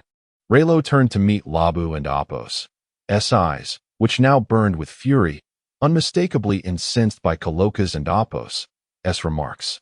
His massive form began to thrash violently, causing the surrounding waters to surge. Witnessing this, Rayleigh furrowed his brow, realizing that Labu's entire body was beginning to rise. In an instant, a roaring wave propelled Rayleigh into the sky. In his previous efforts to stabilize Labu's emotions, Rayleigh had lowered his domineering presence considerably. Now, attempting to suppress Labu's rage was no longer feasible. Given Labu's immense size, a confrontation could very well lead to his defeat. After breaking free from Rayleigh's grasp, Labu continued to batter the Red Earth continent with his head, striking harder than before, not merely to break through, but seemingly in a reckless quest for self-destruction. Observing this scene, Kurokas clenched his teeth and chastised Rayleigh. It is because of you that Labu is in such a furious state. Before Kurokas could finish his tirade, Rayleigh coolly interjected, "Please understand. It is your lies that have provoked him." Kurokas and Apos' chest heaved with indignation as he retorted, "Were you not deceiving Labu just moments ago? Even if he believes you now, he will inevitably feel sorrow later. At that point, it will be more than just a collision with the Red Earth continent." Rayleigh's expression hardened as he replied, enunciating each word, "I have never claimed to deceive Labu. I truly can bring his companions back." His resolute gaze caused a tremor in Kurokas' heart, leading him to momentarily doubt his own skepticism. Yet, he ultimately shook his head. Such a feat seemed impossible, considering it had transpired 50 years prior. The Grand Line is an exceedingly perilous realm. Had they not fled, they would surely have perished in some treacherous waters. You are destined to deceive him. Faced with Kurokas' obstinate words, Rayleigh chose not to engage further. Labu's head was now bleeding profusely. If this continued, he would surely perish before any resolution could be reached. With this thought, Rayleigh silently commanded, "System, extract the bull charm." Instantly, a circular stone materialized in Rayleigh's right hand. Almost immediately, his arm muscles surged with power as he positioned himself behind Labu. Grasping Labu's jaw, he forcefully redirected it. The sight left the crew in shock. This whale could not be measured in tons, yet Rayleigh was able to maneuver it with a single hand. Was such a feat attainable by a mere human? Rayleigh pressed Labu down, but the creature's colossal size made it difficult for the bull charm's power to contain him. In an instant, the surging waves rose dramatically as Labu, relying on his strength, flipped over. At that moment, it seemed Labu regarded Rayleigh as an outlet for his anger, opening his massive jaws and lunging toward him. The turbulent waters surged into Labu and Apos' body, exacerbating the strain on his insides. Yet this did nothing to quell Labu's desire to vent his frustration. Observing this, Rayleigh gripped the bull charm tightly, placing his faith in its power as the only means of survival. Just as Labu was about to collide with him, Zoro unsheathed his 3 swords, and Sanji leaped into the air, preparing to attack. Even Usopp trembled, loading his slingshot in a futile effort to intervene, fully aware that it would accomplish little. With tremendous force, Labu barreled toward Rayleigh, the weight of countless tons crashing against him, contorting his form. Nevertheless, empowered by the bull charm, Rayleigh managed to withstand the blow. The immense force sent the surrounding waters surging away, creating a chaotic tide. Zoro and Sanji, who had just regained their footing, were flung back into the Mary, while Luffy's outstretched arm was abruptly retracted, snapping the sail apart. In stunned silence, the crew observed the scene. Nami, intending to scold Luffy, instead saw him seize a ship's mast, leaping to Labu's head. With great force, he struck down, embedding the mast into Labu's skull. The intense pain caused Labu to thrash violently, sending powerful waves cascading outward, nearly capsizing the Mary. Nami and Usopp fell into the water, and without Sanji and Zoro's timely rescue, they might have met a dire fate. Seizing the moment, Rayleigh regained the upper hand, pinning Labu down. He checked his haki, which had replenished to 10 seconds, ample time to reassert control. With this in mind, Rayleigh unleashed his Conqueror's haki. The surrounding sea began to pulsate violently, and the Red Earth continent trembled precariously. Labu's body settled once more into stillness. Taking advantage of the moment, Rayleigh firmly grasped Labu's eyelids, declaring loudly, "Listen well. Everything I just told you is true. I will bring your companions back. This is our pact. Until then, you must not harm yourself, for your companions will suffer alongside you." These words struck a chord deep within Labu, and tears cascaded from his eyes like a torrent into the sea, as if his comrades had materialized before him. Though confused, Nami and the others found themselves moved. They had not anticipated that the typically stoic and reticent Rayleigh could exhibit such warmth. Initially, Nami had kept her distance from Rayleigh, but in this moment, her perception began to shift. Observing this scene, Coloccus was profoundly shaken. In that instant, he too began to believe that Rayleigh might indeed return with Labu's companions. Yet, he pondered why this young man seemed so unwavering. With a sigh, Coloccus reflected, "Indeed, have I grown too old? I have become excessively rigid in my dealings." Chapter 65, Setting Sail. Coloccus ascended above Laboon and extracted the ship's mast, subsequently tending to Laboon's injuries, which significantly uplifted the creature's spirits. No longer would it crash against the red earth, as if reborn anew. In gratitude, Coloccus prepared an abundance of provisions for the Straw Hat crew. Upon seeing the feast laid out before him, Luffy could hardly contain his drool. Rayleigh inspected the supplies, noting that aside from some fresh water and grains, the majority consisted of meat. Luffy's favorite delicacy was indeed meat, and the sight of the Sea King's flesh made him yearn to devour it whole. However, with Nami's iron-fisted warning echoing in his mind, Luffy refrained from indulging recklessly. Given Luffy's voracious appetite, they had to remain vigilant. No amount of food could withstand a day if he went unchecked. Once all supplies were readied, Rayleigh and the others prepared to set sail, eager to explore the uncharted territories of the Grand Line. Just then, Coloccus tossed a compass to Nami. She caught it and scrutinized it closely, her heart racing with trepidation. The compass pointed in a direction entirely divergent from her original course. Logically, they should be heading west, yet this compass directed them eastward. Would this path lead them back to where they started? Noticing Nami and Appo's confusion, Coloccus coolly explained, "The Grand Line does not follow the simple rules of the outside world. The magnetic fields here are chaotic. Relying on external compasses could lead you astray." Nami absorbed his words, yet Coloccus continued, "However, this compass only indicates the next location. Upon arrival, if you cannot procure a new compass, you will be left to wander blindly. At that point, the dangers you might encounter are utterly unknown." A sense of unease gripped Nami, but she expressed her gratitude and tucked the compass away, silently vowing to seek new compasses at every stop. With preparations complete, Luffy commanded the crew to set sail. As they departed, Rayleigh turned to Coloccus. "I have done what I must. Soon, I shall return to fulfill my promise. The remaining matters are entrusted to you." Coloccus smirked slightly, hoping for their safe passage through the Grand Line. Yet, his expression grew solemn as he added, "You must return alive." Rayleigh did not respond, but waved goodbye, their unspoken understanding clear. Coloccus and Appo's message was evident. Laboon could not endure the loss of another companion. As the Mary set sail, Luffy grinned widely, excitedly waving his hands in appreciation of Coloccus and Appo's generous gifts. The others followed suit. Bidding farewell to Coloccus before the Mary resumed its journey toward the compass's indicated direction, the ship sailed smoothly, Yet Kurokas silently hoped for their safe return, as they were Laboon's last glimmer of hope. As the Mary continued its voyage, they encountered various tumultuous weather patterns, yet Nami's extensive experience guided them through. This underscored the vital role of a navigator.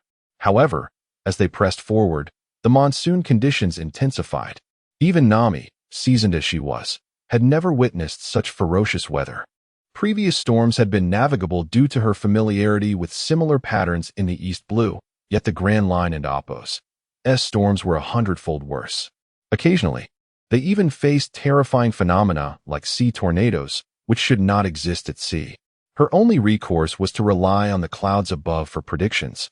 But if the severity of the storms exceeded her forecasts, their fate would be sealed. Fortunately, luck was on their side. Nami anxiously watched the compass, which now pointed towards a nearby island. "Let us make our next stop at that island," she exclaimed excitedly. Luffy and Sanji raised their hands in unison, exclaiming, "Understood." Seeing this, Rayleigh sighed.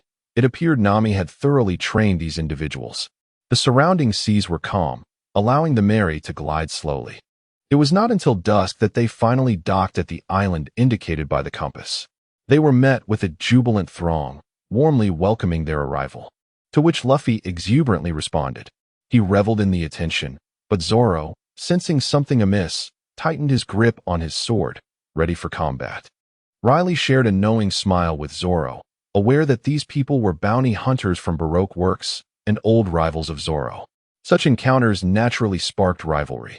Sanji, too, seemed to detect the underlying hostility among the crowd. Lighting a cigarette, he took a deep drag. "I think we should make our exit swiftly." He let his words hang, his warning implicit. Should they insist on disembarking, he would not shy away from a confrontation, especially not with the green-haired swordsman beside him. Nami and Usopp exchanged glances, their expressions reflecting uncertainty. The sudden appearance of such enthusiastic islanders raised suspicions. However, before they could voice their concerns, the sounds of drums and gongs echoed from the island, accompanied by the tantalizing aromas of food and drink. Enchanting women lingered on the shore, watching them with interest. In an instant, the ship's formidable trio surrendered to temptation. Zoro stood slowly, a devilish grin spreading across his face. "This place seems quite delightful." Sanji adopted a soft demeanor, saying, "I must apologize for my earlier remarks. This is nothing short of paradise." Luffy let out a jubilant roar. "I've made my decision. We shall stay here tonight." Witnessing their eager expressions, Nami and Usopp felt despair wash over them. Reluctantly, they acquiesced to the group's wishes and began preparing to disembark. Meanwhile, Rayleigh scanned the crowd, searching for a familiar figure. After all, Mikey would most certainly have arrived here. Chapter 66. Arrival at Whiskey Peak. However, no trace of Vivi was found along the way. It was likely she was inside, preparing for something. Soon, Luffy commanded the ship to dock at the shore. He then led his crew onto Whiskey Peak. Upon their arrival, a group of bounty hunters revealed greedy smiles. Yet Luffy and his companions remained indifferent, walking straight along with them into a modestly furnished room. The room was sparsely decorated, featuring a few tables and benches along with a counter, resembling a rundown hotel. At that moment, a feast of food and wine was set upon the table. Zoro and Luffy's mouths watered in anticipation. Just as they were about to dig in, they were interrupted by a burly man with curly hair. Rayleigh recognized him instantly. He was Ikarlum, the butler of Vivi's family. Ikarlum, gloved hands at the ready, warmly presented a colossal roasted lamb to them. Luffy's eyes widened in excitement, ready to pounce on it, but was stopped by Nami with a swift punch. "Come on, as the captain, please don't embarrass us," she said, her fierce demeanor evident as she placed a foot on the platter, addressing Ikarlum. "Let it be known, we have no money to pay you. Just a reminder, we are pirates." Upon hearing this, Ikarlum's expression turned cold as he replied, "As long as you are here, you are our guests. This is our hospitality, not an exchange for money." Just then, a muscular woman with dark skin approached Ikarlum and whispered something in his ear, causing a flicker of fear in his eyes before he regained his composure. With the mention of no charge, Nami relaxed her guard and withdrew her foot. "All right, you may eat now," she declared. Upon hearing this, Luffy and Zoro eagerly grabbed the meat and wine, indulging heartily. Sanji, on the other hand, sought out the beautiful bounty hunters for conversation, seemingly unconcerned about their identities. As the crew feasted, the bounty hunters continuously poured drinks for Zoro and Sanji, believing them to be the strongest among the group. Luffy's slender frame did not attract much attention, though his astonishing appetite was undeniable. He devoured everything in sight, even swallowing plates whole, digesting them effortlessly. If not for the limited space, he likely would have consumed the table too. In contrast, Rayleigh's manner of eating was considerably more refined. His focus was split as he savored the food while scanning the surroundings for Vivi. If a Carlum was present, Vivi must be nearby as well. Yet, despite searching, Rayleigh failed to spot her. Perhaps she was hiding, having met him previously. Dismissing these thoughts, he joined Luffy in a contest of who could consume more meat, then challenged Zoro to see who could drink more wine. This spectacle left the members of Baroque Works alarmed. These two needed no encouragement, and at this rate, their wine cellar would be emptied. Nevertheless, to achieve their objectives, they had no choice but to invest heavily. As the night wore on and the revelry continued, Luffy finally collapsed onto the ground, unable to eat another bite. Nami, having noticed their ulterior motives, pretended to be inebriated. Zoro's true state of intoxication was uncertain, but he had begun to snore. Rayleigh surveyed the room. The bounty hunters had also succumbed to slumber, sprawled over the tables. However, Sanji's whereabouts remained a mystery. After searching fruitlessly, Rayleigh decided not to dwell on it. These ruffians posed no threat to them. Feeling drowsy himself, Rayleigh allowed sleep to overtake him. As they all drifted into a deep slumber, the previously unconscious bounty hunters revealed sinister smiles and began to rise from the tables, glaring menacingly at them. Icarlum, maintaining a calm demeanor, remarked, "What a misfortunate bunch of pirates you are. Meeting us truly spells your doom." He brandished a wanted poster featuring Luffy's 30 million berry bounty and Rayleigh's 10 million berry bounty. 30 million may not be much, but it will certainly allow us some indulgence, one of the henchmen declared, raising a knife toward Zoro. "Since only these two are worth a bounty, I think I'll eliminate the rest first." Icarlum attempted to intervene, but it was too late. The henchman and amp, Appo's knife descended swiftly. Expecting to finish Zoro with a single blow, he was instead met with a sudden pain in his arm, forcing him to relinquish his grip. In an instant, Zoro seized the knife and countered, resulting in a spray of blood. The bounty hunters tensed, particularly the muscular woman, who became alert to the unfolding chaos. Other bounty hunters rushed to attack Zoro, yet he dispatched them with mere basic moves, leaving no one standing. Icarlum feigned an attack against Zoro, but was effortlessly repelled by Zoro's swift defense. Just then, the muscular woman launched a powerful punch, sending Zoro flying. Seizing the moment, Icarlum signaled for the others to converge, fearing that the melee might endanger Rayleigh and the others. Zoro charged out of the room, pursued by the bounty hunters. Once Zoro had lured the attackers away, Rayleigh slowly opened his eyes, surprised by their eagerness to disrupt his rest. Glancing around, he noticed that Luffy and Usopp were deeply asleep, while Nami continued to feign slumber. Not wishing to wake them, Rayleigh stepped outside, determined to find Vivi.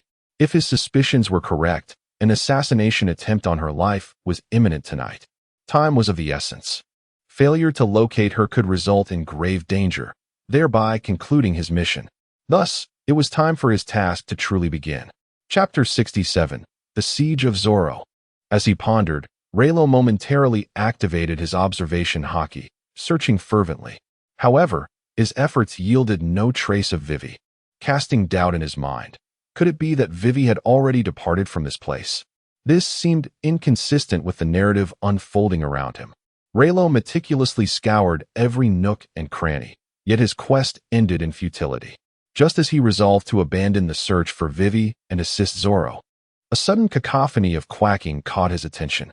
Following the sound, he beheld a swiftly galloping giant yellow duck, bearing upon it a woman with azure hair. Indeed, it was Vivi. Vivi appeared much the same, her features slightly menacing. Yet beneath that fierce exterior, a hint of worry lingered, suggesting that dire events had transpired in Alabasta. Seizing the moment, Rayleigh materialized before Vivi in an instant.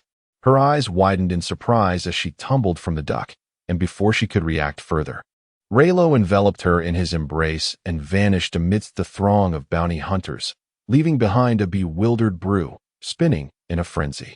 Observing this, Zoro, engaged in a fierce struggle against multiple adversaries, wore a grave expression.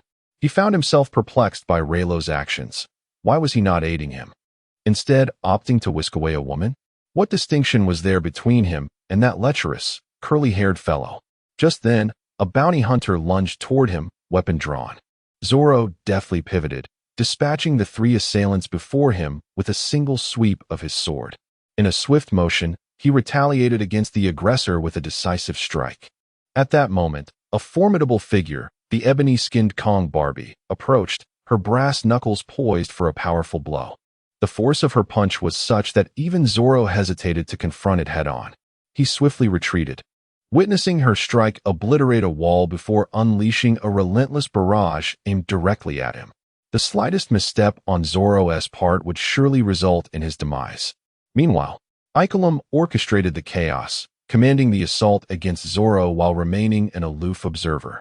Zoro exerted every ounce of strength to escape the clutches of the Kong Barbie. Leaping atop a rooftop, gasping for breath as he surveyed the bounty hunters below, he then assumed the stance of the three-sword style.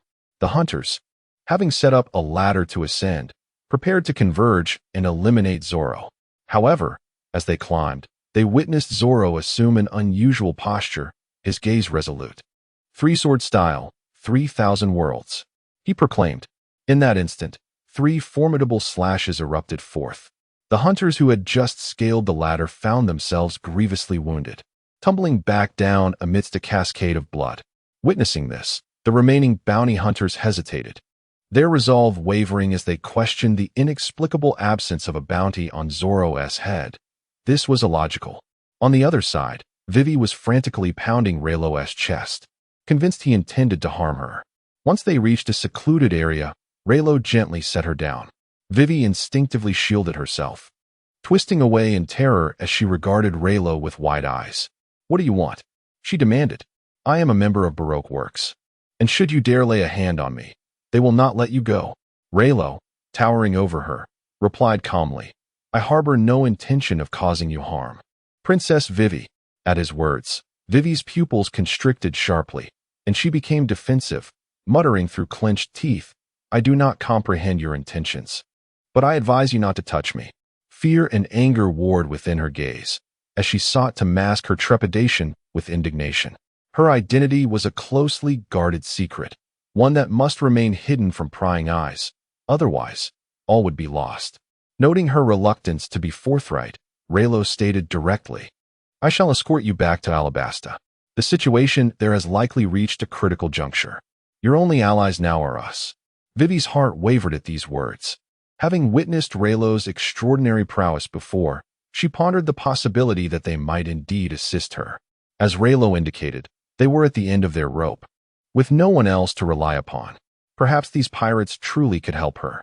Yet, as the thought crossed her mind, she shook her head in disbelief. They were pirates.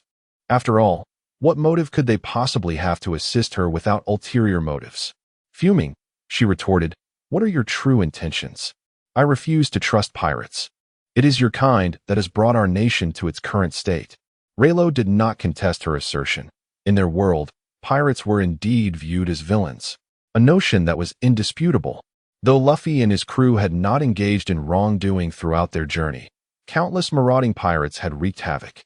One could not expect the world to view all pirates through the lens of a singular exception. With this in mind, Rayleigh seized Vivi once more. She attempted to struggle, but his words rendered her mute.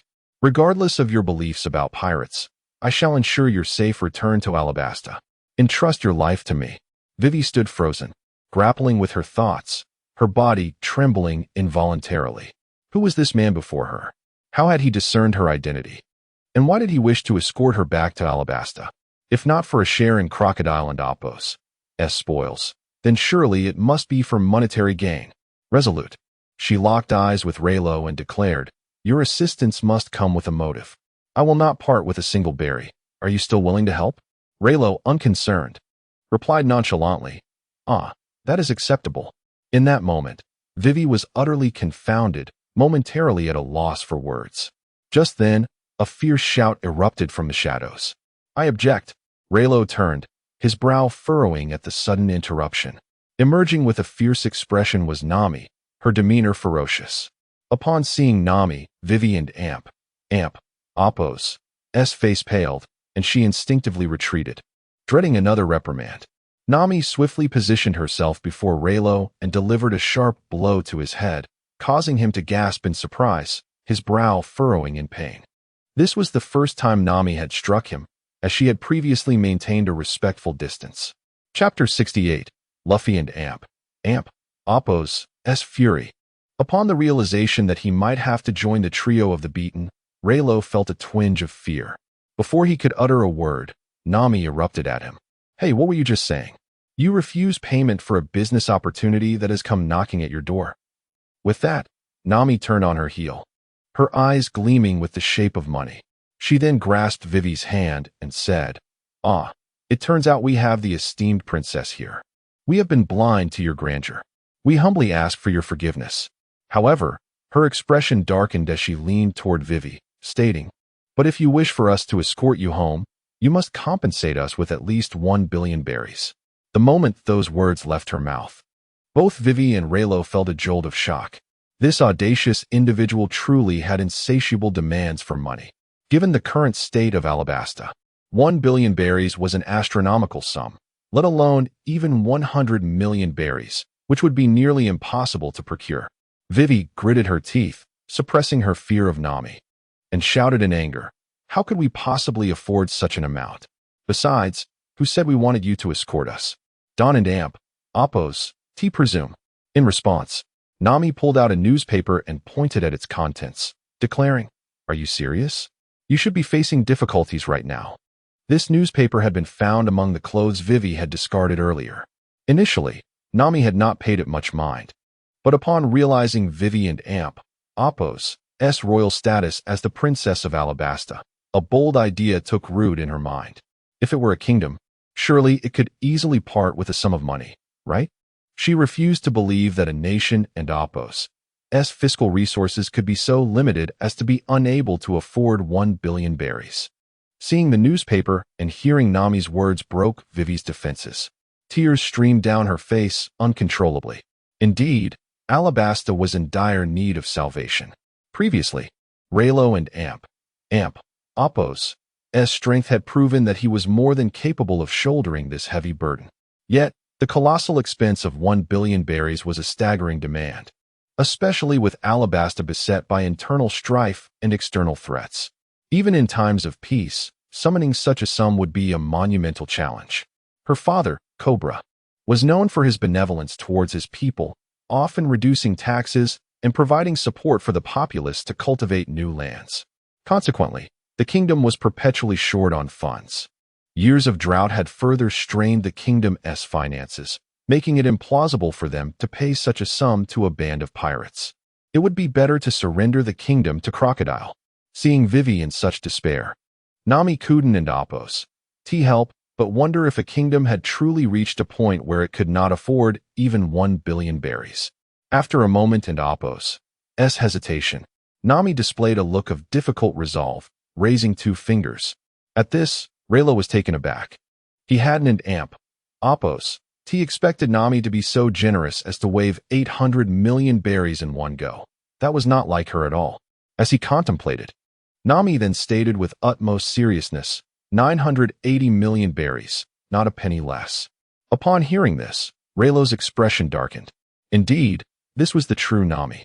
However, whether that 2 million was deducted or not made little difference, as Vivi would surely not pay it. Naturally, Vivi was outraged by Nami's shameless demand.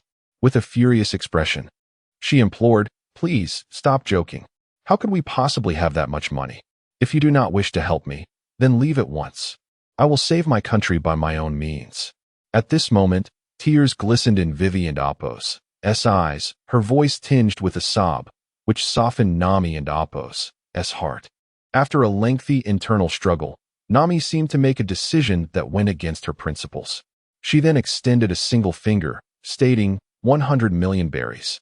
Not a penny less. In another room, Luffy was still fast asleep. In his dreams, he lay atop a massive, roasted sea king, feasting voraciously. In his excitement, he inadvertently bit his tongue, awakening with a start. Upon realizing it was merely a dream, he calmed down, only to find himself surrounded by bounty hunters sprawled in disarray. His eyes widened in alarm, fearing an enemy ambush. He quickly rose to assess their condition. Though their injuries were not life-threatening, they were all on the brink of collapse. One bounty hunter, still clinging to life, grasped Luffy's clothing. Luffy immediately inquired, "Who did this?" The bounty hunter instinctively replied, green hair," and promptly lost consciousness. Upon hearing the mention of green hair, Luffy's eyes widened. Upon reflection, aside from Zoro, who else had green hair? This meant that Zoro was behind all of this. With this realization, Luffy clenched his fists and propelled himself forward, shouting, "Zoro, you bastard! How dare you treat our benefactor this way?" Bursting out of the room, he was met with the sight of bounty hunters lying about, slashed and wounded. This only solidified his belief that Zoro was responsible. Enraged, Luffy howled at the heavens. "How could you treat someone who provides us with food like this?" His cries reached Zoro's ears. However, at that moment, hundreds of bounty hunters had encircled him, leaving him with no room to maneuver. Zoro dispatched them with swift strikes. But amidst the chaos, it seemed one bounty hunter was notably absent. As the battle escalated, Zoro seized an opportunity, slicing one bounty hunter aside. But just as he was about to break through to find Luffy, a dark sphere suddenly hurtled towards him. Chapter 69. The Assault of Mr. 5. Zoro instinctively dodged. And in an instant, a small black sphere exploded before his eyes. He swiftly evaded, coughing twice, his eyes revealing a glimmer of anger as he retreated. At that moment, a figure with an explosive hairstyle and sunglasses suddenly appeared before him. With an indifferent expression, he remarked, "Not bad, you managed to evade my bomb attack. But the next one won't be so easy." As he spoke, Mr. 5 picked his nose, and in the next moment, a flurry of nasal debris shot forth. Zoro initially considered drawing his sword to strike, but ultimately restrained himself, opting to leap sideways instead. The explosions erupted around him, one after another, enveloping him in a cloud of dust. Wiping his face, Zoro maintained a stoic demeanor. Before he could fully comprehend the situation, a woman in a yellow dress descended from the sky, holding an umbrella. Sensing the change in wind pressure, Zoro realized that this blow was one he could not withstand. The force was significantly greater than that of the previous attack. If he were to endure it head-on, he would likely be left severely injured, if not dead. With that thought, Zoro swiftly evaded just as the woman in yellow struck the ground where he had just been, creating a massive crater. Zoro furrowed his brow, recognizing the trouble that lay ahead. The peculiar nature of their attacks and the unique abilities of their devil fruits intrigued him. One wielded bombs made from nasal debris, while the other could alter her body's weight. These were the most bizarre abilities he had encountered during his journey. Their powers seemingly offered a considerable boost in offensive capability compared to other devil fruits. Should they join forces, along with the interference of Baroque Works members, he might find himself outmatched. Thus, he needed to reunite with Luffy and the others promptly. Otherwise, facing two opponents alone would undoubtedly spell disaster. He assumed Luffy was still inside, sleeping, and the thought of waking him up himself felt too embarrassing. As he surveyed his surroundings, he noted that the bounty hunters he had previously scattered were now regaining their confidence, thanks to Mr. 5 and Miss Valentine stabilizing the chaotic situation. Their gazes turned predatory as they focused on Zoro. At this moment, Mr. 5 took a step forward, addressing Zoro. "Useless fool, step aside. Our objective is not you." Upon hearing this, Zoro's previously wavering resolve ignited with fury. He had never been so belittled before. A smirk crept onto his lips as he declared, "I don't care who your target is.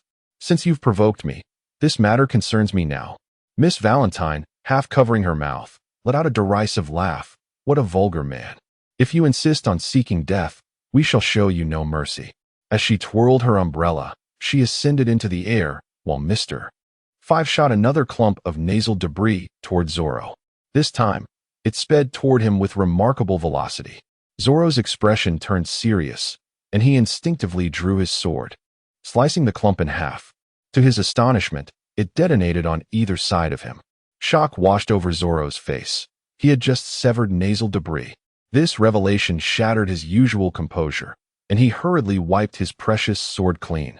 However, at that moment, Miss Valentine plummeted from above, her weight increasing to an astonishing 10,000 tons. The immense pressure pinned Zoro in place, rendering him immobile. A devilish laughter echoed from above, growing ever closer. If he did not move soon, he would surely be crushed. Zoro struggled in vain against the overwhelming force.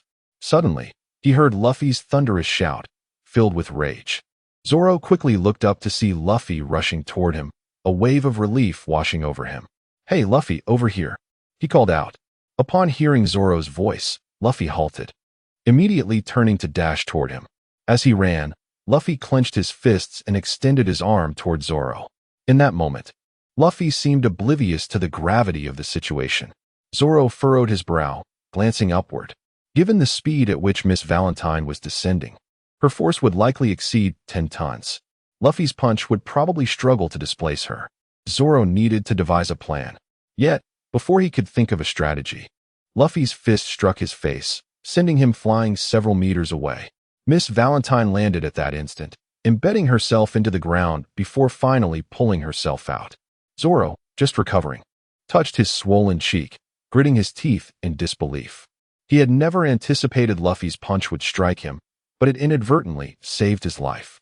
Emerging from the ground, Miss Valentine glared angrily at Luffy, who stood, his belly noticeably swollen, burping as he surveyed the scene. The fury in his eyes had not dissipated. Zoro, equally displeased, glared at Luffy. This guy would eventually pay for this. Of course, Zoro merely grumbled, unaware that Luffy's anger was directed at him.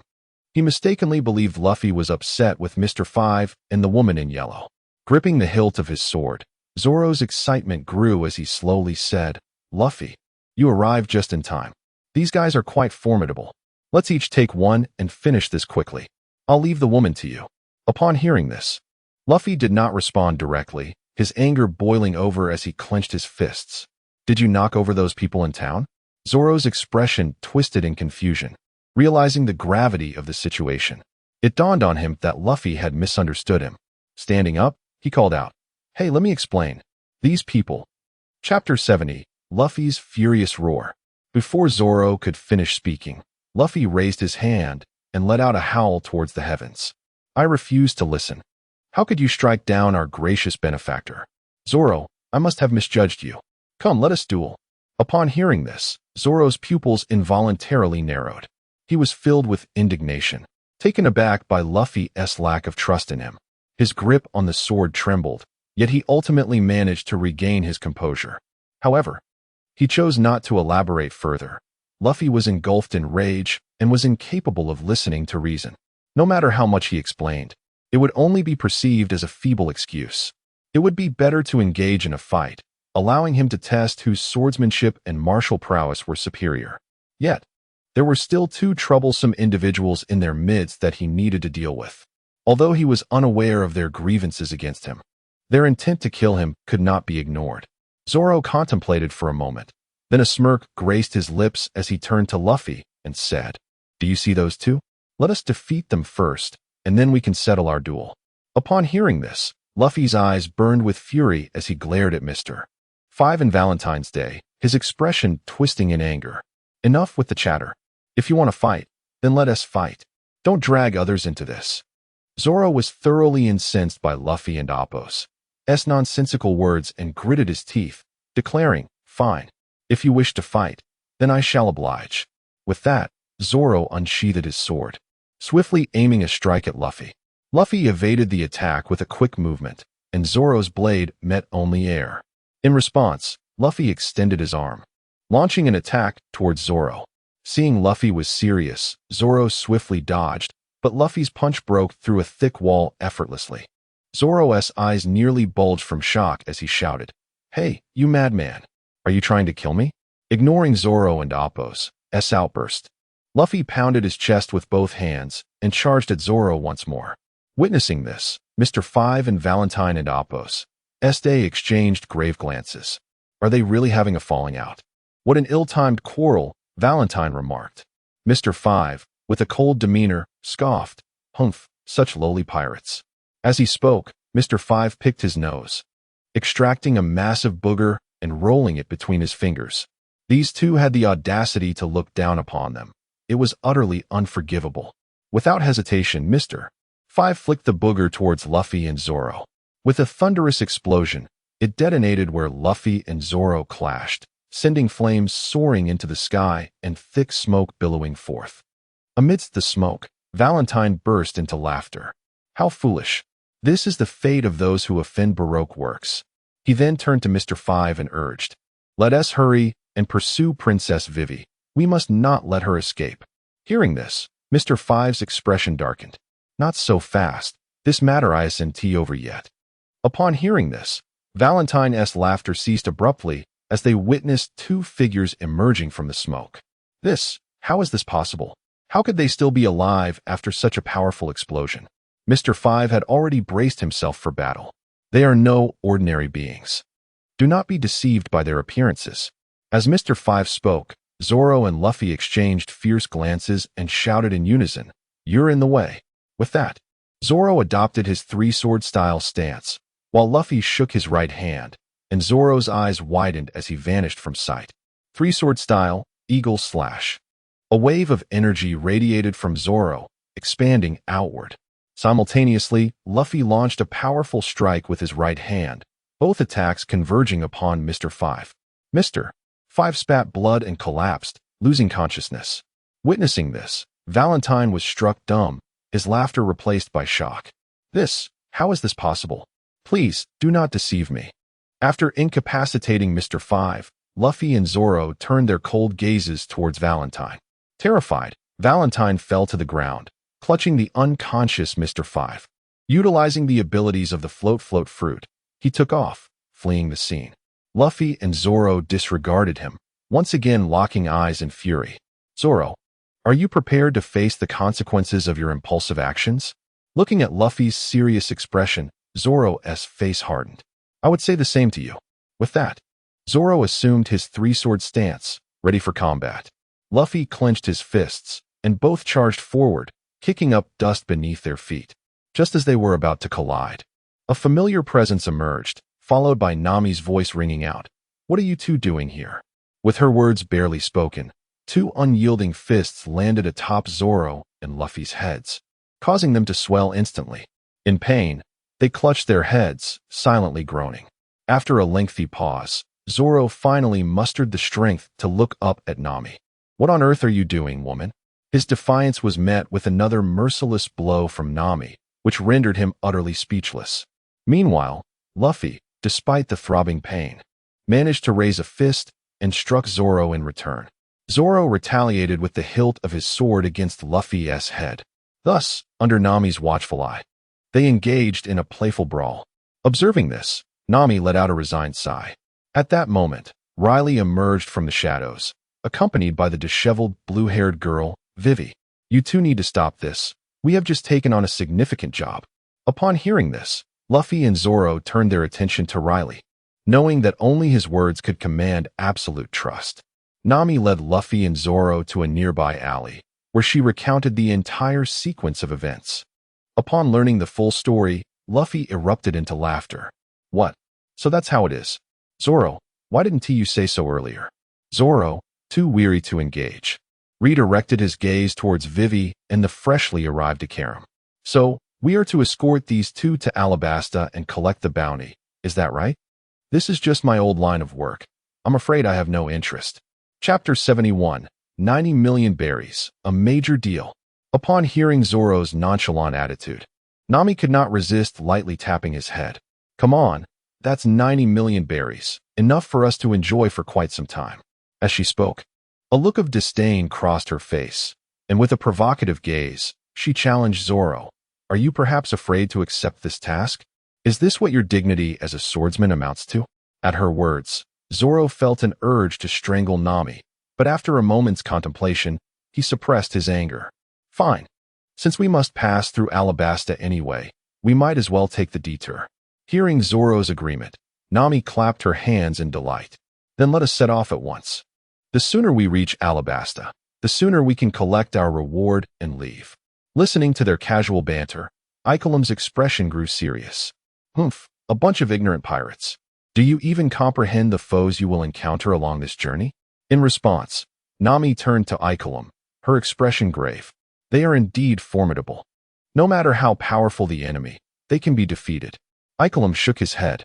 The enemies you will face this time are unlike any you have encountered before. They are beings you cannot possibly overcome, for their mastermind is. Before Ikelim could finish, Vivi interjected. Wait, it's best not to speak of such matters. Otherwise, they might get embroiled as well. Sighing at her words, Ikelim chose to remain silent. Nami, upon hearing their exchange, felt a twinge of hesitation. The figure they spoke of seemed truly formidable. Normally, she would have turned and walked away without a second thought. However, the prospect of 90 million berries made her hesitate.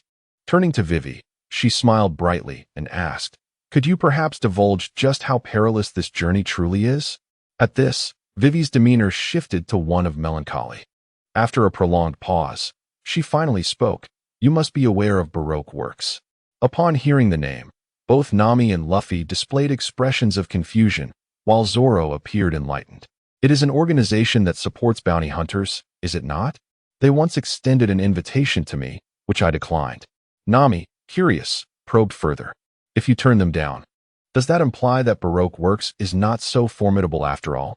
Observing Nami and Appo's eager expression, Zoro and Appo's gaze turned serious. Until today, my impression of Baroque Works was indeed as you described. Yet, the two individuals I encountered earlier have altered my perspective. Vivi and Appo's expression darkened at his words, and she inquired. Two individuals? What manner of people were they? Before Zoro could respond, Luffy chimed in. Oh, one was a woman with an umbrella, and the other a man who picked his nose. Zoro felt a wave of exasperation wash over him. Though Luffy's description was crude, it vividly captured their essence. Upon hearing these descriptions, both Vivi and Ikelim displayed looks of shock. Vivi bit her lip and said, It and Appo's Mr. 5 and Miss Valentine. I cannot believe that two of the top 5 bounty hunters from the organization would appear here. It seems our identities have been compromised. With that, Vivi turned to them seriously and bowed. I implore you to escort me back to Alabasta at once. I assure you, the reward I promised will be provided. Nami squinted her eyes and offered an awkward smile. Let us set that aside for now. Could you please elaborate on Baroque Works? Nami was unwilling to take risks. Without a clear understanding of the situation, she would never jeopardize her safety. After all, 90 million berries paled in comparison to her life. Noting Nami's insistence, Ikelim interjected. Baroque Works is ostensibly an organization that captures pirates under the guise of bounty hunting to earn rewards. However, beneath the surface, they harbor great ambitions. Intrigued, Nami inquired, and what might this grand ambition entail? Ikelim fell silent. Revealing such information would undoubtedly incite panic. Yet, withholding it would not appease this astute woman. As Ikelim hesitated, Nami nervously fidgeted, awaiting an answer. At that moment, Vivi slowly lifted her gaze and spoke. Baroque Works seeks to establish a fantastical ideal kingdom. The higher one's rank within the organization, the greater the position they can attain in this kingdom. What they desire to seize is my homeland, Alabasta. Upon hearing this, a weight fell from Nami's heart, replaced by a surge of fear in her eyes. Are you implying that the current plight of Alabasta is entirely orchestrated by Baroque Works? Vivi lowered her head and, after some time, replied, One could say that. Nami stood frozen, processing this revelation. After a lengthy pause, she clenched her fist and struck her palm. I've just remembered. Our course seems to diverge, so we cannot escort you back. Ikelim and Vivi did not appear overly surprised. Any typical pirate would be intimidated by Baroque Works. Even without knowledge of their mastermind, their vast ambitions would be enough to instill fear. Such pirates were hardly trustworthy. Yet, without their protection, Vivi would undoubtedly be unable to return to Alabasta. Realizing this, Ikelim fixed a stern gaze on Nami. Are you the captain? Taken aback by the question, Nami stammered and pointed to Luffy. No, he is. Ikelam disregarded Nami and stood before Luffy. Would you be so kind as to escort Princess Vivi back to Alabasta? Without even blinking, Luffy replied casually, sure. At this, both Nami and Zoro were left in stunned silence, exclaiming in unison, how casual. Chapter 72, The Baroque Studio, Absolute Secret. Moments later, Nami firmly clenched her fist and pressed it against Luffy's head, exclaiming, hey, Luffy, do you even realize what you're saying? Escorting them back could cost us our lives. Hearing this, Luffy impatiently retorted, stop whining. I'm the captain, and I make the decisions. Faced with Luffy's resolute stance, Nami felt despondent and slowly knelt down. Please, reconsider.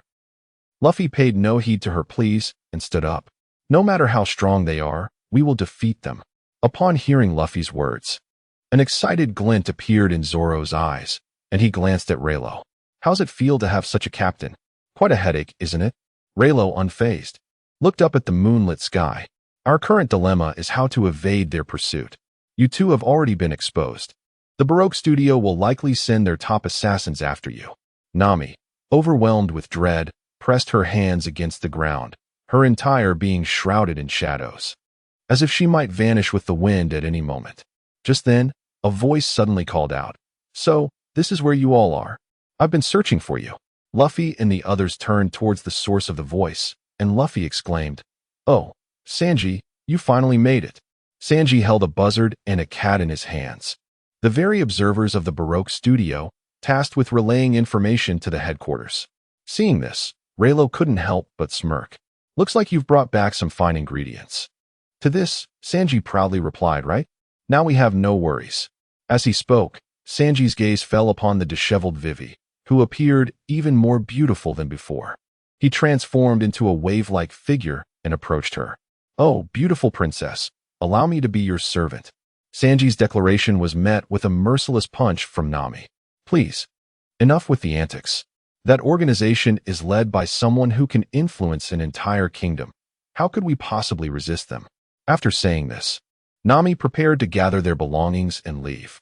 However, at that moment, Ikaram donned Vivi's attire and transformed into her likeness, cradling 4 puppets in his arms. Don't worry, I will impersonate you to distract them. At that point, you can escort the princess safely into Alabasta. Upon hearing this, Nami relaxed, smiling as she remarked, so, does that mean our journey won't be dangerous? Ikaram turned away, saying, well, that depends on your luck. Nami's expression fell as tears streamed down her face, appearing utterly desolate. Ikaram boarded the ship, glancing back at the tearful Princess Vivi. Take care, Your Highness. I hope we can reunite in Alabasta. Vivi wanted to say something, but couldn't find the words. Her heart raced with an ominous feeling. Ikaram set sail, and Luffy slowly rose to his feet. If that's the case, let's set off. The journey ahead seems quite intriguing. Zoro also stood up from the crate. Indeed, it could be exceptionally entertaining. Although Sanji was somewhat oblivious to the details, he lit a cigarette and took a deep drag. I may not fully grasp what you all are discussing, but I am more than willing to escort a beautiful princess. While they all expressed their intent, only Rayleigh remained fixated on the large ship where Ikaram was. If all went according to plan, Nico Robin would soon make her entrance. Rayleigh hesitated, contemplating whether to seize this opportunity to bring Robin aboard. However, he ultimately decided against it. The system had yet to issue an invitation for Robin to board, indicating that the time was not yet ripe. Meanwhile, an anxious Nami circled around Vivi, repeatedly imploring, please, just tell us who the mastermind behind this is. At this, Vivi showed signs of distress. I cannot disclose that. The Baroque Studio has never revealed the identity of the mastermind. Those who knew have already been eliminated. Nami felt a chill run through her and quickly waved her hand. Ah, then forget it. I wasn't that eager to know. Nami sighed in relief, grateful she hadn't pressed further. However, Vivi clutched her head and shook it incessantly. Because of this, I have no idea who can save Alabasta. After all, we are up against one of the 7 warlords of the sea, Crocodile. The atmosphere thickened at this revelation. Vivi immediately covered her mouth, realizing she had let slip a critical piece of information, her expression turning to one of terror. Upon hearing the name of the 7 warlords, Nami's jaw dropped in shock. The seven warlords are powerful pirates recognized by the world government, forming a triangular power dynamic with the Navy and the four emperors. Were they truly facing such a formidable adversary? Nami seized Vivi's shoulders, shaking her with frustration. Did you not say you wouldn't reveal anything? Why would you tell us this? We don't want to get involved. As Nami's face twisted in anger, Vivi repeatedly apologized. After a long silence, Nami finally calmed down, gritting her teeth as she said, Luffy, you heard that, right? We're dealing with one of the seven warlords. We cannot accept this mission. Let us hurry and pack our things. With that, Nami turned to leave, only to find herself face to face with the recently awakened cat and buzzard. The cat held 3 images, diligently finishing the last stroke of its drawing before presenting it to Nami. Momentarily taken aback, Nami squinted, smiling. Wow, that and Appo's, beautifully done. In the next instant, the cat handed the images to the buzzard, which then soared into the sky as the cat vanished into the dark night. Realizing the implication, Nami understood that these two were undoubtedly members of the Baroque studio, the images from earlier. With this thought, Nami stood frozen in disbelief. Observing this exchange, Zoro smirked. It seems we are utterly trapped now. Navigator, you might want to plan our route to Alabasta. Chapter 73. The explosive roar of the sea and Vivi and Amp. Appo's tears. Zoro and Amp. Appo's taunting words, of course, provoked Nami and Amp. Appo's merciless counterattack. Powerless, Zoro slumped over a crate, his limbs twitching. After all was said and done, Nami blew on her steaming fists and angrily exclaimed, For heaven's sake, do you even understand the situation? Our adversary is one of the 7 warlords of the sea. They are formidable warriors, rare as a diamond in the rough. The consequences of opposing them are dire. Do you grasp the gravity of this? We must leave this place immediately. Upon hearing Nami's furious rebuke, Luffy and the others remained silent. But Rayleigh's eyes narrowed sharply. Get down, he warned. It felt as if countless arms were suddenly enveloping the colossal ship of Ikaram. Trusting Rayleigh's words implicitly, they all dropped to the ground. The very next moment, a thunderous explosion erupted from the sea and Appo's surface. In an instant, flames soared, and the waters boiled violently.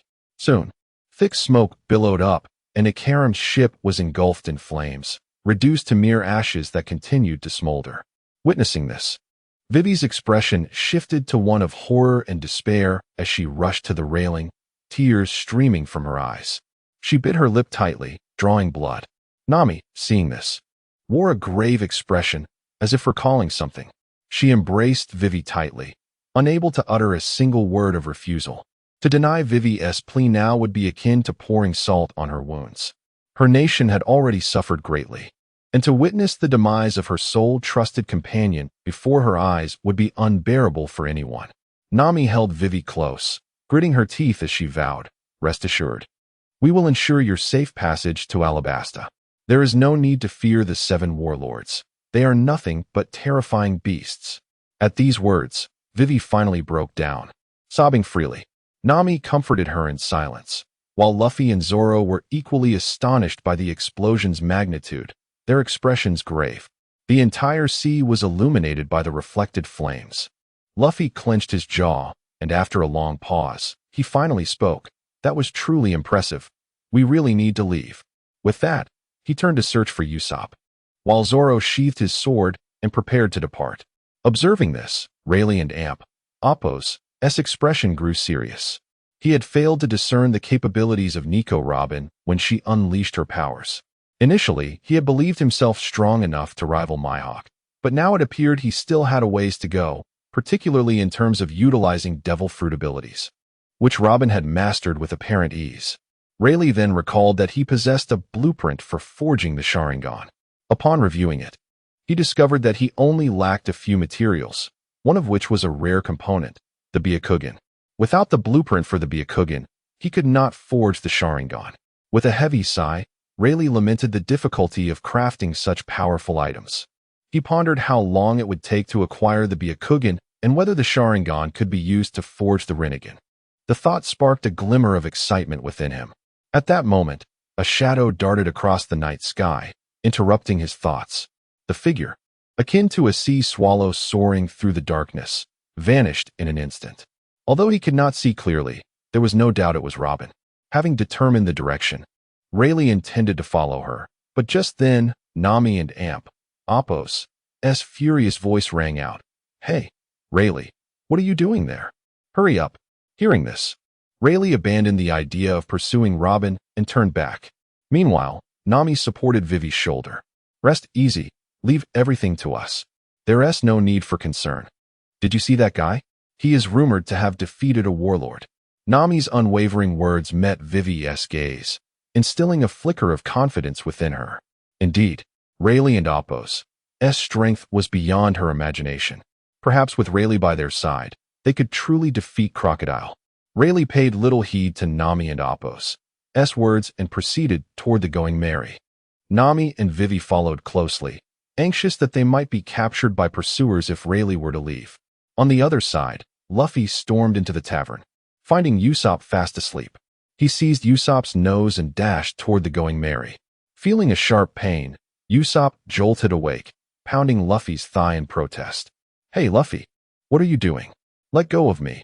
I'm going to suffocate." Luffy ignored his complaints. He had just witnessed the catastrophic explosion. Staying here would undoubtedly lead to a similar fate, and they needed to vacate the premises swiftly. "Enough chatter. There's no time for explanations," Luffy declared, tossing Usopp onto the ship before leaping aboard himself. He waved to Nami and the others. "Hurry up. We're setting sail." At that moment, Vivi was looking around, seemingly searching for something. Anxious, Nami asked, "Did you drop something?" Vivi nodded, her face filled with worry. "My best friend, Brule, seems to be missing. I can't leave him behind." Nami's expression turned frantic as she scanned the surroundings. Just then, Vivi pointed to a large yellow duck on the ship, exclaiming, "Ah, there it is. That's him." Nami sighed in exasperation, realizing that Vivi's best friend was merely a large yellow duck. However, there was no time to waste. She promptly pulled Vivi onto the ship. Once aboard, she couldn't resist giving Brule a playful punch, causing the duck to squawk in protest, which elicited laughter from everyone on board. Vivi could only watch, too timid to intervene, as the shadow of Nami's earlier wrath still loomed over her. Though Nami had offered a moment of warmth, she was not ready to join the ranks of those who would be playfully beaten. As the group boarded the ship, they gazed at the devastation wrought upon Whiskey Peak, a collective sigh escaping their lips. Chapter 74, Re-embarking on the Journey. Sanji lit a cigarette and took a deep drag. The place had truly been turned upside down, a result of some fool's handiwork. Upon hearing this, Zoro turned his head, gripping the hilt of his sword with his left hand. "Hey, you lousy cook, do you want to fight?" As they spoke, the two pressed their foreheads together, creating a tense atmosphere. Just as it seemed that they might lose control and come to blows, it was Nami who intervened with a punch, bringing them back to their senses. Sanji and Zoro clutched their swollen heads, groaning in pain. Witnessing this scene, Luffy burst into laughter and raised his hands high. "Let us set sail, everyone." At his command, Nami immediately unfurled the sails.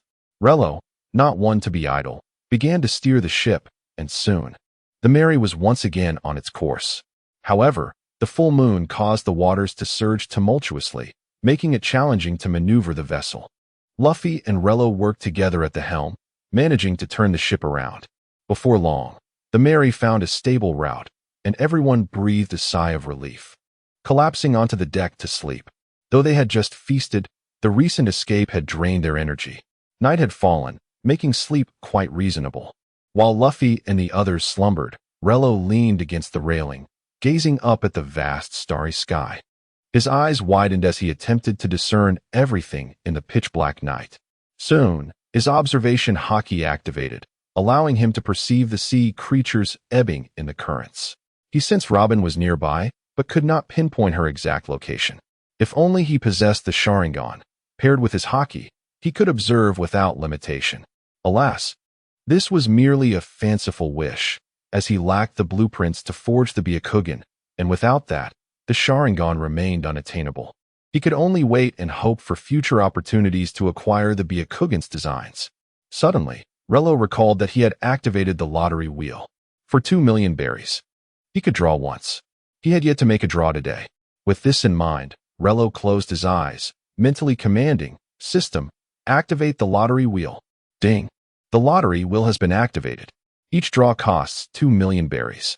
Shall we proceed with the draw? Without hesitation, Rayleigh replied, "Draw. Let us do it immediately." As soon as he spoke, the system interface displayed the dynamic image of the lottery, and Rayleigh silently wished for the Byakugan. He longed for a miracle.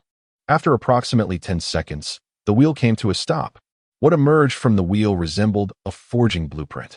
Initially, Rayleigh held on to hope that it might be the Byakugan design, but disappointment washed over him when the system announced the result. Ding! Congratulations to the host. You have drawn a blueprint for the snow walk, which has been added to the system space. You have drawn once today, with 5 chances remaining. Subsequent draws will cost double the initial amount. Upon hearing this, Rayleigh furrowed his brow. Back in Rogue Town, Zoro had not purchased the snow walk, yet here it was. He had promised to forge Zoro a supreme blade, and he could not present something as trivial as the snow walk. Moreover, the snow walk would soon become obsolete. So he resolutely decided against forging this inferior sword for Zoro. With this thought in mind, Rayleigh recalled the system's announcement, 5 draws per day, with each subsequent draw costing double. The next draw would require 4 million berries. It was indeed somewhat pricey. He currently had around 1,200,000,000 berries at his disposal. If he drew 5 times daily, he would quickly exhaust his funds. However, drawing twice a day would still allow for a substantial duration of gameplay. In the future, he would likely loot many pirate crews, and he believed that this period would suffice. With this in mind, Rayleigh tossed the snow walk blueprint into the system warehouse and initiated the second draw. Paying 4 million berries, the virtual wheel spun again. Soon, it stopped, revealing yet another item resembling a forging blueprint. Rayleigh sighed, as he had little expectation at this point. However, the system and Oppo's announcement left him somewhat astonished. Ding! Congratulations to the host. You have drawn a universal forging blueprint, which allows for the forging of any item once. Upon hearing the system's notification, Rayleigh perked up. The ability to forge anything? Wasn't this even more impressive than the Byakugan blueprint? With this universal forging blueprint, Rayleigh could create any weapon he desired. Yet, his heart still yearned for the Sharingan. To obtain the Sharingan, he required the Byakugan as the central material. But crafting the Byakugan felt like overkill. After careful consideration, he ultimately decided to forge the Byakugan first. With this resolve, Rayleigh checked the forging requirements for the Byakugan. Fortunately, it did not require any special materials, merely some ordinary components. Without delay, Rayleigh chose to begin the forging process. Before long, the system simulated the scene of forging the Byakugan. After what felt like the time it takes to smoke a cigarette, the Byakugan was successfully created. However, upon its completion, Rayleigh discovered a serious issue. Although he had acquired the central material, there were still some ordinary materials he had not gathered, preventing him from forging the Sharingan. Feeling a headache coming on, Rayleigh reflected that even though the Byakugan was a powerful asset in its own right, playing with it for a few days would be worthwhile. Moreover, the Byakugan came in its most potent form from the start, while the Sharingan would require gradual upgrades from the first Tomo. Thus, the cost-performance ratio of the Byakugan was rather favorable. With this in mind, Rayleigh mentally commanded, "System, extract the Byakugan." As his words fell, Rayleigh's eyes transformed into a transparent white. He attempted to activate the Byakugan's abilities, but the surroundings remained shrouded in darkness. It appeared that the Byakugan did not possess the extraordinary visual prowess of the Sharingan. As Rayleigh surveyed his surroundings and glanced at Luffy and Zoro, he noticed they had become transparent, revealing only the lines and points corresponding to their vital points. Understanding where their weak spots lay would allow him to strike at their vulnerabilities effortlessly. Chapter 75. Forging White Eyes. This is the distinguishing advantage of the Byakugan over the Sharingan. However, the Sharingan possesses the ability to discern positions and capabilities, thereby effectively countering its shortcomings. In terms of overall cost-performance ratio, the Sharingan holds a slight edge. Yet, the Sharingan requires gradual enhancement, which can render it somewhat less practical. Nevertheless, upon reaching the Manjiki Sharingan, one can wield various ocular techniques, significantly augmenting one's power. Rayleigh, feeling unoccupied, began to observe the chakra nodes of Luffy and the others. Zoro's swordsmanship is formidable, hence his vital point lies just beneath the armpit. Due to the muscle distribution around the pelvic region, that area is particularly vulnerable. As for Nami and Vivi, their vital points are akin to those of ordinary individuals, situated at typical pressure points. Upon observing Sanji, Rayleigh couldn't help but frown. Realizing that Sanji's critical weakness was located in an area that seemed inherently susceptible to fatal strikes, even without the Byakugan. After surveying the surroundings, Rayleigh turned his gaze towards Luffy. Thanks to the application of the gum-gum fruit, Luffy's chakra pathways appeared chaotic, often swaying left and right.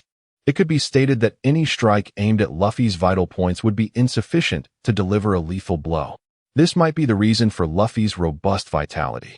Indeed, the devil fruit offers certain advantages, particularly one that alters the physical form, making it more challenging to locate vital points. After a period of observation utilizing the Byakugan, Rayleigh was surprised to find himself feeling a bit fatigued. Evidently, employing the Byakugan demands considerable effort. In the world of Naruto, this expends chakra, while in the One Piece universe, it seems to drain physical energy. Subsequently, Rayleigh retracted the Byakugan and laid down on the deck, drifting into slumber. Unbeknownst to him, daybreak arrived, and Rayleigh was the first to awaken. He glanced around, realizing they had reached the central region. If his assumptions were correct, they would soon arrive at the Little Garden. In truth, Rayleigh held little expectation for Little Garden and found himself in discord with the combat philosophies of the two giants. This visit was merely a formality, and at most, he anticipated acquiring some food supplies.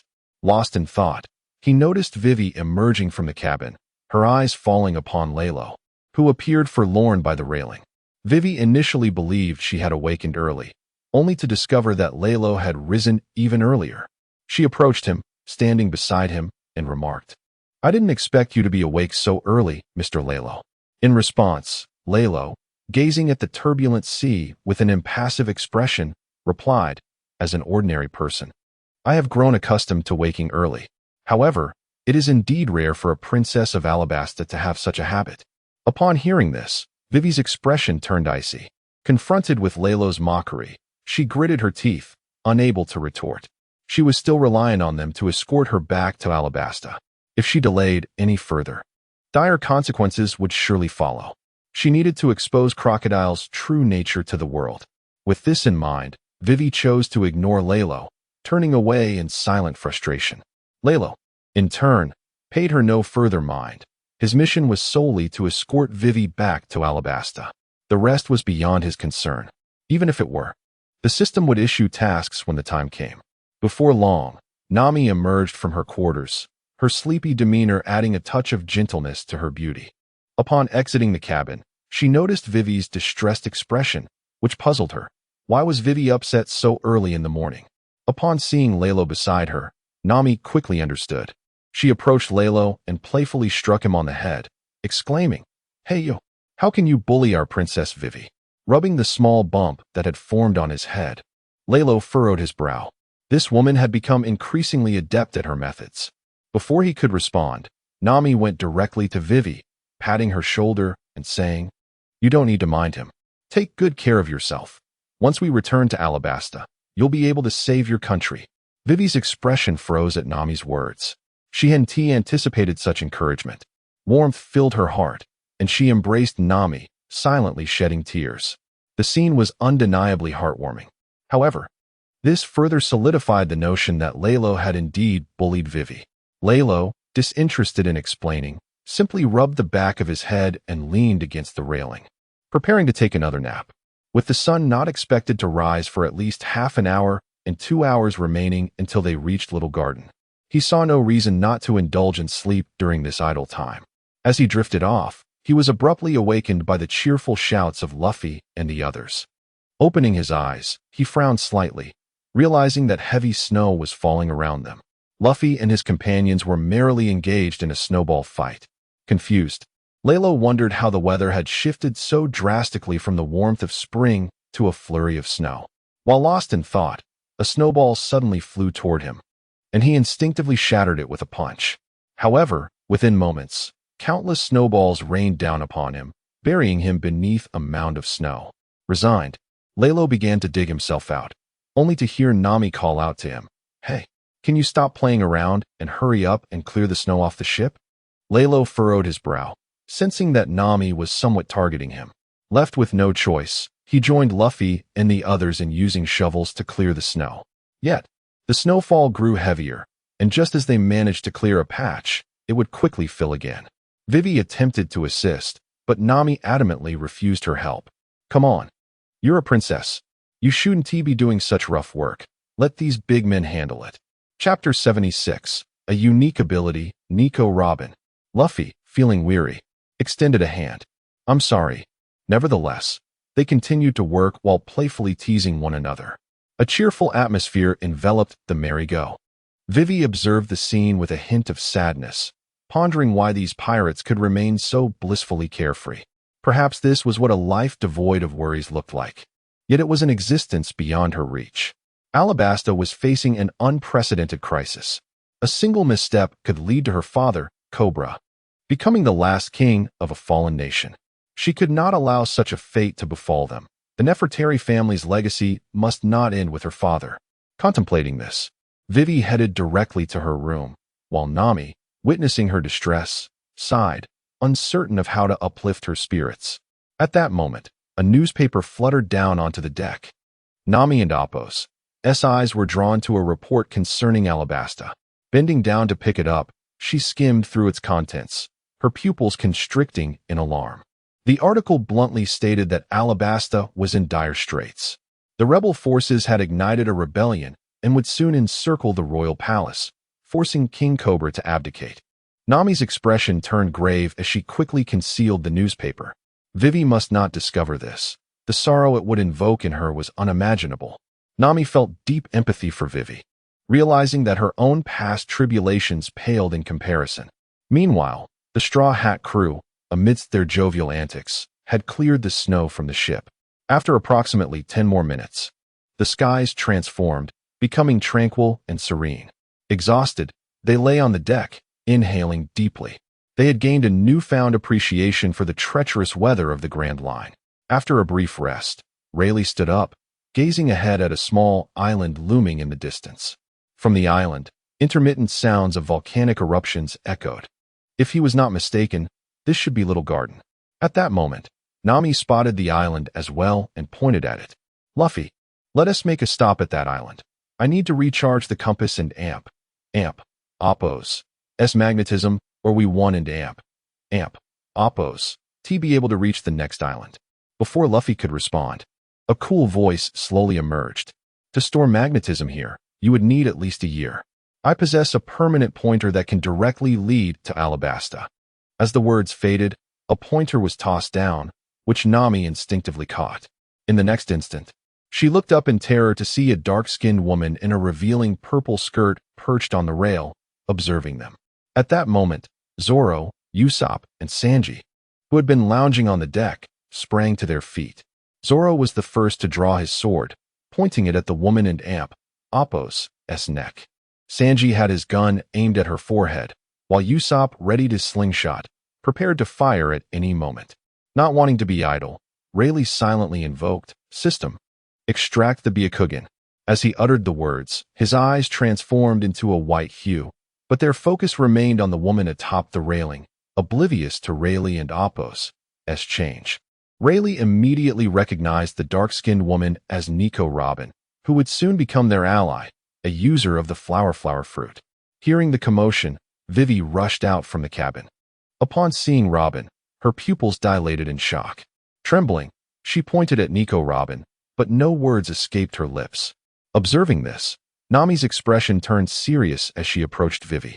"She is indeed from Baroque Works, ISN and Appo's. Tishi?" Vivi nodded slowly, her face stricken.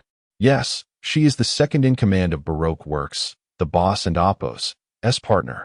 We followed her to uncover the true identity of the mastermind, Crocodile." Upon hearing Baroque Works and second in command, Nami and Appo's eyes widened in alarm, her gaze shifting to Nico Robin. "So that means she..." Before Nami could finish her thought, Vivi bit her lip and charged forward, only to be seized by Nami. "Let go of me. She is the one who killed Igaram." With this declaration, Sanji and the others glared at Robin with fury. Sanji, loading his gun, shouted, "To provoke a beautiful woman is utterly unforgivable." Though Usopp trembled, he pointed shakily at Robin. "You better not move. You alone could never defeat all of us." Zoro remained silent, his expression serious, gripping his sword tightly. At that moment, Luffy, filled with rage, extended his arm toward Robin, exclaiming, "This person blew up the old man. I will avenge him today." As Luffy attacked, inexplicably, his arm recoiled, flinging him backward. The crew began to comprehend that the individual before them was also a devil fruit user. Zoro swiftly drew his sword, but it felt as though an unseen force was pushing his arm back, causing him to sheath his blade once more, his body retreating rapidly. Sanji and Usopp found themselves in a similar predicament, as if an invisible hand twisted their wrists, disarming them of their slingshot and gun. They sensed something was amiss, but could not pinpoint it. However, Rayleigh observed clearly. At that moment, the flower fruit and Appo's power activated, sprouting arms from their bodies. Rayleigh swiftly leaped to the side, making his way toward Robin. As Robin prepared to use her ability against Rayleigh, he appeared behind her in the blink of an eye. Placing a hand on her artery, Robin furrowed her brow, incredulous as she turned to face Rayleigh, astonished that such a formidable individual existed aboard the ship. When she glimpsed Rayleigh's Byakugan, fear flickered in her eyes. What manner of being was he? Rayleigh applied pressure to Robin's artery, causing her veins to sting, compelling her to turn back. At that moment, Sanji, who had landed below, suddenly perked up. "Oh, isn't Tishia beauty? Hey, Rayleigh, how could you be so rude to such a lovely lady? Get down here." Hearing this, the others cast sidelong glances at Sanji, realizing that this lecherous cook was hopeless. Chapter 77, Shattering the Permanent Pointer. Robin paid no heed to Sanji and smiled gently, saying, "I never imagined that your ship harbors such formidable individuals. This seems to be even more intriguing." As she spoke, Robin gestured towards the permanent pointer in Nami's hand. "If you wish to return to Alabasta swiftly, take this pointer and head straight there. The Baroque Works has dispatched their highest-ranking agents to hunt you down. If you choose to follow the original route, do not say I did not warn you. It is exceedingly perilous." Upon hearing this, everyone turned their gaze towards the permanent pointer in Nami's grasp. Although they had yet to witness the full extent of Baroque Works' capabilities, the mere presence of Mr. Five had posed a significant threat, and more formidable bounty hunters might soon emerge. Nami clutched the pointer tightly, her brow furrowing. If it truly allowed them to reach Alabasta quickly, she would certainly be inclined to use it. After all, Vivi was in a state of distress. If they did not hurry back, Vivi might fall gravely ill. However, this was the pointer given by the very individual who had slain Vivi's closest companion. Could it truly be trusted? Just as Nami hesitated, Luffy stood up, extending his arm to snatch the pointer from her grasp. With a surge of strength, his muscles bulged as he crushed the permanent pointer to dust. He declared emphatically, "This guy killed my uncle. I will not forgive him. I shall accept nothing he offers. If you have any prowess, wait for us on the road." At Luffy's words, Nami's pupils constricted, tears welling in her eyes. They could have reached Alabasta directly, but now, that fool. Silent tears streamed down her cheeks. The others did not resent Luffy's actions. If they lacked such resolve, he would not be worthy of being their captain. Yet now, it seemed they faced a significant dilemma. Realizing this, the group furrowed their brows, turning their attention to Robin. Although she was being strangled by Rayleigh and could perish at any moment, Robin appeared strangely composed, a mocking smile gracing her lips. "Your eyes are quite beautiful. Are they a manifestation of a devil fruit?" Rayleigh shook his head in response. Robin smirked slightly, but chose not to pursue the topic further. "If you do not genuinely wish to kill me, then I shall take my leave." As her words fell, Robin transformed into a flurry of petals, vanishing before their eyes. The crew, including Zoro, stood in stunned silence. What fruit power was that? Was that merely a decoy? Upon hearing the term decoy, both Luffy and Usopp's eyes gleamed with excitement. "Wow, that's so cool." Observing this, Rayleigh released his grip and explained, The flower fruit allows the user to transform any part of their body into flowers. It can also serve as a decoy. However, had I acted earlier, she would still have met her demise. The Straw Hat Crew's expressions turned grave at his words. Nami exclaimed angrily, "Then why did you not act? We could have eliminated an enemy." After speaking, Nami deflated. If she had been in his position, she likely would have hesitated as well. Despite the fact that the enemy had killed Vivi's companion, they bore no significant malice towards them. Contemplating this, Nami turned to Vivi, who had red-rimmed eyes. Nami stood up and placed a reassuring hand on Vivi's shoulder. "Do not worry. We will fulfill our promise to escort you back to Alabasta. No matter how formidable the adversaries, we shall assist you in overcoming them." Upon hearing Nami and Appo's resolute declaration, Vivi and Appo's spirits lifted. Once she had calmed Vivi, Nami glanced at the shattered pieces of the pointer and sighed. There was no choice but to store magnetic force diligently. She then turned towards the small island and suggested, "Let us dock at that island to gather some magnetic energy. We cannot trust our enemies completely. Their claims of 1 or 2 years may merely be a tactic to intimidate us." The others furrowed their brows at this statement. If they were merely trying to deceive them, why offer them a permanent pointer? However, such concerns paled in comparison to the immediate issue. Should they fail to store the magnetic energy properly, losing their way in the Grand Line would have dire consequences. While getting lost was one matter, deviating from the course to Alabasta would endanger Vivi and Appo's homeland. Upon hearing Nami and Appo's words, Luffy promptly commanded the ship to edge towards the island. The crew resumed their tasks, and soon the small boat was successfully docked at the edge of the small garden. However, as soon as they arrived, Nami began to regret the decision.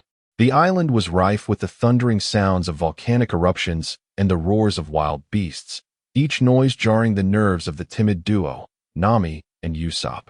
Seeing Luffy and Appo's eager demeanor, Nami awkwardly suggested, "Perhaps we need not gather magnetic energy on this island.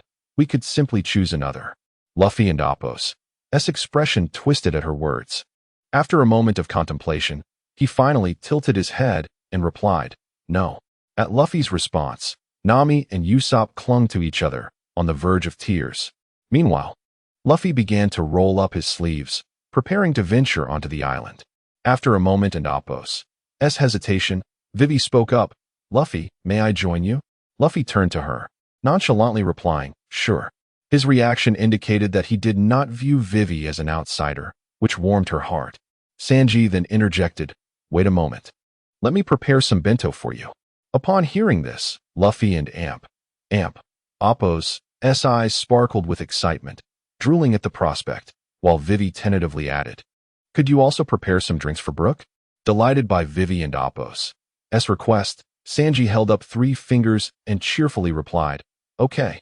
He then hurried into the kitchen to prepare lunch for Luffy and drinks for Brook. With the bento in hand, Luffy dashed into the depths of the island, followed closely by Vivi riding Brook, disappearing from their view. Once they had departed, Zoro adjusted his swords, stood up, and leaped off the Mary, preparing to explore as well. Seeing this, Sanji called out to Zoro, "Hey, Zoro, Don and Appo's, forget to bring back some game. The kitchen is running low on supplies." Chapter 78. The Fierce Competition Between Sanji and Zoro. Upon hearing this, Zoro yawned and turned to say, "Rest assured. I will bring back some prey that you could never hope to catch." This remark struck a nerve in Sanji, who, with a foot perched on the railing, glared fiercely at Zoro. "What did you say, you green-haired fool? Are you implying that your catches are inherently superior to mine?" Zoro remained non-committal in his response. "I never said that. You admitted it yourself." This provoked Sanji to a boiling point. "Fine, let us have a contest to see who can bring back the bigger catch." Zoro smirked slightly at this challenge. "Oh, it doesn't matter. You will never win against me." At this juncture, Sanji was seething with rage, leaping down from the Going Merry to follow Zoro onto the island. Observing this, Nami and Usopp clung to each other, tears streaming down their faces. "Please, don't go in there. It's dangerous." Now aboard the ship, only Rayleigh, Nami, and Usopp remained. The two of them exchanged solemn glances with Rayleigh. Nami approached Rayleigh, offering a sweet smile, and tentatively asked, Rayleigh, you're not thinking of going to the island too, are you? In response, Rayleigh leaned back against the railing, hands clasped behind his head, and lazily replied, I have no interest in this island. At this, Nami and Usopp clapped their hands in celebration. That is wonderful. Now we have someone to protect us. Nami nodded in agreement. However, before she could say more, the ground suddenly trembled ominously. Rayleigh's eyes snapped open as he sensed a formidable force approaching. He swiftly rose to his feet, gazing warily toward the small garden. Although Rayleigh remained on the ship, Nami and Usopp were still gripped by profound fear of the unknown island. As they watched the two in terror, Rayleigh slowly advanced, directing his gaze toward the small garden. Usopp and Nami, equally anxious, followed suit, and at that moment, a colossal head emerged before them. In an instant, Usopp and Nami were left wide-eyed and speechless, trembling as they stammered, a Gigi giant? Faced with the giant, who resembled a small mountain, even Rayleigh felt a hint of overwhelming pressure. If he was not mistaken, this must be the red-haired giant, Broggy. Though Rayleigh was aware of the giant's non-hostile nature, he still reacted with caution. After all, they were still strangers, and a misstep could lead to conflict.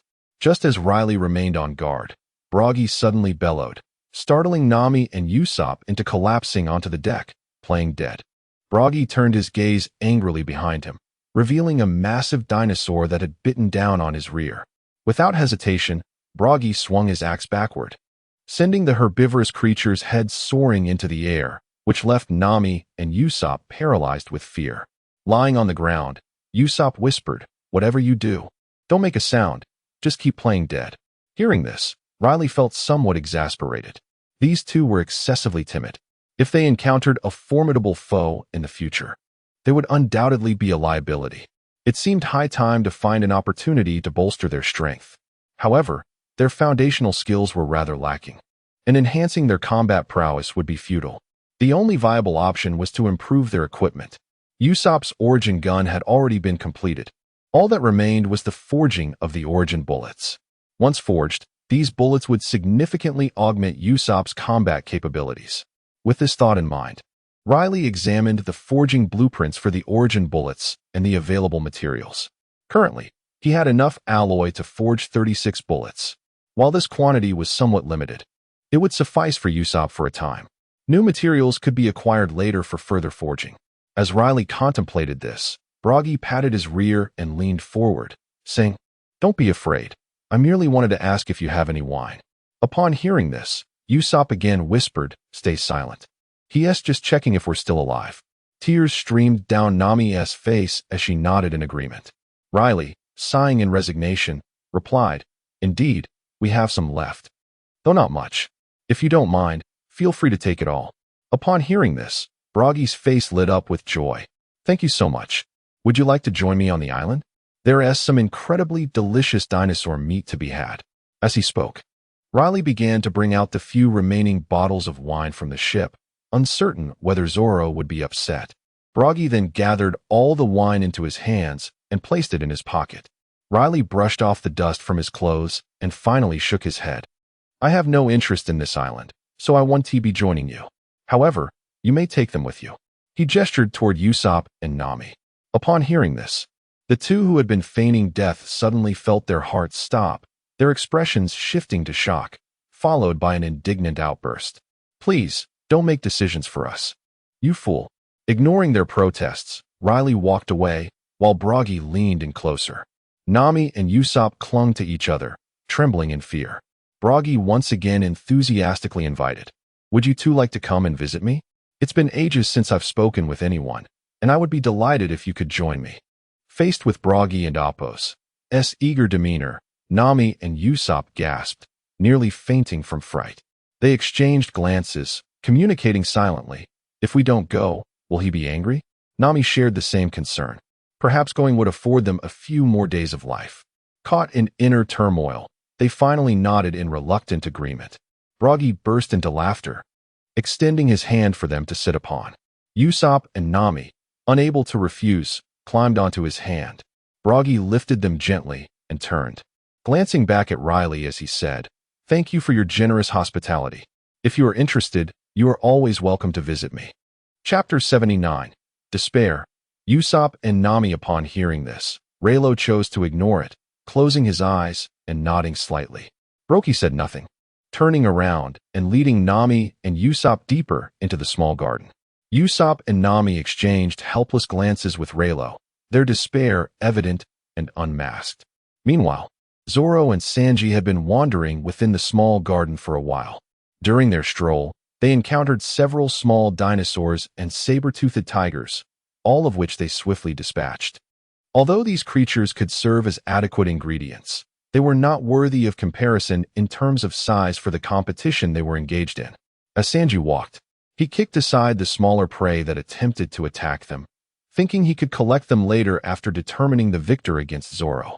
Suddenly, Sanji felt something ominous descend upon him. He reached up to touch it and found it was sticky. Frowning, he looked up to find a crimson Tyrannosaurus Rex glaring menacingly at him. While Sanji might not be substantial enough to satiate the dinosaur's appetite, the spices he carried piqued its interest. Just as Sanji raised his head, the T-Rex lunged, its bite force exceeding a ton. Realizing the peril, Sanji swiftly lifted his right leg and delivered a powerful kick, sending the dinosaur's jaw snapping shut. In a swift motion, he darted to the side and struck the T-Rex on the forehead, forcing it to stagger back. The T-Rex, its gaze now more ferocious, charged forward. Unfazed, Sanji retaliated with a kick to its neck, rendering the beast unconscious. Observing the massive creature, which stretched over 10 meters in length and boasted ample flesh, Sanji surmised that Zoro would find it challenging to encounter such a large dinosaur. Without hesitation, he retrieved a rope and secured it around the T-Rex's neck, hoisting it upon his shoulder as he made his way towards the periphery of the small garden. On the opposite side of the small garden, Zoro had also felled numerous dinosaurs along his path. While he had encountered some of considerable size, none exceeded 8 meters in length. Gazing at a group of herbivorous dinosaurs in the distance, each surpassing 20 meters, Zoro speculated that Sanji would likely target those. However, Zoro, possessing a naturally laid-back disposition, refrained from engaging unless provoked by the creatures. The herbivores posed no threat, and thus he had no inclination to hunt them. As he pondered, Zoro suddenly felt something beneath his foot. Looking down, he recoiled in shock to discover a small triceratops, tears streaming from its eyes as it gazed up at him with a pitiful expression. The little creature clung to Zoro's ankle, refusing to let go, which startled him. "Hey, get off me," he exclaimed, shaking his leg and sending the triceratops flying. At that moment, a larger triceratops stood before him. Zoro assessed its length, estimating it to be over 10 meters. Sizing up the situation, he decided it would suffice to hunt this one. With resolve, he unsheathed 3 swords, assuming his 3-sword style. The mother triceratops, witnessing her offspring being bullied, charged at Zoro. Without hesitation, Zoro struck, severing one of the triceratops and Appo's horns, leaving it motionless on the ground. Grasping one of its horns, Zoro began to walk towards the edge of the garden, while the small triceratops continued to nip at his ankles, only to be kicked away by Zoro. At that moment, a rumble echoed nearby, accompanied by the sound of a volcanic eruption. Zoro frowned. This marked the second such occurrence in less than half an hour. This island was undoubtedly extraordinary. Pondering this, he turned back, only to realize he had lost his bearings. Panic set in as he searched frantically for an exit, but no matter how he turned, he remained ensnared within the confines of the small garden. Just then, he spotted a figure with yellow hair approaching him. Relieved, Zoro waved enthusiastically. "Hey, Sanji. I'm so glad to see you. I'm lost here. Please lead me out." Sanji looked at Zoro with confusion. "Isn't the path you took the way out? What kind of brain do you have?" Zoro's irritation flared up again as he glanced at the enormous Tyrannosaurus Sanji had brought along. Smirking, "I almost forgot. We have a competition to settle. I don't even need to measure. My prey is undoubtedly larger than yours." Sanji's expression contorted in disbelief. "What did you say? Repeat that, you green-haired idiot." "Clearly, my T-Rex is bigger." Tension filled the air as both men stood poised, sparks flying between them. After a moment, they compared their catches. In terms of length, Sanji and Appo's T-Rex had a slight edge due to its longer tail, but Zoro and Appo's Triceratops appeared sturdier. Zoro unilaterally declared his victory. The difference is clear. My Triceratops protrudes significantly more than your T-Rex. You concede, right? Sanji's brow furrowed, his mood darkening. Please, not to mention that my T-Rex would be longer. For culinary purposes. It's about the meat, and yours is mostly bones. How can anyone eat that? With that, their foreheads collided once again, and after a brief moment, they reached a consensus. They would hunt an even larger beast and settle the score afterward. They parted ways once more. Meanwhile, Luffy and Vivi continued to meander about the island. Vivi looked somewhat weary, while Luffy, oblivious to the surroundings, sought to engage with any creature he encountered. If they resisted, he would resort to violence, leaving Brook pale with fright and Vivi worried about Luffy provoking the visible herbivorous dinosaurs. Chapter 80. The Giant, Dongli. Luffy had been frolicking about, and despite having consumed some bento prepared by Sanji, he found himself feeling a tad peckish. However, upon casting his gaze upward, he spotted a herbivorous dragon grazing, and his eyes gleamed with delight. It was evident to Miwei that Luffy would not be idle for long. At last, she comprehended why Nami was perpetually irate. Had she been in Luffy's place, she would likely have succumbed to exasperation. Hey, Luffy, let us hurry back. We've already had our fair share of adventures here. If we don't return soon, Nami will be furious. Miwei implored. Yet, Luffy, dismissing her counsel, waved his hand dismissively and extended his arm, latching onto the neck of the herbivorous dragon before leaping onto its back. At that moment, Miwei surrendered all hope for Luffy's safety and, alongside Brook, wept profusely, praying that Luffy would remain unharmed. If Luffy merely played atop the dragon's neck, it was likely that the dinosaurs, being herbivores, would pose no threat. However, they severely underestimated Luffy's propensity for mischief. With his eyes sparkling with mischief, Luffy thrust his hand into the dragon's nostrils and began to shake about as if riding a steed.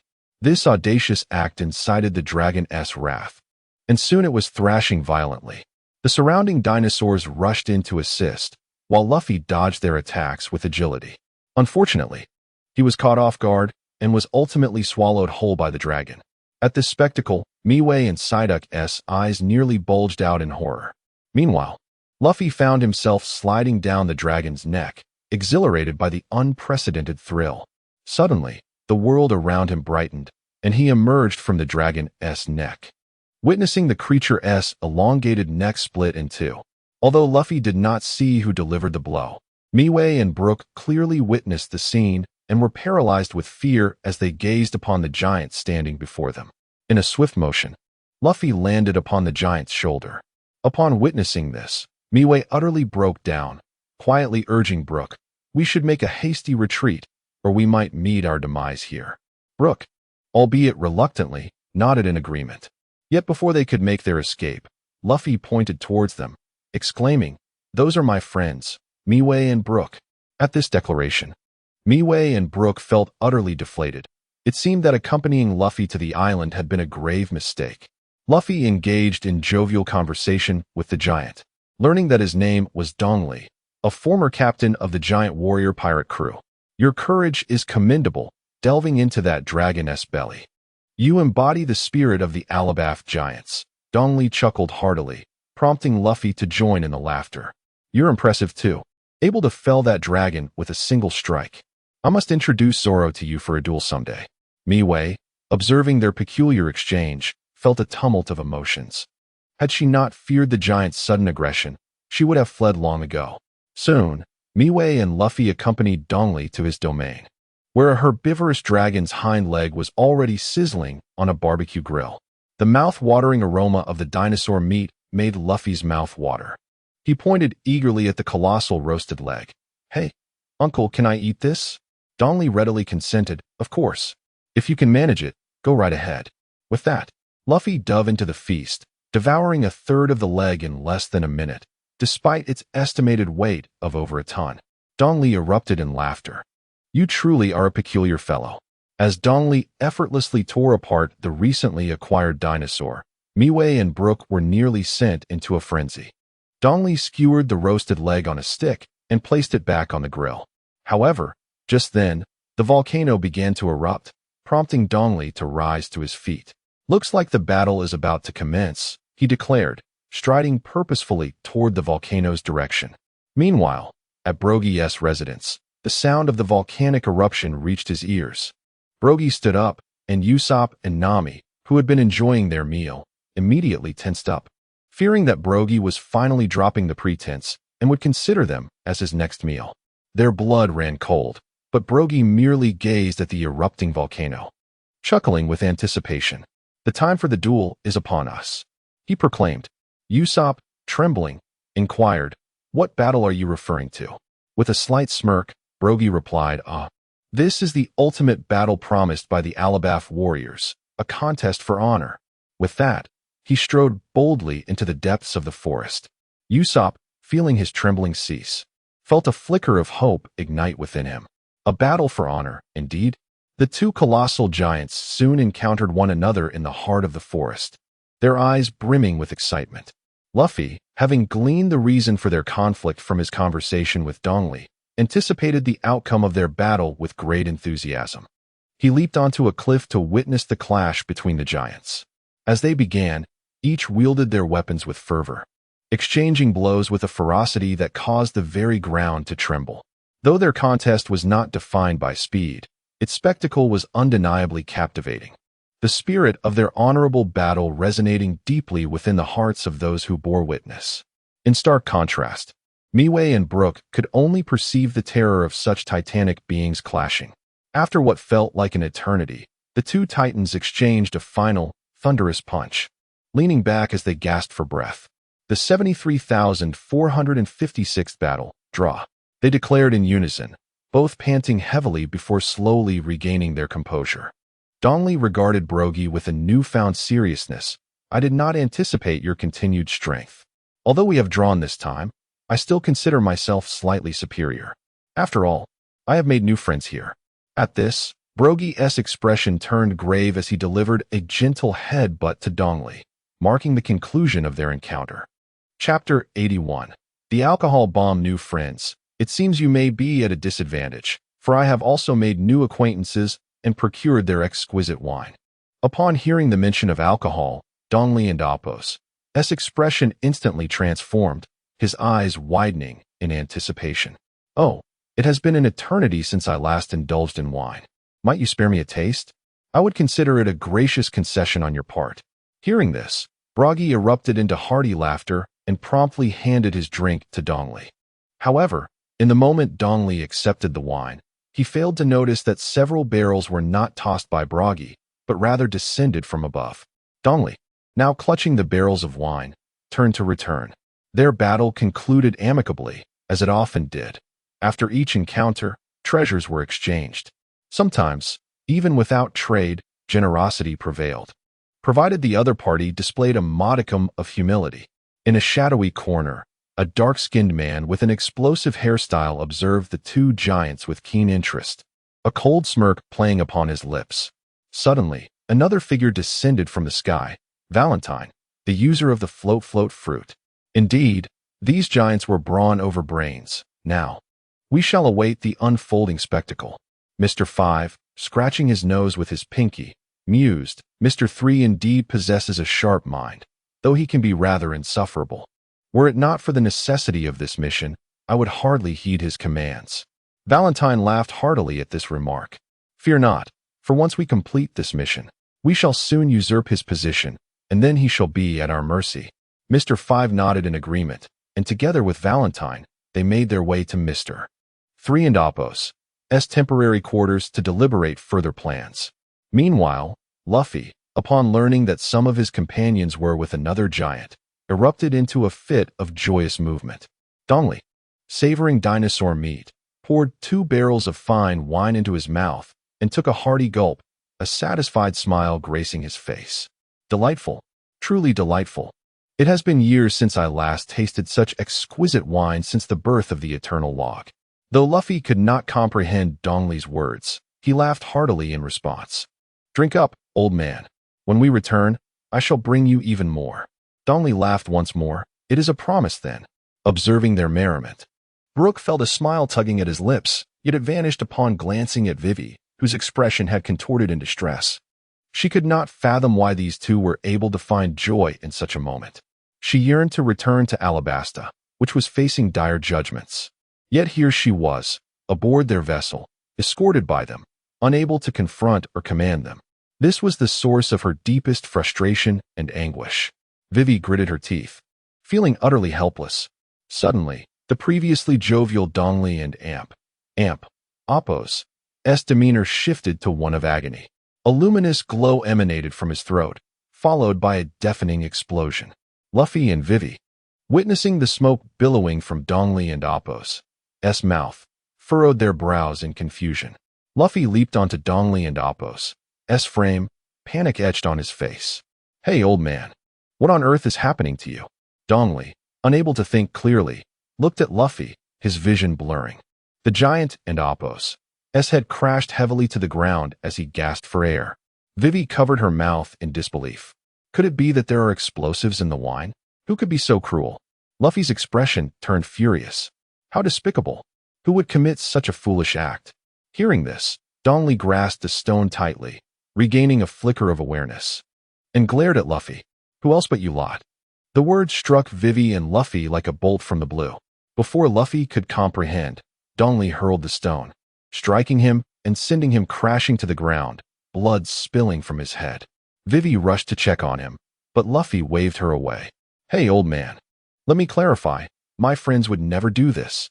If you insist on a fight, I shall oblige." Dongli was lost in chaos, unable to process any words. He lunged towards Luffy, who leaped aside, evading the grasp. Taking Vivi with him, Luffy sprinted into the distance. Upon placing Vivi in a safe spot, he resolved to return. "Wait, Luffy." Vivi grasped his hand. "He can't hear us anymore. We should flee." Luffy shook her off, his expression serious. "Absolutely not. If we run, we solidify our guilt. I cannot allow my friends to endure such injustice. Nor can I let the old man remain in fury. His body cannot withstand it." With that, Luffy extended his arm, grasping a tree to propel himself back toward Dongli. Vivi paled, bewildered by Luffy's concern for someone he had only just met. Were they truly the malevolent pirates they appeared to be? Luffy, utilizing the tree's momentum, charged toward Dongli, who was taken aback by the realization that Luffy possessed devil fruit powers. Luffy collided forcefully with Dongli's chest, and with the internal injuries already sustained, Dongli coughed up blood and promptly lost consciousness. Luffy stood atop Dongli's chest, breathing heavily. "Rest here, old man. Whoever dared to harm you shall face my wrath." Meanwhile, Broggy was engaged in hearty conversation with Usopp, laughter erupting from their exchange. At times, Usopp would collapse in laughter, tears streaming down his face. The spirit of Elbaf is truly remarkable. One day, I too shall become like you. Broggy scratched his head in confusion. "Are you saying you wish to become a giant?" Chapter 82. Broggy, Confusion.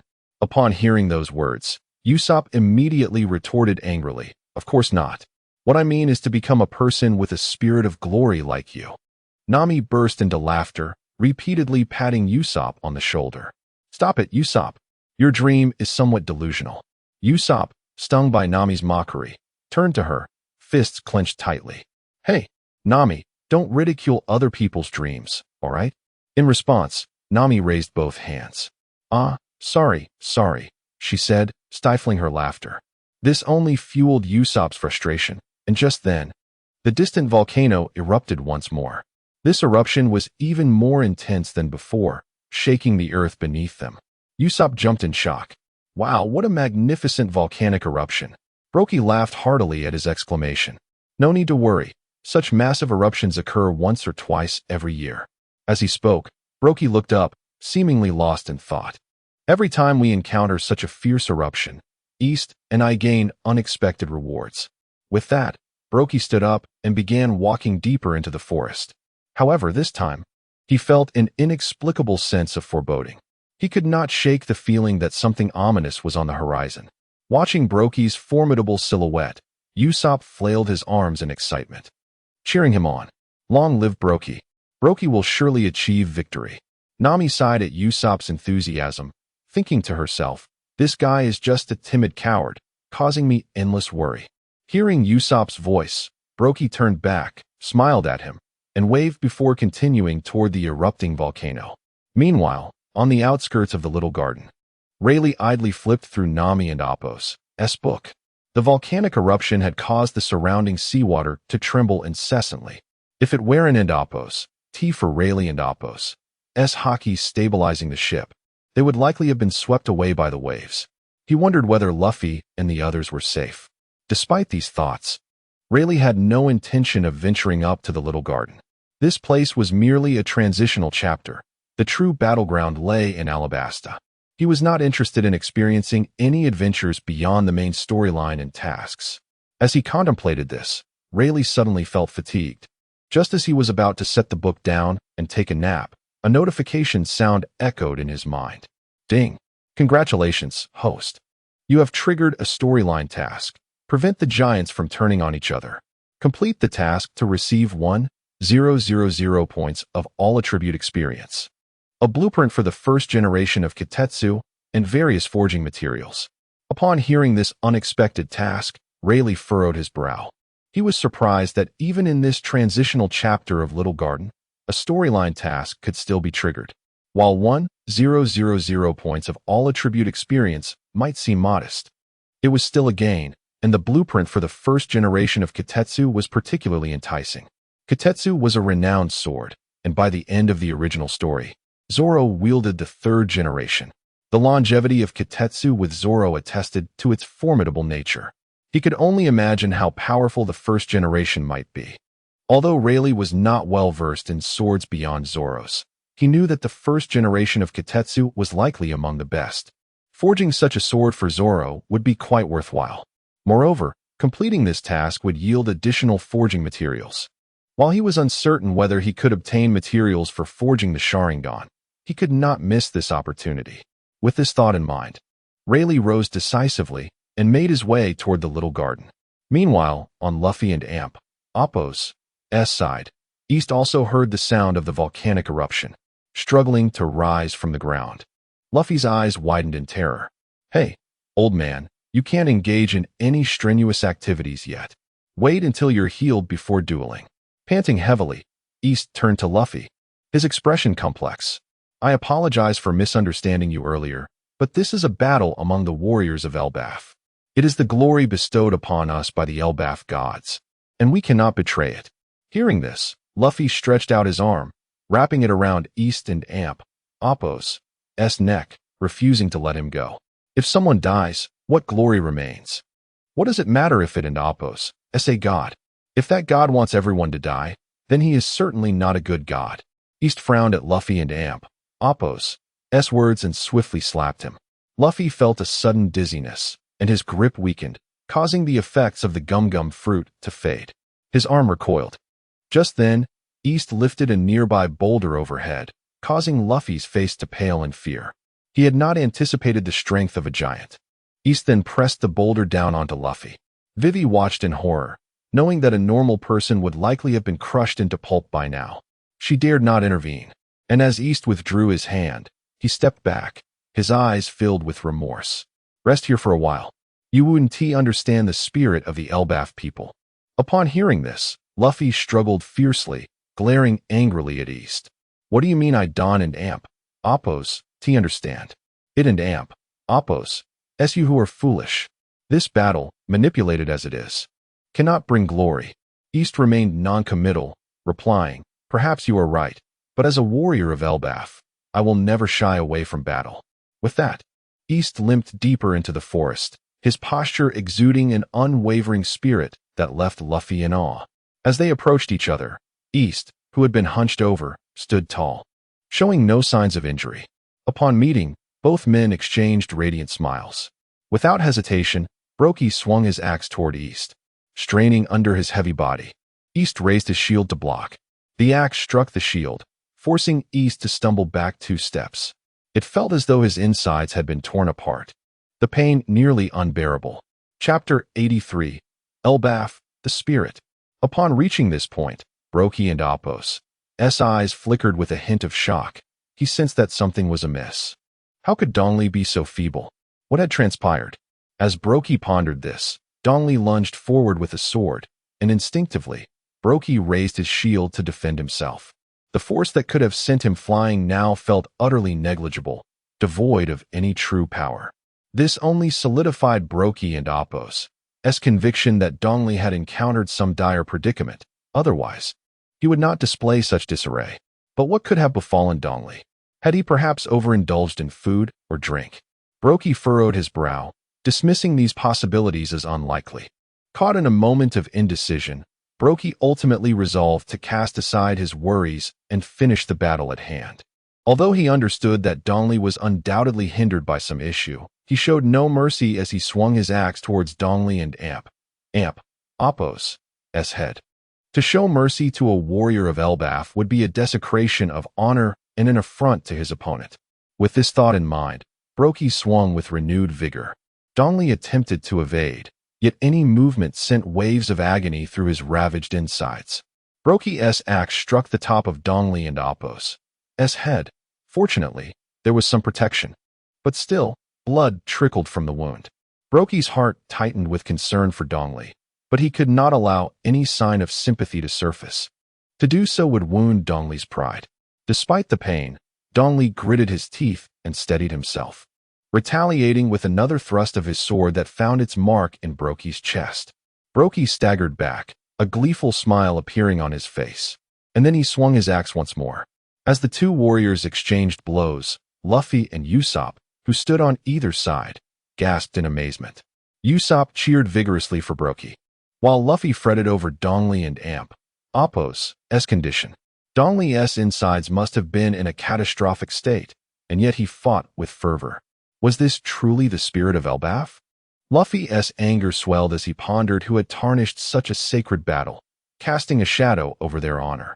Frantically, Luffy twisted and turned, pounding the ground, desperate to free himself from the confines of the rocky barrier. He had to intervene in Dongli and Apos' fight. If he did not act, Dongli might not endure. However, the boulder felt immovable, as if it weighed 1,000 tons, thwarting his every attempt to escape. Vivi, anxious, paced back and forth, eager to assist Luffy but feeling powerless. Just then, a familiar laugh echoed in Vivi's ears, a sound she could never forget. It was Mr. Five. Terrified, she turned to see him picking his nose.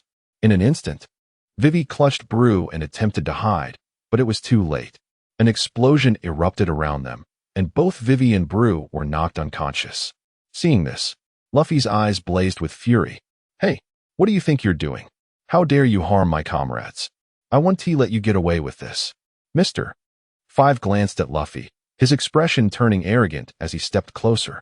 Without warning, he kicked Luffy on the head, causing a tremendous explosion. Luffy exhaled a cloud of smoke, but remained resolute, glaring at Mr. Five. "You did this, didn't you?" Mr. Five threw his head back and chuckled, glancing towards the direction of Dongli and Brokey's duel. "Ah, you mean them? Indeed, giants are simple-minded creatures. We merely exploited their straightforwardness." Before Mr. Five could finish, Luffy shook his head defiantly, his anger palpable. "You are insulting a sacred battle. This is unforgivable." At Luffy's words, the laughter of Valentine's Day echoed once more. Foolish beings always resort to brute force to resolve their issues. Their conflict is rooted in greed. To call us despicable is to overlook their own shortcomings. Luffy clenched his teeth, writhing with indignation. Do not project your filthy thoughts onto the warriors. Their battles are far nobler than yours. As Luffy spoke, Mr. Five kicked him again, causing another deafening blast that nearly sent Luffy into unconsciousness. Vivi, struggling to regain her composure, cast a worried glance in Luffy's direction. Meanwhile, Mr. Five squatted down and grabbed a fistful of Luffy's hair. "If you care so much, why not stop them? Otherwise, at least one of them will perish." Luffy's heart raced with dread as he looked towards the ongoing battle between Dongli and Brokey, letting out a furious roar. "Damn it!" Mr. Five and Valentine's Day erupted in laughter at Luffy's disheveled state, their expressions brimming with mockery. "How amusing! You barely know them. Who are you trying to impress?" Mr. Five glanced at Valentine's Day, his face contorted with disdain. Don't be so harsh. He's genuinely foolish, not just acting. Just then, footsteps echoed behind them. Sensitive to the sound, both Valentine's Day and Mr. Five quickly ceased their laughter and turned to investigate. They beheld a striking young man holding a book, his eyes oscillating between warmth and darkness. Their confusion was palpable, but Vivi's face lit up with a radiant smile. Mr. Rayleigh. Tears of relief welled in Vivi's eyes. She had thought they were doomed, but with Rayleigh's arrival, hope surged anew. Upon hearing Vivi's exclamation, Rayleigh slowly closed his book and secured it at his waist, then turned his gaze towards Luffy. Hey, Luffy, you look quite the mess. In response, Luffy burst into laughter. Rayleigh, hurry and take care of those two. Then go save the uncle. Rayleigh, unfazed, removed his black gloves and focused his sharp gaze on Mr. Five and Valentine's Day. Their eyes widened with apprehension as they took a step back, swallowing hard. Be careful, this guy is definitely not ordinary. Valentine's Day feigned a smile. He's just an average pirate. I'll handle him first. Chapter 84. Defeating Mr. Five and Valentine's Day. As Valentine's Day activated the powers of the float fruit, he ascended into the sky. Unfazed by his ascent, Rayleigh turned his attention to Mr. Five, speaking to himself. I initially had no intention of engaging with you, but since the captain has issued orders, I must comply. Upon hearing this, a flicker of anger crossed Mr. Five and Appo's eyes as he extracted a large booger. Who do you think you're looking down upon? I am a senior agent of Baroque Works. With that, he launched the enormous booger, which detonated before Rayleigh with a thunderous blast, akin to a miniature atomic bomb, engulfing the surrounding forest in flames. Yet, in the next moment, Rayleigh emerged unscathed from the inferno. However, immediately after, Valentine's Day suddenly increased his weight and plummeted downwards. Do not assume this is the end, he proclaimed as he bore down with 10,000 tons of pressure. Yet, under Rayleigh and Appo's observation hockey, it felt as though time had slowed. Rayleigh simply tilted aside, and Valentine's Day smashed into the earth, creating a massive crater. But in the blink of an eye, Valentine's Day ascended once more.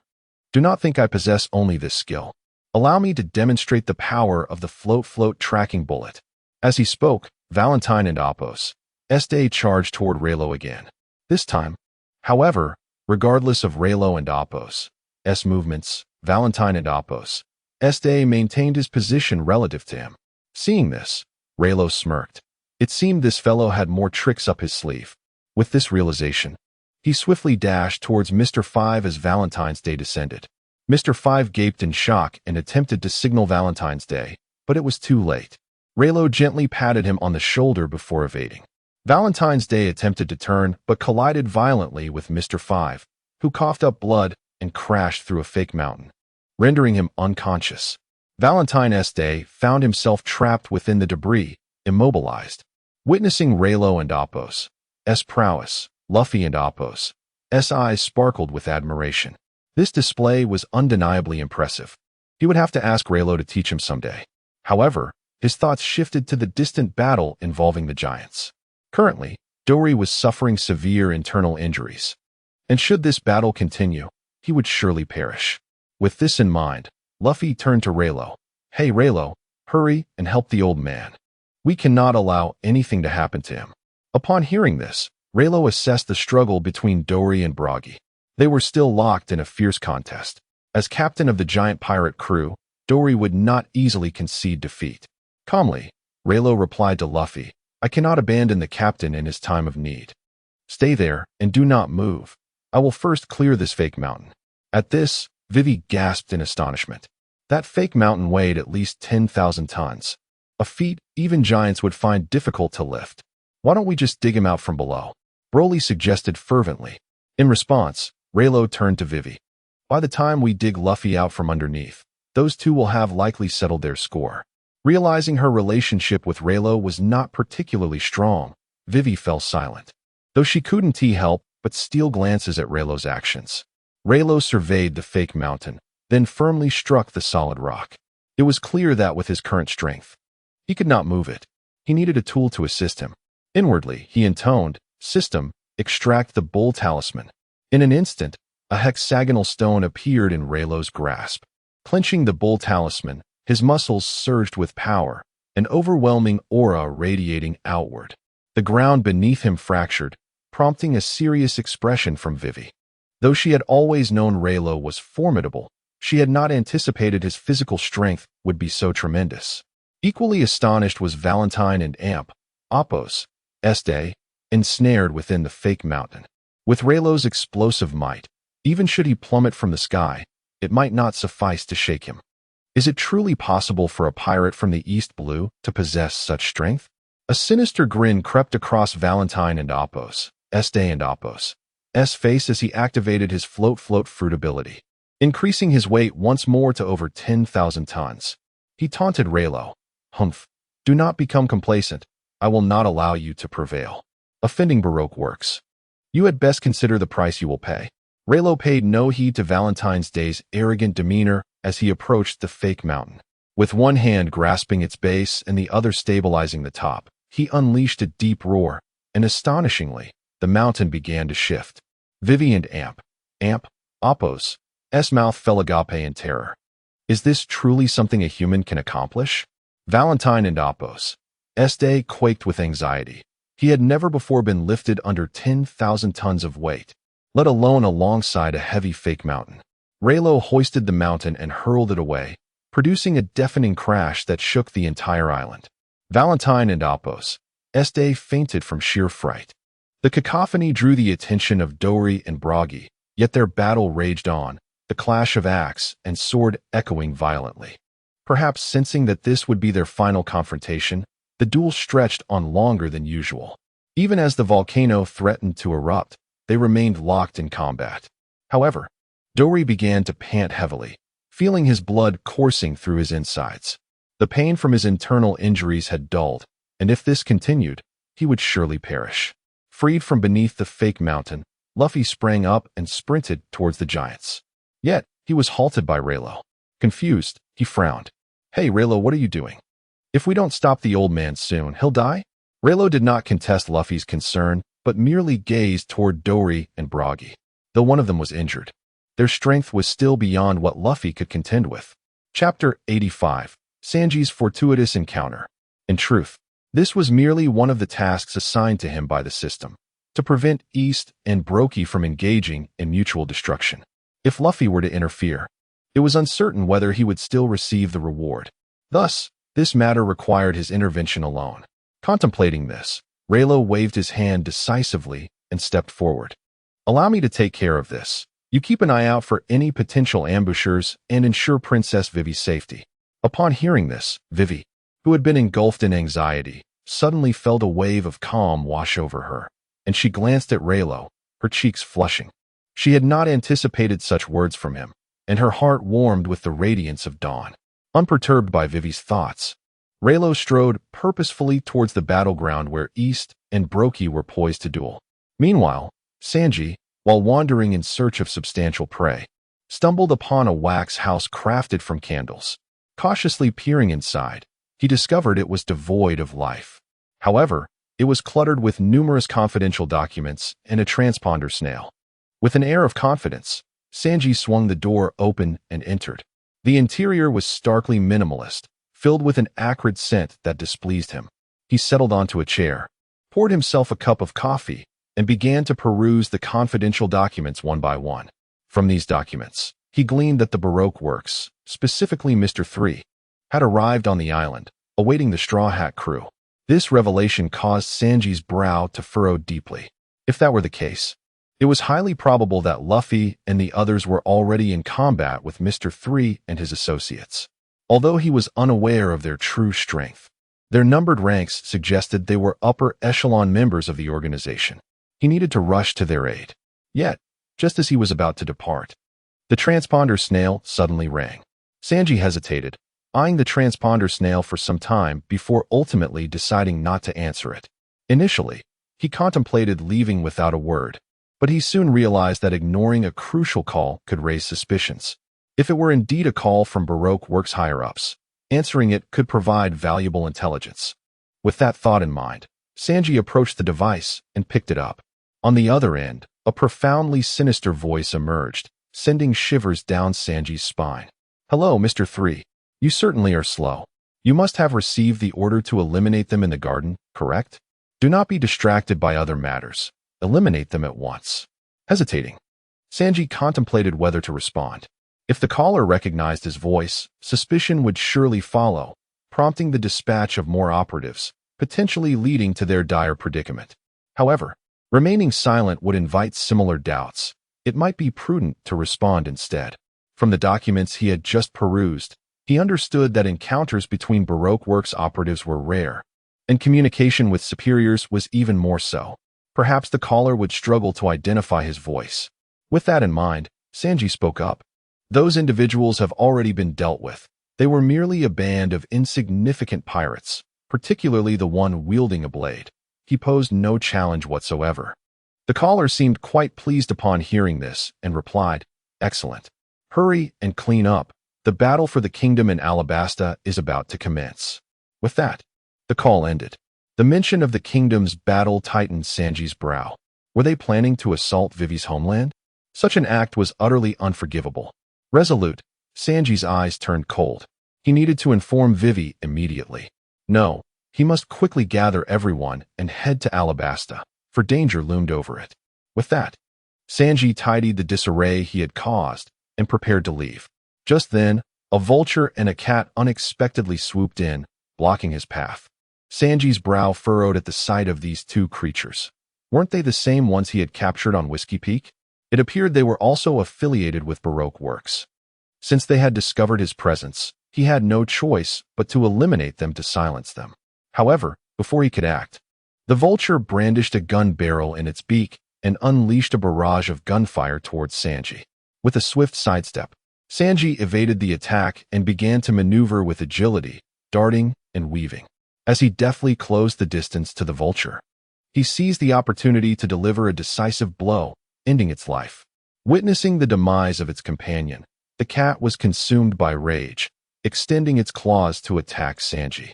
However, Sanji dismissed it with ease, delivering a swift kick that sent it reeling.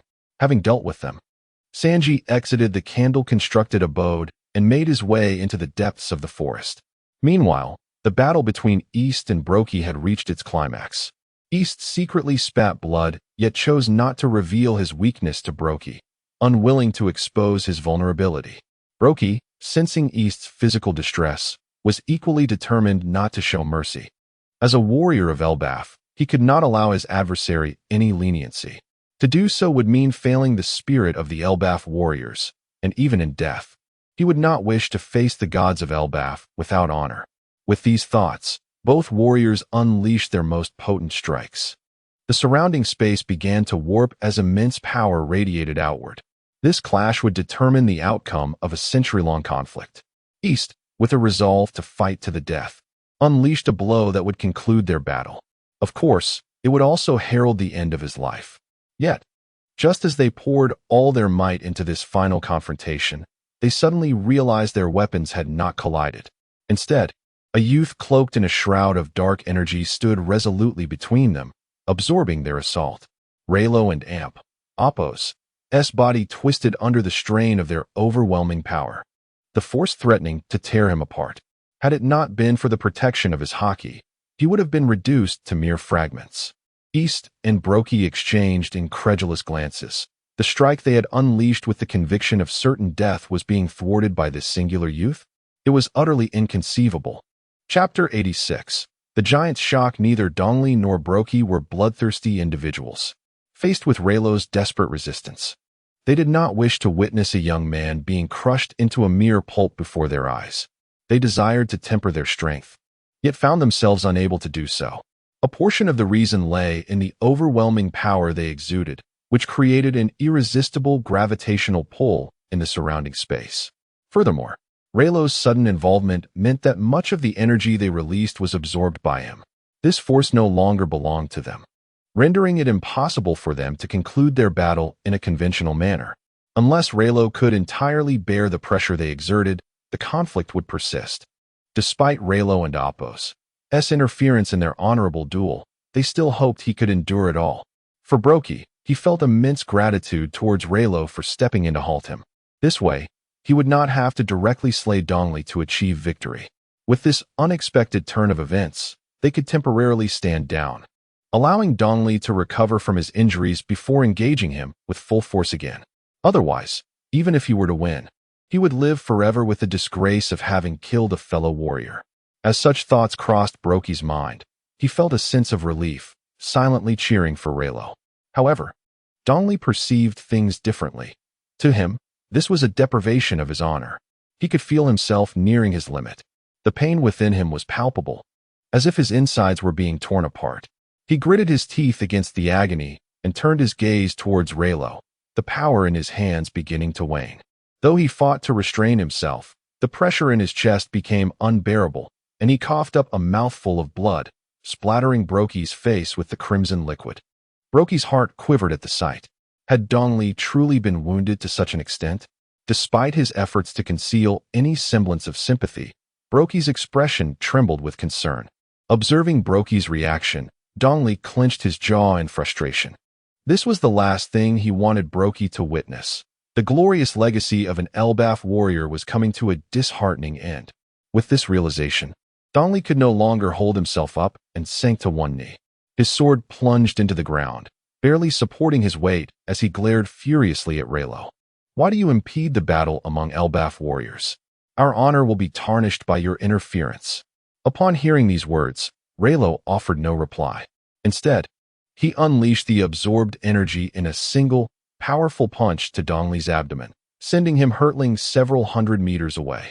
Dongli coughed up blood again, nearly losing consciousness. Witnessing this, Luffy and Appos' eyes widened in horror, his mouth agape as he shouted angrily at Rayleigh. Hey, Rayleigh, what are you doing? You and Appos, kill him. Rayleigh disregarded Luffy and Appos' outburst and began to withdraw his strength, descending from the void. The haki surrounding him had reached its limit. If this continued, he too would be unable to withstand the strain. Fortunately, Dongli had been rendered too weak to fight back, and Brokey would not attack him unprovoked. Facing an injured Dongli, Rayleigh thought it unnecessary to exert haki. He could manage without it. Taking a deep breath to regain a measure of composure, he opened his eyes and addressed them with solemnity. Honor is revered because it instills pride and dignity in those who possess it. If a life is lost, then that honor dissipates into nothingness. At this proclamation, both Brokey and Dongli were taken aback, their expressions heavy with contemplation. For the warriors of Elbaf, whether in life or death, as long as it was for the sake of honor, the God of Glory would remain by their side. Yet, upon hearing Rayleigh and Appos' words, the unwavering belief they once held began to waver. Was honor truly such a simplistic concept? They could not accept this notion. At that moment, Dongli's mind was a blank slate. He gazed at Rayleigh with a complex expression before shaking his head. How can a mere child, having lived barely a couple of decades, define the glory bestowed upon us by the great God of Elbaf? You foolish little brat, do not speak so recklessly. With that, Dongli straightened his battered form and advanced with great difficulty. He channeled all the anger he had accumulated from earlier humiliation towards Rayleigh, raising his sword with intent to strike down fiercely. In an instant, the air split around them, and even the fabric of space seemed to tremble. Luffy's face turned pale with terror. If Rayleigh were to be struck by this blow, his demise would be certain. Moreover, Dongli was still weak and unsteady on his feet. As he swung his sword downwards, his entire body lurched forward, propelled by an overwhelming gravitational force that accelerated his speed to astonishing levels. He moved like a flash of lightning, and even he struggled to maintain control, a truly terrifying scenario. If Rayleigh could not evade this strike, his fate was sealed. Luffy, already halfway in motion, stretched out his arm in a desperate attempt to stop Dongli, but he lacked the strength to halt this rampaging beast. Dongli's figure was mere inches from Rayleigh when, in a moment of dire urgency, Rayleigh stowed away the bull talisman and silently invoked, "System, extract the rabbit talisman." As the words left his lips, another stone materialized in his hand. In an instant, he vanished from sight, as if he had been swallowed by the ether. Dongli's body crashed down, his sword cleaving into the ground with such force that half of the small garden trembled, a deep chasm appearing before the onlookers. Had Luffy and the others not dodged in time, they would have surely been caught in the devastation. Luffy's expression turned grave as he scanned the surroundings, yet Rayleigh was nowhere to be found. This absence twisted Luffy's features in confusion. It was as though Rayleigh had truly vanished from this world, leaving no trace behind. Even Luffy could not perceive his aura. However, when Rayleigh re-emerged, he did so directly above Dong Li's head. This was yet another humiliation for Dong Li. He attempted to rise, but his injuries rendered him incapable of even the slightest movement. It was as if his very mind warned him against any attempt to stir. At that moment, Rayleigh's hand rested upon Dong Li's vital point, rendering him utterly immobile. Having grown familiar with the process, Rayleigh no longer required the system's confirmation to employ the Byakugan. Through its gaze, he laid bare Dong Li's entire network of veins before him, identifying precisely where to suppress him or even to deliver a fatal blow with clarity. Chapter 87. Healing Dong Li. However, Dong Li could not comprehend the situation and mistakenly believed that Rayleigh had unleashed some terrifying force, rendering him unable to rise. Panic filled his heart. With great difficulty, Dong Li turned his head to look at Rayleigh and gritted his teeth, declaring, "I have been defeated. Chop off my head. This honor belongs to you." Upon hearing this, Rayleigh frowned slightly and, with a swift motion, struck a vital point on Dong Li's neck. The blow caused Dong Li to roll his eyes back in unconsciousness. Luffy, thinking that Rayleigh had grown furious and dealt a fatal blow to Dong Li, shouted angrily, "Hey Rayleigh, let us talk. Uncle didn't he mean to provoke you? You cannot resort to such brutality." Rayleigh ignored Luffy and proceeded to find several more vital points on Dong Li's body, pressing down on them. Dong Li immediately opened his mouth wide and spat out a mouthful of blood. Witnessing this, Luffy and Broggy gaped in worry, and Broggy could no longer contain himself.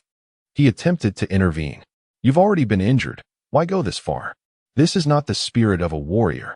Hearing this, Rayleigh quickly retreated, leaving Broggy grasping at air.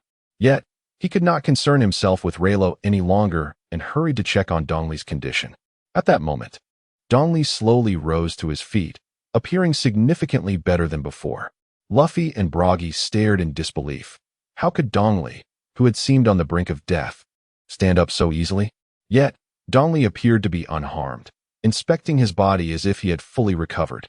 It was as if he had been touched by a divine entity, far surpassing the legends of Elbaf. Realizing this, Dong Li looked at Rayleigh with eyes full of astonishment. "Was everything you did just now in order to save me?" Rayleigh remained non-committal, turning his gaze away. "Your injuries have not healed. I merely applied pressure to a few of your acupoints to temporarily alleviate your pain. If you engage in any vigorous activity, your wounds will reopen, and you shall meet your end. Therefore, your battle can come to a close." Dong Li's expression darkened as he solemnly replied, "We, warriors of Elbaf, are born to fight. On what grounds do you demand that we cease our battle?" Rayleigh furrowed his brow and looked up at Dong Li. "Because I have defeated you and brought you back from the brink of death. Your life is now mine, and hence your glory is also mine." Dong Li and Appo's expression froze at Rayleigh and Appo's commanding proclamation. He found no grounds to refute. Warriors of Elbaf have always accepted defeat with honor. Having been bested in battle, one's life rightfully belonged to the victor. Acknowledging this, Dong Li could not defy Rayleigh's words. As he contemplated this, Dong Li gazed at Rayleigh's silhouette, which appeared diminutive yet radiant, like the dawn's first light, poised to burst forth in brilliance. It resembled the fabled deities of Elbaf. Dong Li felt a flicker of admiration for Rayleigh. Perhaps those of their age, having lived over a century, were no match for this young prodigy. In the midst of Dong Li's reflections, a system notification chimed. "Ding. Congratulations, host. For completing the task, you have gained 1,000 points of all attribute experience, several forging materials, and a forging blueprint for the first generation of the Demon Slayer." Upon hearing the system prompt, Rayleigh nodded and proceeded to examine the forging requirements for the next generation of the Demon Slayer. His brow furrowed. The forging of the first generation required the third generation as its core material, while other materials could consist of some dark iron as fillers. This requirement was not overly stringent. However, the third generation had been left behind in Lobetown. Returning for it would not only waste time, but also complicate explanations. Thus, it seemed that the forging of the first generation would require a period of accumulation. He would have to see if he could later acquire the blueprint for the third generation. Meanwhile, witnessing the fierce battle between Bragi and Rayleigh, Usopp and Nami no longer hesitated and dashed toward Rayleigh's location. Their safety depended on reuniting with him. However, they encountered a dual assault from saber-toothed tigers and dinosaurs along the way, forcing them to flee for their lives. As they ran, Nami scolded Usopp. "Hey, didn't you say this path was very safe?" With tears streaming down his face, Usopp replied, I remember that Bragi-senpai took this path. There's no mistake." Nami's face twisted in anger at this, and she punched Usopp on the head, leaving 3 large welts. "Are you an idiot?" Of course, the giants wouldn't be bothered by them. Just then, a Tyrannosaurus Rex suddenly thrust its massive jaws in front of them.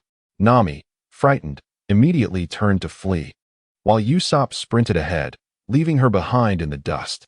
In the blink of an eye, he vanished from sight. Nami, exasperated, shouted forward, "Hey, don't leave me behind."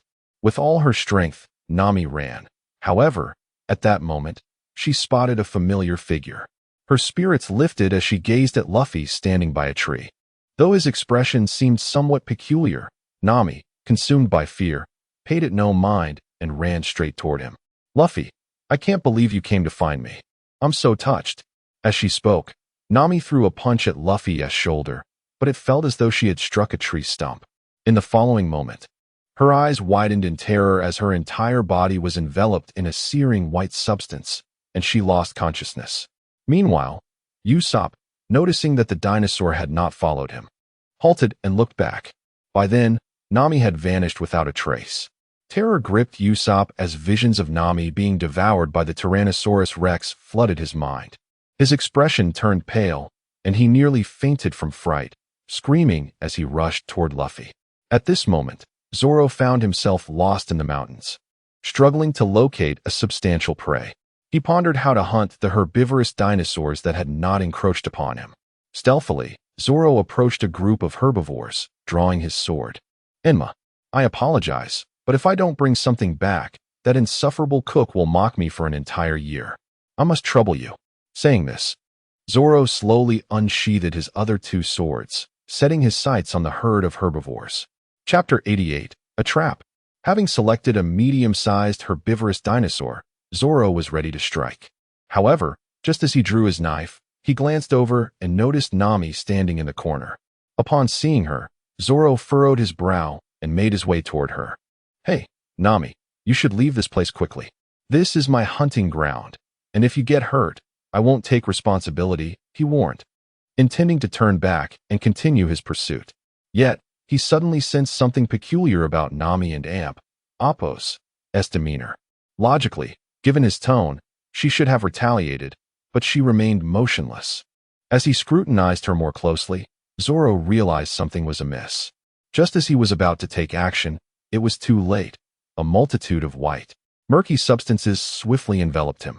He attempted to draw his sword, but it was hopelessly stuck, and soon, both he and his weapon were ensnared within a waxy prison. From the shadows emerged a tall, gaunt man, accompanied by a cute, expressionless little girl. They were none other than Mr. 3 and Miss Goldenweek from the Baroque Works 3rd team. Witnessing the subdued Zoro and Nami, an expression of excitement flickered in Mr. 3's eyes, quickly replaced by a cold glare. Mr. 5 and Valentine's Day, those fools, were dispatched far too easily. It seems I must step in. Using my superior intellect to resolve this situation, he declared, instinctively glancing at Goldenweek for affirmation. However, she merely regarded him with indifference, prompting Mr. 3 to bow his head in silence. Time is of the essence. Since our plan to hunt giants has failed, we must teach them a lesson. With that, Mr. 3 dragged Zoro along while Miss Goldenweek pulled Nami deeper into the forest. Meanwhile, East Blue Bragi had begun roasting dinosaur meat over a fire, preparing for a campfire gathering with Rayleigh and the others. Yet, Luffy cast a worried glance toward the distance. Nami and Usopp are taking their sweet time. They saw what was happening here. Why aren't they coming? Upon hearing this, Rayleigh remained unfazed, confident that, as expected, they had likely been captured by Mr. 3. This is all part of the necessary plot. There and Apo's. No need for concern. No one will die. Waiting here might even trigger a plot mission, he mused. Just then, Usopp's panicked voice echoed from afar. Hey, something terrible has happened. Luffy, upon hearing this, sprang into action, rushing toward Usopp. Upon seeing Luffy, Usopp fell to his knees, covering his head with trembling hands, his face a mask of fear. Luffy frowned, sensing that something dreadful had occurred. He shook Usopp vigorously, demanding, "What's wrong? Where's Nami?" At the mention of Nami, tears streamed from Usopp's eyes as he trembled. Nami, she was eaten by a dinosaur. Luffy nearly lost his mind at this revelation, shaking Usopp even harder. Don't be ridiculous. That's impossible. Explain yourself. Usopp recounted the events. I was running ahead, but when I turned back, Nami was gone, and so was the dinosaur. If it didn't end Apos, leave because it was full, I can't think of any other reason. Luffy's expression twisted with rage, his teeth grinding.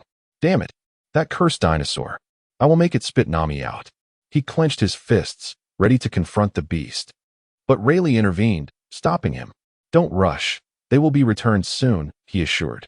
Luffy, confused, was interrupted by a shrill voice that suddenly rang out. I admit, you do possess some skill, but that is only because Mr. 5 and Valentine's Day are so inept. If you were to encounter me, you would never stand a chance. With that, Nami and Zoro were unceremoniously tossed out. Both were thoroughly ensnared, prompting Rayleigh and Luffy to rush over to check on them. Relieved to find their vital signs stable, Rayleigh knocked the wax off their heads to ensure they could breathe easily.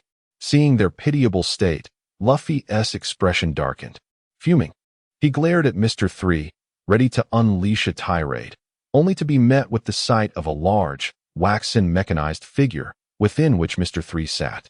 The impressive design of the wax robot captivated both Luffy and Usopp. Incredible. I want to try that, Usopp exclaimed, kneeling in awe. Unfazed by their fascination, Mr. 3 activated the controls of the wax robot, causing it to stride forward, shaking the ground with each step. He turned to Broggy and East Blue, smirking wickedly. Hey, Broggy. East Blue, you are worth 200 million as pirates. Since those fools failed to incite you to turn against each other, I shall take it upon myself to defeat you. Upon hearing this, Broggy and East Blue stood tall, their expressions grave. Mr. 3 narrowed his eyes, relishing this pivotal moment in his scheme. He aimed to provoke the giants and Apos, fury, and then have Miss Goldenweek use colored paint to incite further chaos among them. The thought of such a flawless plan originating from his own mind made Mr. 3 erupt in laughter. Sure enough, his words successfully captured the attention of the giants, prompting them to rise. However, as they did, Mr. 3 felt a twinge of apprehension. Standing before him, their colossal forms dwarfed his wax robot, which barely reached their waists. Nevertheless, he refused to back down and proceeded with his next move.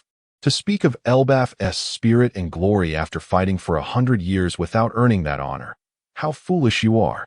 Such words were a grievous insult to the proud warriors of Elbaf, igniting a fire within them. Anger surged as they processed the belittlement of their century-long struggle. Ignoring his injuries, East Blue stepped forward, declaring, "You better take back what you said, or you will pay the price." Mr. 3, in response, burst into laughter. Chapter 89, The Peculiar Art of Painting. A shrill voice seemed to mock their actions. At this point, Luffy could no longer contain his frustration and propelled himself into the air, delivering a powerful punch aimed at the abdomen of the candle robot. Yet, upon impact, all the pain surged back to him. The surface of the candle robot was harder than steel, impervious to his strike. Undeterred, Luffy accelerated, unleashing a flurry of strikes against the candle robot. Inside, Mr. 3 felt dizzy from the vibrations, nearly retching as he remotely commanded the candle robot to retreat. However, Luffy was relentless and leapt into action again, targeting Mr. 3. If he could shatter the glass dome above, he would seize Mr. 3 and take control. Just as Luffy launched himself, Mr. 3 controlled the candle mech to leap as well, delivering a powerful kick that sent Luffy flying. He collided with several trees before finally coming to a halt, gasping for breath. As he glanced towards Mr. 3, Luffy's determination flared anew. But he was halted by Rayleigh. Confused, Luffy turned to Rayleigh and exclaimed, "Hey Rayleigh, why are you stopping me? I must defeat this guy." Before Rayleigh could respond, Mr. 3 erupted into laughter, taunting, "You insolent brat, how brazen. My wax is as hard as steel. Do you truly believe your fists can surpass it?" Anger ignited in Luffy's eyes as he flexed his fists, disregarding Rayleigh's warning and advancing forward. Rayleigh furrowed his brow and stated, "It's futile. Your punches can no longer reach him." Luffy ignored Rayleigh's counsel and swung a punch, but for some inexplicable reason, his fist struck the ground instead. A strange sensation washed over him, as if his consciousness had been distorted. He tried again, but the same result occurred, his fist landing on the ground. The onlookers stared in disbelief, and Nami scolded, "Luffy, what are you doing? Stop fooling around and defeat him." At this, Rayleigh pointed to a red symbol on the ground. "It's useless. As long as that symbol is present, no matter how you attack, it will yield no results." Upon hearing this, everyone gasped in astonishment. It was unfathomable. Nami trembled, realizing the prowess of the Baroque works' top trio. How is it possible that mere strokes of paint can alter a person's mindset? What kind of devil fruit grants such a power? Vivi, who had finally caught up, displayed a grave expression, beads of sweat trickling down her face. This isn't a devil fruit. It's a unique painting ability possessed by Golden Week. It has the power to compel even the strongest beings to obey. In short, never look at anything she paints, or you will fall under a suggestion that is incredibly hard to escape. Usopp, horrified, clutched his throat and exclaimed, "How can there be such a perverse ability in this world? Luffy, we should retreat." Hearing this, the girl ensnared in wax shot Usopp a disdainful look. Who was it that claimed to be the bravest warrior at sea and wanted to be like the Elbaf warriors? Wasn't he at you? Usopp's face flushed with embarrassment, and he moved aside, stammering, "Well, of course, I will become the bravest warrior at sea. It's just a matter of time." He then walked away, avoiding the topic. Meanwhile, Luffy continued to angrily swing his arms, yet no matter how many times he tried, his hands always returned to the ground, driving him to the brink of madness. Witnessing this, Dory and Broggy grew furious and glared at Mr. 3, ready to attack. Unbeknownst to them, a red circular symbol had also appeared on their faces. Dory aimed a powerful punch at Mr. 3, a strike that could shatter even diamonds. Yet, before his fist could reach its target, it uncontrollably struck Broggy instead. Confused, Broggy wondered why Dory had hit him, and when he raised his own fist, he inadvertently punched Dory back. It was only then that they realized they had both fallen prey to the girl's painting technique. If they did not resolve this quickly, they would surely turn against one another. Observing this, Mr. 3 looked at Golden Week in admiration. "I never expected you to possess such power. Had you mentioned it earlier, I wouldn't have had to exert so much effort." In response to Mr. 3's compliment, Golden Week delivered the longest sentence she had ever spoken. "This is only temporary. As long as a third person erases the mark, the ability will vanish." Upon hearing this, everyone stood in stunned silence, particularly Mr. 3, whose jaw dropped in disbelief. "Hey, you fool. Why would you say that?" Golden Week fell silent, gazing innocently at Mr. 3, and then pulled out 2 cookies from her basket, munching on them. Mr. 3, exasperated, slapped his forehead and turned his attention back to Luffy and the others. At that moment, Usopp was the first to react, swiftly producing a fireball and launching it towards the mark. The heat from the fireball instantly eliminated the symbol beneath Luffy's feet. Seeing this, a look of panic flashed in Mr. 3's eyes. But he quickly remembered that he was encased in a wax armor. He activated the controls, and the candle robot surged forward, preparing to deliver a fatal blow to Luffy. Just as Luffy extended his arm, Mr. 3 was already before him, delivering a powerful thrust that sent Luffy flying once more. Just when it seemed all was lost, Rayleigh appeared in front of the candle robot, and Mr. 3 felt an inexplicable sense of unease at the sight of Rayleigh. Chapter 90. A resounding defeat of Mr. 3. Upon reflection, Mr. 3 realized that no matter how formidable his opponent appeared, It was inconceivable for anyone to penetrate the wax armor he had crafted. He harbored disbelief that a human could breach steel. With this thought, Mr. 3 and Apos' expression contorted as he mockingly declared, "Useless. My wax is as resilient as steel." Before he could finish, a cloak of dark energy enveloped Rayleigh's hand. He then unleashed a powerful assault upon the abdomen of the waxen automaton. A thunderous crash ensued, which initially left Mr. 3 unfazed. However, the sudden sound of a sharp crack echoed in his ears, and he beheld a horrifying fissure appear on the chest of the wax figure. Terror flashed in Mr. 3's eyes as the crack widened, spreading rapidly across the figure until it erupted violently, scattering fragments in all directions. Mr. 3 plummeted from the heights, gazing at Rayleigh with trembling eyes, bewildered by the strength displayed before him. Was this truly the power of a human? Fully exposed before Rayleigh, Mr. 3 noticed that the last vestiges of Rayleigh and Apos' haki had been entirely exhausted. Yet, bereft of the protective wax armor, Rayleigh could easily dispatch Mr. 3 without the need for haki. A shadowy glint appeared in Rayleigh's eyes. In response, Mr. 3 trembled violently, retreating until his back collided with a tree. Realizing he had nowhere left to escape, turning to seek help from Gold Week, he found only emptiness, as both Gold Week and the box filled with desserts had vanished. Despair enveloped him as he turned back, pleading for mercy from Rayleigh, only to be met with a brutal punch to his abdomen, rendering him unconscious. Rayleigh then ignited a flame, drying the wax from Nami and Zoro, and with a single strike, shattered the remnants. As the wax figure crumbled, Nami sprang to life, gasping for air. "Thank goodness. I thought I was going to die. Thank you, Rayleigh." Though Zoro did not display any signs of relief, it was evident that his pride as a warrior had been shaken. With the enemy vanquished, he refrained from further action. Meanwhile, Nami, now free, stood with fury, delivering a harsh kick to Mr. 3. She then turned her gaze toward Usopp, who was attempting to sneak away. Under Nami and Apos' intense scrutiny, Usopp felt a chill run down his spine and slowly turned to face her, only to find her twisted expression looming close. Grabbing his ear, she exclaimed, "I've never heard of someone fleeing so swiftly." Fuming with rage, Nami was on the verge of unleashing her wrath upon Usopp.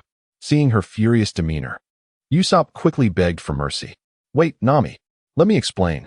I thought you were right behind me. When I turned around, you had vanished. So I had no choice but to seek Luffy's help." As he spoke, Usopp cleverly shifted the topic. "Let us not dwell on this. We should flee quickly. Who knows how many more assassins they might send after us." Nami sighed, reluctantly releasing her grip. If she were to hold this against him, she could never escape guilt-free in the future. She then turned her attention to the unconscious Mr. 3, a dark glimmer in her eyes. This fiend had caused her so much suffering. He was truly unforgivable. Before Nami could act, Rayleigh had already bound Mr. 3 with vines, slapping him awake. As Mr. 3 regained consciousness, he looked around in fear, pleading, "Please don't kill me. I'll tell you anything you want to know." Nami stepped forward, seizing his collar with an evil glint in her eyes. "You call yourself a bounty hunter, yet your deeds are akin to those of a pirate. You must have amassed quite a fortune over the years, haven't you?" As beads of cold sweat trickled down Mr. 3's forehead, he wondered what this woman intended to do with him. "What do you want? Just say it, but don't kill me." Nami and Apos' expression turned more mischievous as she raised 10 fingers. 1 billion berries. You simply need to pay me 1 billion times that amount, and I shall let you go." Mr. 3's eyes nearly bulged out of his head. "How could I possibly have that much money? Are you insane?" Even Rayleigh found the figure ludicrous. A single kingdom could hardly muster such a sum. How could a pirate? Only the most powerful of the Yonko, like Big Mom, who ruled over a maritime kingdom, could even approach such wealth. After a moment's thought, Nami pointed a finger at him. 100 million berries. Surely, you can manage that. I have no desire to waste more time with you. If you can't, I'll just kill you." Hearing this, Nami glanced at Rayleigh, who immediately understood and made a fist in front of Mr. 3, sending him into a panic, shaking his head in desperation. He was still haunted by the memory of Rayleigh shattering the wax automaton. Wait. No reasonable person would carry that much money on them. I truly can't produce it right now. Give me a few days, and I'll get it. Nami narrowed her eyes, a wicked smile creeping onto her face as she patted Mr. 3 on the shoulder. Ah, we can understand that. But we don't have the luxury of time to wait for you. Surely, you must have a treasure location. Write it down for us. With that, Nami and Appo's smile took on a darker hue. If you don't, you'll face the consequences. With a glance at Rayleigh, who wasted no time in making a threatening gesture, Mr. 3, trembling in fear, exclaimed, Okay, I'll tell you. Seeing Mr. 3 utterly terrified, Nami wore a satisfied smile. She then pulled out a piece of paper and a pen, handing them to him to note the treasure and Appo's location. Initially, Mr. 3 considered fabricating an address, but under Rayleigh and Appo's intimidation, he dared not lie and promptly wrote down the true location. Upon receiving the paper and inspecting it, Nami and Appo's brows furrowed in dismay. For the treasure was located in Alabasta, her very homeland. Observing her astonished expression, Mr. 3 could not help but wear a smug grin. Chapter 91, Alabasta. A major crisis. How do you feel? Afraid, perhaps? This place is not one that everyone dares to venture into. You must have heard about the situation there. As Mr. 3 laughed maniacally, his expression brimming with arrogance, he was abruptly met with a swift kick from Rayleigh, propelling him into the sky. Mr. 3 emitted a startled cry as he transformed into a shooting star, vanishing from their sight. In response, Nami tucked the paper detailing the treasure and Appo's location into her bosom. Ignoring Riley's dark gaze, she remained silent, claiming the treasure for herself without acknowledging Riley's contribution. For now, it was merely a piece of paper. After dealing with Mr. 3, Rayleigh checked Dongley's injuries. Fortunately, their earlier skirmish had not impacted the wound on his abdomen. Otherwise, even a celestial being would have been unable to save him. Utilizing his Byakugan, Rayleigh pinpointed a few acupuncture points, and Dongley sprang back to life. A robust man rose, startling Usopp and Nami, who nearly leaped back in fright. Fearing the giant might unleash his fury, Dongley stood, thumped his chest, and remarked, You truly are impressive. Even we old-timers feel inadequate in your presence. At this, Dongley and Broggy burst into laughter. Hearing their distinct chuckles, Rayleigh retracted his Byakugan, opting not to respond. Instead, he picked up a dinosaur leg and began to feast. Using the Byakugan was incredibly draining, and after a brief period, he found himself ravenous, a state primarily due to the energy expended in battle. The Byakugan had merely been the final straw. As Rayleigh savored his meal, the others joined in, indulging heartily. Luffy, in particular, inflated himself into a plump sphere. Together, Luffy and Rayleigh consumed an entire dinosaur, leaving Dongley and Broggy astounded, as even giants did not possess such an appetite. They pondered where such small figures managed to store so much food, especially Rayleigh, whose stomach never seemed to expand, constantly grumbling, as if perpetually hungry, a true monster. Once satiated, the group reclined on the grass, engaging in jovial conversation. At a pivotal moment, Dongley and Broggy, half-jokingly, suggested, It and Appo's rather dull in this little garden. Why not join us on the seas? While their tone bore a hint of jest, it was clear there was an element of probing. Should they agree, the giants might genuinely follow. Just as Nami and Usopp prepared to refuse, Luffy exuberantly raised his hands. Really? Uncle wants to sail with us? That would be fantastic. Upon hearing this, the expressions of everyone, including Rayleigh, turned grim. Nami, irritated, struck Luffy on the head, scolding, Please, stop joking around. Don't make a fuss. A large bump began to swell on Luffy and Appo's head. After a moment, he raised a hand, bewildered, and muttered, I Don and Appo's. Know what I did wrong, but I and Appo's am sorry. In response, Nami sighed, then turned, squinting her eyes with a playful smile towards Dongley and Broggy. I Don and Appo's, mean to reject your offer. Please Don and Appo's, be upset. Dongley and Broggy, of course, were not genuinely angry. They understood that sailing with Rayleigh was implausible. However, they did not directly address whether they were jesting. Instead, they turned to Rayleigh, eager to hear his thoughts. Currently, he was the one they respected the most, the only one capable of commanding their attention. Whatever Rayleigh decided, they would comply, whether to accompany him or to remain behind. Seeing the expectation in their eyes, Rayleigh did not look directly at them but stated, "Enough of this nonsense. Uncle, the Grand Line does not have ships capable of bearing your weight." Upon hearing this, Dongli and Bragi erupted into hearty laughter, while Nami and Usopp finally relaxed.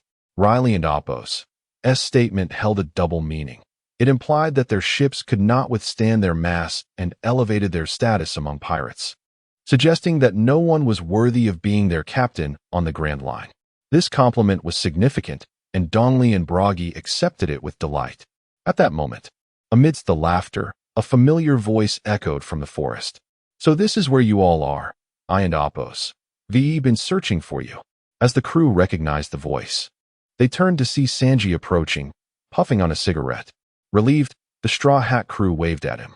Upon spotting Nami and Vivi, Sanji and Appo's body contorted in excitement as he rushed towards them. "Nami-senpai, Vivi-senpai, I and Appo's missed you so much."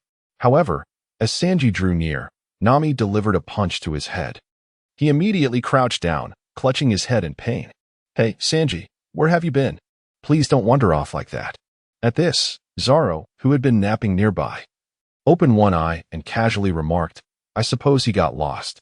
Sanji immediately retorted, "Hey, you have no right to criticize me, you moss-headed wanderer."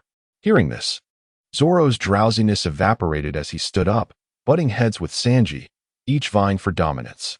Observing their escalating tension, Nami sighed, "I'm really at my wit's end with you two. Please stop bickering. We must hurry and reach Alabasta." Upon hearing this, Sanji seemed to remember something, his brow furrowing as he pushed Zoro aside to speak to Vivi. "Oh no, this is bad. I received a strange call from a small cabin deep in the forest. The voice said that Baroque Works is about to launch a hunting operation against the Alabasta Kingdom, and all members of Baroque Works are urgently summoned to Alabasta to participate in the battle."